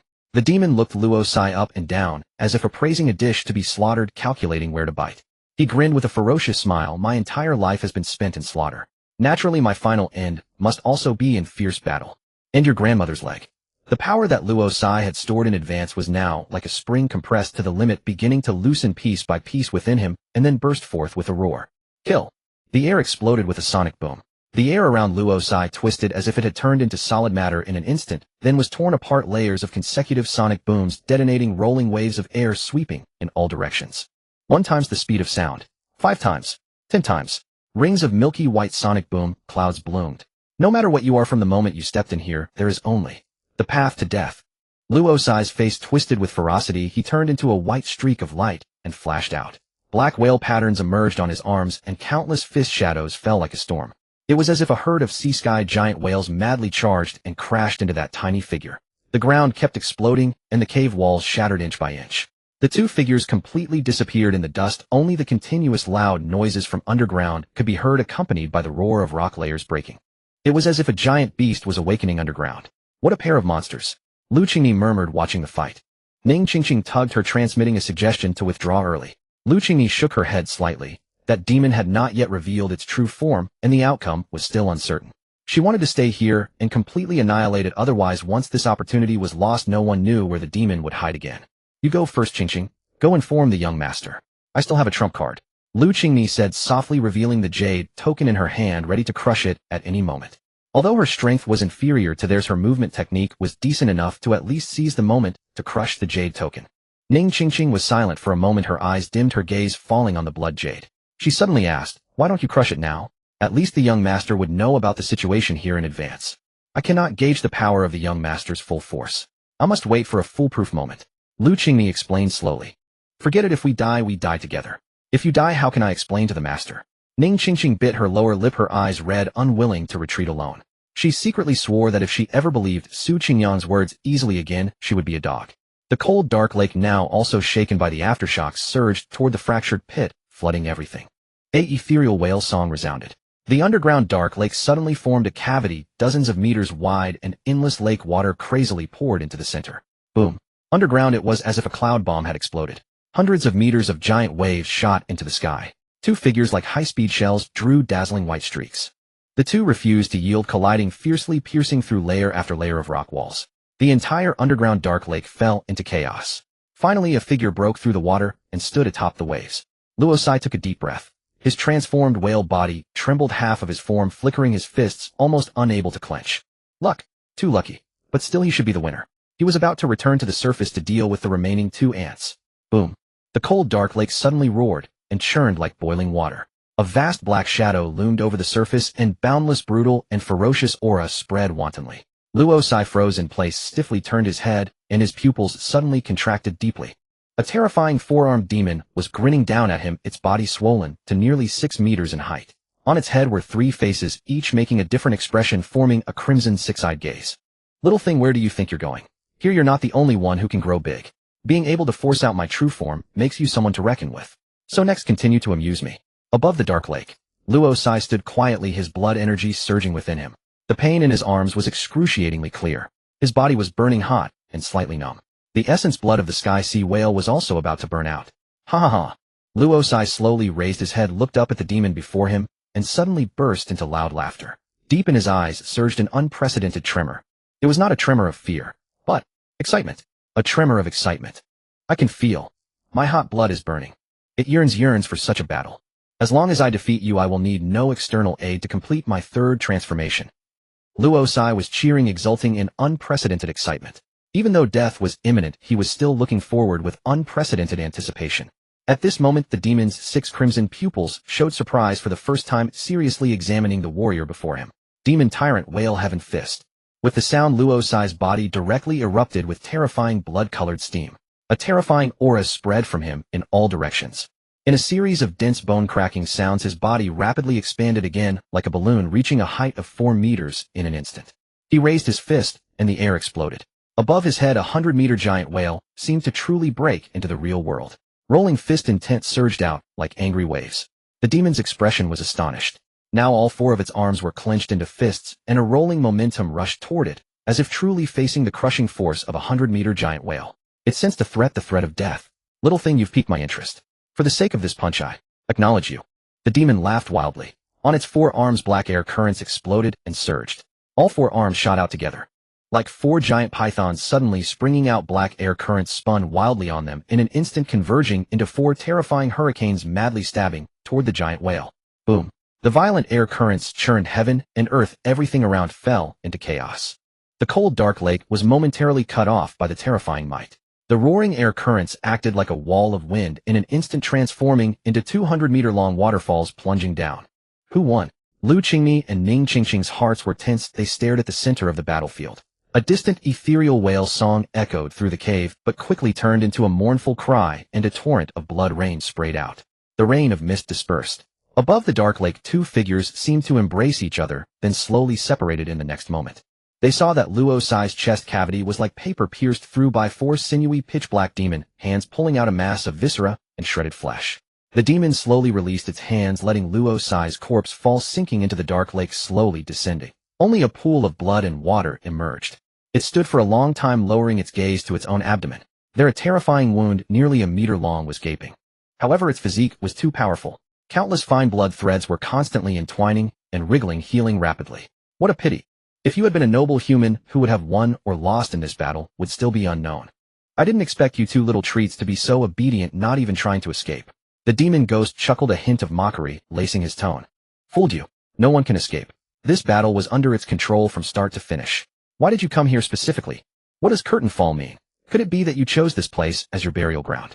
Lu Qingmi stared unblinkingly. She had sensed something off about this demon ghost. Despite having the upper hand, it seemed strangely lifeless. A dying man, yet so full of words.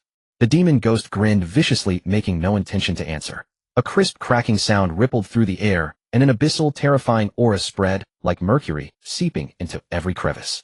The demon ghost was swept by that terrifying aura, frozen in place, as if struck by a paralysis spell, its pupils gradually filling with horror. The one who deserves to die is you, Lu Qingmi said softly. The moment the demon ghost showed no intention to talk, she crushed the blood jade directly. The moment the blood jade shattered, boundless blood energy surged forth vast as an ocean, forming a massive hand that pressed down upon the demon ghost. Crack, crack.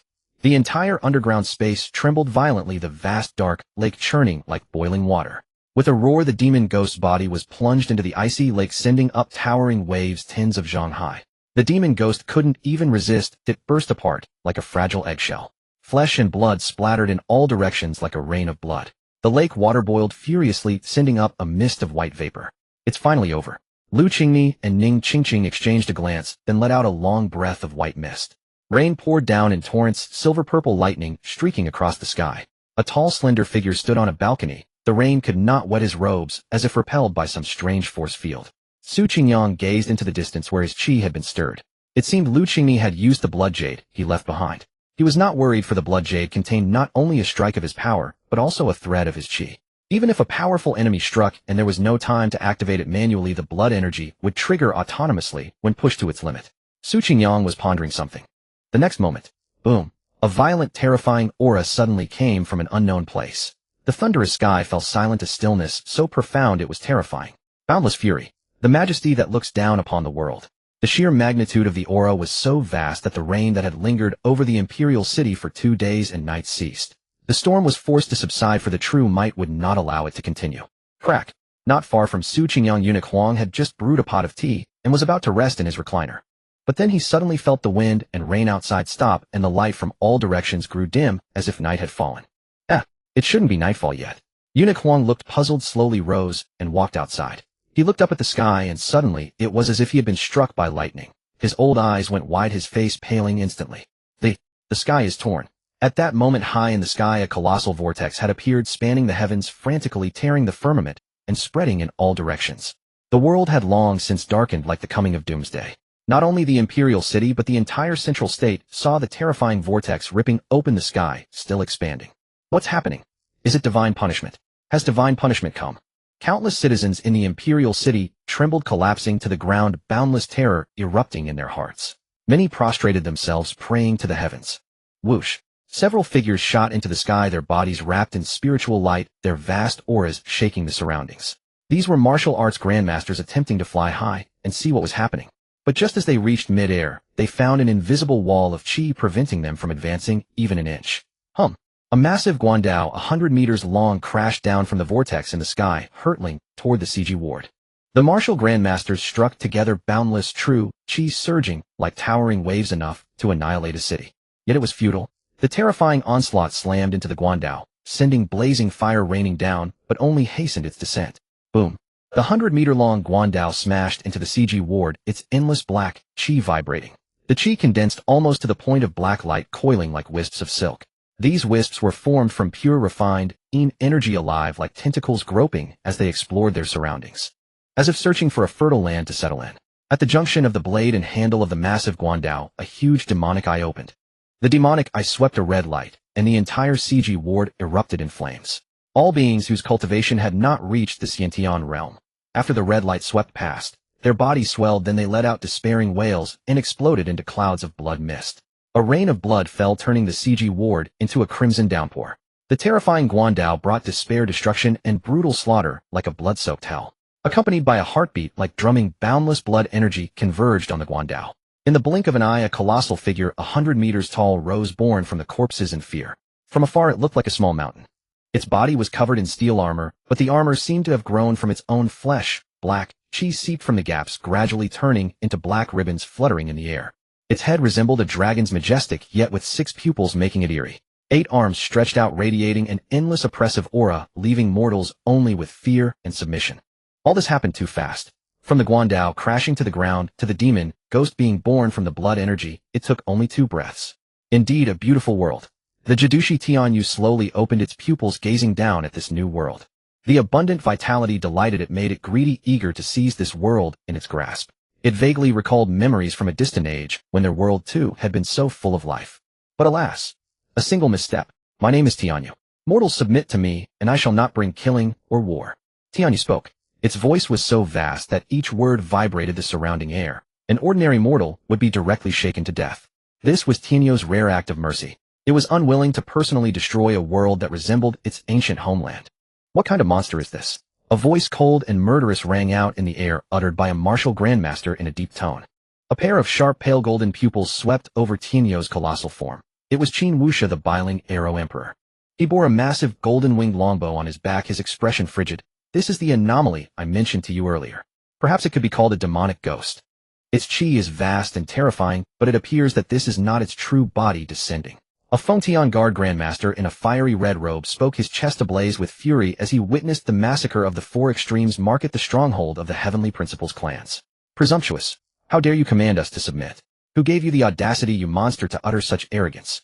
A Grandmaster in azure robe struck with a thunderous blow, his spear aimed directly at Tianyu's true form as a 1,000-zhang torrent of blue true chi surged from his body like the roiling azure sea. The force of his chi shook the clouds above, wrenching them into a small vortex. Insolent! Tianyu felt a surge of anger. It had rarely shown such mercy, laying down its blade to recruit the masses, yet it was met with such arrogance. With a flash, cold light burst from its 6 pupils, and a terrible chi coalesced into a black beam that blasted toward the attacking Grandmaster, shredding the sea like true chi in an instant. Unite! Suddenly, a fearsome blade light appeared in the void, dragging 1,000 meters as it cleaved straight toward Tianyu's head.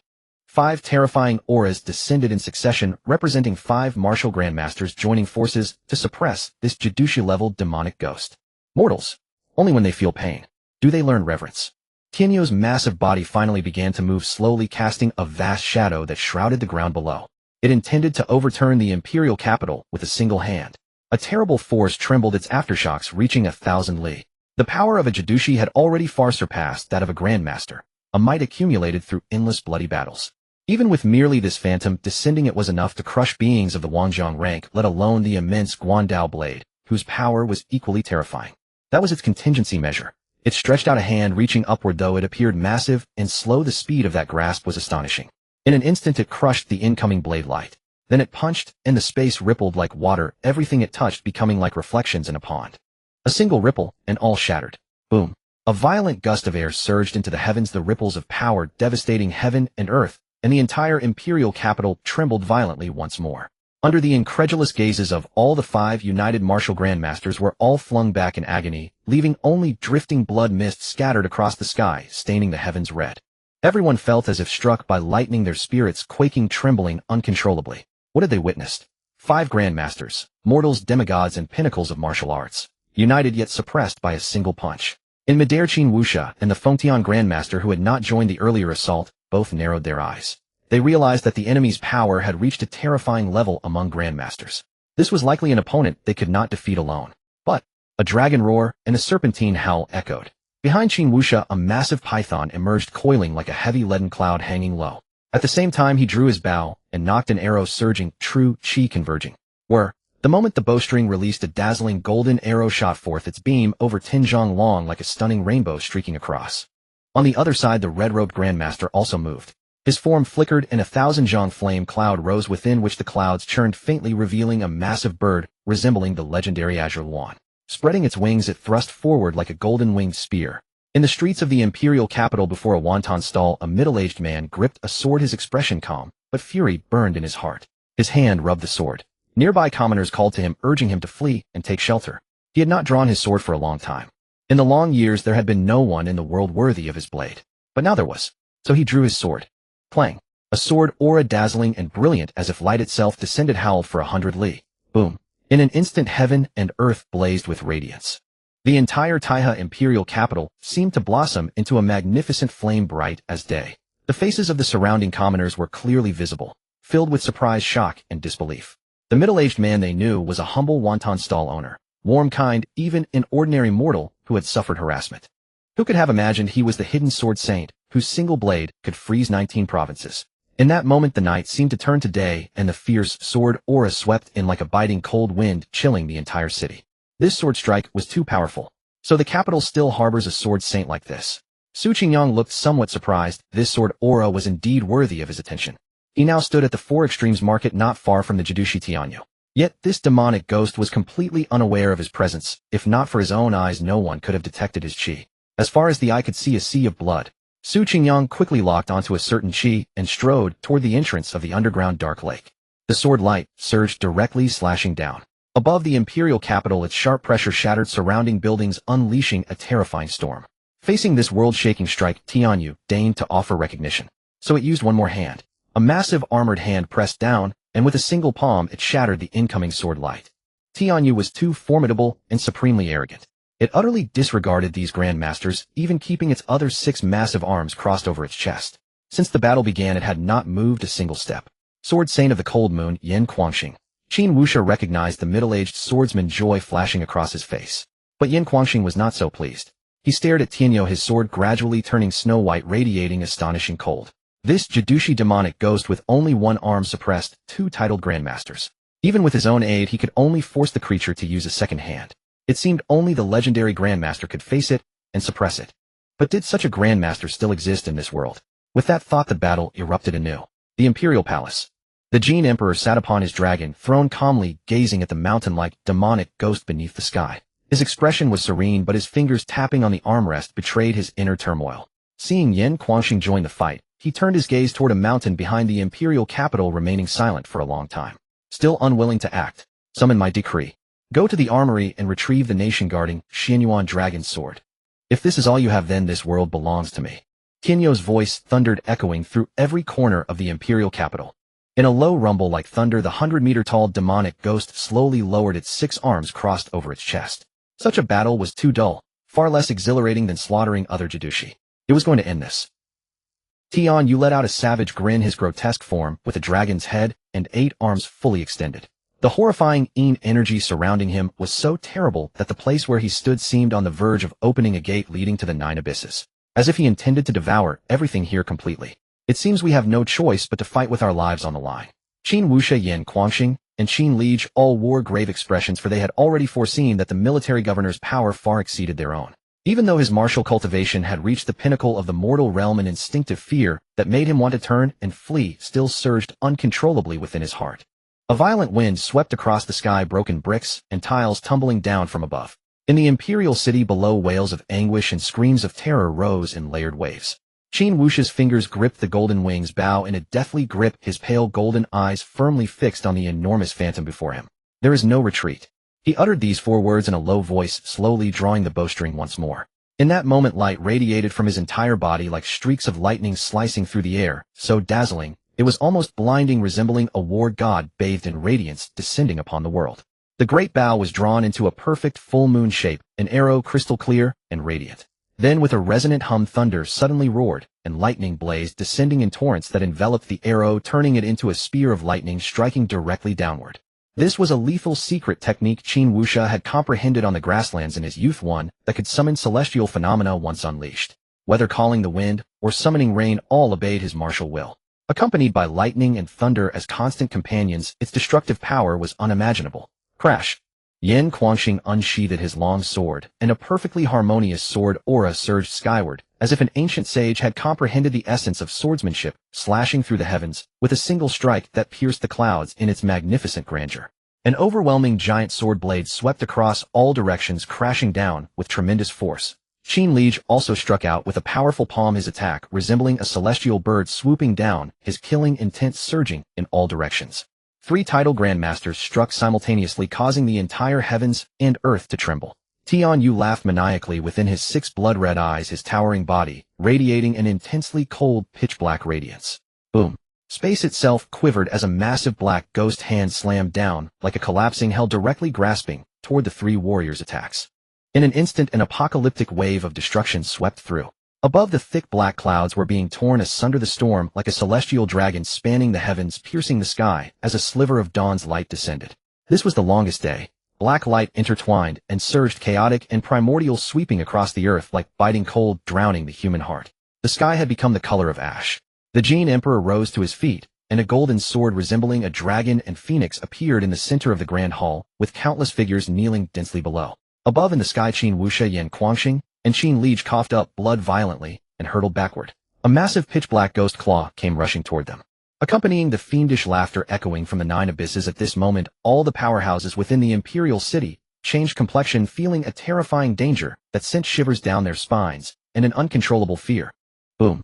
A crimson sun surged into the sky, countless air currents were forcibly exploded, space itself twisted, and the entire sky filled with a piercing detonation.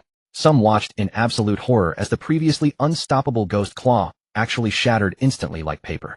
A pitch-black long halberd had somehow shot diagonally from beneath the earth, its extreme violence crushing all in its path, forcibly blasting apart the massive hand Tian Yu had extended. Who could this be? How could one halberd strike possess such tremendous power? The Jin Emperor, who had risen to his feet, sat back, down, a contemplative look crossing his features, while Qin Wuxia, on the opposite side, revealed both joy and surprise. He recognized whose weapon this was, yet how could the person wielding it be so formidable? A figure had somehow appeared mid-air, facing the colossal demon directly. He made a grasping motion with his hand, and the ferocious black god halberd spun viciously back to him, its cold gleam as sharp as a silver disc landing in his palm, before he casually flicked it onto his shoulder. A profound silence descended upon heaven and earth. A hint of puzzlement flickered across Tian Yu's features. Even though the figure was close enough to touch, he couldn't discern who stood before him, as if a blazing sun had risen, its scorching brilliance overwhelmingly intense. Wherever this presence passed, Yin energy was being furiously expelled. Throughout the entire realm, the Yin energy and darkness that it had painstakingly created were all melting and dissipating like snow before a furnace. Detestable. Utterly detestable.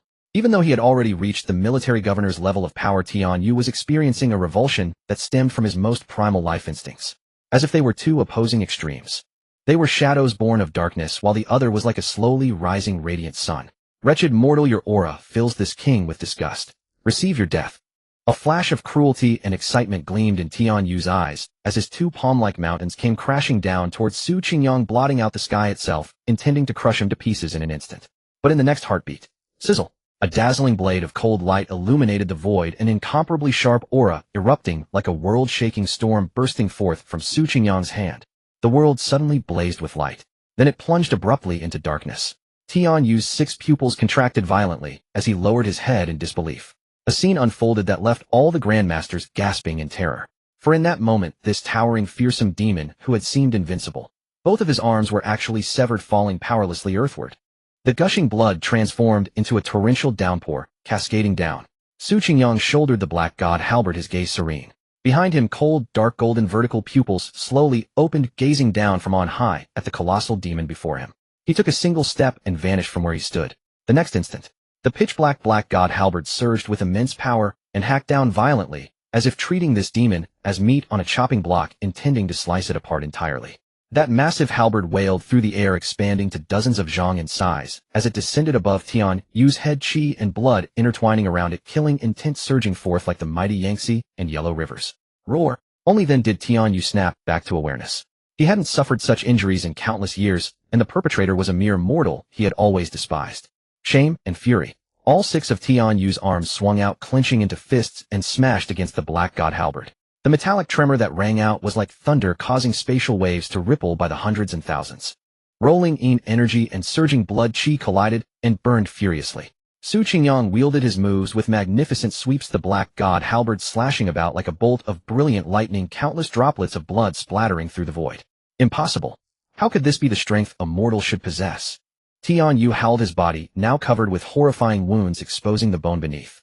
With a thunderous rumble, Tian Yu directly pulled the 100-meter-long guandao from the ground.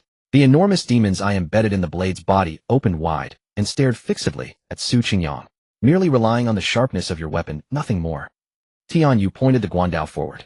A terrifying dormant power was awakening, that force surging forth, black chi rising like flames and smoke soaring into the heavens. Su Qingyang stepped forward step by step, his black hair wildly dancing like a dragon. His blood and chi converged in a terrifying pillar of blood and chi shot through the sky, violently scattering the pervasive black miasma.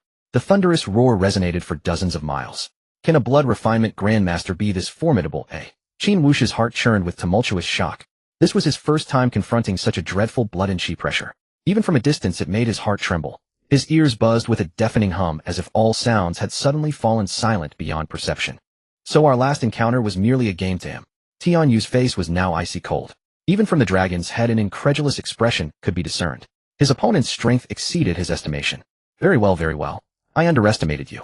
You are truly formidable, no less than those mighty generals. But you should never have wounded me. You have angered me. Boom. A deafening explosion erupted, and a terrifying shockwave of air burst forth, rampaging like a mad dragon in all directions.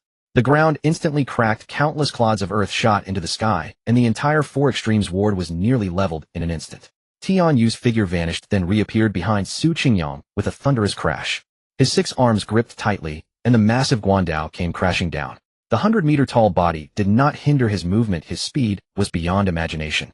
A tiny figure within the pillar of blood, and she raised only one hand, and the black divine halberd met the guandao head-on. With a clang, the entire blade of the guandao vibrated and bounced upward. Impressive strength, but unfortunately you are not here in your true form. Your physical body is too frail. Su Qingyang finally spoke, his tone indifferent, further infuriating Tian Yu. Whoosh! Tian Yu swung the guandao again, striking blow after blow in a frenzied manner. His movements were not slow, but growing faster and faster. If his true body were here, a single swing could cleave a mountain in two.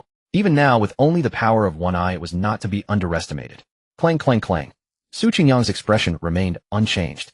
His right hand rotated the halberd like a dragon, and he thrust forward fiercely. Vast blood and chi surged into the black divine halberd, turning it into a soaring dragon between the twin moons. Time and again he deflected and parried the descending guandao. Within a radius of several hundred meters, the entire ground of the Four Extremes ward was sinking with immense residual force spreading outward. Countless shattered slabs and rocks shot up, then crashed down again. The whole process radiated outward in a circular pattern, the ground seeming to ripple like a terrifying wave. This scene, resembling an ant challenging a giant, left everyone with an unparalleled sense of awe. The blade light and the gleaming halberd edge clashed furiously. The violent air currents surged incessantly in all directions, forming 2 terrifying black hurricanes colliding against each other. Heaven and earth grew dim. All buildings, landscapes, and large trees within the surrounding area swayed wildly in the fierce wind and were uprooted. Monsters. They're all monsters. The several grandmasters watching from the sidelines turned pale. Such violent, overwhelming power was truly terrifying. In their eyes, the 100-meter-tall demon Tian Yu was an undisputed monster overlord. Yet Su Qingyang, barely 8 feet tall, smaller than one of Tian Yu's demonic eyes, could withstand the monster king head-on without losing ground. He was an even more absolute monster. Enough. To have lasted this long, you may well be proud. So now, die. Tian Yu's black chi erupted violently, transforming into a black pillar of smoke, no less than Su Qingyang's blood and chi smoke, shooting straight into the sky. The eye on the 100-meter guandao shattered. He unleashed all his power. The vast energy exploded, and Tian Yu instantly turned into a black flame, his aura surging wildly. With my blood, I shall cleave your mortal world asunder. The ground collapsed, and the icy waters of the underground lake surged forth. Tian Yu spanned 10,000 meters in a single step, standing in the void. 6 arms raised to the sky, gripping the guandao. Tian Yu suddenly calmed down. His 6 crimson pupils gazed down upon the mortal world, and endless energy converged into a vortex. A vast shadow cast down, as if a monster from myth had stepped forth. All things in nature. Tian Yu took a step forward, the guandao sliced vertically. A dazzling black light boiled, and vast, majestic, pure energy gathered. A 10,000-meter-wide black pillar of chi like a celestial pillar collapsing pressed down upon the entire imperial city. Su Qingyang stood tall expressionless. But his pitch-black eyes had turned into a brilliant pure gold. Deep within those golden pupils of battle intent that had been absent for a long time surged forth. Su Qingyang suddenly smiled. Boom. Boundless blood and chi rose from his form. The surrounding imperial city itself was collapsing, sinking the earth roaring. A blazing sun rose, obscuring the figure beneath it, leaving only a silhouette. It was like a black hole. A majestic dragon's roar echoed. That Songlong blood-burning art was fully activated. A pair of cold, dark golden vertical pupils abruptly opened, and the pupils split again, revealing triple pupils. Su Qingyang stepped forward, gripped the black divine halberd, and slowly raised it above his head. 3 mountains half fall beyond the blue sky, 2 waters divide the egret islet. The entire space behind the black divine halberd trembled. Overwhelming power poured forth like a surging ocean roaring in. Boom.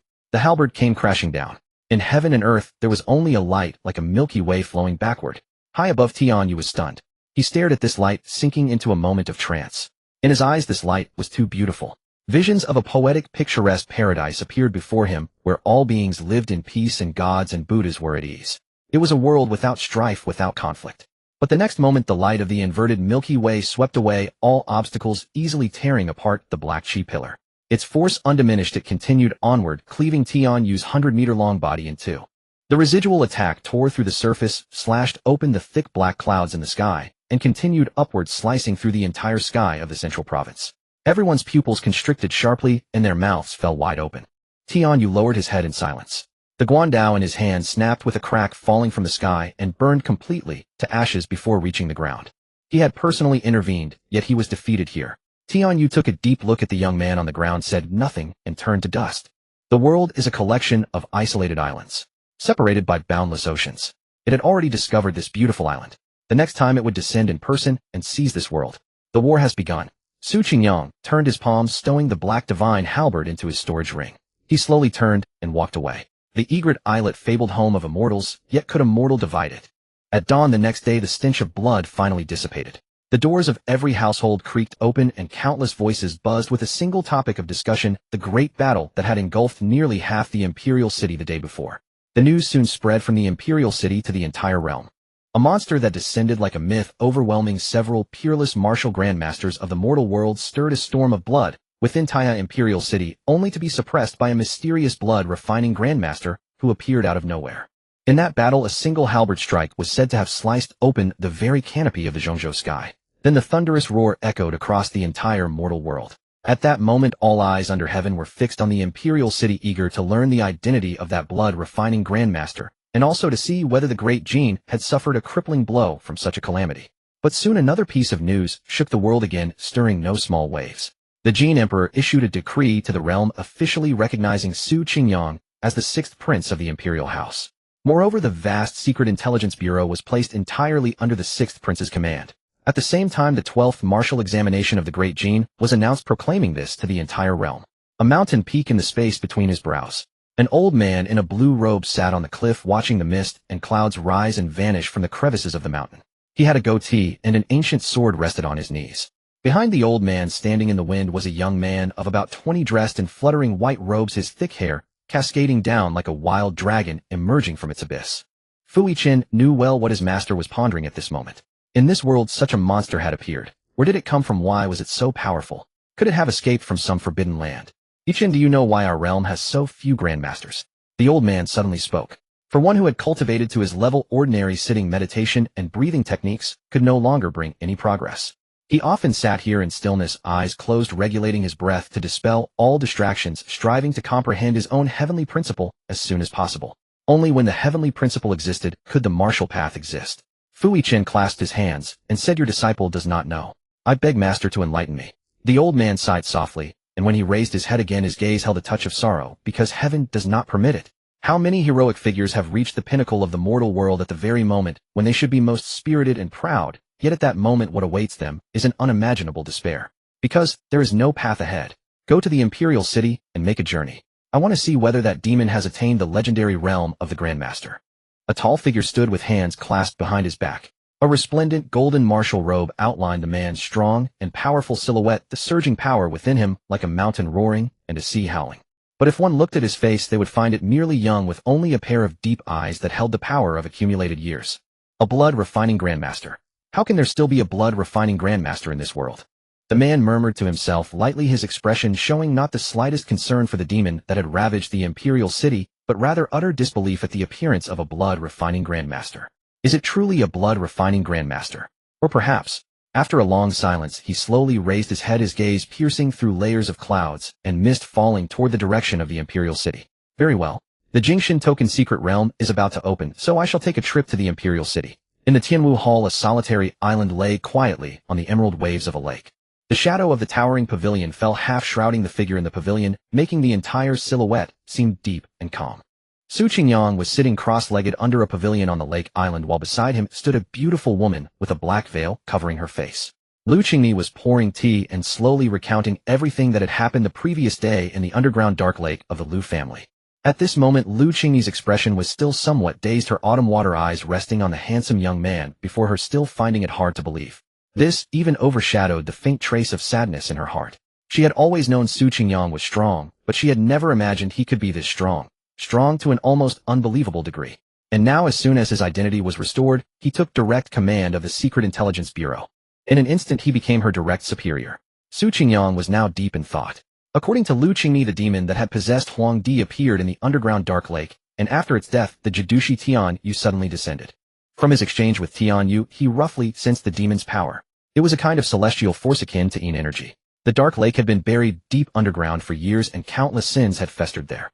Death and resentment nurtured boundless Yin energy. It seemed that the dense Yin energy here had met certain conditions, using the demon's death as a catalyst to summon Tian Yu's projection. Tian gang aristocratic families.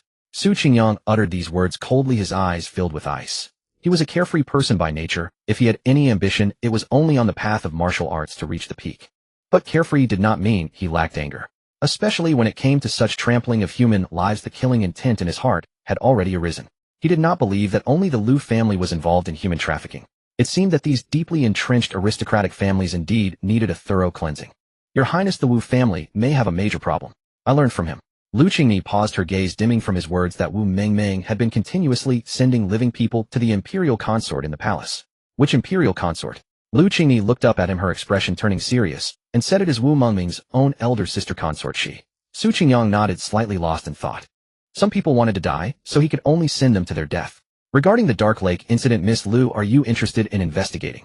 Su Qingyang asked. Your Highness, I am willing to pursue this to the end. Lu Qingmi's expression was solemn. Now that I command the Secret Intelligence Bureau, all the agents within the Bureau are at your disposal. Along the way, for any investigation needs, all rules may be temporarily set aside. With that, Su Qingyang handed her 2 blood jades, entrusting them to her, keeping one for her and one for Ning Qingqing as a protective lifeline. Knowing well the terrifying power contained in these blood jades, Lu Qingmi cherished them like treasures and carefully tucked them into her bosom. By the way, send your martial arts manuals and Ning Qingqing's to me so that I can help you both advance a step further. After finishing the cup of tea, Su Qingyang rose and gazed at the vast emerald lake and the multitudes of buildings before him. The Jin Emperor had allocated this garden area to him. From now on, this would be his residence, the Tianwu Hall. The Baiwa Garden seems to be nearby. I'll go take a look. I hope it can satisfy me. In the study of a grand mansion in the imperial capital, a young man clad in an embroidered python robe, exuding an air of nobility, paced back and forth in agitation, his hands clasped behind his back. Seated in the master's chair of the study was a venerable old man with a commanding presence, idly twirling 2 iron spheres in his hands. Grand Secretary, what do you think Father Emperor truly intends? A 6th prince who has just been found, and he directly hands over the Secret Affairs Bureau to him. Is Father Emperor really not losing his mind? In the past, he held his power so tightly, unwilling to let even a sliver slip to us princes. Why is he so generous now? Are we princes all stepchildren then? This young man was none other than Su Wujing, the 5th prince of Great Jin. Now flustered and exasperated, he was speaking without restraint. It was no wonder he was so beside himself. What was the Secret Affairs Bureau? It was a sharp blade with eyes and ears across the realm, capable of spying on all officials and monitoring noble families. Many princes and ministers would rather avoid this power. Such authority had now fallen into the hands of that so-called 6th prince. Your Highness, be careful with your words, the old man said calmly. Why must you strive so hard? Isn't it better to be a carefree, idle prince? Carefree prince. Su Wujing turned sharply to the old man, his eyes turning terrifyingly fierce like a beast ready to devour. Grand Secretary, Father Emperor named me Wujing. Does he truly mean for me to be nothing but a pleasure-seeking, idle prince? The old man was not intimidated. He raised his head, meeting Su Wujing's gaze squarely, and said placidly, "But as far as I know, your highness's name was proposed by the emperor's consort. The meaning of no contention was simply that you should not vie with the eldest prince. If you contend, you are finished. That's the true meaning." Off. The fifth prince was bewildered. He had always taken pride in his name, even thinking of the saying, "The highest good is like water, because it does not contend, no one can contend with it." He had imagined what expectations Father Emperor held for him to give him such a name. Unexpectedly, his heart ached. The old man continued, "Your mother was of humble birth, a concubine with no background, and she passed away early. In fact, I suspect she was killed by the empress consort in the palace intrigues." "Impossible." Su Wujing suddenly retorted angrily, "That's impossible. Mother died of illness. All the imperial physicians examined her at the time." The old man smiled. In this realm, which imperial physician would dare to diagnose that a consort did not die of illness? Su Wujing's anger suddenly subsided. He slumped into his chair and fell silent. He suddenly thought of that gentle, breathtakingly beautiful woman who had looked after him in the palace since his mother's death, showering him with care and affection. Even in his heart, he harbored a vague, unspoken admiration for her. Yet now he was being told that his mother had been killed by such a woman. The old man's eyes flickered. He realized his words had struck too hard. "But your highness need not despair. Awakening now is not too late. Averaging one's mother is filial piety. Rising up oneself is the way of a noble man. As long as your highness does not aim too high, as long as you are willing to trust me, we will all serve you with one heart." Su Wujing clenched his fists. He was simple-minded and not physically gifted, but the old man's tone and persuasive skills were top-notch. A little encouragement, and a flame suddenly ignited in his heart. Bang! After struggling repeatedly, Su Wujing suddenly slammed his fist on the wooden table, growling, "If you can help me ascend the throne, I will worship you as my adoptive father and observe the rights of a ruler and father." "Your highness, absolutely not." The old man was startled. He quickly stepped forward to soothe and dissuade him. "Grand Secretary, I want to become emperor so badly." Su Wujing gritted his teeth, looking at the old man, his clenched fists trembling uncontrollably, almost on the verge of tears. "Your highness, do not worry. I can tell you in confidence that the one supporting you is none other than the Duke." The old man said with a smile. "The Duke?" Su Wujing was startled and pressed. "Which Duke?" Xiet Ziyuan smiled without answering. What a fool. With such a temperament, he was indeed not fit to be an emperor. But he made an excellent puppet. The Emperor of Jin was a good ruler for the realm, but not for the powerful ministers and noble families. A martial grandmaster sitting on the throne. How formidable, how overbearing. Only a sovereign who, like water, contended for nothing was the good emperor in their eyes. The closer one drew, the more one could smell the thick fragrance of medicinal herbs.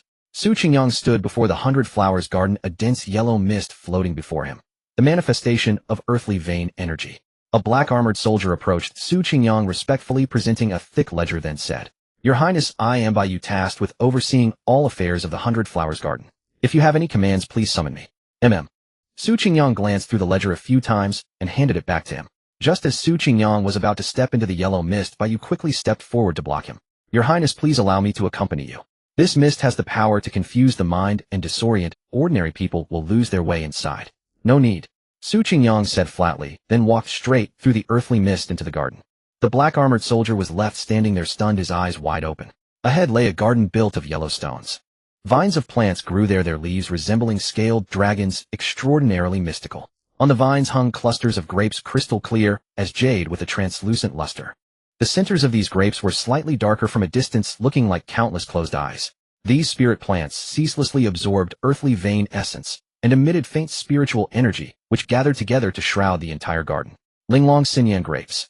Even Su Qingyang felt a flicker of surprise. These were rare treasures for replenishing blood and qi. An ordinary person eating a single cluster could undergo a miraculous marrow-cleansing transformation. Unexpectedly, within the Imperial 100 Flowers garden, an entire plot had been cultivated.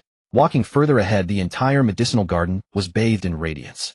The vitality and spiritual energy were so abundant that the essence of the precious herbs was stirred and scattered, shining like small suns. Purple gold crown, ginseng, peach blossom, grass rock, jade flower. Countless varieties, most of them supreme rare herbs that nourish and replenish blood and qi. Su Qingyang walked slowly, the vast and abundant spiritual energy of heaven and earth washing over him, giving an ethereal floating sensation. Finally, he stopped before the Linglong Xinyan grapes, plucked a cluster, and began to eat them. The sweet, mellow medicinal power instantly surged through his body, fine strands of essence faintly emanating from his 7 orifices. His entire being felt refreshed, and the exhaustion from yesterday's fierce battle gradually faded away. The medicinal power is acceptable. This way I can focus on breaking through to the 5th blood qi refinement in the coming days. Under the shroud of night, the Dajin imperial palace resembled a mysterious and murderous beast. After nightfall, all gates of the imperial city were tightly shut with guards in armor and halberds standing before them. Throughout the palace grounds, squads of imperial guards patrolled back and forth. The clatter of armor and the rhythm of footsteps echoed with unusual clarity in the silent night. Deep within the inner palace, ahead of a broad palace path, stood a magnificent, intricately carved hall, the residence of Consort Shi. Inside the main hall, a carved round table was placed before which two graceful silhouettes sat quietly. Even seated, one could easily discern their slender figures and alluring curves exuding an astonishing charm. Sister, will Qixio be all right? Wu Mengming, dressed in a fiery red gauze skirt, had somehow appeared in Consort Shi's palace, sobbing to the other stunningly beautiful woman beside her. At first glance, she bore a three-tenths resemblance to Wu Mengming. However, in terms of temperament, bearing, and demeanor, Wu Zixi was clearly superior, more perfect than Wu Mengming. Her oval face was as white as large jade, her skin so delicate it seemed to break at a touch. Her willow leaf eyebrows extended into her temples, and her phoenix eyes were half-lidded with a natural seductiveness. Outsiders would hardly imagine that such a beauty could be a woman nearing 40. A hint of spring water seemed to linger in the corners of Wu Zixi eyes. Beneath her straight, delicate nose, her cherry lips parted slightly, as she softly comforted her weeping sister. Wu Mengming had miraculously survived that day, protected by her son Lu Qixio, who had fought desperately to bring her away from the Lu family. They had already escaped successfully, but for some reason, after being swept by the demonic eye on the descending 100-meter Guandao, Lu Qixio, who had escaped death, suddenly fell into a coma. Wu Mengming tried every possible method but could not wake him. After much deliberation, she suspected it might be due to his cultivation of Wu Zixi's martial art. In utter desperation, she brought the unconscious Lu Qixio and sneaked into the palace to seek refuge with her elder sister. The delicate palace doors slowly swung inward, revealing a beautiful woman in a green silk dress. Her skin was fair, her eyes like dots of lacquer, her temperament gentle. A perfect picture of a modest, refined girl, instantly winning hearts. Your Highness. The beautiful woman bent her knees in a curtsy to Wu Zixi, her voice soft and sweet, as if it could soothe one's soul. Fengqin, how is Qixio? Have you found any problem?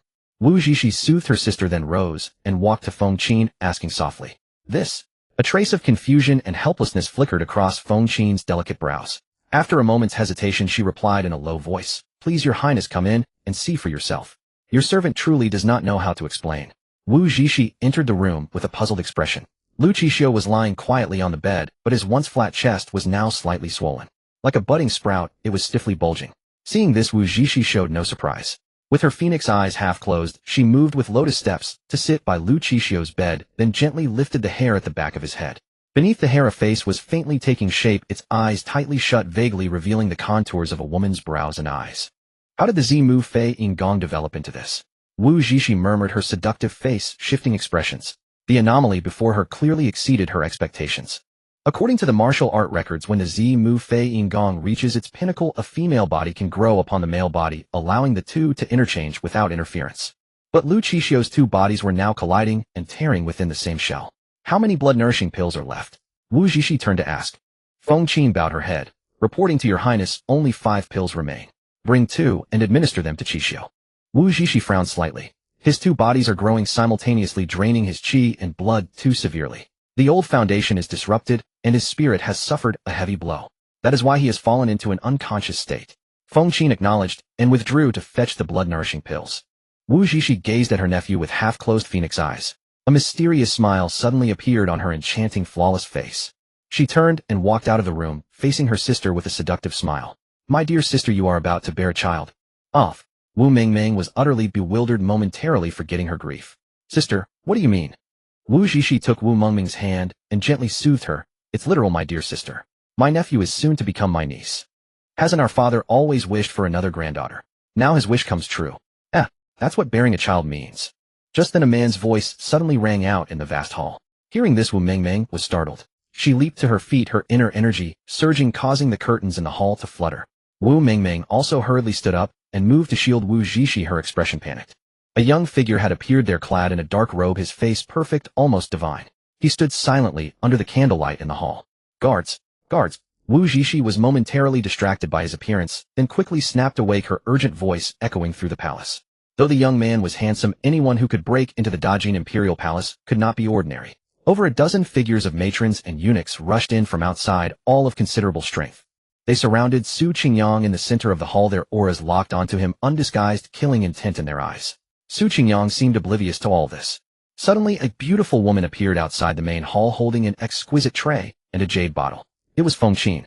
Feng Qin looked up into the hall and froze. Su Qingyang smiled slightly, and without any visible movement he suddenly appeared beside her, gazing at her silently. Feng Qin stared at the young man so close to her, knowing he was dangerous, but still blushed, a flutter of unease stirring in her heart. Su Qingyang paid her no heed. He simply took the jade bottle from the tray and poured out a blood-nourishing pill. "Miss, do you know what this pill is made of?" Feng Qin's face instantly turned pale. Of course she knew. "And master." Boom.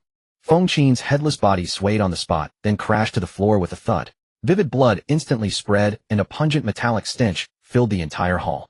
Silence reigned soundless. The blood-colored pill rolled onto the ground, soon merging into the crimson pool. The smell of blood grew stronger. Su Qingyang turned around, his gaze sweeping over the people in the hall. The eunuchs and matrons who had been bristling with murderous intent moments ago now trembled like leaves, their faces ashen. Their eyes, when looking at Su Qingyang, were filled with terror and fear. In the midst of laughter, he killed without a trace. They had not even seen how he broke through the encirclement or how he struck. The blood on the ground was still warm, and the thick, spreading stench of it made one's scalp crawl. "What are you all standing there for? Kill him now." After many years, Wu Mengming once again felt the chill, as if her life were a flickering candle in the wind with death approaching.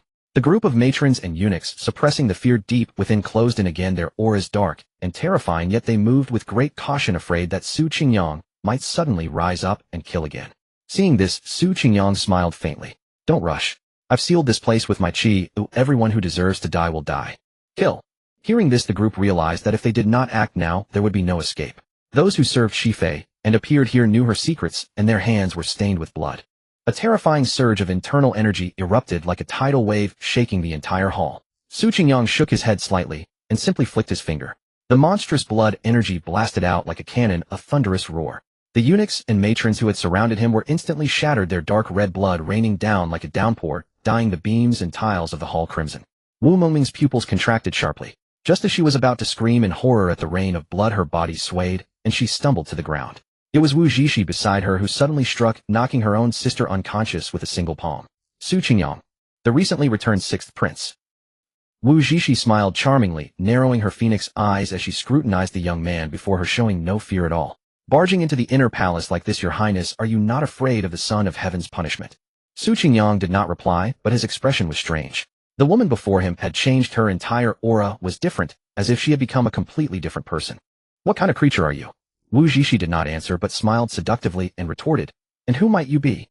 She had heard rumors that a prince lost for 20 years had suddenly appeared, not only young, but also possessing terrifying power, capable of killing a Xiantian warrior with a flick of his finger. These mortals might be short-sighted, but she was certain that the young body before her was not the so-called sixth prince. This world hid countless secrets unknown to many, and she for some reason happened to know of the existence of certain abnormal monsters. In her eyes, Su Qingyang was one of them. "Stop blabbering nonsense." Su Qingyang showed impatience and intended to capture her for interrogation. "Don't be impatient, sir." Wu Zhishi smiled gracefully, her body swaying lightly as her delicate hand brushed over her shoulder and the splendid palace robe slipped off her body. Beneath the robe, a graceful, slender figure came into full view. That body seemed to hold all the beauty in the world. Wu Zhishi was naturally seductive, her body incredibly alluring. Her phoenix eyes half closed as if she wanted to speak, but held back, her red lips slightly pouted, driving men mad. Her silken hair fell loose, covering the two high peaks on her chest.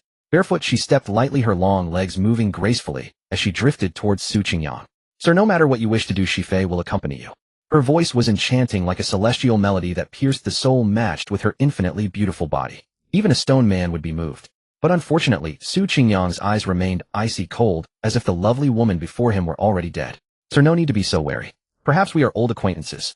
Wu Zhishi's soft lips parted, but her body suddenly turned into a blur, her jade-like fingers striking at Su Qingyang's forehead. Bang! A slender hand slapped across Wu Zhishi's face. The slap came silently, sending her spinning in midair and crashing backward. She slammed onto the smooth floor of the hall, cracking and shattering the tiles. The body that had been so alluring moments before was now covered in blood, and flesh bones snapped and dislocated, and half of her once beautiful face was smashed, bloody and terrifying. Su Qingyang walked up to her, stopping just a few inches away, and said calmly, feeling helpless, "Tell me your true identity now, and I'll grant you a quick death." Wu Zhishi lay prostrate in a pool of blood, the slap having shattered nearly all the bones and tendons in her body. For an ordinary martial artist, such an injury would have rendered them completely immobile, yet she somehow managed to move, her voice filled with terror. "Spare me, sir. I only tested you out of concern. I truly meant no harm. Please forgive me. Su Qingyang remained silent, looking down at Wu Zixi with indifference like a true demon who knew nothing of pity. This woman seemed to have mistaken him for something else. Seeing that Su Qingyang did not speak, Wu Zixi grew even more panicked. The test had convinced her that the being inside Su Qingyang's body was an ancient monster that had lived through countless ages. Glory, honor, peerless beauty. All were but fleeting clouds before such an existence. Sir, I am from the Bliss Palace. 20 years ago, I followed the palace's order and took over Wu Zixi identity. I publicly claimed to have gained some kind of opportunity, and thus greatly increased my strength, securing the opportunity for marriage with the Wu family and entering the great Jin harem. This body of Shifei is merely a shell I used to lie dormant. Su Qingyang stared at the woman on the ground with an expressionless face, a glint of golden light flashing in his dark eyes. What was the Bliss Palace's purpose in placing you in the great Jin harem? Sir, our target was the great Jin's national divine weapons. Those weapons are too terrifying and should not exist in the mortal world. Wu Zixi coughed up mouthfuls of blood, her half-shattered face twisted and grotesque as she continued to confess. Especially the missing third demonic weapon, it is a great threat to us. Only by eliminating all these threats can the mortal world become our paradise. When the time is ripe, the Bliss Palace will emerge from the shadows and reveal itself. Hearing this, Su Qingyang narrowed his eyes. Bliss Palace. Another force he had never heard of, and it seemed they had grand ambitions, seeking to turn the entire human world into their paradise. How did you take over Wu Zixi body? Su Qingyang asked with extreme calm. Wu Zixi looked puzzled, as if wondering why he didn't know such a thing, but she still answered, through martial arts, of course. The Bliss Palace has leaked countless martial arts manuals. Most of them are genuine martial arts legacies, but a small portion hides malicious intent suitable only for those with specific physiques. Such people are the vessels we have long selected for possession. As their cultivation deepens, the technique subtly transforms the body, gradually shaping it into the perfect shell for our entry. Those people grow ever more skilled in martial arts, preening themselves on their great fortune, unaware that they are merely sewing clothes for us. When the time is ripe, we shall seize their bodies and take over, hardly needing to expend a shred of effort. Su Qingyang's eyes flickered. The martial world was treacherous, and such methods far exceeded ordinary martial arts, bordering on the inconceivable. And Lu Qixio, was he also a vessel you selected? Yes, my lord. He possesses unparalleled talent in practicing evil arts. Su Qingyang's brow relaxed. Where is the Exiled Palace? Besides you, how many of your kind are there in Great Jin? Wu Zixi suddenly fell silent, sinking into a long pause. She gazed at Su Qingyang, who stood so close, and abruptly asked, May I ask, my lord, which faction do you hail from? Which faction? That is, which of the four unknowns? Wu Zixi spoke with difficulty, feeling an icy chill seep through her entire body. In her understanding, if he were an ancient monster, he should not be utterly ignorant of such things. When did I ever tell you I was one of your kind? Su Qingyang said indifferently. Wu Zixi froze instantly. Kill me. The Exiled Palace will never let you off. Suddenly Wu Zixi roared like a demon, her features twisted, veins bulging across her body, transforming into a nightjar. A tough nut. Admirable spirit. A harmless smile crept across Su Qingyang's face. A terrifying aura slammed down like a steel spike, piercing directly into Wu Zixi's skull. In an instant she felt her head about to burst, as if countless invisible forces were boring into her sea of consciousness. What have you done? What have you done? Her eyes now bloodshot, her eyeballs nearly popping out, and then, bang. Her head exploded outright. Su Qingyang, it seems my illusory heart confusion art is not yet proficient. No, she detonated her own head to prevent me from uncovering her secrets. Su Qingyang fell into contemplation. Just then a translucent woman emerged from Wu Zixi's corpse.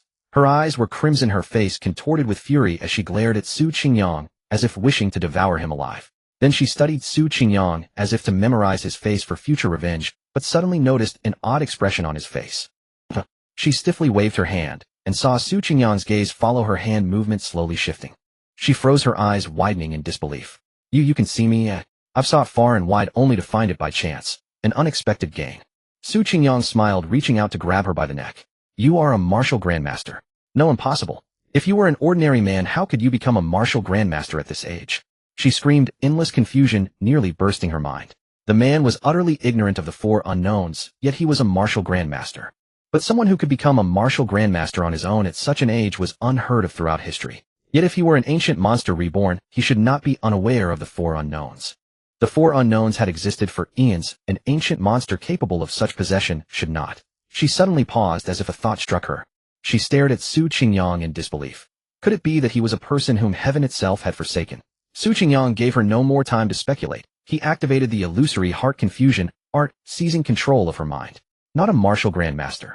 much weaker than Lin Muqian, without even substance. He must have cultivated some martial art that specifically tempered and strengthened his spiritual flower, allowing him to approach a grandmaster in spirit and gain certain traits. Su Qingyang examined the translucent spirit body in his hand, reaching this conclusion. Then, wasting no time, he asked, "Tell me about this Four Unknowns faction." The woman spoke with vacant eyes. The Four Unknowns are the Chongqing Hall, the Gile Palace, the Luwai Tower, and the Tianbine. The Luwai Tower serves as observers. Even when they invade and possess bodies, they quietly dwell in the marketplace, living ordinary lives under identities that arouse no suspicion and draw no attention. The Chongqing Hall was founded by a group of ancient monsters, people who have died and returned to the mortal world. They can no longer be called human. The Gile Palace is the most active, recruiting the disheartened, aiming to turn the mortal world into a paradise where all beings neither live nor die, forever at peace. The Tianbine. They are a group of incommunicable monsters lost in their own identities. A single dream spans an entire mortal lifetime. Su Qingyang's expression turned cold. The Four Unknowns sounded more bizarre and monstrous than the last. If his guess was correct, these so-called Four Unknowns were likely people who had grasped certain secrets of heaven and earth. The dead should all stay dead. Why return to the mortal world? How many of you are in Great Jin? Su Qingyang demanded coldly. I don't know how many. My status in the Gile Palace is not high, though I only receive orders and otherwise mind the identity I've taken over. Su Qingyang fell silent. A minor pawn, it seemed. He continued, "What intelligence have you gathered in Great Jin? Besides the third demonic weapon, what other tasks do you have?" The demonic weapon. I found nothing. The Jin Emperor never speaks of it, and no trace can be found within the entire palace. Beyond that, the Gile Palace ordered me to spread more martial arts so that in time I could convert those practitioners into our own. Su Qingyang frowned. The fact that no information about the demonic weapon could be found suggested that the Great Jin dynasty's buried secrets were no less profound than the Four Unknowns. Moreover, the Gile Palace's keen interest in the demonic weapon indicated that the weapon's ability to corrupt even a martial grandmaster's mind was not without foundation. How many sets of techniques have you spread so far? And how do you communicate among yourselves, eh? He asked again. Not many. The great clans have their own inherited martial arts and look down on external teachings. Even if they spread, few people have the physique to match the techniques. Communication. I have no right to initiate contact. I can only wait for my superiors to find me. And because I failed to find news of the demonic weapon, the Gile Palace might have treated me as a dormant asset buried deep in the Great Jin harem. So far they have never contacted me. Su Qingyang gave her a cold look. Where are the Four Unknowns, or rather where is your Gile Palace? He knew he would likely get no answer, but he asked anyway, hoping for an unexpected gain. Hearing the question, the woman struggled briefly, but as Su Qingyang silently increased his hold, she eventually calmed down. The Four Unknowns are not in the mortal world. After a long silence, she finally gave this answer. Absolutely not in the mortal world.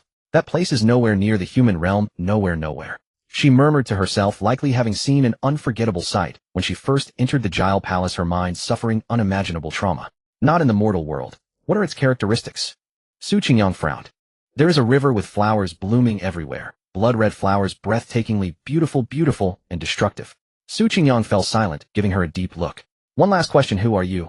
A single invisible tear suddenly slid from the woman's eye. Su Qingyang could sense the fear struggle deep within her will. After a moment's thought, he loosened his grip slightly. The woman broke free from the restraint instantly, regaining a moment of clarity. She looked at Su Qingyang and shook her head gently. Please don't ask. I'm sorry. Whoosh. Like a soft breeze passing by, the ethereal woman dissolved into wisps of smoke, vanishing completely from Su Qingyang's palm. Within the great hall, the floor was a mess of blood and gore. Flickering candles cast layers of shadows like lurking demons. The lamplight dimmed and brightened, casting a chill desolation all around. Su Qingyang vanished in a flash, disappearing from the hall. The vast chamber now held only two headless female corpses. On the bed in the inner chamber, Lu Qixio's head had also been crushed to pulp. Nothing remained but the lingering, unyielding stench of blood. The next morning, a wisp of dawn light pierced through the darkness, the rising sun emerging from the eastern horizon, its golden radiance spreading across the majestic and ancient Great Jin Imperial Palace. Within the Imperial Palace, a golden armored guard stood every 3 meters, their aura deep and concealed, motionless as statues, their gaze cold beneath their helmets and masks. Half an incense stick's time later, a cold wind suddenly swept in from outside the hall. An elderly eunuch emerged into view, but before he could step inside, he was stopped by another old eunuch with a pale face and no beard. It turned out to be Eunuch Mei. The elderly eunuch leaned close to Eunuch Mei's ear and whispered his report. In just a few words, Eunuch Mei's expression darkened progressively, his face shifting between disbelief and alarm. After a moment, he hurried to Consort Shi's palace himself to examine the scene. A cup of tea later. Your Majesty, something has happened at Consort Shi's palace. Eunuch Mei stepped forward quickly and spoke in a low voice. The Jin Emperor furrowed his brow and replied with mild impatience. What trouble is she stirring up now? I'm in no mood to deal with her trivial matters. Can't she learn to behave properly from Consort 1? Why must she constantly come bother me? Eunuch Mei slowly shook his head, his face turning ashen. Your Majesty, Consort Shi has died. Everyone in the entire palace, including Consort Shi, has perished, and all met gruesome deaths. What? The Jin Emperor looked up abruptly, his expression a mixture of shock and disbelief. He knew his trusted attendant would never lie about such matters, but he struggled to accept that what he was hearing could be true. A brief silence fell over the hall. After a moment, the Jin Emperor spoke in a grave tone. Has the news leaked? Has the Wu family already found out? The news has not yet been disclosed. Once the guarding palace attendants discovered the anomaly, they immediately sealed off the entire palace. Eunuch Mei bowed deeply to respond. Furthermore, those who died within the main hall include not only Consort Shi, but also her younger sister. Additionally, there is another person in the inner chamber whose identity can only be described as possibly being Consort Shi's nephew Lu Qixio. What do you mean possibly? The Jin Emperor frowned, his impatience growing. Your Majesty, because the person who died in the inner chamber has somehow transformed into a woman. Eunuch Mei's face was equally stunned. This matter had gone beyond his understanding. But this old servant carefully examined the bone structure and facial contours, and the deceased is unmistakably Lu Qixio. Upon hearing this, the Jin Emperor's anger began to fade somewhat. His eyes flickered with thought as countless possibilities raced through his mind. Summon Lu Chong from the Directorate of Astronomy and order him to personally inspect the scene. Sir, if we refuse the orders, will we truly be all right? He Yin asked with visible concern. Mist circulated throughout the grand hall. Zhong Tinglan gracefully poured tea with practiced elegance, the jade-green liquid swirling in the cup as its fragrance filled the air. He raised the cup and took a delicate sip. Zhong Tinglan offered a faint smile and said, What problems could there be? What orders? I have received none. Should I really submit to commands just because a woman says a few casual words? Since when has the hidden department's discipline collapsed so completely that a new superior's verbal instructions can freely mobilize our covert operatives in the field? He Yan's concerns remained, and he furrowed his brow before speaking. But sir, as the saying goes, a new official burns 3 fires when first taking office. This is after all the 6th Prince's first time taking charge of the hidden department. Though the other 3 deputy directors are watching, they are cooperating to some extent. He found it hard to understand. Even if he deeply despised this returned 6th Prince, openly defying orders on the very first day was hardly a wise move. It was no different from willingly handing someone leverage against himself. What 6th Prince? Zhong Tinglan's expression turned instantly cold. We call him 6th Prince only out of courtesy. Without that courtesy, he is nothing more than a commoner returned from the countryside. Besides, do you truly believe he received complete authority over the hidden department directly from the Emperor's hands? My information indicates the Emperor never granted him full control. The Emperor's intent is that only by winning the respect and submission of the 4 deputy directors and the director through his own abilities can he be qualified to lead the hidden department. But what kind of institution is the hidden department? It monitors all officials and tracks developments across the realm. How could the Emperor entrust such a vital intelligence organization to a prince only recently found? Tell me, what do you think the Emperor's true purpose is? This subordinate is dull and cannot see clearly. He Yin bowed with clasped hands and shook his head gently. The reasoning is straightforward. Zhong Tinglan's eyes narrowed slightly, a cold glint flashing within. The Emperor was deeply dissatisfied with how this 6th Prince conducted himself that day. From the start, he never intended to genuinely hand over the hidden department to this 6th Prince. He merely wished to use us as tools to deliver a harsh lesson. Is that really so? He Yin was filled with doubts, yet upon hearing his superior's analysis, he found it rather logical. The court's schemes were unfathomable. He simply could not comprehend it. But he need not delve too deeply. He only needed to obey orders. Of course it is. Besides, do you think I have no preparations of my own? Zhong Tinglan chuckled lightly. The reason he targeted Su Qingyang so ruthlessly went beyond mere personal desire. To reach the position of deputy director of the hidden department, one cannot act solely on personal motives without bringing disaster upon the entire Zhong family. The family would never tolerate it. The Zhong family has secretly aligned themselves with His Highness the 2nd Prince. Today's performance was naturally also a pledge of loyalty offered to His Highness the 2nd Prince. By all rights, noble families like the Tiangang clans need not involve themselves in these succession struggles. But there is no other way. The Zhong family has grown far too eager for advancement. Though the Tiangang families appeared magnificent and powerful, they were strictly confined within the imperial capital with no room for further development. Over time, only decline and ruin awaited them. Then, sir, what should we do next? He Yin tactfully ceased his questioning and turned to ask about subsequent arrangements. Nothing. We shall wait and observe. We remain still and await when our powerful 6th Prince comes to us himself. A cold smirk flashed across Zhong Tinglan's eyes. In truth, he was not determined to smash against the southern wall with no retreat. He merely wished to dampen the sixth prince's momentum and let the other three deputy directors see that he was but a paper tiger.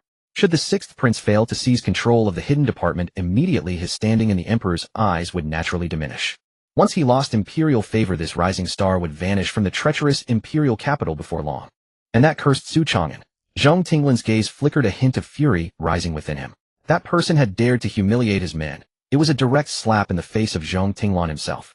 Since the other party refused to recognize his place, when he was released from prison, he would surely face dire consequences. What good was talent if it remained unrefined? It was like a child carrying gold through a crowded marketplace, vulnerable and exposed. For His Highness the Second Prince, Su Chang'an ultimately remained an unpredictable variable. One wondered what the emperor was thinking.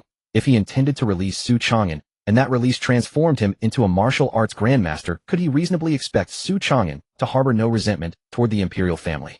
By the way, what is Lu Qingmi investigating by mobilizing so many personnel? Zhong Tinglan suddenly asked.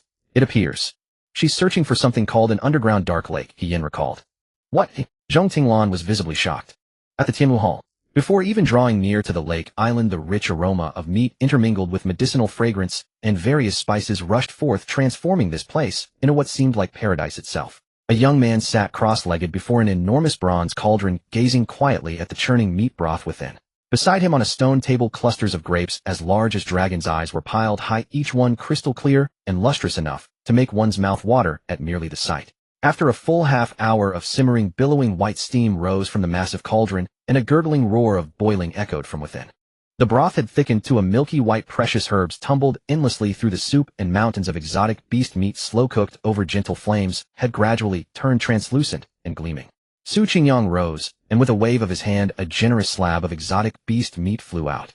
After sniffing it, his eyes lit up, and he took an enormous bite. It melted instantly upon entering his mouth. The rich meat aroma burst forth across his palate. It seems my culinary skills haven't gone rusty after all, Su Qingyang said with a faint smile. Nearby, the eunuch Huang sat with closed eyes in meditation, but upon hearing this, he stealthily opened one eye to glance at him before his gaze drifted to the array of rare spiritual herbs filling the cauldron. Who in their right mind would cook meat like this? These precious herbs, nurtured by absorbing spiritual energy from heaven and earth, were treasures in their own right. Paired with exotic beast meat, even stewing them with century-old tree bark would produce something delicious.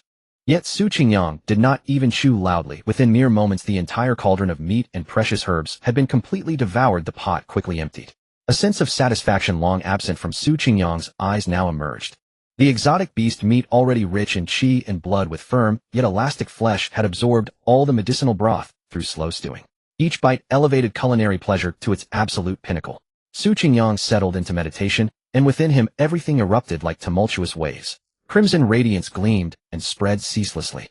Terrifying waves of qi and blood streamed forth, threatening to submerge the entire lake island. In an instant, they became intertwined with the momentum of heaven and earth, flowing endlessly and eternally. Eunuch Huang's eyes snapped open wide as he gazed at Su Qingyang in disbelief. Beneath this overwhelming tide of qi and blood, he found himself unable to perceive any trace of his own three flowers. How could this be? The three flowers were manifestations refined from his essence, qi and spirit. How could they suddenly vanish because of another person? Eunuch Huang's heart trembled as he recalled the strange disturbances and faint dragon roars at Purple Pavilion Manor those days. He began to suspect that this sixth prince was indeed the one behind such commotion. Could he be attempting his fourth blood transformation? At that moment, a feminine figure glided across the water toward the lake island, suddenly appearing within this crimson-drenched realm. Lu Qingyi furrowed her brow slightly. This surge of qi and blood felt strangely familiar to her. Su Qingyang's eyes flickered open and shut, a glint of golden light passing through them. He inhaled deeply, and the boundless qi and blood surged back like a whale consuming the sea, flooding entirely into his body. Lost in contemplation, Su Qingyang realized he had drawn closer to his fifth blood breakthrough. A few more meals of such medicinal cuisine would fully replenish the necessary qi and blood. Within the 100 Flowers garden, precious herbs remained abundant. It appeared his fifth blood transformation would occur within the next several days. Yet just now his qi and blood seemed to merge with heaven and earth's momentum. He could maintain peak condition continuously. Even with enormous expenditure, the natural order would swiftly restore any depletion. If this were the case, his fifth blood breakthrough would bestow an attribute faintly connected to immortality. Miss Lu, what brings you here? Is the matter resolved, or have you encountered some difficulty? Su Qingyang gazed upon the visitor and smiled gently. Lu Qingyi nodded, but when her gaze met Su Qingyang's, she was startled. He seemed to have undergone a dramatic transformation. He stood right before her, yet it felt as though he might vanish the moment she blinked. What is it? Su Qingyang raised an eyebrow and asked. Lu Qingyi shook her head slightly. In nothing. She then explained about investigating the Dark Lake. While mobilizing personnel from the Shadow Division, the other 3 deputy division chiefs were willing to cooperate. However, Zhong Tinglan had not activated a single person.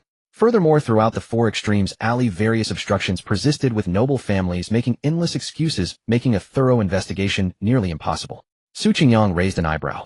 After a moment, a smile suddenly appeared. Trying to give me a taste of my own medicine. It seems some people have yet to experience death. Only after dying once will they learn some sense in their next life. Lu Qingyi's heart lurched. Could Su Qingyang be implying that he was about to unleash a massacre? Seeing her expression shift to one of alarm, Su Qingyang spoke slowly. Miss Lu, you are now one of my people. So you only need to remember one thing. No matter what problems arise, if they can be resolved through force, then they are not problems at all. With these words, Su Qingyang rose, lifted the massive cauldron with one hand, and drained the remaining broth in a single gulp. He then took the spirit eye grapes from the stone table, and tossed a cluster each to Eunuch Huang and Lu Qingyi. Take these for the road. They will greatly benefit you as well. Come, lead the way. Let me see who dares to make trouble. Lu Qingyi's eyes flickered with emotion. She cast a profound glance at Su Qingyang, then nodded gently, and moved forward to lead the way. As the two walked upon the water's surface after leaving the lake island, Lu Qingyi suddenly glanced back at Su Qingyang. Within her autumn water eyes a hint of understanding surfaced. So this is what it feels like to have someone powerful backing you. She gazed toward the towering mountain behind the imperial palace. In the past, she had always been alone, as if her destiny's course had shifted solely because of encountering Su Yuejin and Su Qingyang. What are you looking at? Su Qingyang noticed her action, turned to follow her gaze, and asked with a hint of curiosity. Your Highness, your sister should be on that mountain if all goes as expected. Lu Qingyi spoke in a very soft voice, as if afraid to disturb a dream. Oh. Su Qingyang gazed at the tall mountain, musing. If I find the time, I might go take a look.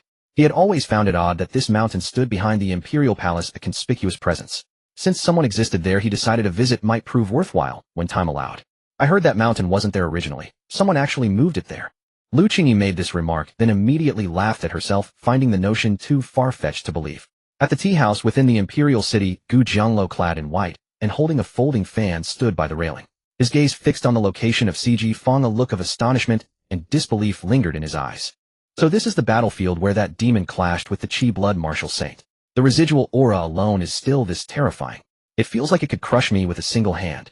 Beneath the tea house by a tea stall sat an old blind man in coarse clothes with a crude wooden stick beside him serving as a cane. Young lad, could you spare a few peanuts? The shop assistant hesitated, glanced at the owner with a troubled expression, and only after the owner gave a slight nod did he grab a handful of peanuts from the counter and hand them over. Thank you, young lad. The old blind man rubbed his hands together, somewhat embarrassed as he accepted the peanuts. You should thank our owner, it's his kindness, said the assistant. All are kind, replied the old blind man with a smile. Now the imperial city was flooded with people. With the Jin Emperor's decree announcing the 12th martial trials, warriors and commoners poured in from all directions, an endless tide of humanity surging into the city. Not wanting to hinder the business, the old blind man took the peanuts and walked out, standing amidst the crowd. His closed eyes, however, were fixed on a fortune-telling stall across the street. Before the stall, a young Yin-Yang practitioner was at a loss, flustered and helpless as he faced the woman before him. The woman, with a shy yet bold expression, pestered him for guidance. The young practitioner was utterly overwhelmed. Suddenly a flying sword streaked across the sky.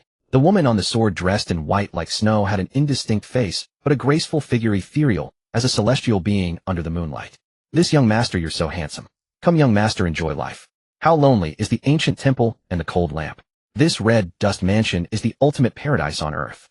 This was a renowned pleasure quarter in the imperial city, filled with the subtle fragrance of rouge.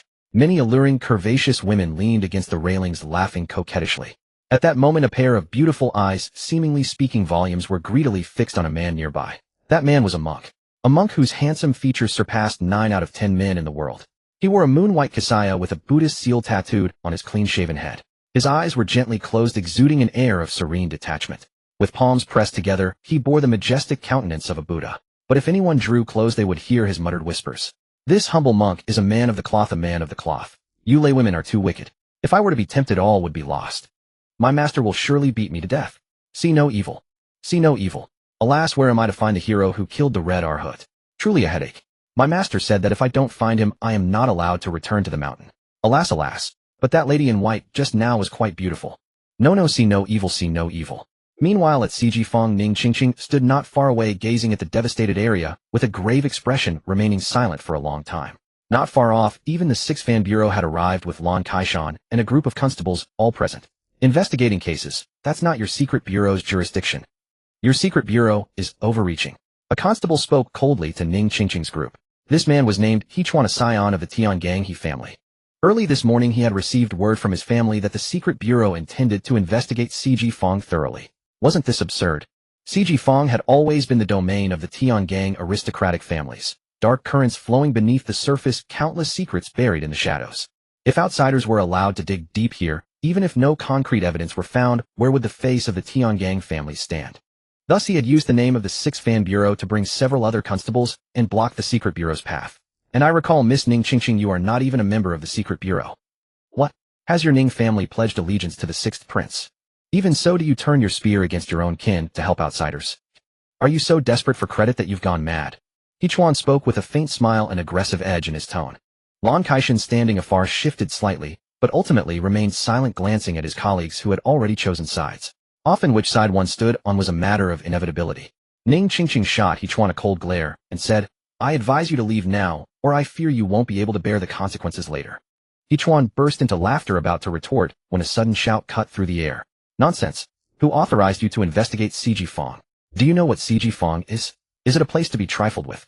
Zhong Tinglan arrived with He Yin in a hurry, relieved to see that the investigation had not yet begun. His gaze fell on Ning Qingqing's group, and a powerful aura slowly emanated from him, like a raging flood or a ferocious beast. Who are you to command my secret bureau operatives? Zhong Tinglan frowned. Do you realize that once our shadows and spies reveal their identities, they are as good as dead? Oh, I see. You are one of the 6th prince's men. Going out on business and still attended by a beautiful concubine. Zhong Tinglan said with a feigned understanding smile. Then turning to the secret bureau agents behind Ning Qingqing, he said coldly, the 6th prince may be reckless, but do you not know the meaning of death? Now immediately return at once. As his words fell, Zhong Tinglan swept his gaze over the ruins of the Lu family estate. With a flick of his palm, he gently patted downward toward the courtyard below.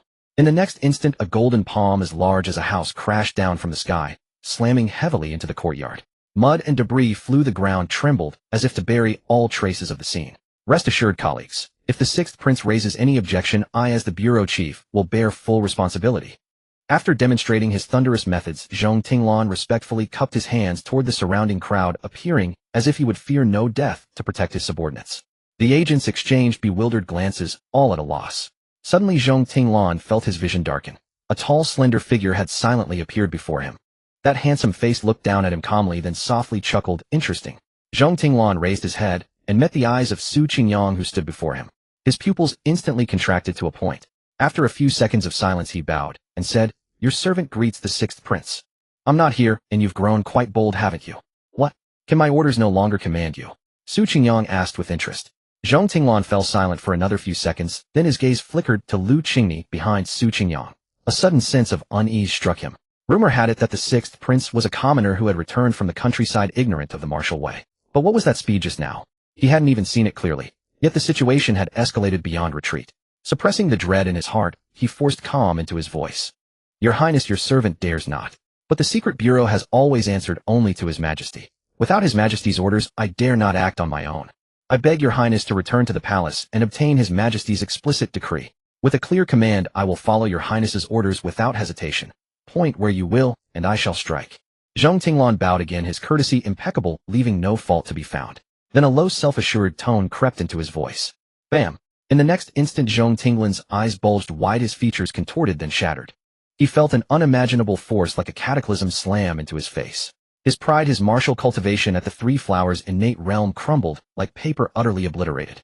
Zhong Tinglan was sent flying, spinning 360 degrees in the air for a full 32 rotations before crashing heavily to the ground, shattering bricks and stones that sprayed in all directions. Up! A piercing, agonized shriek finally erupted from Zhong Tinglan's throat, blood-curdling and horrifying. Su Qingyang slowly withdrew his palm. With a gesture, Lu Qingni stepped forward respectfully, producing a clean silk handkerchief to carefully wipe his hand. No explicit decree, you say? Then it seems you are not a man of my secret bureau. And since you are not of the secret bureau yet remain within it, you must be a spy. And since you are a spy, you deserve to die? On the tea-house balcony, the old blind man in coarse clothes stood by the wooden railing, rubbing a peanut between his fingers. Gu Jianglu snapped open his folding fan, gently waving it twice, and shook his head with a smile. Old blind man, aren't you ashamed? Always begging for a bit of snack from others. If you truly can't afford a meal, this young master would gladly treat you to a hearty feast.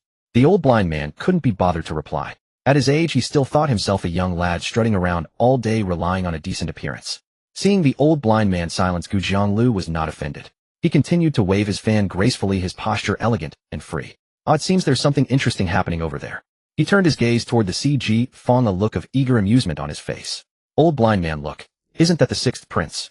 His appearance is somewhat comparable to this young master's. 3. Ahem, 5/10 of my charm." He cleared his throat lightly, maintaining his composure though not entirely shameless. "Ah, that little fellow is also intriguing. He's trying to prevent the sixth prince from immediately seizing command of the Secret Intelligence Bureau. What a malicious scheme. If the sixth prince backs down even slightly at this moment, he will lose all face before the Jin Emperor, and his standing in the Emperor's eyes will plummet." Though Gu Jianglu spoke in a joking tone, his words were sharp and accurate. "This little fellow acts so recklessly. Does he not fear bringing ruin upon himself? If I'm not mistaken, he has likely already secretly allied himself with one of the court's princes." As he spoke, Gu Jianglu shook his head, a faint knowing smile flickering in his clear eyes. The old blind man continued to eat his peanuts one by one, cherishing each as if it were a treasure. This was the reason he lingered in the mundane world. In the court, conspiracies arose endlessly, hearts were scheming, and every corner was filled with intrigue, only causing annoyance. It was far better to wander among the common folk, free and at ease. How will the sixth prince respond? Gu Jianglu seemed to take great interest in such tactics and schemes. However, a crisp sound of a slap rang out, and he suddenly froze in place. The old blind man also set down his peanut and looked in that direction. A cold, clear voice rang out lightly. Zhong Tinglin's pupils constricted as he stared at the young man before him, feeling an overwhelming pressure like a mountain bearing down, inescapable. It was a suffocating sensation, as if a python were coiled around him, every muscle contracting. His underpants were instantly soaked with sweat. "You want to kill me? How dare you kill me? You cannot kill me." Zhong Tinglan stopped screaming, staring in disbelief as Su Qingyang curled a finger. In a daze, his body seemed to stretch taller, soon blotting out the sky and sun. Danger. Extreme danger. A terrifying sense of danger that chilled his bones and made his soul tremble exploded in his heart. Zhong Tinglin's pupils violently contracted. He would die. The other party truly intended to kill him. But how dare he? Stop! A great roar came from within the CG Fong, filled with boundless fury and shock. But he could no longer hear it. With a plop, his head burst apart like a ripe watermelon, and with endless confusion, he sank into eternal darkness. Su Qingyang withdrew his hand, slowly raising his eyes. Through the chaotic crowd, he met the gaze of the man emerging from the CG Fong. There, Zhong Bingzhu, clad in black robes, walked slowly forward like a beast breaking free from its cage, exuding an aura of terrifying ferocity. The entire ground trembled with his steps. He stopped 3 zhong away from Su Qingyang, his gaze slowly falling upon Zhong Tinglin, a deep sorrow surging in his eyes. "Your Highness, murdering someone in the street in broad daylight. Does this not violate the laws and ethics of Great Jin?" He looked at Su Qingyang, restraining his immense fury and grief, and spoke slowly. He had already decided if Su Qingyang's response failed to satisfy him in the slightest, he would directly suppress this inexperienced prince. Having suffered the loss of a close relative, even if it came before the Jin Emperor, he would have his explanation. Of course, today, no matter what Su Qingyang answered, he would never be satisfied. Therefore, he would strike today. "Stop pretending in front of me." Su Qingyang smiled lightly, raising a finger. "I'll give you a chance. If you can withstand one punch from me, I will let you handle today's matter as you see fit. If you cannot, then you, along with your entire Zhong family, shall die together." As his words fell, the world fell into a profound silence. Zhong Bingzhu, who had been burning with rage, felt as if a bucket of ice water had been poured over his head, instantly cooling him down. He looked at the smiling Su Qingyang, and suddenly felt a chilling dread, as if a bottomless abyss lay before him, and if he took one more step, he would be crushed to dust. Even if Zhong Tinglan was not a top-tier expert, he was still a Xiantian with 3 flowers. Moreover, he was not a product of forced cultivation. Becoming a Xiantian with 3 flowers at over 30 years of age was more than respectable, even if not outstanding. Yet even so, Zhong Tinglan was reduced to near death by a single slap from Su Qingyang. These scenes, one after another, clearly demonstrated that this sixth prince who had returned from the common folk was no weakling to be toyed with. The intelligence was wrong. Zhong Bingzhu broke out in a cold sweat. Their information about Su Qingyang came from the palace, but the reports were all ambiguous. However, because they had dismissed the prince as a mere commoner returned from the streets, they had not paid much attention, leading to such a grave mistake. But fortunately, he quickly understood. Once he returned today, he would leave no stone unturned in gathering intelligence on Su Qingyang. "Your Highness, you jest. I dare not." Zhong Bingzhu sighed, his spirit seeming to drain away as if he had aged decades in an instant. He was about to bow and concede. But Su Qingyang slowly shook his head, saying flatly, "Wrong answer." "What?" Zhong Bingzhu was alarmed, and was about to argue when Su Qingyang's figure vanished before his eyes.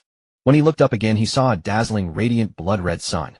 The piercing light and terrifying blood vitality rose like smoke, intertwining and shining with unparalleled brilliance.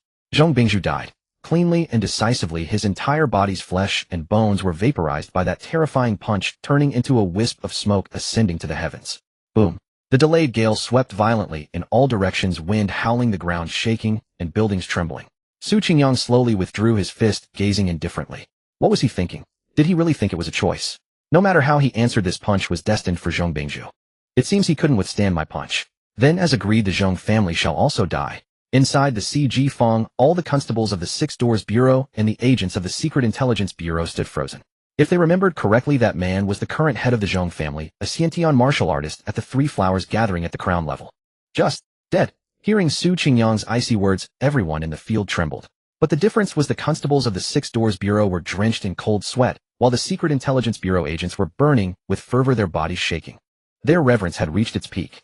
No, Your Highness, you cannot do this. Not only did Zhong Bingzhu not accept the bet, but he also had no authority to represent the Zhong family. From the CG Fong's Zhong residence, 4 figures shot out instantly, illusory, 3 flowers rising above them, their terrifying internal energy surging as if to form a canopy over the sky. But the next moment a figure stepped forward. The 4 figures had not yet fully risen when they crashed down like meteors, their heads hitting the ground, deeply embedded into the earth. Like inverted scallions, they stood upright, planted into the ground. You'd better pray that your Zhong family has no sins on their hands. Otherwise. Su Qingyang walked slowly to their side, speaking softly. His voice was not loud, but it resounded like a rolling tide, spreading throughout the entire CG Fong, reaching the ears of every hidden faction watching. He did not finish the sentence, but everyone knew the outcome. Unmoved by the varied gazes coming from all directions, Su Qingyang turned to look at the Six Doors Bureau. The constables of the Six Doors Bureau instantly felt a chill run down their spines, cold sweat streaming down their backs. Start the investigation with the Zhong family. Just now you said it was your duty, didn't you? Then you, the Six Doors Bureau, shall investigate as well. If you fail to find the results I want, I will twist off your heads and hang them on the gates of the Six Doors Bureau. With these words, Su Qingyang did not look back. He lightly flicked his sleeve, took a step forward, and vanished from the spot. But the true storm was only beginning to spread. On the high platform of the tea house, the young Inyang practitioner, who had set up his stall on the street, had somehow already made his way to the side of the blind old man and Gu Jianglu.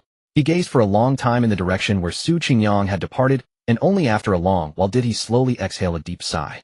The waves behind drive on those before. These young people are truly extraordinary. Gu Jianglu also closed his folding fan at this moment, and a hint of gravity appeared on his usually unrestrained face. He said slowly, in the snap of a finger he suppressed 5 innate martial artists at the Three Flowers gathering at the crown stage. The blind old man came to his senses. The 3 exchanged glances, each harboring an unspoken understanding. That 6th prince, at the very least, was an ultimate martial artist who had undergone 3 chi and blood breakthroughs. Although 3 chi and blood breakthroughs were nothing to them, none had forgotten that just 2 days ago in the CG district, there had been a chi and blood martial saint who suppressed a terror-level demonic entity suspected of being at the 5th stage. Moreover, it was said that the 6th prince had grown up among the common folk and had only recently returned, immediately taking command of the Secret Investigation Bureau. If you said there was no connection between the two, that would be the greatest absurdity. What if this 6th prince is precisely that chi and blood martial saint? The blind old man suddenly spoke. The entire tea house fell silent in an instant. The commoners and martial artists who had been talking loudly were, as if struck by a mute button, frozen in place, unable to make a sound. If that is truly the case, then the trouble would be enormous. Gu Jianglu's tone was heavy. They had walked the Jianghu for far too long, and naturally knew many secrets unknown to ordinary people. Let's go. We'll go see that boy Qin Wuxia. I wonder if his skills have improved, even a little, after all these years. The Inyang practitioner suddenly smiled, breaking the oppressive silence, and took the lead to leave the place. The local commoners were left to murmur among themselves. Was that an old immortal just now? What old immortal? That was clearly a martial grandmaster, a martial artist said with reverence. To them, though, a grandmaster and an old immortal were no different. The Great Jin Imperial Palace. Lu Chang, director of the Astronomical Bureau, had a gaunt face and calm, unfathomable eyes. Despite his white hair, he showed no signs of aging. He glanced around the hall littered with corpses, his gaze first falling on the remains of consort, she then sweeping over Wu Mengling, before slowly walking into the inner chamber of the main hall. The manner of death is more or less the same. All had their skulls crushed. However, consort, she seems to be missing her spirit. A flicker of thought and gravity passed through Lu Chang's eyes. Although he had already heard the general situation from eunuch Mei before arriving, he could not make a final judgment until he had examined Lu Qixio's body. He entered the inner room, where Lu Qixio's body lay quietly on the bed. Not bothered by the blood, Lu Chang directly began his examination. After a moment, he slowly stood up, his brow deeply furrowed. He closed his eyes, and when he opened them again, the body of Lu Qixio on the bed seemed to reverse and restore itself before his eyes, revealing the original shape of its head. With a thought, Lu Chang turned the body over, exposing the back of the head. Parting the layers of hair, the face of a woman with closed eyes was clearly revealed. The Yin energy is so heavy, and it is indeed a male body transforming into a female body. No, that's not right. The male characteristics have not disappeared, both will coexist in the same body. He could hardly imagine what Lu Qixio would become if this transformation continued. At that time, Lu Qixio would possess both male and female features. What kind of creature would that be? How would one define his gender? The martial art he cultivated is problematic. Without a doubt, it must be one of those evil techniques. If that's the case, then consort, she also has a problem. She was likely possessed. Then the Wu family. Lu Chang murmured to himself, a cold glint flashing in his eyes. At that moment, a dignified middle-aged general in black armor with a beast-headed helmet strode into the great hall, stopped behind Lu Chang and bowed. Greetings, Lord Lu. His gaze swept secretly over the scene in the hall, a flicker of horror crossing his face. It was a shocking sight. He could hardly imagine who would be reckless enough to enter the imperial palace and commit such massacres. In his decade of service in the Imperial Guard, this was the first time he had witnessed such a grave tragedy. General, by what happened? Lu Chang's tone carried a hint of displeasure. He disliked being disturbed during his deductions. Reporting, my lord. The fourth prince is outside the hall requesting an audience. Let him. Ahem, no. Without the emperor's command, no one is to set foot in this hall, especially the fourth prince. Lu Chang was very serious, fixing his gaze on General Bai as he reiterated, remember, without the emperor's order, no one is to enter the great hall. Otherwise you will be held accountable. Your subordinate obeys. Lu Chang nodded, turned, and left the hall to report to the emperor. As he reached the door, he glanced at the fourth prince, who was being held back by a heavy cordon of imperial guards. Your Majesty. Lu Chang bowed. No need for formalities, Lu Qing. Have you uncovered anything? The emperor asked. Lu Chang nodded slightly, and said, your subject conducted a simple examination of the bodies of consort Shi and Lu Qixio. Numerous anomalies were found on Lu Qixio's body. He then reported all the findings and his conjectures to the emperor in detail. Your Majesty, based on my deduction, consort, she is likely no longer her original self. The emperor fell silent, and after a long while asked, can you determine whether consort Shi's problem arose after entering the palace or before? This. Your subject is incompetent and cannot deduce the timeline to such precision. Lu Chang showed a look of shame and lowered his head. The emperor nodded slightly, showing no surprise. The martial art Lu Chang practiced was quite special. While it lacked aggressive power, it could cultivate the spirit to its utmost. What about the Wu family? Do you think they are involved? The emperor's eyes narrowed as he asked in a deep voice. Lu Chang looked troubled. Your subject cannot yet say for certain. Your Majesty knows their peculiar nature as well. But since rats have appeared, we must be on guard. But the 36 heavenly star families have deep and intertwined roots. They cannot be moved lightly. A single misstep could stir up chaos in the court and the country. The emperor frowned. The 36 heavenly star families were like a single strand. Pull one, and the whole net moves. As the sovereign, he had to weigh everything and could not act rashly. Report. A eunuch hurried into the hall, knelt, and announced loudly. Your Majesty, the sixth prince has suppressed 5 innate martial artists of the 3 flowers gathering at the crown stage from the Zhong family in the Ciji district and intends to conduct a thorough investigation. The emperor's gaze sharpened, then he exchanged a glance with Lu Chang. After a brief silence, he commanded, Lu Qing, go immediately to the sixth prince and have him assist you in investigating the murder of consort Shi. And be mindful to keep him from going too far. Within the Tianwu Hall, Su Qingyang sat by the Huaqing Lake, quietly fishing, while beside him eunuch Huang was diligently cooking at the food cauldron. What is your highness pondering? Eunuch Huang asked. The Great Jin has been established for 800 years. Looking further back into history, it seems to have been an era of chaos. Su Qingyang said softly. He had consulted ancient texts to learn about the previous dynasty, but only a few sparse records remained, not even the name of that dynasty. Eunuch Huang was startled, not expecting Su Qingyang to be pondering such a distant past, but he had indeed studied this area. After a moment of thought, he replied, Your Highness, before the establishment of Great Jin, there was no previous dynasty, or rather it was a succession of countless short-lived dynasties. That was an era that could be called the warring states of many heroes. Across the land, numerous powers rose and fought bloody battles. Every few years, someone would proclaim themselves emperor, but in the blink of an eye, they would be jointly besieged by all factions and crushed to ashes. According to verifiable records, there were as many as 7 who claimed the title of emperor and left their names in the annals.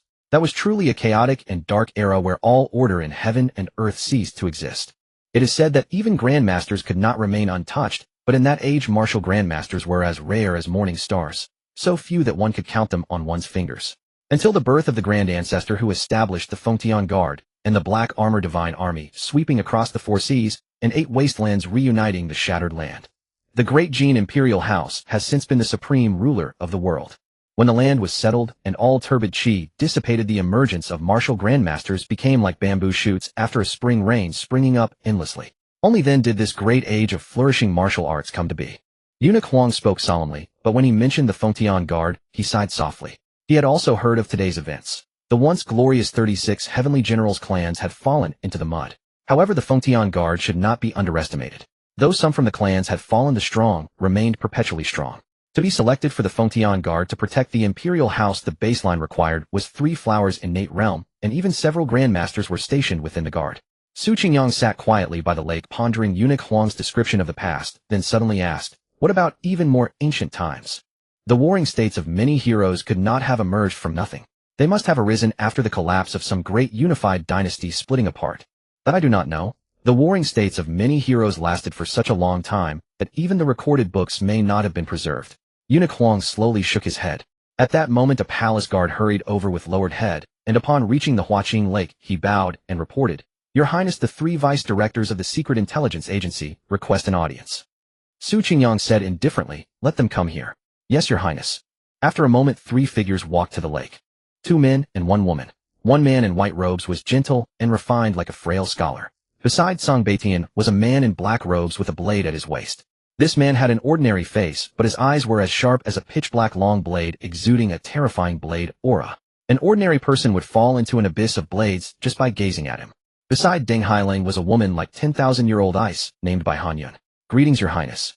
The 3 saw Su Qingyang sitting by the lake and bowed with cupped fists in unison. Su Qingyang pointed to the stone table nearby and said, Sit. The 3 were startled.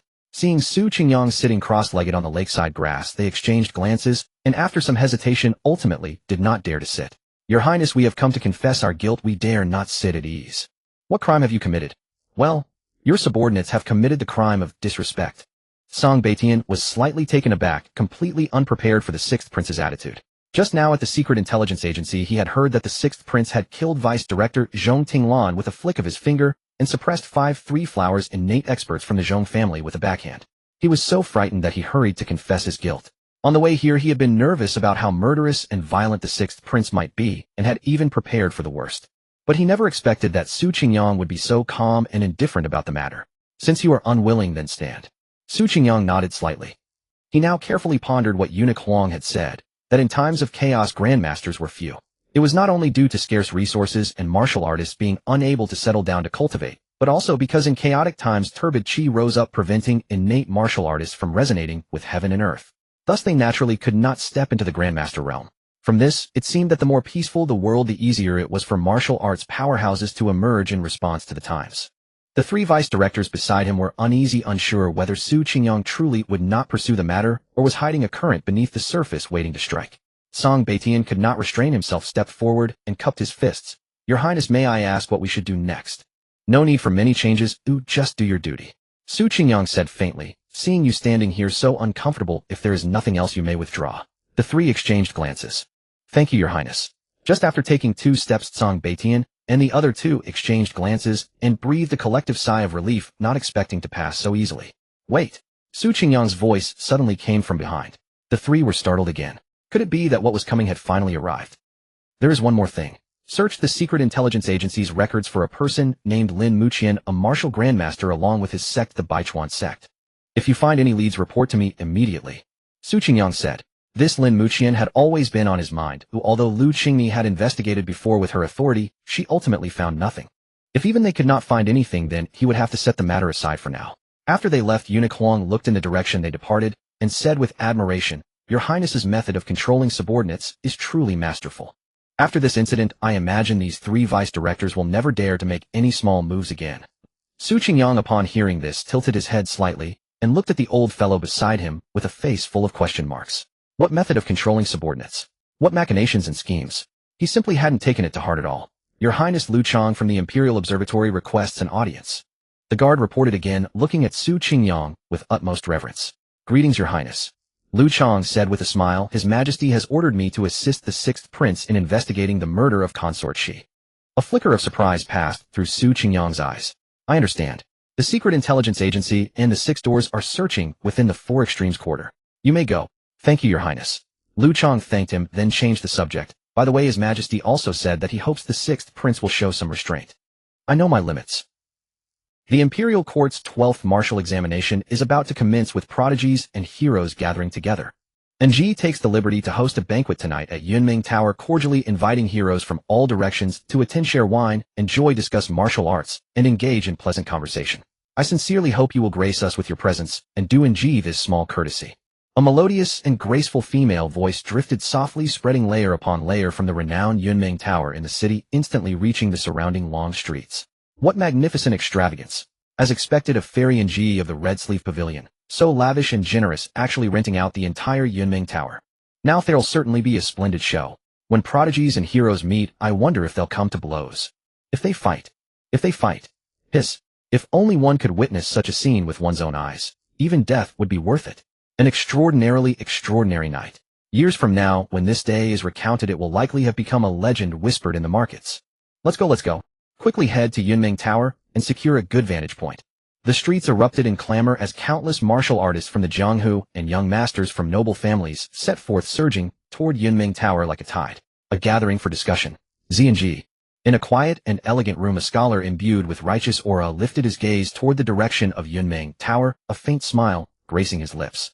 Then I shall go and see. The moment the words fell, his figure flickered and vanished from the chamber. Little master, this is a gift for you. Eat quickly. Little master, drink some water. This is the sweetest well water within 10 li. Little master. Little monk, stop reciting sutras. Marry me, will you? I'll bear you a whole troop of children. Amitba. The young monk seemed utterly flustered, waving his hands incessantly to refuse, but the more he resisted, the bolder the young ladies grew. This humble monk must take his leave first. In the end, the young monk fled in embarrassment, only daring to stop at a street corner. His handsome face still bore an expression of alarm as he looked left and right, confirming no one was pursuing him before he could finally breathe a sigh of relief. Master was entirely right. If I hadn't taken vows and entered the Buddhist order, how could the women of this world ever find peace? Being too charming is also a kind of tribulation. Alas. If I do not enter hell, who shall? The young monk walked slowly, a trace of melancholy on his face. If others heard these words, they would likely be tempted to give him a sound beating. Yet the direction he headed was unmistakably Yunming Tower. Since antiquity, there can be no first in literature nor second in martial arts. Xia Konghan, the title of First Sword of Yenzhou, can belong to but one person. Quickly relinquish it and hand it to me. Xia Konghan cast a sidelong glance at the fool before him, utterly unwilling to bother with him. Mo Gue carried a sword upon his back, clad in black. Though his face radiated righteousness, giving him a virile appearance, he was a man who could never utter a sensible word. He hailed from the Wuji Armory, one of the 3 treasures of Yenzhou, alongside one sword and one temple. Years ago, he had been outmatched by Xia Konghan in a duel, painfully losing the title of First Sword of Yenzhou, which had remained a thorn in his heart ever since. Only I am the true First Sword of Yenzhou. His clamor immediately drew countless gazes from onlookers.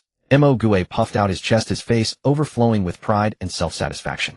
Xia Konghan could contain himself no longer and sighed deeply, pressing his hand to his forehead, feeling as though all dignity had been stripped away. Meanwhile, on the other side, someone responded in a calm voice. Senior brother Mo is somewhat too persistent. The sword path seeks only sincerity. Why cling to empty fame and constantly compare oneself to others? The speaking maiden bore a serene countenance, her white robes drifting gracefully. Her gauze skirt wrapped a figure far from voluptuous, yet she exuded an otherworldly, fairy-like elegance. She possessed less of worldly desire and more of an icy aloofness that repelled approach. A dot of cinnabar between her brows seemed to emit a tranquil aura. A sword like clear jade bamboo hung at her waist, and her plain white bindings flattened her chest, which proved convenient for wielding a blade. The speaking maiden was none other than Xue Jiangyue, known as the Little Sword Immortal. She was not originally from Yenzhou. In days of yore she had trained alongside Xia Konghan and Mo Gue, and the 3 had become companions. Her strength even surpassed Xia Konghan's, for she was a direct disciple of a grandmaster. Jiangyue, one cannot speak thus. The sword path is inherently about contention, and the martial way knows only rivalry. Only through continuous challenges can one press ever forward. Mo Gue laughed aloud, unconvinced. In that case, are you admitting you are challenging me? Xia Konghan suddenly spoke. Bullshit. Mo Gue instantly bristled. He could never bring himself to acknowledge that he was weaker than Xia Konghan, and the word challenge immediately revealed the distinction between weak and strong. Then he began his nonsensical babbling, claiming a single move's difference did not constitute defeat, that he had been careless that day, that he had sprained his ankle. This immediately drew waves of mirth from the crowd. Night soon fell upon the bustling marketplace where small bridges spanned flowing streams, and the area thrummed with vibrant life. Colorful lanterns hung along the lakeside, their light rippling gently, as many people wandered through utterly joyful.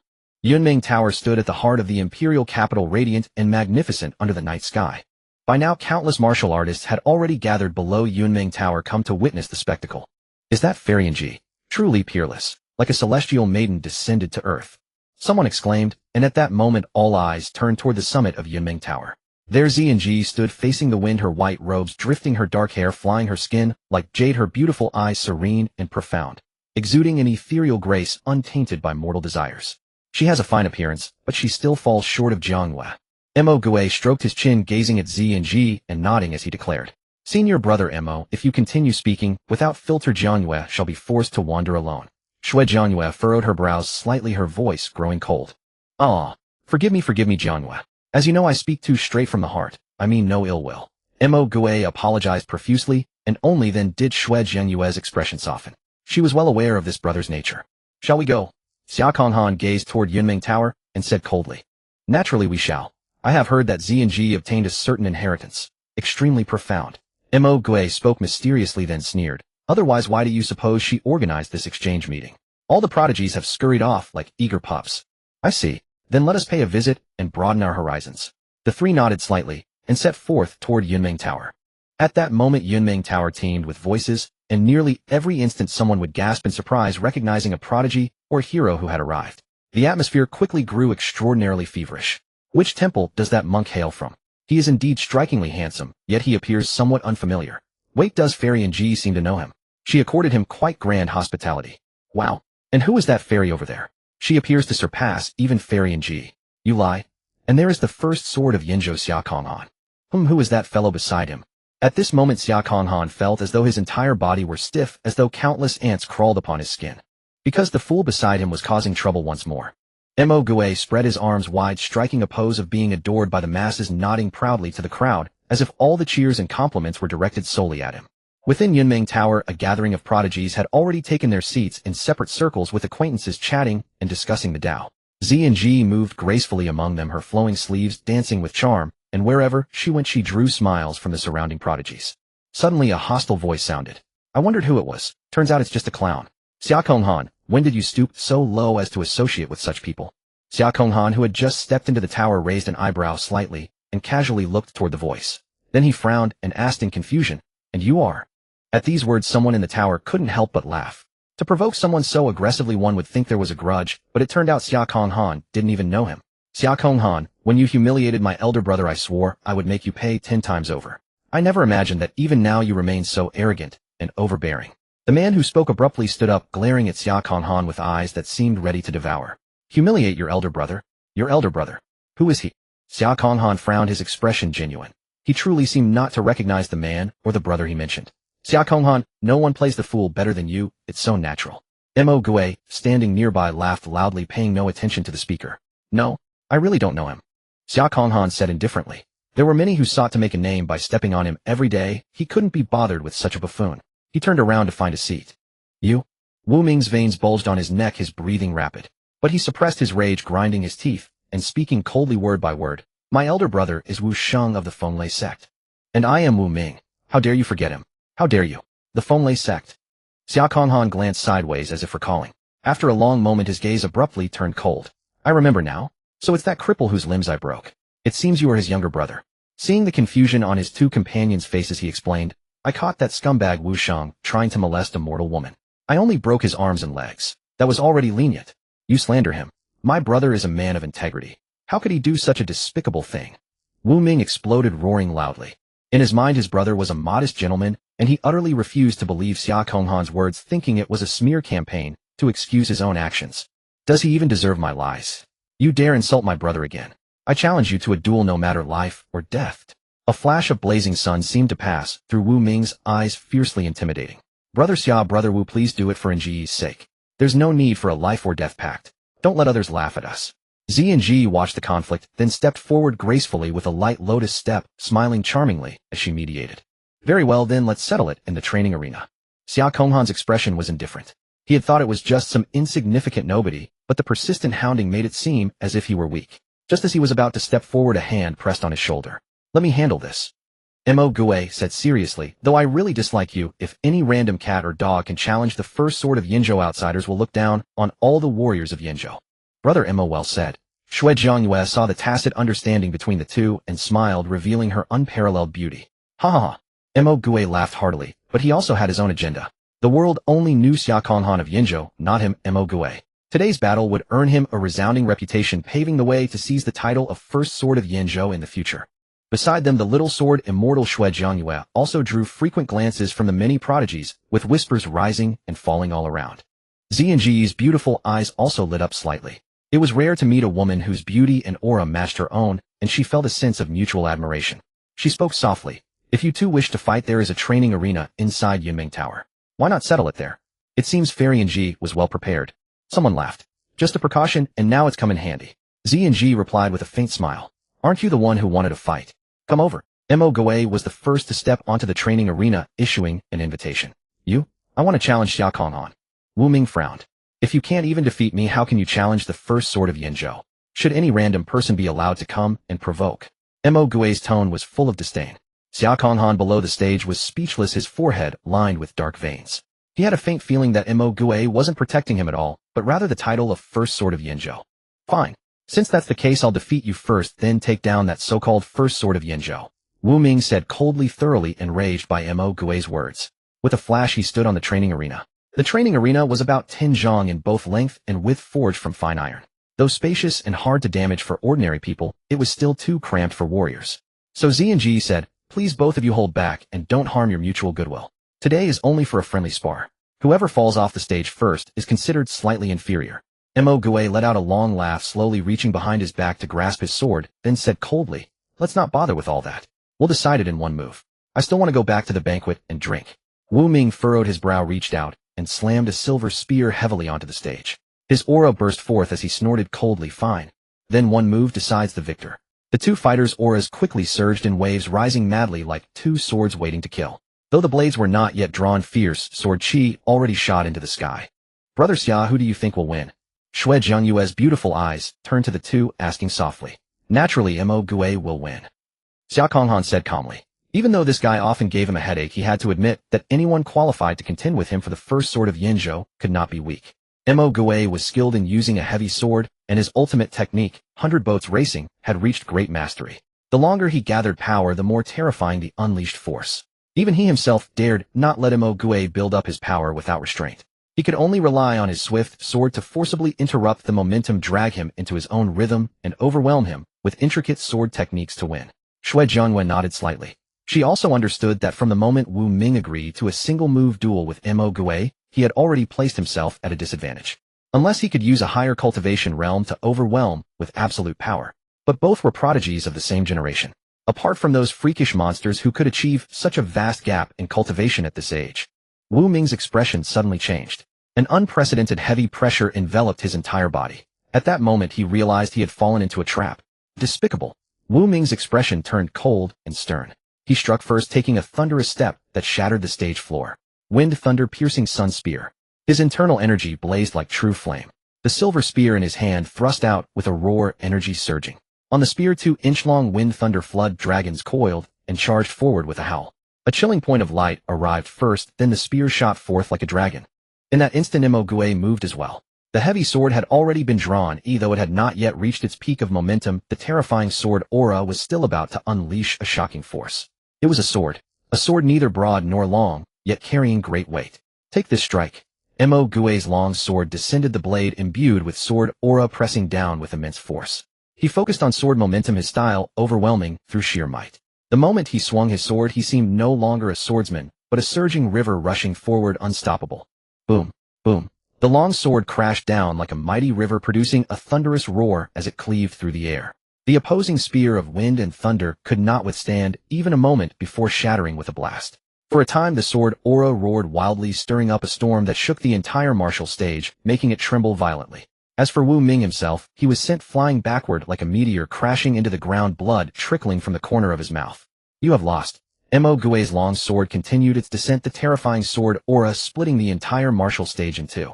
Yet as the blade neared the ground, he restrained his force, lifting the heavy sword as if it weighed nothing. The ground beneath his feet remained unscathed. Wu Ming stared at the martial stage cleaved in two by the sword aura, his heart clenching, and he stood frozen in place. After a moment, he slowly pushed himself up from the ground, turned without a word, and prepared to leave. Brother Wu, victory and defeat are common in battle. This was merely a spar on stage, not a life-or-death fight. Do not be too discouraged. Zhang stepped forward gently, her soft voice like a spring breeze, offering words of comfort. Nearby, some of Wu Ming's acquaintances also gathered around, quietly consoling him. Mo Gue let out a sneer, striding off the martial stage with his head held high like a victorious rooster. In truth, even without unleashing the long-accumulated 100 boats racing, he could still defeat Wu Ming. But he used such a sword strike to leave a deeper impression on others. Brother Mo's sword momentum grows ever stronger. Han Jiangxue smiled as she praised. The earlier strike was not a threat to her, but the final sword, so heavy yet effortlessly controlled, did surprise her. Just average, just average. Mo Gue threw his head back and laughed, his face brimming with pride. Xia Konghan let out a cold snort. Some people once praised let their tails nearly reach the roof. Soon the Yunming Pavilion regained its liveliness, with cups clinking and toasts exchanged. On the martial stage, one prodigy after another leaped up, either debating martial principles or exchanging a few sparring moves. Cheers rose and fell unceasing. Xia Konghan, you came to the imperial city a few days ago, probably to challenge the sixth prince again, right? Mo Gue, after a few cups of wine, lowered his voice and suddenly spoke. Xia Konghan's gaze sharpened. He gave him a deep look and slowly shook his head. Disaster springs from the mouth. In the imperial city, do not casually discuss the sixth prince. Because now there is only one sixth prince in the entire imperial city. Brother Mo is right. The little sword immortal's expression also turned cold, and he said seriously. Just yesterday I heard that the sixth prince first killed a Xiantian cultivator who had achieved the 3 flowers gathering at the crown, and then effortlessly suppressed 4 others. Rumors say that the sixth prince is already a supreme martial artist who has broken through his blood and chi 3 times. Some even speculate that he is closely connected to the chi blood martial saint who appeared a few days ago. What? Mo Gue's face changed, full of shock. Was this too exaggerated? Even if one started training from the womb, reaching the 3 flowers of Xiantian at 20 would already be a rare prodigy in the world, with only a handful in the entire martial world. And now suddenly a 20-year-old supreme martial artist appears. Isn't that too far-fetched? Mo Gue was still in disbelief. Everyone. Zhang's voice sounded again. Her smile could charm 100, her graceful demeanor making many prodigies' hearts flutter. Tonight I invited you all not only to meet and discuss martial arts, but also for another matter. I happen to acquire an ancient inheritance, but I cannot comprehend it alone. I wish to share it with everyone so together we might gain some insight. At these words, all the prodigies in the pavilion focused their attention. Fairy and Ji, truly magnanimous. Someone couldn't help but praise. Zhang smiled lightly and stopped beating around the bush. She extended her fair hand, and a maidservant immediately came forward, holding an ancient scroll in both hands. This is something I discovered by chance. I studied it painstakingly for half a year, but never grasped its essence. I brought it this time to ask everyone to examine it together. As she spoke, Zhang waved her hand, slowly unrolling the scroll and hanging it on the wall, drawing everyone's gaze. What came into view were many faceless figures twisting their limbs, imitating birds and beasts. Xia Konghan immediately recognized what was being imitated, which only made him more astonished. It was a pig. And what does this mean? Why does it feel like they are imitating those strange beasts? Someone asked in confusion. That's right, they are imitating those beasts. Though strange, the painting skill is absolutely supreme. Many prodigies began whispering among themselves. Everyone feel free to come closer, and look, no need to be polite. Zhang said with a smile. Xia Konghan immediately stood up and walked toward the scroll. Soon the 10-foot-long scroll was surrounded by people on all sides. He continued looking down. Some little figures were imitating sheepdogs, chickens, and so on. Roughly counting, there were dozens of types. Enough to be called the 100 Beasts play. A very ancient scroll, definitely with a long history. Over 800 years. A gentle male voice said. He was dressed in white, exuding a righteous aura, and was Yin Ruyu from the Wuhai Academy. Not only that, although these little figures look simple, the skill involved is far beyond that of an ordinary painter. Xia Konghan was deep in thought. He also sensed a mysterious meaning, as if he were only one step away from peeling back the veil, yet he could not grasp the crucial clue. It felt like a cat scratching at his heart, restless and irritable. Suddenly someone gently bumped into him. Xia Konghan snapped back to reality and saw Mo Gue winking, signaling him to look at the lower left corner of the scroll. Xia Konghan focused his gaze, and his brows furrowed tightly. The mysterious feeling vanished instantly. In the corner there was a snail depicted, formed by a human body, curled and twisted with flesh and limbs coiled around, incredibly lifelike. A chill of dread suddenly spread, making his hair stand on end. Don't look anymore. It's not something good. Xia Konghan snapped out of it, and also called back Shui Jiangyue, who had been deeply immersed. She was even more absorbed than he was. What's wrong, brother Xia? Han Jiangyue's brow furrowed slightly. She felt she was only a thin veil away from deciphering the scroll, and being suddenly called back left her unwilling. Let's go. I have a vague, ominous feeling, Xia Konghan said in a low voice. Mo Gue also nodded. The moment he saw the snail, it struck him as so lifelike that he lost all interest in continuing to look. Xue Jianghua hesitated for a moment, then chose to trust them, nodding in agreement. All right. Just as the three prepared to withdraw from the crowd, someone suddenly laughed. So that's it. I understand. I understand. Someone subconsciously turned around, disbelief flashing across their eyes. Jiang Lang. You've comprehended? What have you comprehended? Someone couldn't wait to ask. It was a young man with flowing long hair, exceptionally handsome, with eyes like stars, dressed in dark green martial robes. His aura transcended. More artist than warrior. What have I comprehended? Naturally, a divine ability. Jiang Lang's expression was extremely fervent. The Cloud Dream Pavilion fell silent for a moment, then exploded into commotion. Divine ability? Does one truly exist in this world? Isn't that just a fabricated legend from popular tales? What divine ability? At this moment, Xia Konghan felt a chilling coldness spread through his body. In a trance, he seemed to suddenly return to that rainy night, when the grotesque four-armed demon ghost loomed over him from above. It was that same bone-chilling terror. We must go, we must leave quickly, he urgently called out. However, Jiang Lang had already leaped up, in the literal sense, straight onto the wall, then began running along it, as if an antelope hanging upside down. If it were merely this, it would not have shocked the crowd. But the current Jiang Lang was not using any internal energy at all. He was truly just running back and forth on the wall with his feet alone, and his speed was incredibly astonishing. In a trance, it was as if an antelope galloping on steep cliffs, leaping and bounding completely free. This is a divine ability. This is antelope escaping form. Jiang Lang let out a long laugh, but as he ran faster and faster, the entire Cloud Dream Pavilion suddenly fell quiet. You should all cultivate and comprehend as well. This is the true great Tao, the true divine ability. I'm going to become an immortal. Xia Konghan gazed at Jiang Lang, beginning to feel a chilling coldness throughout his body, and Mo Gue and Han Jianghua beside him felt the same. Every prodigy in the hall showed a drastic change in expression. A prodigy who was usually close to Jiang Lang spoke with a trembling voice. Jiang Lang, are you okay? Am I okay? I've never felt better in my life. I feel like I have endless strength coursing through my body. I feel. I don't want to be human anymore. Jiang Lang's voice gradually became strange and hoarse, and at last, like an antelope, he was straining his voice to mimic human speech. He suddenly stopped running and appeared before everyone. A creature stripped of its human form with hooves instead of hands and feet. His head twisted and deformed wildly, something alive pressing against his skin from beneath, about to burst through. A pungent goat-like odor radiated from him, so overwhelming it made people sick. What is this? What kind of thing is this? Z&G, what evil entity is that painting of yours? Someone roared in fury, desperate to confront Z&G for answers. But as everyone glanced around, they found Z&G had disappeared without a trace. Damn it, it's a setup. She deliberately plotted against us. We have no enmity with her. Why such cruelty? Isn't she afraid Hongxiu Pavilion will be destroyed? Amitabha, dear devotees, please follow this humble monk to apprehend Jiang Lang. We must not let him escape this place to wreak havoc upon the world. At that moment, a Buddhist chant echoed, carrying a sense of tranquility that quickly soothed the fear and restlessness in everyone's hearts. Master Shirkong is right. We cannot simply ignore brother Jiang Lang. Yen Ryu's expression grew solemn as he watched the transformed Jiang Lang, daring not to relax for a moment. Xia Konghan, what should we do? Mo Gue asked, already gripping his heavy sword. We must act in unison.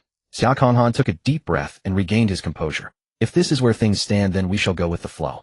For what just happened, Jiang Yu thanks you both. The little swordswoman also spoke softly.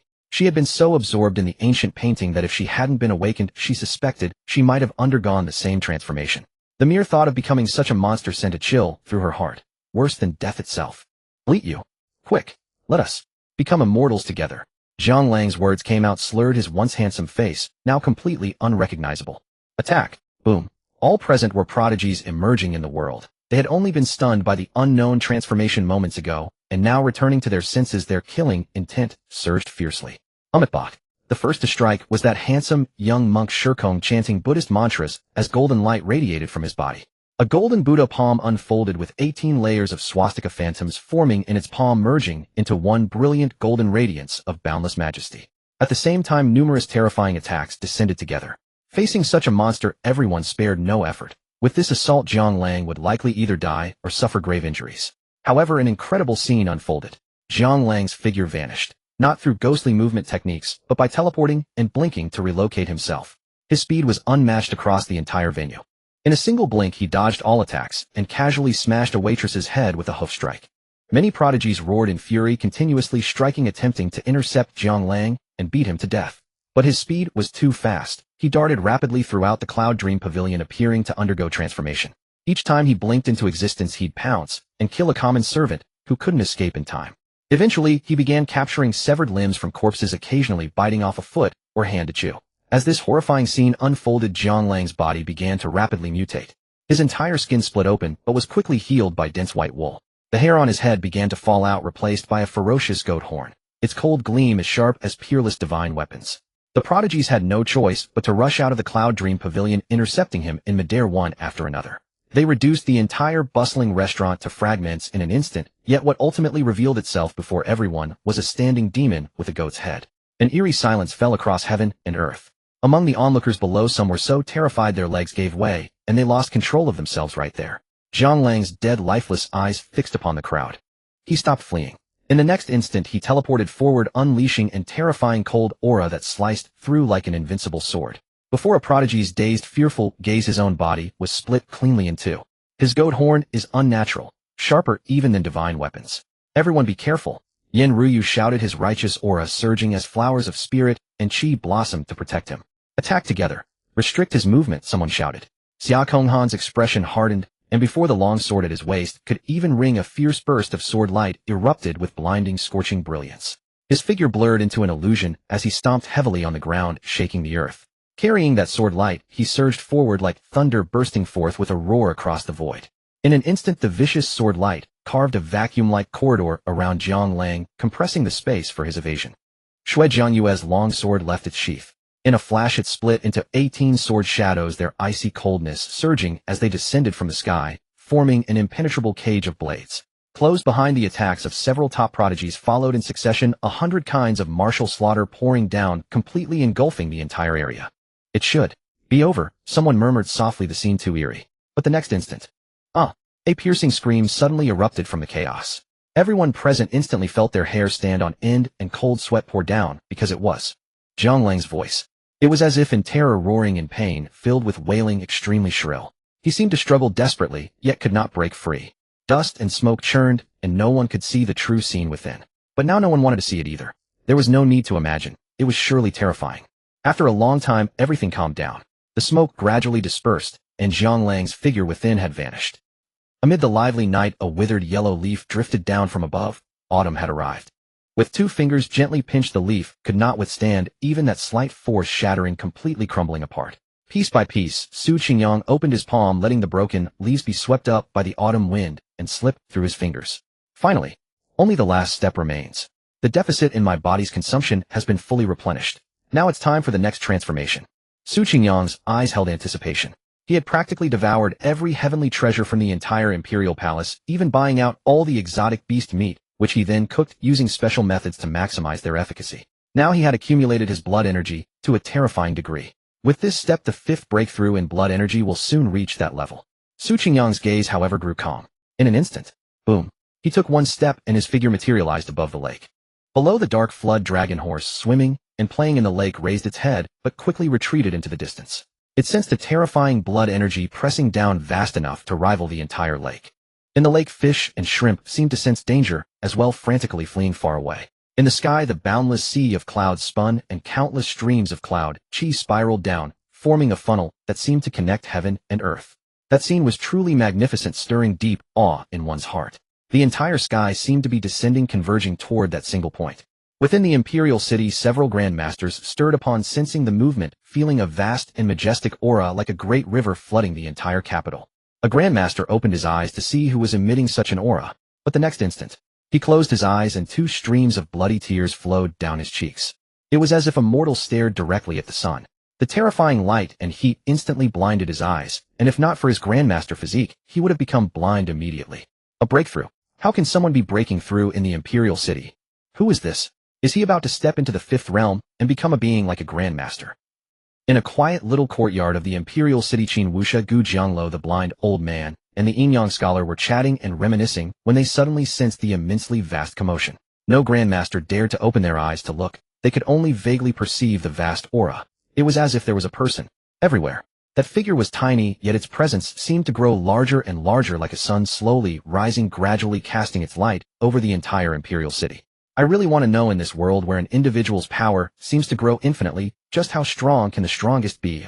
Su Qingyang looked at the sky. The time for his breakthrough had come. There was no need to wait any longer, no need to care. Su Qingyang sank into the lake. As the terrifying aura radiating from his physical body overflowed, the life force of the entire lake region surged madly into his body, as if forging a weapon. At that moment, beneath the lake, a blood energy like a golden sun rose from Su Qingyang's body. What ancient monster is this? He is definitely not of this mortal world. In midair, a man in a golden robe stood with his hands behind his back, still keeping his eyes open to watch. But even from afar, the terrifying blood energy made his heart tremble, and he even wanted to flee. Oof. Break through. Go ahead and break through. When you break through the fifth realm, you will know how great the malice of this world is toward you. Then we'll see if you can still remain in the mortal world. Why be a human if you insist on being a monster? Endless life force descended, merging into his blood, causing Su Qingyang's pupils to instantly change from pure black to a cold pure gold. With his cold golden pupils, Su Qingyang gazed down upon the entire imperial city, piercing through 10,000 li, and landed on the high mountain behind the palace. There, a stunning woman also opened her eyes. What kind of eyes were those? Endless sword chi surged forth as if nothing else existed. In the sea of clouds, the woman suddenly stood up. She was a barefoot woman in white, her long hair like a waterfall held up only by a willow branch. Around her, an infinite number of mirror-like sword lights enveloped her, yet they did not reflect the surroundings. Instead, there was only a vast emptiness. A void filled with endless darkness where nothing existed. Fellow Taoist, you are a heaven-sent genius. However, choosing to break through at this moment may not be a good time. The woman raised her hand, performed a sword salute, and her voice was ethereal. What is a good time? Whenever I am willing, that is the best time. Su Qingyang replied softly, his terrifying blood energy soaring into the sky, almost connecting heaven and earth. The entire imperial city seemed to be swept by a tidal wave, and the heavens and earth within 10,000 meters seemed to be under his control, transformed into his own domain. Then I wish you good luck, fellow Taoist. The woman said indifferently, then withdrew her aura, cutting off Su Qingyang's probe. The mountain remained a mountain. It sat there. So there are indeed grandmasters in this world. Su Qingyang withdrew his gaze, his figure flickering and vanishing, then casually standing on the lake's surface. The vast and terrifying aura slowly retracted into his body. He lightly exhaled, and the lake's surface beneath him suddenly collapsed, forming a huge pit hundreds of meters deep. But it seems they are hiding in some interstitial space, unwilling to emerge. Su Qingyang frowned, a hint of doubt rising in his heart. Were these grandmasters afraid of something? Suddenly Su Qingyang's brow furrowed. He could distinctly sense that the vitality within his body was escaping uncontrollably. Su Qingyang raised his hand, and what met his gaze was a palm covered in scarlet crimson hair resembling some grotesque monster. The blood-red long hairs like parasites rapidly devoured his vitality. As they consumed, they spread, fiercely coating his entire arm within moments, and continuing to expand toward his shoulders, neck, and torso. With a mere thought, Su Qingyang's surging chi and blood erupted throughout his body, sweeping like flames that scorched his flesh and swept away every strand of crimson hair on his surface. But as expected, these red hairs, like wildfire-consuming weeds, re-emerged within moments, sprouting once more from his flesh and blood. Su Qingyang closed his eyes and swiftly examined his entire being, inch by inch of bone, sinew, and flesh. After a moment, he slowly opened his eyes, a thoughtful expression crossing his face. Although these red hairs appeared to grow from his own flesh and blood, they did not, or rather not entirely. More accurately, they were countless microscopic particles from the heavens and earth that he inhaled with each breath and brought into his body. Like extremely minute insect eggs, they accumulated within him, with every breath taking root in his flesh and blood, even through mere skin contact. Then at certain moments, triggered by some catalyst, they began to take root and hatch. But unlike parasites, these red hairs were far more tenacious. Generally harmless to ordinary people, simply lying dormant within their bodies. Unless... Su Qingyang thought of the disbanded commander from Lingwen Mountain and Su Huai of the Purple Pavilion. Even when these red hairs grew upon them, without tremendous external stimulation, they posed no threat. This thing seemed designed specifically to target martial artists who had transcended their realm. So this is the malice from the heavens and earth. Su Qingyang frowned. He had originally thought these red hairs originated from some eerie, unknowable place. Now it seemed this entity permeated the very world, revealing itself only to grandmasters when certain conditions arose. Then another question arose. Su Qingyang flipped his palm, producing that divine shock token. He distinctly recalled that where the token appeared, what had grown were not these red hairs, but spore-like entities. So what connection existed between these spores and the red hairs? What relationship did they share? Or did the malice of heaven and earth evolve into entirely different forms under varying circumstances? After pondering for a moment, Su Qingyang shook his head. He had no sample and had never witnessed the consequences of those spores growing upon a person. Pure speculation could never yield answers. But why does this world harbor such profound malice toward those at the fifth realm of cultivation? Is it only our mortal world like this, or do all worlds share this fate? Puzzled, Su Qingyang's mind stirred once more. Perhaps he could leave the imperial city and journey across the entirety of Great Jin. Perhaps he might find some clues to his doubts. Su Qingyang stowed the divine shock token and looked down at his own body, now entirely covered in dense crimson hair. A veritable old monster of red. A slight movement sent countless red hairs swaying with the wind. Dreadful and horrifying. Su Qingyang shook his head helplessly. The greatest harm of these red hairs lay in their ceaseless devouring of vitality. Within mere moments, the vitality they had siphoned from him exceeded that of over a dozen adult men combined. The rate of depletion is considerable, but draining me dry would prove rather difficult. If his vast vitality were likened to an immense lake, these red hairs' consumption was no more than a thin tube slowly drawing water. Depleting such a lake would take countless years. Yet despite merely this level of consumption, those grandmaster martial artists still remained hidden from the world. Was there something lurking in this mortal realm that inspired their deep fear? Or were those grandmasters' foundations merely so, a level of vitality lost they could not endure? Su Qingyang shook his head and let the matter rest. He gazed at the crimson hairs writhing on his body. While they posed little threat to him, knowing and adapting were two different matters entirely. Su Qingyang sat cross-legged and sparks rippled across his body before erupting into roaring flames. His entire being became shrouded in a layer of crimson gold glazed fire. This was fire forged from the fusion of blood flame and golden flame. The instant this crimson gold glazed fire manifested, Su Qingyang's entire aura underwent a staggering transformation.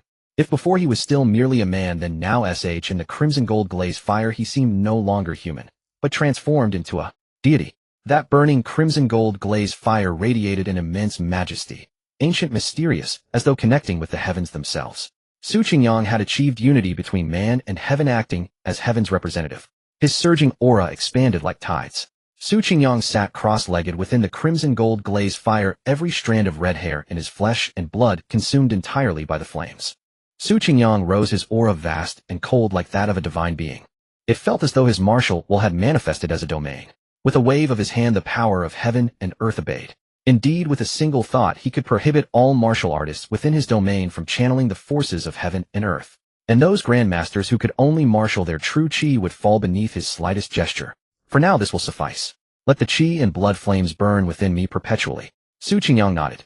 Rather than waste a fraction of his vitality, he simply could not bear the appearance of that crimson-haired monstrosity. Your Highness, Lady Lu requests an audience.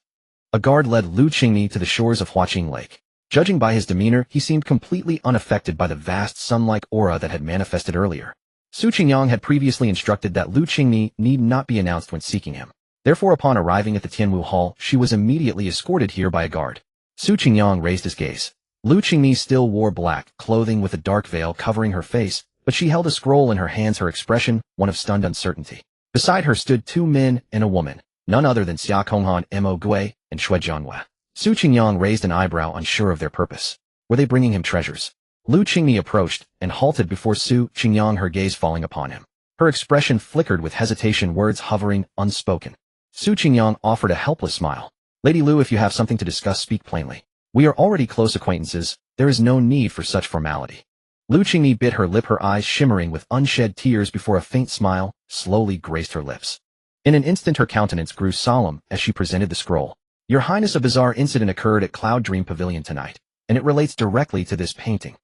Su Qingyang furrowed his brow, listening quietly as Lu Qingmi recounted the anomalies she had discovered among the many prodigies tonight, while simultaneously retrieving the scroll and spreading it before him for a thorough examination. The first thing to catch his eye were numerous faceless figures contorting their limbs and mimicking birds. Yet he soon discerned the underlying essence from these figures. Though the painting appeared simplistic and abstract, it exuded a unique martial artistic conception. Just like a thought stirred within Su Qingyang, and in an instant he was reminded of the martial Tao visualization charts. A glint of golden light flashed in his eyes. At this moment in Su Qingyang's gaze, these figures rapidly grew distinct, and the phantom shadows of birds and beasts constantly shifted between the pages, as if struggling to break free from the scroll's confines. Yet they could not escape the lock of his vision. Su Qingyang's gaze fixed directly on the figure mimicking an antelope. In an instant his mind resonated, and he vaguely saw a vigorous antelope galloping across steep cliffs and treacherous peaks, traversing them as if on level ground. A pair of rugged horns thrust outward, tearing through fierce tigers and leopards in an instant. Antelope evasion. Su Qingyang comprehended this so-called divine ability in the blink of an eye. An antelope phantom leaped from the scroll and imprinted itself deep within his sea of consciousness. With but a thought, he could harness this power to scale walls, traverse void, and overcome all obstacles without hindrance. Yet Su Qingyang's brow slowly knitted. At the very moment the divine ability was imprinted, a strand of sinister energy also spread stealthily along the antelope phantom in his sea of consciousness, seeking to subtly transform his physical form. What a convenient divine ability. The more one wielded the power of this so-called ability, the more that energy corroded the flesh until the martial artist would be completely mutated into a mindless beast of flesh and blood ready to be slaughtered. Miss Lu, where did this scroll come from? Su Qingyang asked with a grave expression. The martial Tao visualization chart, also known as the fundamental visualization chart, represents the cultivation level of the martial path. Every true inheritance martial art has its corresponding visualization chart. It is not merely an offensive art, or rather it is more than just an offensive art. It can also guide the martial artist on the subsequent path of cultivation. Although this painting contains numerous visualization methods, the visualization methods are merely a facade, like bait for fishing.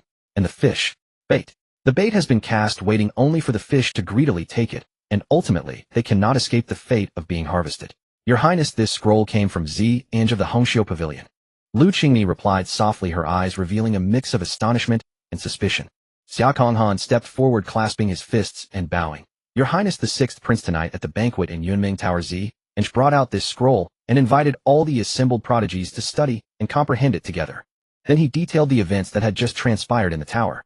After Zhang Lang comprehended the divine ability of antelope evasion, he suddenly transformed into a monster. They joined forces, exerting all their might to suppress him. But in the end, he vanished into thin air in a most horrifying manner. Neither alive nor dead, with no trace of corpse. Su Qingyang's gaze shifted, a contemplative expression appearing on his face. Could it have been the work of the four unknowns capable of achieving such a feat in broad daylight? Yet judging by their known modus operandi, the four unknowns typically lurked in the shadows, plotting before acting, and would not recklessly cause a scene in public. And besides, Su Qingyang looked at the twisted figures on the scroll, a profound light flickering in his eyes. To be able to directly imprint divine abilities into one's sea of consciousness, allowing one to use them at will, while secretly planting the seeds of flesh corruption. Such methods were truly unfathomably sinister. Where is the Hongxiu Pavilion, the sect of that Ange? Your Highness, the sixth prince, the Hongxiu Pavilion is located in Qingming Prefecture of Yenzhou. Xia Konghan replied, a chill in his tone. The dominant powers in the Yenzhou region were one heart sword pavilion, one temple, and one weapon pavilion. Though the Hongxiu Pavilion was also a formidable sect, it still fell short of one heart sword pavilion. Since this matter involved such a sinister and calamitous object, the Hongxiu Pavilion could not escape its blame. He had already made up his mind to report this to his sect upon returning, either to thoroughly purge the Hongxiu Pavilion or at the very least to capture Ange and interrogate her motives. Su Qingyang nodded slightly, his gaze falling back onto the spread scroll. With a hint of curiosity, he continued to peruse. Soon one peculiar divine ability after another was comprehended by him. For instance, from the figure imitating a black pig, he derived bronze skin, iron bones, such that wherever he charged, everything turned to ruin, and even divine weapons could not harm his flesh. From the shape of a wild dog, he obtained 1,000-sense tracking, enabling him to easily capture and distinguish traces of aura from 1,000 miles away. From the shape of a fierce tiger, he gained tiger roar, subduing spirit, unleashing a spiritual deterrent with his imposing might that would cause the hearts of weaker foes to tremble and collapse. From the shape of a nimble ape, he acquired as the arm directs, so that every weapon in the world once in his hands became like an extension of his arm, requiring no arduous training to master the lethal essence of various arms. Su Qingyang's expression gradually turned subtle. Though most of these peculiar divine abilities were useless to him, they were indeed a decent means for ordinary martial artists in the world. This was quite extraordinary. The secret arts that ordinary sects required decades of bitter cultivation to master could be realized from this scroll, at will, as long as one could comprehend them. What kind of being could have created such a heaven-defying, yet sinister method? However, it seemed he could also borrow some ideas and then modify them. A thought flashed through Su Qingyang's mind, and he continued to peruse. Instead of immediately purging the sinister energy within his body, he allowed it to lurk in his flesh, wanting to observe what bizarre changes this power would eventually lead to. But when his gaze fell upon the bottommost part of the scroll, where a snail pattern formed by a curled human figure lay, he suddenly frowned. He could not sense the martial artistic conception from it. Just as he was pondering, Su Qingyang suddenly heard the crisp sound of a water droplet hitting a water surface. In a daze, the world collapsed. The figures of Lu Qingmi, Xia Konghan, and the others instantly vanished. The pavilion's lakes and scenery around him all faded away, replaced by an immensely vast, boundless dark world. Su Qingyang slowly raised his gaze, sensing a huge and frenzied malevolence. It came from the entire world. That was hunger. The most primal, most frenzied, most pure hunger in the world. He was about to trace the source of this hunger, but the surrounding world had already collapsed in a thunderous roar, not even lasting a single breath. The scene before him flickered, and his mind was instantly pulled back. Still by the Huaqing Lake, the evening breeze was cool, and the lake's surface was clear. Su Qingyang looked at the scroll in his hand, a cold glint flashing in his eyes. After all this, it turned out to be a recipe. Step by step, it transformed the martial artist from a cultivator into a piece of flesh ingredient, to be slaughtered, finally delivering them obediently into the mouth of that dark existence to be devoured. Hongxiu Pavilion. A thought flashed through Su Qingyang's mind, and then he looked at the three of them, Xia Konghan and the others. If you are free, you may wait a while at the Tianwu Hall. In a few days, I will pay a visit to the Hongxiu Pavilion. In the world of demonic ghosts, beyond the northern mountains, the once dilapidated and ancient fortress suddenly awakened from its slumber. Thousands of ghostly demon cavalry poured out their iron hooves, pounding the earth heavily, forming 4 battle arrays at the foot of the mountain. Before each array stood a revered royal general of the demonic ghosts holding high a war banner. Black chi surged around the cavalry like hellfire, blazing rolling black smoke rising straight up, obscuring half the sky. Deep within the fortress, a massive figure slowly rose and strode out. Each step caused the ground to tremble, and bricks and tiles from the buildings on both sides crumbled and shattered. It was a terrifying existence, nearly 30 meters tall like a mountain, its body entwined with divine-like black light ribbons that drifted slowly. It had 6 arms and 3 faces, its dreadful aura surging like a mighty river. This was a demonic ghost that had reached the royal general level. At this moment, its chest cavity was pierced by something, leaving a deep wound. Under the royal general's normal recovery speed, such a wound would heal in an instant. But now, only half of the wound on this royal general's chest and abdomen had healed. The remaining half struggled to close, hindered by the pitch-black, deathly wound, making progress extremely slow. Damn Chenghuang. Too arrogant. How dare you ambush my forces while the Jidushi is asleep? The royal general let out a sky-shaking roar, its voice stirring the black clouds. When Lord Tianyu awakens, I will settle the score with all of you. On the other side, among the army, the ghostly demon cavalry stood in formation. Inside the dark and ruined fortress, the massive, formidable Chenghuang, like a mountain shadow, looked down upon its subordinate demons. Strange, why is the power in the northern mountains so empty? I have launched several raids, but only encountered one royal general. Where have the other true generals and royal generals gone? Even Jidushi Tianyu has fallen into slumber. Could it be that he was severely wounded? But what power in this world can harm a being like a Jidushi? Or perhaps Tianyu is undergoing a further transformation. Impossible, absolutely impossible. Too strange. When has Jidushi Tianyu ever been so quiet? My lord is uneasy, truly uneasy. In that case, let us go to war again. Chenghuang let out a thunderous roar, and the thousands of ghostly demon cavalry below all raised their weapons, black chi surging like smoke. Thousands of iron cavalry roared out of the fortress, charging once again toward the northern mountains. As the cavalry approached, both sides saw the fluttering banners and the earth-shaking clouds of dust, the arrival of thousands of riders. For a royal general, this was the mobilization of all available strength. Now in the distance of both armies, mountain-like figures stood watching, peering into the battle. In the world of demonic ghosts, there were only a handful of Jidushi. Every move any one of them made would stir up great waves. Tianyu's sudden silence immediately aroused suspicion among the other Jidushi. At this moment, 2 massive cavalry forces from the horizon became 2 black torrents, sweeping across the land, kicking up rolling dust, and finally colliding with a thunderous impact. In that instant, thousands of riders accelerated and charged, and countless black chi intertwined. In the blink of an eye, hundreds of cavalry were torn apart on the spot. The clash of blades, spears, and swords spread like a tsunami. It was as if 2 meat grinders had collided. Countless blades grinding together, erupting with the roar of blood and fire, shaking the entire region. The hidden observers in the distance were all terrified. This was war. Kill. These cavalry were battle-hardened, forged in blood and fire. Now they all burst forth with black chi, madly slashing at each other.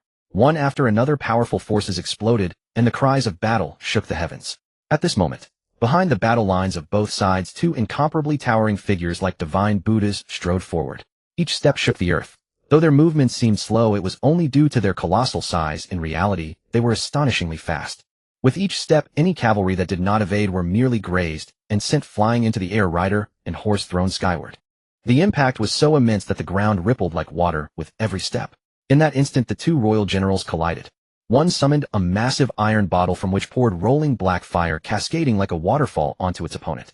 The other swung its guandao, a flash of cold light, and slashed horizontally, tearing a huge gash in the opponent's abdomen. Chenghuang, are you determined to start a full-scale war between the Jidushi The royal general of the northern mountains roared in fury. Cheng Huang remained silent, merely pouring out black fire relentlessly, while constantly scanning the surroundings, ever wary of other royal generals lurking in the northern mountains suddenly striking. But after a fierce battle, the heart of the northern mountains remained silent, only the thousands of servant troops fighting to the death. What are you plotting? Where is Jidushi Tianyu? And where have the rest of the troops gone? Cheng Huang demanded sternly. Boom. At this moment, the royal general of the northern mountains said nothing.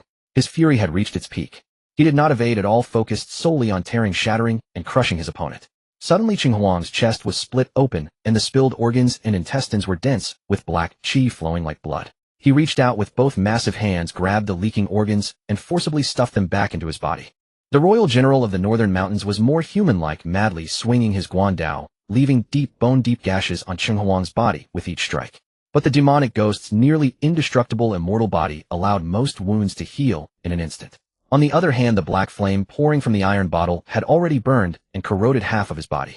Boom, boom, boom. The two royal generals were locked in a stalemate, their battle creating a scene of apocalyptic devastation.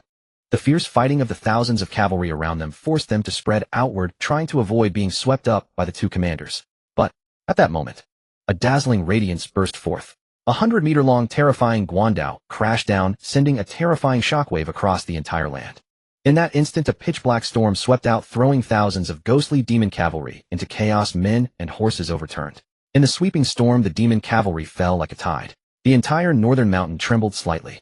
As the dust cleared, Cheng Huang, who had been locked in battle moments ago, was reduced to a pile of mush by the strike. The royal general of the northern mountains narrowed his eyes, looking up sharply. It's Lord Tianyu. Jidushi Tianyu. Jidushi Tianyu. The cheers of countless demons converged like thousands of streams into a rolling torrent, shaking the heavens. The royal general looked up. At the summit of the towering northern mountain, 100-meter-tall, 8-armed, dragon-headed demonic ghost slowly stretched its limbs, overlooking the masses below. Countless strands of black qi turned into long ribbons, fluttering like banners in the wind. The figure was like a divine Buddha. Tianyu said not a word. The moment he appeared, all enemies bowed their heads and slowly retreated. He let out a cold snort, grabbed at the air with his massive hand, and the 100-meter guandao soared into the sky, landing in his grasp. Tianyu slowly walked toward the depths of the northern mountain. This was his own stronghold, yet not a single true general or royal general was seen, only a multitude of servant troops. He paused, raising his dragon head. Above was a colossal altar. Even he seemed small in comparison. The altar was somewhat blurry, faintly taking the shape of a dragon's body with 6 eyes, exuding a cold, oppressive aura that spanned all directions. Tianyu touched his own pupils. Of the 6 scarlet pupils, only 5 remained. To project his power into another world, even he had paid an unimaginable price. Having just awakened, he learned everything. Learned of the enemy in the other world. The missing pupil was precisely the demon eye on that 100-meter guandao. It was a part of his essence, and even he could not easily replenish it. But it no longer mattered, for he was about to possess an entire world. How much longer until my true form can cross over? A figure in a black robe appeared on the altar, kneeling before Tianyu, speaking fervently. Lord Tianyu, please wait a little longer. Many of your generals have already descended. It will not be long before your true self sets foot in that world. Tianyu stood there gazing at the vast altar for a long time. That other world reminded him faintly of what the demon world once was. But when did everything change? It seemed to be when he awakened the great true God. I am the true human. Only this kind of body can be called a true human. I brought the gospel to this world, and I will bring the gospel to other worlds. I will keep evolving. I will become a true dragon. Begin the war. Conquer that other world for me. A few days ago, the Tiangong clan was raided, and this incident struck like a thunderbolt, echoing through every street and alley of the imperial capital. Everyone was talking about it. It was a matter that had shaken the heavens. In the eyes of common folk and ordinary martial artists, the 36 Tiangong clans had stood unshakable in the Great Jin for 800 years. The Fengtian Guard had been established entirely by them, and for generations grandmasters had presided over it, granting it a profound heritage. Even compared to the ancient sects that had been passed down through millennia, it was in no way inferior. Such illustrious and noble families were powerful, dignified, and untainted. However, those few who knew the inside story understood that the so-called 36 Tiangong clans were extremely complex within. After 800 years of vicissitudes, though nominally still 36 families, many had long since declined and been eliminated. While they had not yet lost the title of Tiangong, they could only cling to the wings of the major clans, barely surviving. Beneath the glamorous and noble facade, there was still deceit and treachery, flesh and blood, yet even darker and more ruthless. Moreover, a recent report from the Yinmi department to the imperial court had stirred up a huge uproar. Deep beneath the imperial capital there was hidden a dark lake that nearly ran through half the city along with a countless network of underground passages as intricate as a spider's web. Moreover, they had been secretly engaging in dark deeds such as human trafficking and smuggling contraband. When the news reached the palace, Emperor Jin flew into a rage. He immediately deployed the long-dormant black-armored divine army and ordered everyone in the Fengtian Guard to prove their innocence.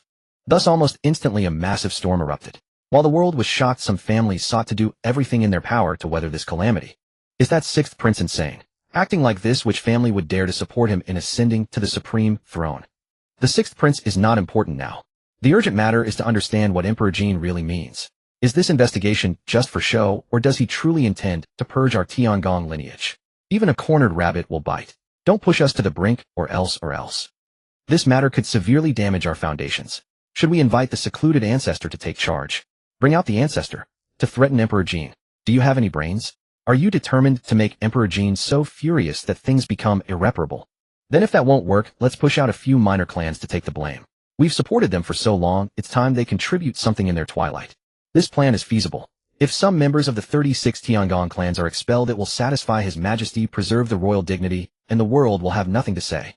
It's a pity. Alas, we have failed our ancestors, and our 36 families will no longer be complete. But what if the sixth prince still refuses to let go? He wouldn't dare. Does he really think that with a little skill he can act lawlessly? Deep within a secluded mansion in the imperial capital, several influential clan leaders sat in a circle whispering their schemes, each harboring their own calculations. At that moment, unbeknownst to them, 5 grandmasters sat atop the clouds coldly watching the farce below. Look, this is what you have fostered. Qin Liege, clad in a fiery red robe, spoke, his voice filled with a terrifying chill. A grandmaster with a youthful face and white hair said calmly, over 800 years of time some vermin will inevitably breed. Just root them out thoroughly. Eliminating the evil ones is not difficult. But how should we handle the aftermath? The clans are in a panic, and the Fengtian Guard's foundation is also shaken. Another grandmaster said, the Fengtian Guard should have been purged long ago. In the past century, the Tiangong lineage has not produced a single grandmaster, which is enough to show that heaven no longer favors the Tiangong. It is time to disrupt the pattern and reshuffle the cards. In that case, let's begin. It's better than letting Emperor Jin's resentment toward our Tiangong clans grow even deeper. The grandmasters standing above the clan leaders thus pronounced their doom. The scheming clan leaders below never imagined that the grandmaster ancestors they had relied on to lord over others would today turn their killing hands upon their own descendants and clansmen. Rumble. The entire city was filled with deafening, thunderous sounds. The tiles of civilian houses along the streets trembled, and dust from the roof beams fell in sheets. Such a commotion naturally drew attention from all sides. Countless martial artists pushed open their windows to look outward, exchanging glances with each other, their expressions extremely grave. The long-dormant black-armored divine army was fully mobilized. Teams of heavily armored infantry formed a cold steel torrent spreading outward from the imperial palace. The ground trembled along the way, sand and stones flying. Terrifying blood chi surged upward and fierce auras rolled and churned. Vaguely, a massive coiled dragon seemed to writhe in the clouds, its oppressive might subduing the entire city. Above the clouds, Qin Liege slowly closed his eyes. The reason these grandmasters could be so ruthless was not merely out of loyalty, but because the imperial court was incredibly powerful beyond measure. So powerful that they naturally dared not harbor thoughts of betrayal. Do not blame us. It is you who have tainted the glory of the Tiangong. The honor of the Tiangong clans does not come from you, but from us grandmasters. Regardless of how much the Tiangong clans were involved in the Dark Lake affair, they must pay a blood price. Everything just to satisfy the imperial dynasty. When Lu Qingmi arrived at Huaqing Lake, Su Qingyang was still studying the bizarre ancient painting. Even though there was movement on the fishing rod and the greedy carp was about to break free, Lu Qingmi gently crouched down, and as her inner energy slowly flowed, the greedy carp immediately bit down hard on the hook, unable to break free again. Miss Lu, is there something you need? Su Qingyang asked without looking up. Your Highness, the Tiangong clan has been purged, Lu Qingmi said softly. The 36 Tiangong clans were purged by their own grandmasters. 2/3 of the clan leaders had their martial arts crippled, and those who harbored rebellious thoughts were all covered in blood within their mansions. In the case of the Dark Lake Underground Network, anyone with confirmed involvement was executed without mercy. The remaining clan members whose actions were ambiguous or evidence insufficient, yet still under suspicion, were all thrown into the imperial prison regardless of rank awaiting trial. At this moment, the entire imperial capital was draped in white mourning garments. Countless clan descendants wept and wailed, and some elderly ministers even dashed their heads against the palace walls, using death as a threat to beg Emperor Jin to rescind his decree. Oh, it seems Emperor Jin has some skill. Su Qingyang looked up toward the palace, slightly surprised. He hadn't expected Emperor Jin to be capable of such ruthless measures. Your Highness, should we continue to investigate the human trafficking case? Lu Qingyi hesitated for a moment before asking for instructions. Is there another force behind the Tiangong clan? Yes. Lu Qingyi nodded. For this matter, the Yinmi department had mobilized almost all their personnel in the capital along with the 6 doors. The 36 Tiangong clans were merely the visible long link of this underground black chain. These clans were actually more involved in export smuggling. Except for a few clans that secretly practiced demonic arts, human trafficking was less common. Then continue to investigate. If necessary, it doesn't matter if we turn the entire capital upside down. Su Qingyang said indifferently. It was not out of any sense of justice, he simply disliked it. But I will be leaving the capital for a few days soon, so before I go I have prepared some small gifts for you. Su Qingyang smiled lightly again, then his gaze fell on the ancient painting showing a hint of interest. In the imperial capital stood a mansion. Within a pavilion, the intricate eaves and brackets were exquisitely arranged, blending seamlessly with the surrounding scenery. The artificial rockeries rose in layered peaks, evoking the sensation of stepping into a true mountain valley, with every detail vivid and lifelike. A young man in luxurious attire sat before a table with sword-like eyebrows and starry eyes, his features handsome and refined. He was playing a game of Go with a man opposite him whose bearing exuded an aura of domineering authority. Elder brother, our 6th brother has been making quite a stir lately, the richly dressed young man said with a gentle smile, his demeanor as refreshing as a spring breeze, embodying the image of a refined gentleman in a corrupt world. Calling the 6th prince his younger brother made his identity obvious. The one with whom he played Go could only be the great prince of Great Jin. Unlike the other idol princes, the great prince and the second prince each had a hall of supplicants under their command where they gathered and nurtured a large number of martial arts prodigies and heroes from the Jianghu. They were even amassing strength for the day they would ascend the throne. Second brother, you are too meddlesome. Instead of concerning yourself with this, you should focus on the Eastern Sea and the barbarian wastelands. These 2 forces have been stirring again recently. The great prince said indifferently, his brows carrying a killing aura. The Emperor of Jin held him in high regard, having even sent him early to lead troops at the border and to oversee state affairs as regent when commanded. In the secular world, such a prince would undoubtedly be the absolute candidate for crown prince. But unfortunately, the current Emperor of Jin was a martial arts grandmaster. Typically, the Emperor of Great Jin served only a 50-year term, automatically abdicating upon its completion. However, a martial arts grandmaster could reign for at least 100 years, or even up to 200 if he wished. Under such circumstances, no matter how ambitious the princes might be, they remained merely princes. For they might not even outlive the emperor. Elder brother, you are indeed broad-minded. Unfortunately, father refuses to grant me any important duties, otherwise I wouldn't be fixated on this small patch of the imperial city. If second brother is truly at a loss for something to do, why not preside over the upcoming 12th martial examination? Second prince. As the 2 were conversing, a guard hurried over, calling out softly from a distance. The second prince gave a resigned smile to the great prince. My apologies, elder brother. I'll be back shortly. The second prince stepped out of the pavilion and looked at his confidant. What is it? Your Highness. The 4th prince requests an audience. The second prince frowned, finding it quite amusing. My 4th brother. I recall his mother's clan is the Wu family of Tiangong. What has the Tiangong aristocratic family recently been purged, and now he comes to me for comfort. Very well, after all, he is my 4th brother. Let us go see him. Inside the hall, the moment the 4th prince, Su Yunxiai, saw the second prince arrive, he clenched his fist, his eyes red with grief and fury. Second brother. Hearing this address, the second prince paused in his steps. Su Yunxiai had never called him that before. Given his demeanor, there must be a grave matter today. 4th brother, why this state? The second prince hesitated briefly before walking in. In truth, he was already regretting his decision. He should have known it would be trouble, so why bother coming to watch the show? Second brother, the empress mother is dead. Father not only refuses to investigate the murderer thoroughly, but also seizes the opportunity to punish the Wu family. Now the empress mother's body lies cold, refusing to be buried. I beg you to help me. Su Yunxiai spoke slowly, his voice hoarse and choked. He had never expected the Emperor of Jin to be so ruthless. In the past few days, he had witnessed how Liu Chang, the director of the Imperial Observatory, had relentlessly pressed the Wu family, casting them into the imperial prison at the slightest pretext. I have heard about the Empress Dowager's matter. 4th brother, please accept my condolences. Second brother wishes to help you now, but at this critical juncture, I fear I am willing but powerless. The second prince shook his head and sighed as if deeply reluctant. No, second brother, I don't need you to act. I only wish to borrow your name to mobilize the Secret Intelligence Bureau. Now the entire Secret Intelligence Bureau is under the control of the 6th prince. When I couldn't even get an audience with him. Su Yunxiai said, his eyes reddened. The second prince frowned slightly. He had no desire to provoke the increasingly powerful Su Qingyang. However, if it was just borrowing a few men from the Secret Intelligence Bureau to catch the murderer, surely Su Qingyang would grant him some face. In the past, the Zhong family had intended to pledge allegiance to him, but they had met a tragic end. This matter had always left a seed of resentment in his heart. Very well. Go ahead and say it is by my order the second prince as well. After a moment of deliberation, the second prince finally agreed. Manzhou, though the sun had just risen, illuminating the world with brightness, a heavy blood mist lingered here, refusing to dissipate. Within the blood mist, 2 streaks of sword light blazed forth like startling lightning and a rainbow spanning the sky. The sword light was brilliant and swift, instantly crossing 100 zhang of void, then separated in the blink of an eye, fleeing east and west. Little thing, you think you can escape? Hoofbeats thundered as a colossal demonic creature slowly emerged from the blood mist. It was no longer humanoid, with 6 arms outstretched and a lower body resembling a warhorse. 6 steel-like hooves crushed the earth. In its 6 arms it held 3 giant bows. Black chi surged around its body, rising layer upon layer into the sky. I had intended to delay for the descent of Lord Tianyo, but now it matters not.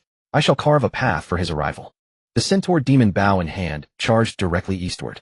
Despite its height of nearly 30 meters, its speed was like lightning, causing the earth to tremble, buildings to collapse, and streets to crack as it passed. It drew and loosed its bow. 3 arrows several meters long shot forth with a roar, looking from afar like a tornado sweeping across, with rolling waves of air, an awe-inspiring sight. What a vicious beast! What immense strength! The golden sword light twisted and dodged, howling in all directions, but the arrows behind it still arrived with a thunderous roar. 36 fierce golden sword chi erupted suddenly. The old man in the Confucian robe saw that the azure sword light had already broken through and fled into the distance. He immediately turned around, spreading his full righteous chi, and fiercely charged back at the demon. Damn beast, do you think I am afraid of you? The old man in the Confucian robe gritted his teeth. He had not expected to discover that the entire Manzhou had fallen upon investigation.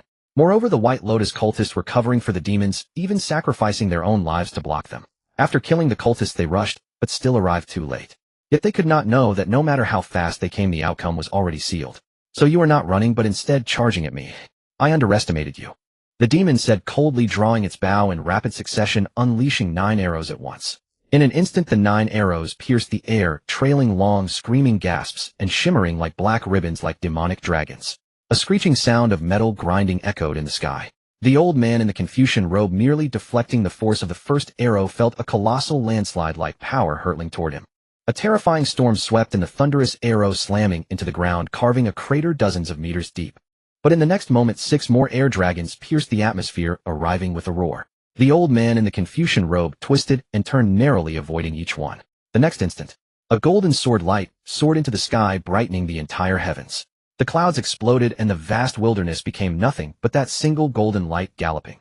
With a splatter, as the sword light receded, nearly half of the demon's body was severed blood mist, and blood melted by true chi spattering onto the earth. The blood mist grew thicker. Finally, victory, the old man panted. The demon's arrow power was no weaker than Qin Wuxi's. What are you thinking? This level of battle is just a warm-up, isn't it? The old man stood frozen. In the blood mist, the centaur demon extended a giant finger, lightly tracing the sword wound. It hadn't even cut through its bones, yet it thought it could kill it. What a foolish dream. The earth suddenly trembled again, as if something massive was approaching from within the blood mist. A demon over 40 meters tall tore through the blood mist, looking at the old man, and slowly extended a hand. On it was a broken azure sword. Yet the demon had only a scratch on its hand. Surrender to us, and we will grant you an undying body. Never. The second prince as well. Who does he think he is? Tell him to get lost. Su Qingyang slowly raised his eyes, fixing his gaze on the attendant before him, and replied coldly, "If the second prince has any grievances, let him come to me in person." The attendant trembled all over, hastily bowed, and retrieved the letter from the stone table. Not daring to linger for a moment, he hurriedly withdrew to report back. No sooner had the attendant departed than Lu Chang of the Celestial Observatory came to seek an audience. He gazed at the retreating figure, a flicker of recognition in his eyes. He identified the man as a trusted confidant of the second prince. He then turned his gaze to Su Qingyang, a look of disbelief spreading across his face. This 6th prince, upon his first arrival at the imperial city, had already offended a great many people one after another, and now he acted with utter disregard, not sparing even the second prince a second thought. Although it was true that his opponent was formidable, and the second prince and his faction could do nothing against him in the open, still from this point onward, every step within the imperial city would be fraught with thorns and obstacles.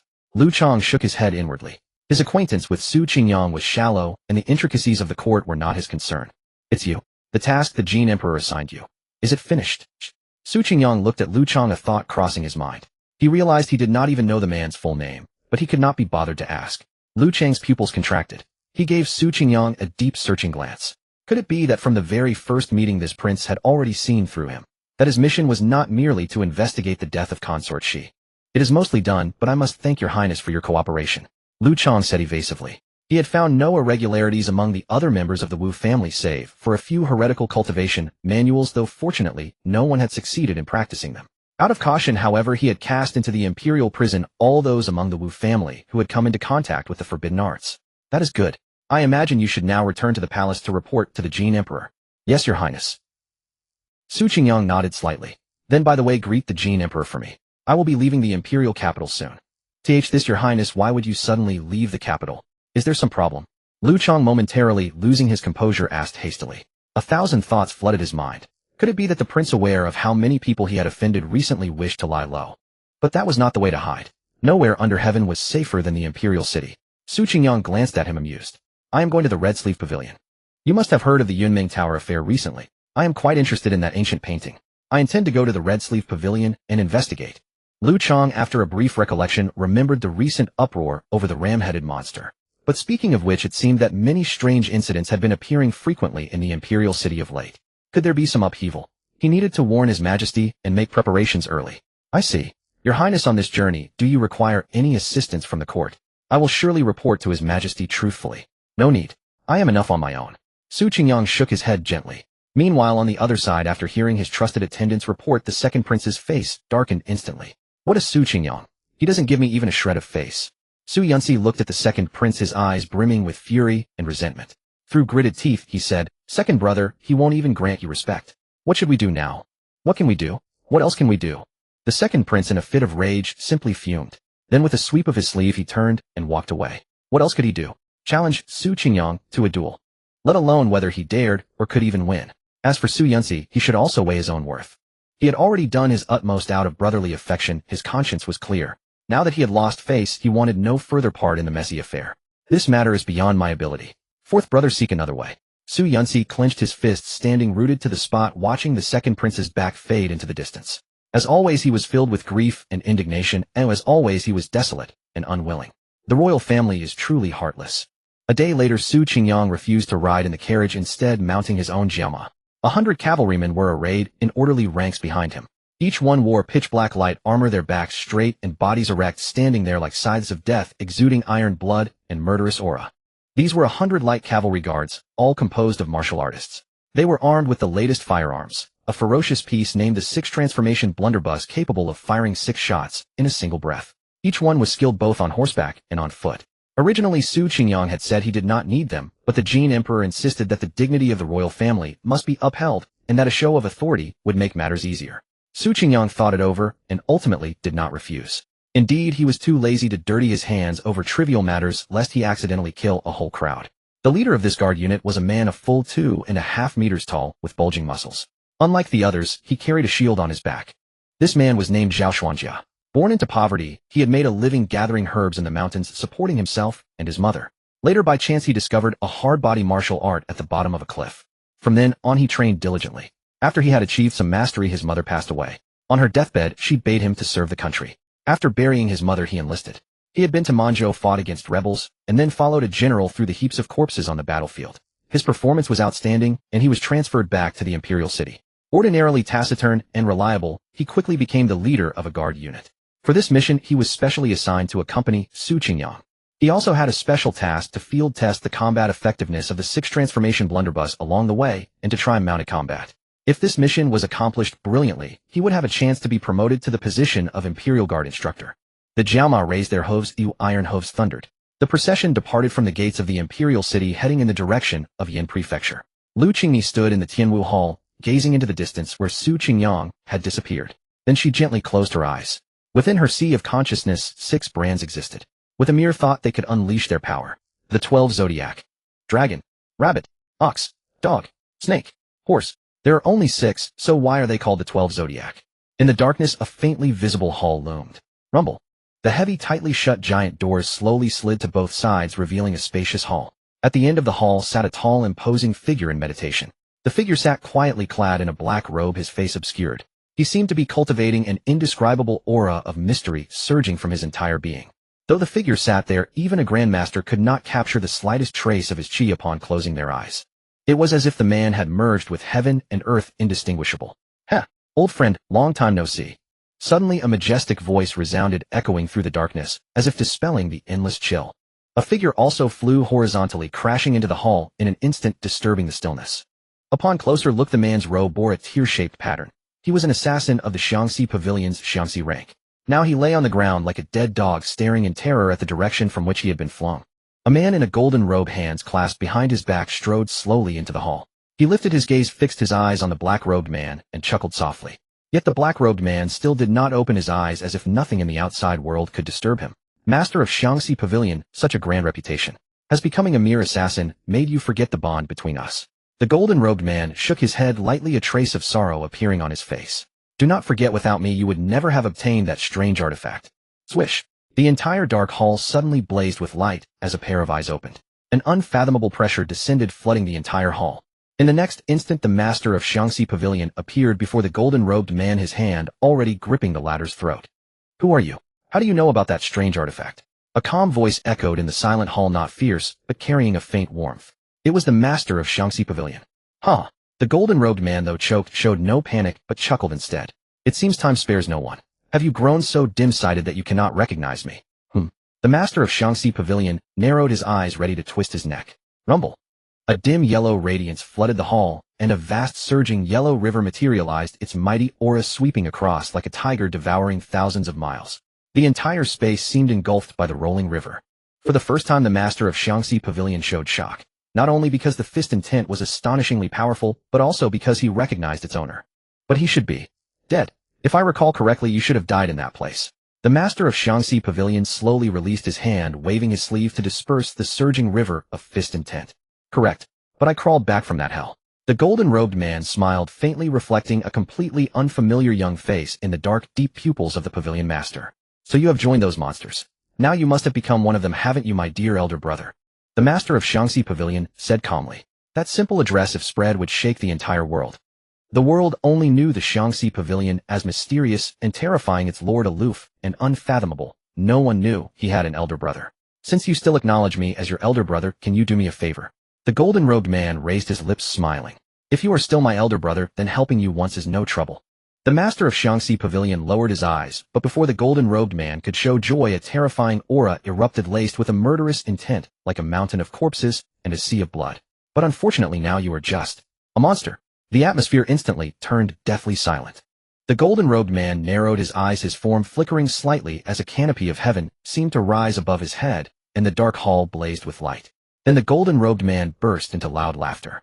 "Ha ha, you put on a fine show. If you were truly a good man, why did you betray me back then? And now why is the Shaanxi Pavilion laden with so much blood debt?" The master of Shaanxi Pavilion was silent for a long time, then also chuckled lowly, his eyes revealing coldness. "Since you know I am an assassin, then my actions must have a reward. Alas, you are still the same. Never let go of the prey without seeing the spoils." The golden-robed man sighed lightly. "In that case, I wonder if the renowned master of Shaanxi Pavilion is interested in joining the Hall of Longevity." The master of Shaanxi Pavilion's eyes flickered, emitting a terrible light. "Then speak, who do you want me to kill?" "The sixth prince. I want you to personally take his head," the golden-robed man said with a faint smile. "Him again?" The master of Shaanxi Pavilion frowned. Last time, he had lost many men from the pavilion. Why this time? The golden-robed man was silent for a moment, then said solemnly, "We need his head to lure out a fifth-grade martial saint, and then kill him." "With just you?" The master of Shaanxi Pavilion looked at the golden-robed man, as if assessing a madman, utterly puzzled. "And why must you offend such a figure? You haven't joined us yet, so you wouldn't understand. If it were a grandmaster, it would be fine. But a blood-chi warrior? No. Let's set that aside. First tell me how you plan to strike. I've heard of your Shaanxi Pavilion's methods. Would you care to demonstrate your traditional custom?"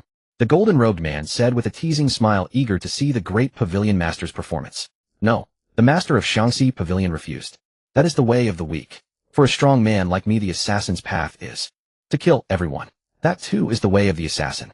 The master of Shaanxi Pavilion was very confident. "Wow. Is this the imperial firearms?" Mo Gue, riding on horseback, stared intensely at the six-barreled blunderbuss on the back of the imperial guard beside him, his face full of curiosity. During the march, Su Qingyang also took it and played with it for a moment. He found it was just an armor-piercing blunderbuss with a few extra barrels. Its power hadn't increased much, only its appearance was more ferocious and domineering. It was fortunate that this Imperial Guard unit was entirely composed of martial artists with physiques far beyond ordinary soldiers. If ordinary troops carried such cumbersome firearms, they would only be encumbered. This unit traveled unimpeded with travel documents processed at lightning speed at every checkpoint. They came and left almost instantly. Moreover, Yinzhou was not far from Zhongzhou. The two bordered each other, though Yinzhou's territory was much smaller than Zhongzhou's. After only half a day's journey at sunset, the Iron Cavalry left Zhongzhou and entered a mountain city in Yinzhou. They filed through the eastern gate. The main street was wide, flanked by distinctive tavern shops, and the like, with strings of fiery red chili peppers everywhere, a stark contrast to the imperial city's bustling splendor. "We'll rest here for the night," Su Qingyang said to Zhao Xuanjia. Night fell. The cool moonlight poured like water, quietly spilling into a courtyard. A woman with a cinnabar between her brows, surrounded by a serene aura, was practicing sword dance under the moonlight. This was a habit she had cultivated over nearly 20 years of winters and summers. Whenever she had spare time, she would relentlessly train in this manner. The martial art she practiced was the Mingwe Seven Tribulations sword art. Before this martial art reached great accomplishment, it was extremely time-consuming. Yet its formidable power lay precisely in this. Even at the Xiantian realm, it could draw upon the power of the celestial moonlight to nourish oneself. Swinging the sword under the moonlight was no different from sitting quietly and breathing. It was just that Han Jiangyue had long been accustomed to entering the Tao through the sword. She had already achieved perfection in her essence, so she hardly needed sleep. Just a brief moment of closing her eyes to rest could sustain her through the day's exertion. The path of martial arts is like sailing against the current. If you don't advance, you retreat. To go further on the martial path, one needs not only talent and opportunity, but also perseverance. All three are indispensable.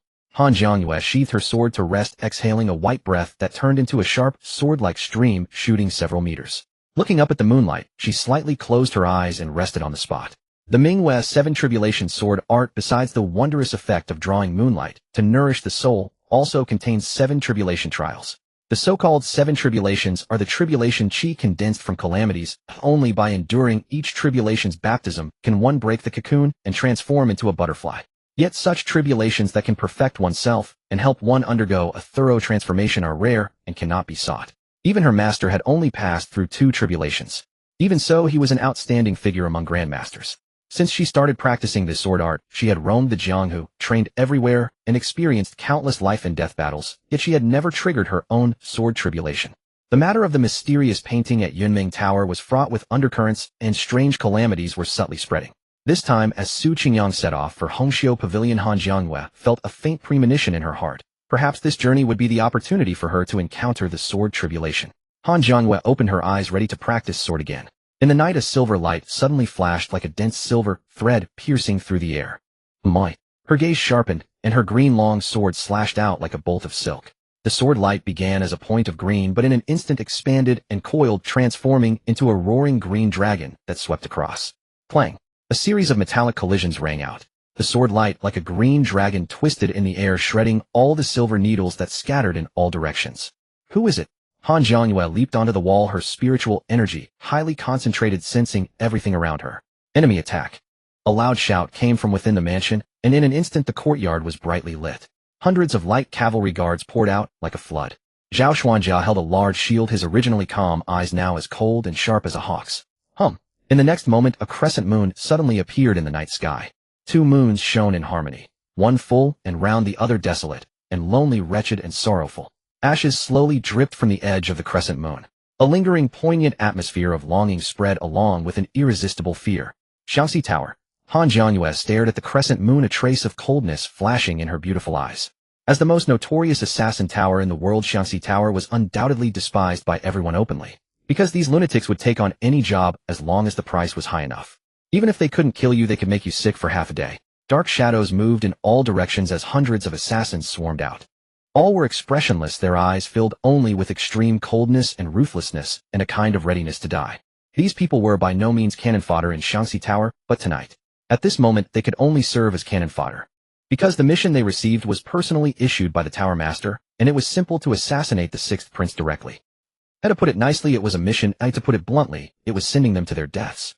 But as assassins of Shaanxi Tower, obeying orders was their only standard. From the day they became assassins, they were destined to face such a day. Of course, there was also the small reason that the Tower Master himself was personally overseeing the rear. Su Qingyang was leaning against the window, gazing at the crescent moon. He casually glanced over. Most of the hundreds of assassins were first-rate martial artists. However, 7 Three-Flowers Xiantian were lurking in the shadows. They should be crescent moon and even Shaanxi-level assassins. In the darkness, firearms roared. 6-barreled muskets fired in succession, and several assassins in the front row were instantly riddled with holes causing a brief commotion. In the shadows, a Xiangsa-level assassin coldly looked down, watching the large number of cannon fodder under his command being mowed down by firearms. These firearms are quite interesting. They feel very suitable for assassinations. He rubbed his chin. With such power, even if placed in the hands of a suicide soldier, they could pose a great threat. If the assassins of Shaanxi Tower could be equipped with these firearms, the tower's reputation would surely rise further. It would be even better if they could develop explosive devices that cause large-scale destruction. Any suicide soldier mingling into the crowd could cause massive casualties. Human bombs, endless panic. This is the true way of assassination. This is art. As he thought this, a smile appeared on his face. Suddenly, an indescribable force of heaven and earth swept across the entire night sky. This Xiangsa-level assassin's cold eyes suddenly became vacant and confused, then completely extinguished. His head tilted, and he fell directly from the shadows. Just like that. Dead. The remaining 6 assassins also had their pupils violently contract, then, as if struck by lightning, they fell one after another from their hiding spots with no movement. Sword light cut through the night. Han Zhongyue followed the aura traces of the assassins and rushed over. But when she reached this high ground, all she saw were 7 cold corpses. She stood still with her sword momentarily stunned. There was no trace of a fight around. These Xiantian assassins who could stir up the Jianghu had all perished so silently. Who made the move? At the same moment, the tower master of Shaanxi Tower, several miles away, also suddenly narrowed his eyes. He sensed that the 7 Xiangsa-level assassins under his command had lost their life force at the same time. No struggle, no message. They had fallen so silently. Something's wrong. Not the right day to strike. As he spoke, the tower master of Shaanxi Tower turned into a shadow and disappeared from the spot. Although he had spoken smoothly to that golden-robed man, being a grandmaster-level assassin that made the world tremble. In fact, the tower master of Shaanxi Tower was more cautious than anyone. At the slightest sign of trouble, he would flee 1,000 miles. Face can be lost, but life cannot. Beyond the mountain city, atop a lofty peak, the figure of the master of Xiangsila slowly emerged from the shadows. He stood at the cliff's edge, gazing into the distance at the mountain city, a hint of contemplation flickering in his eyes. The 6th prince. Indeed, there is something peculiar about him. Should I continue with the commission from the Hall of Eternal Life, or probe a few more times? A trace of reluctance lingered in his heart. He was truly unwilling to let go of the opportunity to join the Hall of Eternal Life, for this might be the only chance in his lifetime, and he would not give it up easily. The Hall of Eternal Life. So you've been working for Si Buji. Suddenly a cold, clear voice rang out without warning, echoing directly in the ears of the master of Xiangsila. The master of Xiangsila's gaze sharpened abruptly as he jerked his head to look behind him. On a moss-covered rock by the cliff there now stood a tall, slender figure, gazing down at the master of Xiangsila with indifference. The 6th prince. The master of Xiangsila's dark pupils contracted violently, and he even showed a look of disbelief, losing his composure. If I'm not mistaken, you should be that master of Xiangsila. Su Qingyang spoke calmly. All of heaven and earth seemed to lose their color in an instant, the thousands of mountains and valleys shrouded in a gray-white pallor of deathly stillness. The mountain wind ceased, the chirping of insects faded, and the entire peak fell into a confrontation between the two. The master of Xiangsila slowly closed his eyes, and when he opened them again his irises had turned a lifeless gray. One spends all his days hunting geese only to have his eyes pecked out by a goose today. The Hall of Eternal Life. I thought it was something mysterious and unfathomable, but I never expected that fool to have even gotten the target wrong. It seems they are a bunch of incompetents.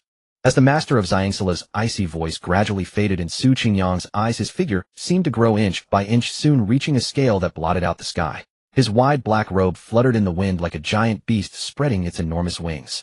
A colossal body coiled over the mountain range, scales scraping with the clang of iron and gold. A massive, dragon-like black serpent spread its wings, soared into the sky, and let out a piercing shriek.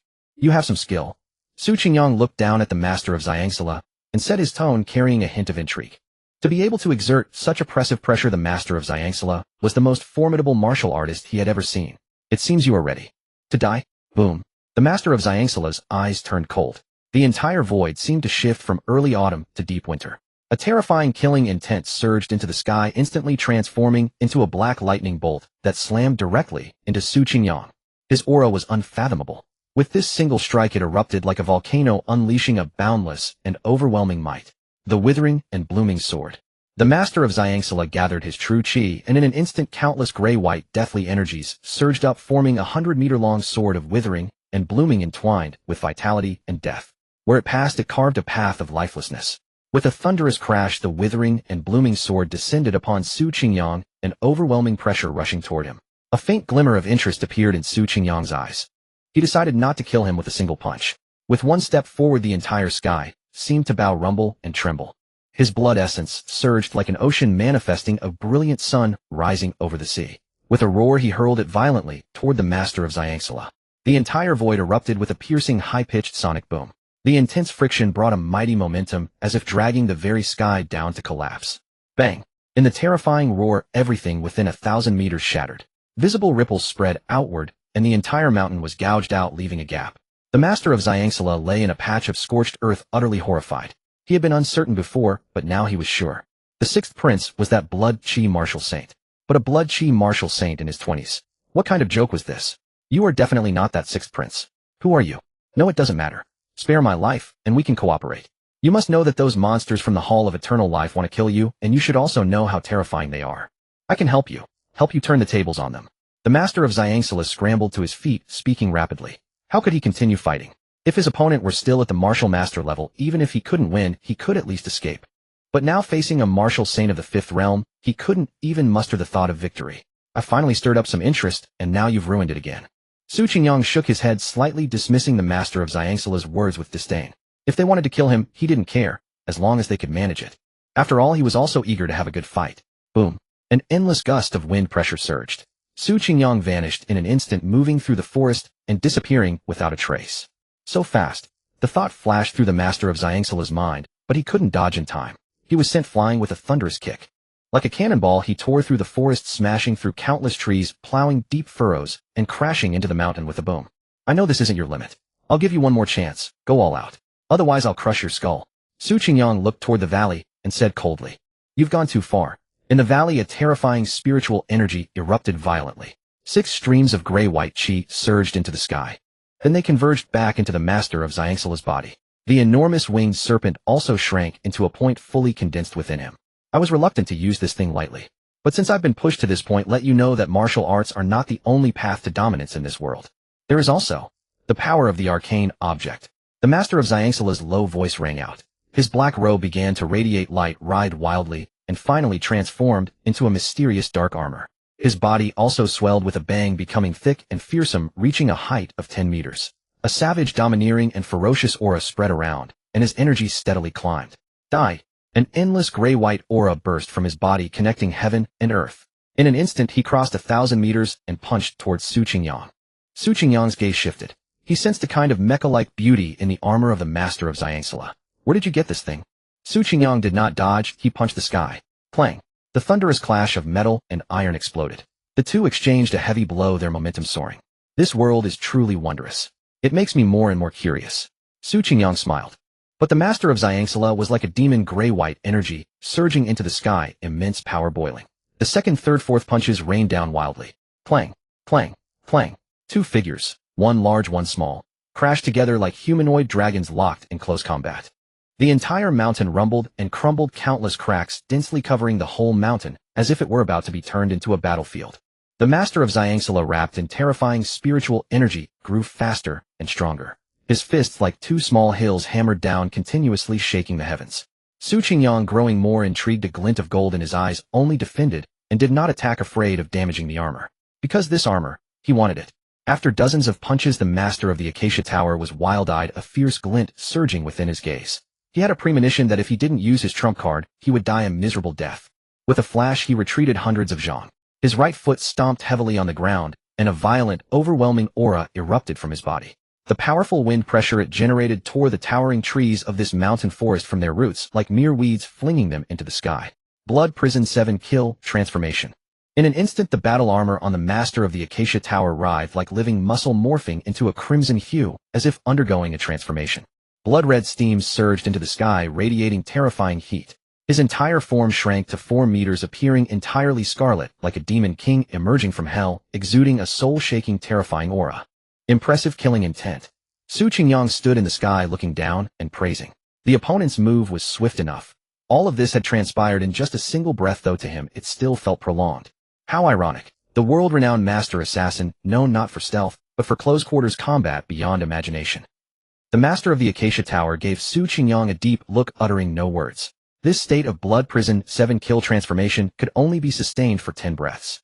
When the time was up, if he still couldn't defeat his opponent, death alone awaited him. Boom. The next moment the ground shattered with a thunderous crash. The master of the Acacia Tower turned into a blurry afterimage, unleashing the most savage combat stance. His body collided with the air, causing layers of sonic booms, as his right fist slammed fiercely towards Su Qingyang. Withering Bloom Heart Sword. The martial will of decay, withering, and annihilation burst forth, intertwining with the gray pallor of death chi and blood fiend aura like a drawn sword. As it was unsheathed, 10,000 zhang of sword energy erupted. The sword pierced through the sky, shaking heaven and earth with a resonant boom like a great bell. Rustling. A terrifying boiling wave of heat mixed with boundless killing intent surged forward, whipping Su Qingyang's long hair into a wild frenzy. Yet Su Qingyang revealed a genuine joy and excitement. He raised his right fist, clenched his 5 fingers. How could he destroy the enemy within without damaging the armor? The answer was to use vibrational force to directly annihilate his true body. The vast majority of the power the master of the Acacia Tower was now unleashing came from that battle armor. Although the opponent's physical body had reached the Grandmaster realm, transcending the mundane, it was still far too fragile for Su Qingyang. Terrifying blood and chi converged on his right arm, then quaked violently, transforming into a minuscule point of white light. The surrounding air rippled like water, and an extreme sense of danger threatened to annihilate everything into nothingness. Tribulation calming fist. Su Qingyang stepped forward and punched out. Ryup. Boom. 2 figures, one large and one small, collided violently, and then passed each other in an instant. A terrifying visible ring-shaped shockwave raged outward in all directions, slicing through the mountains along the way, causing them to tilt and collapse. It was as if the sky itself was toppling. In the distant mountain city, Hanjiang US Ya Konghan and Mo Gui were buffeted by the oncoming storm, their hair flying wildly. The 3 stared blankly at the scene of the distant mountain range breaking apart. Even from such a distance, the terrifying aura alone made them feel as if they were about to die. Is that the master of the Acacia Tower? He personally took action. How much hatred does the 6th prince draw to have someone hire a grandmaster assassin? This is truly thrilling. But a blazing flame kindled in Han Jianyue's eyes. While ordinary people feared danger, someone like her felt excitement. The storm stretched across the sky like a black dragon. Su Qingyang stood slowly in midair, the massive Xuanjia giant behind him pausing for a moment, then plunging heavily down the cliff like a broken-winged eagle. Midair, the scarlet battle armor gushed torrents of blood. The master of the Acacia Tower had fallen. Only half of the 10-breath limit had passed. Having taken Su Qingyang's punch head-on, even while curled within the armor, he was crushed into a pulp by the vibrational force. No one could have imagined that the master of the Acacia Tower, who had made the underworld tremble, would perish silently in this nameless mountain range. Assassins emerge from the darkness and shall fade into it. Su Qingyang descended slowly, standing before the armor. Boundless fiendish aura spread, as if it were a monster that refused to die. He looked at the armor, a flicker of inexplicable emotion in his eyes. With a sweep of his sleeve, the power of heaven and earth rushed in instantly, cleansing the blood-stained armor. His martial will poured down, and the armor contracted and transformed layer by layer, soon becoming an ancient black robe. Su Qingyang touched it. The material felt like silk, cool and smooth. He wondered how such a thin black robe could have turned into that ferocious battle armor. The world is so vast, full of wonders. Su Qingyang smiled lightly, but he felt a bit regretful. He didn't know where the master of the Acacia Tower had obtained such a strange artifact. He casually draped the black robe over himself, then with a thought the pitch-black armor enveloped his body surface. Su Qingyang frowned slightly, sensing that this armor was also continuously draining his vitality. Driven by vitality, or rather powered by life force. Are there other forms? With a single thought from Su Qingyang, a rumbling sound like a giant god swinging a forging hammer echoed. After countless hammerings, the massive Xuanjia giant shrank, and a deep green armor slowly emerged. This armor was like a cloak, yet also like a feather robe with a several-meter-long deep green shoulder wrap, drifting like a ribbon. With a thought from Su Qingyang, multiple afterimages appeared beside him in an instant. In a single thought, his figure had already circled the entire mountain range and returned to its original position. Speed increased by 30%, but no improvement in strength. Su Qingyang lowered his head, slowly clenching his fists. His own strength was already formidable enough, or perhaps this armor's enhancement had reached its limit and could not be raised further. However, the speed alone was astonishing enough. Besides, he had no intention of using it in battle. This strange artifact should be more suitable as a garment. Su Qingyang thought again, and the armor instantly transformed into a dark martial robe fitting perfectly. Edge. His pupils instantly turned into brilliant golden eyes. He discovered that this strange artifact could even subtly block the falling red hairs. Although it also devoured vitality, it consumed far less than the red hairs. Under his golden eyes, after absorbing life force, the armor emitted a faint white glow. This faint light acted like a filter, isolating the unseen malice of heaven and earth in the air. Su Qingyang's eyes shifted slightly. He strongly suspected that this strange artifact was created by someone to resist the world's malice. Strange, the Xiangxi Tower Master actually died just like that. On a mountain peak, a golden-robed man suddenly opened his eyes, a look of disbelief surging within them. He knew his old friend well. Fine words on the surface, but in truth more cautious than anyone. At the slightest sign of trouble, he would turn and flee. Yet even so, he had failed to survive. Could it be? At that moment, a gentle Buddhist radiance suddenly rose at the edge of the sky, and from the depths of the clouds drifted a vast amount of pink mist. In an instant it converged into a boundless sea of fog from which came faint seductive chants, drawing nearer and nearer, making one's cheeks flush. Within the pink mist, a figure stepped through the void, covering the distance in mere seconds with astonishing speed. For women in red dresses, their faces veiled with white silk, jointly carried a splendid palanquin. Layers of gauze curtains revealed dimly 3 figures reclining inside. Seeing the approaching visitors, the golden-robed man's expression suddenly turned grave. Bang! The palanquin landed, and a pale, slender hand lifted the gauze curtain. The person wore a silver mask adorned with blood jade, like a weeping bodhisattva, with waist-length hair, as smooth and flowing as a waterfall.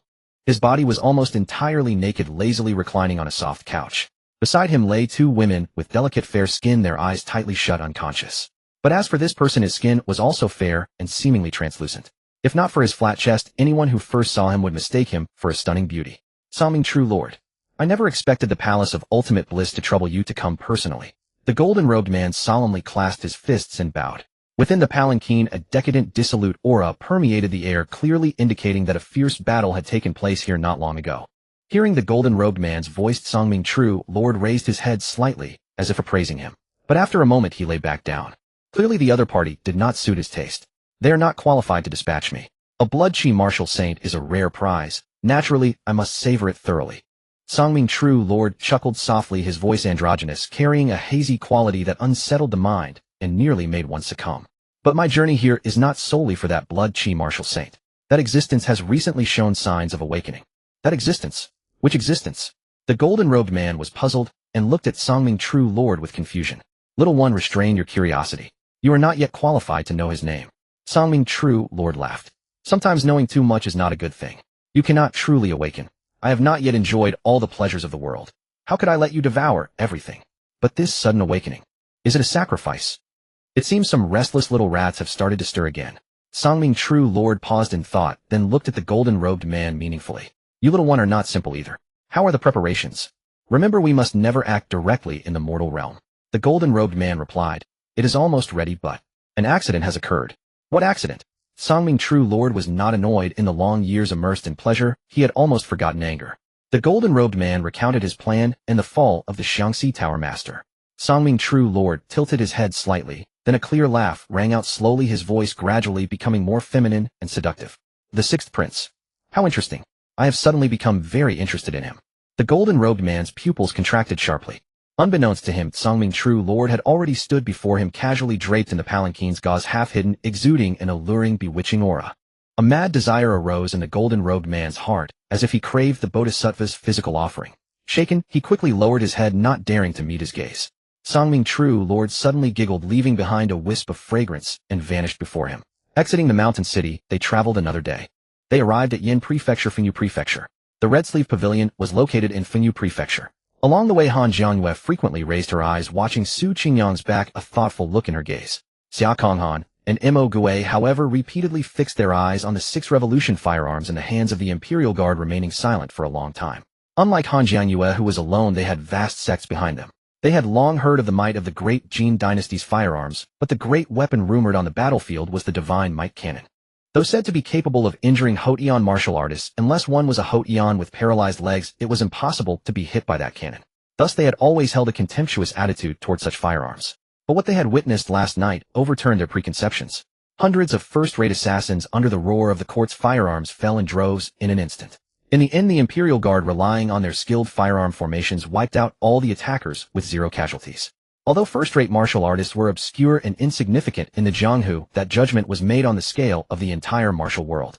In certain small towns, a first-rate martial artist could already be a local tyrant. Even in large sects like the Yisan Sword Pavilion or the Wuji Weapon Pavilion, most disciples only reached the second-rate or first-rate level. A Hoteon martial artist was already considered a core disciple, even eligible to serve as an outer elder. Xiantian martial artists were even rarer, each one a pillar supporting the sect's foundation. Young prodigies like Xia Konghan and Mo Gui, who had reached Xiantian at such a young age, were cherished personal disciples of their sects. The foundation of a single sect was ultimately far from matching the Great Jin dynasty. Even counting only Xiantian-level martial artists, the number the Great Jin dynasty had amassed was enough to match the total disciples of any major sect. What truly could deter the Great Jin court was always only the grandmasters. But now the situation seemed even worse. If conflict broke out, sect disciples would be mowed down like weed in the fields. In the end, only a handful of Hotian and Xiantian experts would survive the torrent of firearms. Xia Konghan and Mo Gui exchanged glances, seeing the worry in each other's eyes. A flicker of fear even arose in their hearts. If the Great Jin continued to develop firearms capable of threatening Hotian, Xiantian, and even grandmasters, then all sects under heaven would exist in name only. Han Zhangyue was unaware of her two brothers' concerns, lost in her own thoughts. Suddenly a figure appeared beside her, and her heart tightened. She looked up sharply. Su Qingyang had somehow ridden his Jiao horse to her side. "Miss Zhangyue, you keep looking at me. Is there something important?" Su Qingyang asked with some resignation. Having too keen perception was not always good.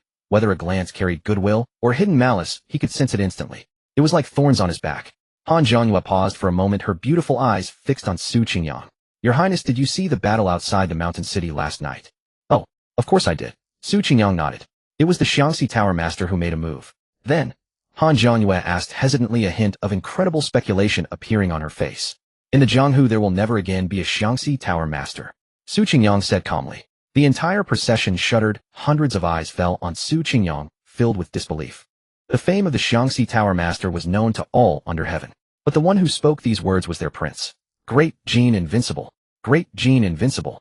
Suddenly a deafening chant erupted from the Imperial Guard, converging into a stream that soared into the clouds. Xia Konghan and Mo Gui exchanged another glance and lowered their heads slightly. To kill the Xiangxi Tower Master? Could it be that more than one martial grandmaster accompanied Su Qingyang? Surely that blood-chi martial saint was not following him personally. Han Zhangyue stood frozen for a long time. She took a deep breath and said solemnly, "Your Highness, when you go to the Red Sleeve Pavilion, could I also follow by your side?" "Why? A martial artist seeks life and death. I wish to pursue a higher martial path," Han Zhangyue said earnestly. "It depends on my mood." "Oh, we have arrived." Su Qingyang looked up ahead where a group of people was waiting. At the Fenyu Prefecture, the officials had been waiting for some time. The moment they saw Su Qingyang arriving under the escort of the Imperial Guards, they immediately paid their respects. "We greet your Highness the Sixth Prince. May you live 1,000 years, 1,000 years." Su Qingyang cast a casual glance and entered the mountain villa that the prefect had vacated specifically to host the Imperial envoy.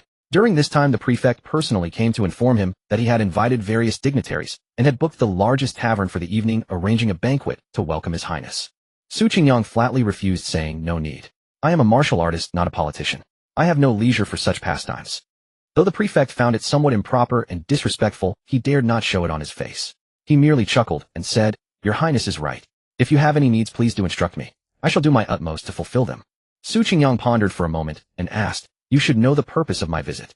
The Hongxiu Pavilion. What have you found?" "Your Highness has traveled far and must be weary. Why not rest tonight, and tomorrow I shall report in detail." The prefect still tried to evade the topic, speaking with a slow smile. Su Qingyang said nothing but fell into a sudden silence. An inexplicable aura of authority spread silently, plunging the entire villa into a deathly stillness. The prefect's face changed and his bones creaked audibly. He suddenly felt that if his next response contained even a hint of prevarication, he would die on the spot. "Please forgive me, Your Highness," the prefect said hastily, bowing deeply, cold sweat beading on his back. "It is not that I deliberately concealed the truth, but the Hongxiu Pavilion sealed its mountain a month ago, closing its gates and forbidding any outsider from approaching. Moreover, of late black rain has often fallen from the sky over the Hong Mountain area, an ill omen. I was truly worried for Your Highness's safety, so I wished to delay a day to gather the local heroes to escort you." The prefect lamented inwardly. He had originally thought Su Qingyang's visit was merely a formality, but now it seemed the prince was serious. If anything happened to the prince in his jurisdiction, the Jin Emperor's wrath would surely flay them alive. Su Qingyang thought for a moment, then waved his hand, signaling the prefect to leave. The prefect felt as if pardoned from execution. Trembling with fear, he retreated from the villa. As soon as he stepped out the gate, his legs gave way, and he nearly collapsed. The pressure this prince exerted on him was even more terrifying than when he had once faced the Jin Emperor. It seemed the Hongxiu Pavilion was doomed this time. Black rain falling from the sky. Su Qingyang rose and slowly gazed toward the direction of Hong Mountain. It was not far and stood out prominently. A peak that pierced the clouds, surrounded by dozens of majestic mountain ranges like a dozen azure dragons coiled around it. That night 4 figures moved through the mountains. The Hongxiu Pavilion was nestled deep within Hong Mountain. Han Jiangyue had once accompanied her master there as a guest, so she knew the mountain paths well and led the way. Xia Konghan and Mo Gui, worried about her, insisted on accompanying Su Qingyang deep into the mountain. But the farther they went, the more Han Jiangyue sensed something amiss. As they advanced, thick fog drifted in, soon reducing visibility to less than 2 feet, as if trying to isolate them from one another. Your Highness, something is wrong.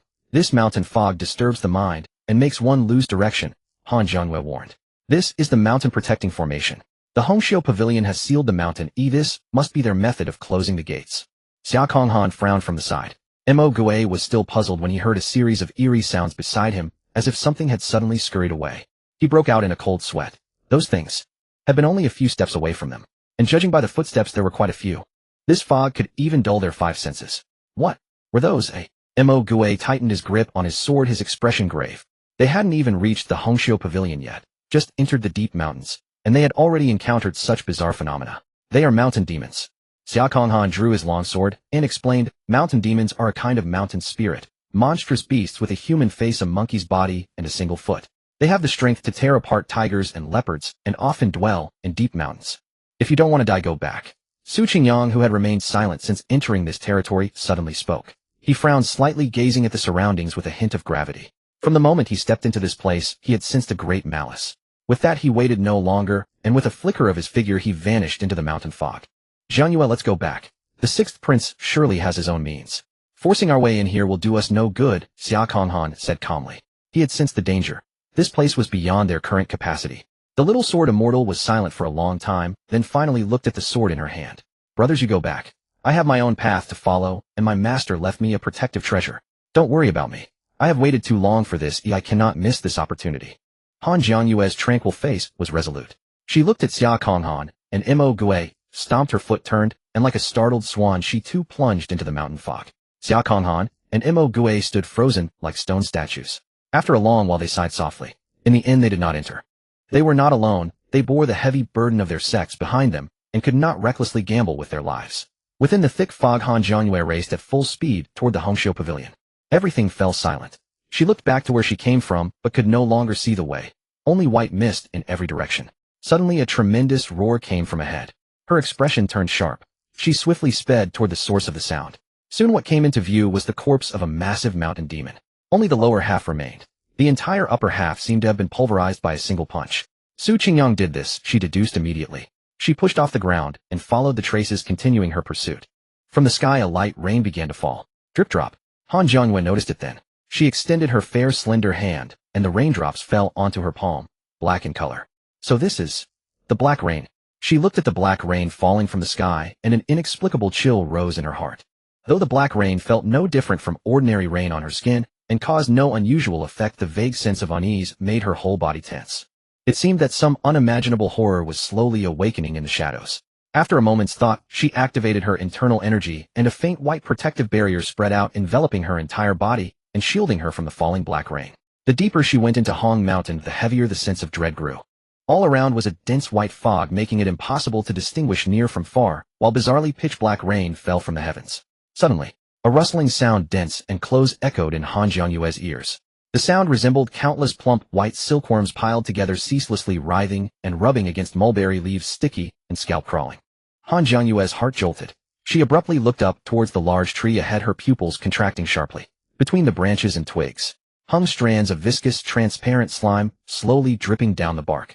A giant snail, over a meter in length, clung to the thick trunk, extending its long neck and straining to reach the leaves to gnaw. If it were only that, it wouldn't be enough to cause horror. However, the soft body of that giant snail bore a mandrill's face connected to the snail's neck, with dark skin and swirling patterns on its surface. This was clearly a snail with a mandrill's head. Just one glance evoked disgust and fear, as if it were the embodiment of something utterly repulsive. A wave of nausea rose in Han Jianyue's stomach, nearly making her vomit, yet she forced herself to endure and carefully observe the mandrill snail. This monster seemed completely harmless. Even when she was very close, it merely ate the leaves in silence. However, the snail appeared to be newborn. Faintly twisted limbs could still be seen within the shell, now embedded in its own flesh. It seemed on the verge of merging completely, as if a living mandrill had been brutally stuffed into a snail shell, forcibly transformed into this soft-bodied abomination. Han Jianyue gritted her teeth, lightly, suddenly recalling the goat-headed monster in the Yunming Tower and the snail-like little figure in that strange painting. Could it be that these mandrills had all been affected by that bizarre painting turning into this disgusting snail shape? But on second thought, she sensed something was off. She remembered that just earlier a giant mandrill had been killed with a single punch by Su Qingyang, and it showed no such aberration. Or perhaps they were infected by those in the Hongqiu Pavilion. After all, this place was deeper than where the mandrill had fallen and closer to the Hongqiu Pavilion. Han Zhangyue's delicate brows furrowed her exquisite face, full of disgust. She even began to suspect that the women of the Hongqiu Pavilion might be no better than the snail monsters before her. At the thought of fellow women reduced to such a state, Han Zhangyue felt a chill of dread. But at that moment, a sense of calamity also arose from her sword heart, warning her of great danger. Yet this was also a precursor to breakthrough. Han Zhangyue's beautiful eyes half closed, then opened again, now calm and placid as she had said before. This was the tribulation, she must face her Tao. She continued stepping forward. Soon one after another mandrill snails climbed onto the trees ahead, disgusting slime everywhere, clearly moving like actual snails. Han Zhangyue suppressed her shiver, refraining from attacking these mandrill snails. She feared causing unnecessary upheaval. Fortunately, she had not yet seen a person from the Hongqiu Pavilion transformed into a snail. This gave her a faint glimmer of hope. Perhaps they had not become such monsters. Suddenly, a massive red snail shell appeared ahead. Han Zhangyue's heart tightened, but upon closer inspection, it was only an empty shell. Several scratches were faintly visible on the shell, as if made by some sharp claws. But in the end they had failed to breach the hard shell. However, where had the soft flesh inside the shell gone? A terrible suspicion suddenly arose in Han Zhangyue's mind. She looked at the surrounding mandrill snails, a creeping sensation on her scalp.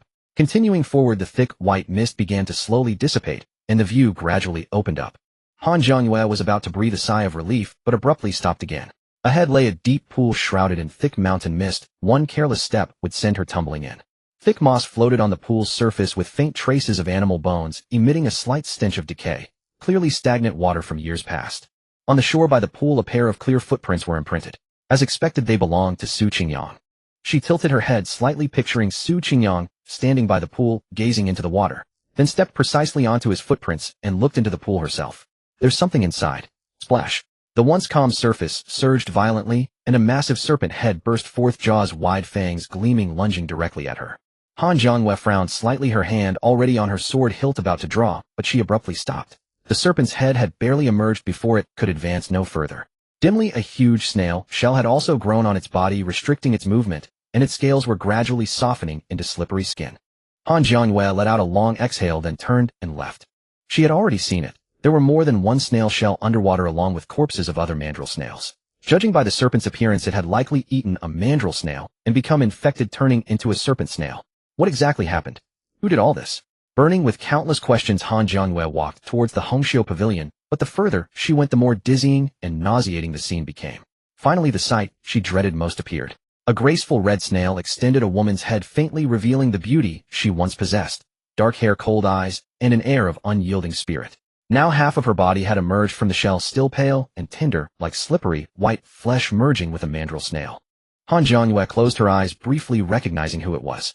In the past, when she visited the Hongqiu Pavilion, this woman had received her. Though they had met only once, she was still an acquaintance. Suddenly, another thunderous roar erupted in the distance. Han Zhangyue's expression turned stern, and she dashed straight towards the Hongqiu Pavilion, leaving behind only the two pale, soft organisms. But the moment she turned, the white, fleshy body of the red snail vanished, as if something had sucked away all the white flesh in one slurp. Only the mandrill snail was left standing there, dazed and wriggling. By the time Han Zhangyue reached the mountain gate, the grand gate had already been shattered by a single punch, and terrifying blood energy rippled through the entire sky, almost forcing the falling black rain to reverse its course. The handsome young man stood with his hands behind his back, seemingly lost in thought as he gazed at the scene before him. Seeing Su Qingyang here, a faint joy stirred in Han Zhangyue's heart. Despite her strong will venturing alone into this eerie place as a woman, she could not hide the unease in her heart. Su Qingyang glanced back, surprised to see Han Zhangyue had followed. "Since you're here, come along," Su Qingyang said softly, then continued forward. Han Zhangyue nodded slightly, and immediately followed, but as she looked ahead, she too was stunned. The vast mountain gate was utterly empty. How is this possible? Han Zhangyue furrowed her brow slightly. Just moments ago on the outer mountain, she had clearly witnessed the Red Sleeve Pavilion disciples transformed into snail-like monsters. Yet upon entering the pavilion, they were nowhere to be found. Su Qingyang stepped into the Red Sleeve Pavilion, his martial will sweeping across like tidal waves. It did not take long for results to emerge. The two crossed into the grand hall, and what lay before them was without question an indescribable hell. The temperature inside the hall suddenly surged by dozens of degrees, as if the very air were burning. Strands of pink flames stretched across the great hall, churning the atmosphere, yet no black smoke rose. Among the flames, pale limp strips of flesh struggled, desperately mouths agape in silent screams, though no sound emerged. Soon all moisture was burned away, leaving only charred, shriveled corpses collapsed into lifeless heaps. The scene was utterly horrifying. The air reeked of a grotesque blend of blood and scorched flesh, making it difficult to bear. Su Qingyang stepped past the corpses of these monsters, his gaze settling upon the woman seated upon the main throne. She too opened her eyes, studying him carefully. How should one describe her? At first glance, anyone would agree. She appeared as a breathtakingly beautiful young maiden. Though beautiful typically described a mature woman, in this moment it suited her perfectly. Her figure was fine as jade, her bright eyes and white teeth striking against her elegant nose and thin lips. Her long, graceful legs were full and softly curved with just the right amount of plumpness. A blaze of crimson garments revealed her petite navel, her skin tender as a newborn's. She carried a languid elegance and incomparable nobility, as though nothing in this world could truly concern her. Su Qingyang raised an eyebrow, his gaze falling to her feet. The woman walked barefoot, standing upon a massive snail shell with a golden longsword driven deeply through the creature's elongated neck. Pink flames crept along the sword, burning fiercely. Yet even so the monster continued to struggle desperately. It bore two beautifully feminine heads, though now reduced to soft, translucent flesh, veins, and organs visible beneath the skin, bones destroyed, reason gone. Who are you? Why are you here? Su Qingyang asked in a low voice, his gaze fixed upon the woman with a flicker of something unusual. The crimson-robed woman studied Su Qingyang carefully, her eyes brightening slightly, as though she had stumbled upon a delightful new plaything. In the next instant her form blurred, and she appeared before Su Qingyang. With each step forward the temperature around them surged, the scorching heat washing over him like a wall. Su Qingyang's expression remained indifferent as he watched her approach. Just as she was about to press against him, she paused, rose upon her toes, and suddenly inhaled deeply, a satisfied smile crossing her lips. I am Nangong Lan. The crimson-robed woman offered a faint smile. I arrived here before either of you yet. I am ultimately still one step too late. I see. You know what has transpired here. Su Qingyang's gaze drifted from Nangong Lan to survey the ruined hall. The snail creature continued its desperate thrashing in the flames, two long necks stretching from the shell writhing futilely against the golden sword's piercing grip. Han Jiangyue also raised her eyes and looked, her face draining of color. She recognized both faces upon the monster. One was the master of the Red Sleeve Pavilion, the other was the eldest elder. That Red Sleeve Pavilion master was on the verge of breaking through to Grandmaster. Her own master had consulted with him regarding the path to that transcendent realm. And yet now he had come to this fate. Nangong Lan stretched lazily, her gaze falling upon the endlessly struggling snail human with nonchalance. How shall I explain it? Simply put, someone hungry sent a group of little mice to prepare offerings according to a recipe, hoping to satisfy him. Su Qingyang's eyes flickered, and he recalled the dark space into which he had fallen when gazing upon that eerie painting. It seemed he had indeed not searched in vain. You seem well informed. Then what is your identity? Or rather, are you from the Sibu Yan Leiji Palace? Su Qingyang spoke calmly. Oh. Nangong Lan arched her brow, a touch of exasperation appearing on her face. Already uncovered so easily. I had intended to deceive you properly. I'd even prepared a tale about being from a secluded ancient family handling these matters professionally. Su Qingyang offered a faint smile. The woman's arrogance had reached a point where she saw no need to conceal it. That languid aura alone was enough to remind him of the Leiji Palace at a single glance. Honestly, it is you who surprises me more. Nangong Lan gazed at Su Qingyang with keen interest, her jade-like fingers tracing along her smooth chin, a trace of madness and hunger flickering deep within her luminous eyes. Pity this is not the time for combat. Otherwise, Su Qingyang was no longer inclined to tarry with her. The sense of danger this woman radiated was nothing compared to the lurking perils of this land itself. Gazing around him, a rustling sound echoed. Sha sha sha sha. The viscous friction sound resurfaced. Those snail monsters, already reduced to ash and cinders, somehow revived in an instant, only to be swallowed once more by the pink flames writhing incessantly within the fire. Yet this time they seemed to have developed resistance to the flames. Despite the searing inferno, there were no signs of turning to ash. What a nuisance. I told you, I arrived too late. These creatures have already been sacrificed. Without his permission they cannot die. Nangong Lan frowned. Su Qingyang, unconvinced, gestured toward one creature and snapped his fingers. His martial chi exploded like cannon fire, reducing the snail monster to dust instantly. Yet moments later the largest twin-headed snail in the hall had grown another identical creature. Don't waste your effort. If they could be destroyed, I would have dealt with them long ago. Why would I wait for you to arrive? Nangong Lan yawned lazily. She then cast a glance at Han Jiangyue, pursing her lips slightly, clearly uninterested. Outside the hall the pitch-black rain intensified, pouring down from the heavens. Su Qingyang stepped out and looked upward at the dense dark clouds, a trace of contemplation flickering in his eyes. This place felt to him like a vast banquet plate, and this black rain was merely the seasoning poured over the offerings. The problem does not lie here. Su Qingyang's pupils instantly turned pure golden, and he activated his true sight to scan this world. In the next moment his gaze sharply locked onto something. Deep within the crimson mountains a structure resembling a celestial palace rose skyward. Upon it extended a high platform piercing the sea of clouds, and on that platform some kind of banquet appeared to be taking place. Immortal music spiraled through the air, flowers blooming wildly. The seats were nearly filled. Every guest was adorned exquisitely, radiating an ethereal aura utterly unlike that of mortals. At a single glance, it resembled a banquet of immortals and gods. Not in the mortal world. Su Qingyang's thoughts shifted, and he immediately deduced, or rather not on this layer of the current reality.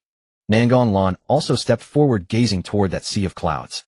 Then astonishment crossed her face. It seems the minor netherworld has already opened. She turned to look at Su Qingyang and said, "Friend, would you be willing to explore the minor netherworld?" Minor netherworld. Su Qingyang slowly repeated the words, his mind surging like violent waves. Could it be the very hellish underworld he had envisioned? Indeed. Nangong Lan nodded, the languidness on her face now replaced by solemnity. I know not where they severed a corner of this world, but it is ultimately illusory. We have deduced that the lesser Een realm may merely be a grand dream of that being.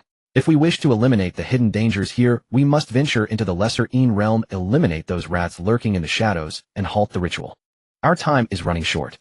Nangong Lan gazed into the great hall, her expression grave. They can only avoid becoming sacrificial offerings when they exist between the states of life and death. Before I was alone, able only to constantly slay and restrain them here. But now, her gaze fell upon Han Jiangyue, a smile curling at the corner of her lips.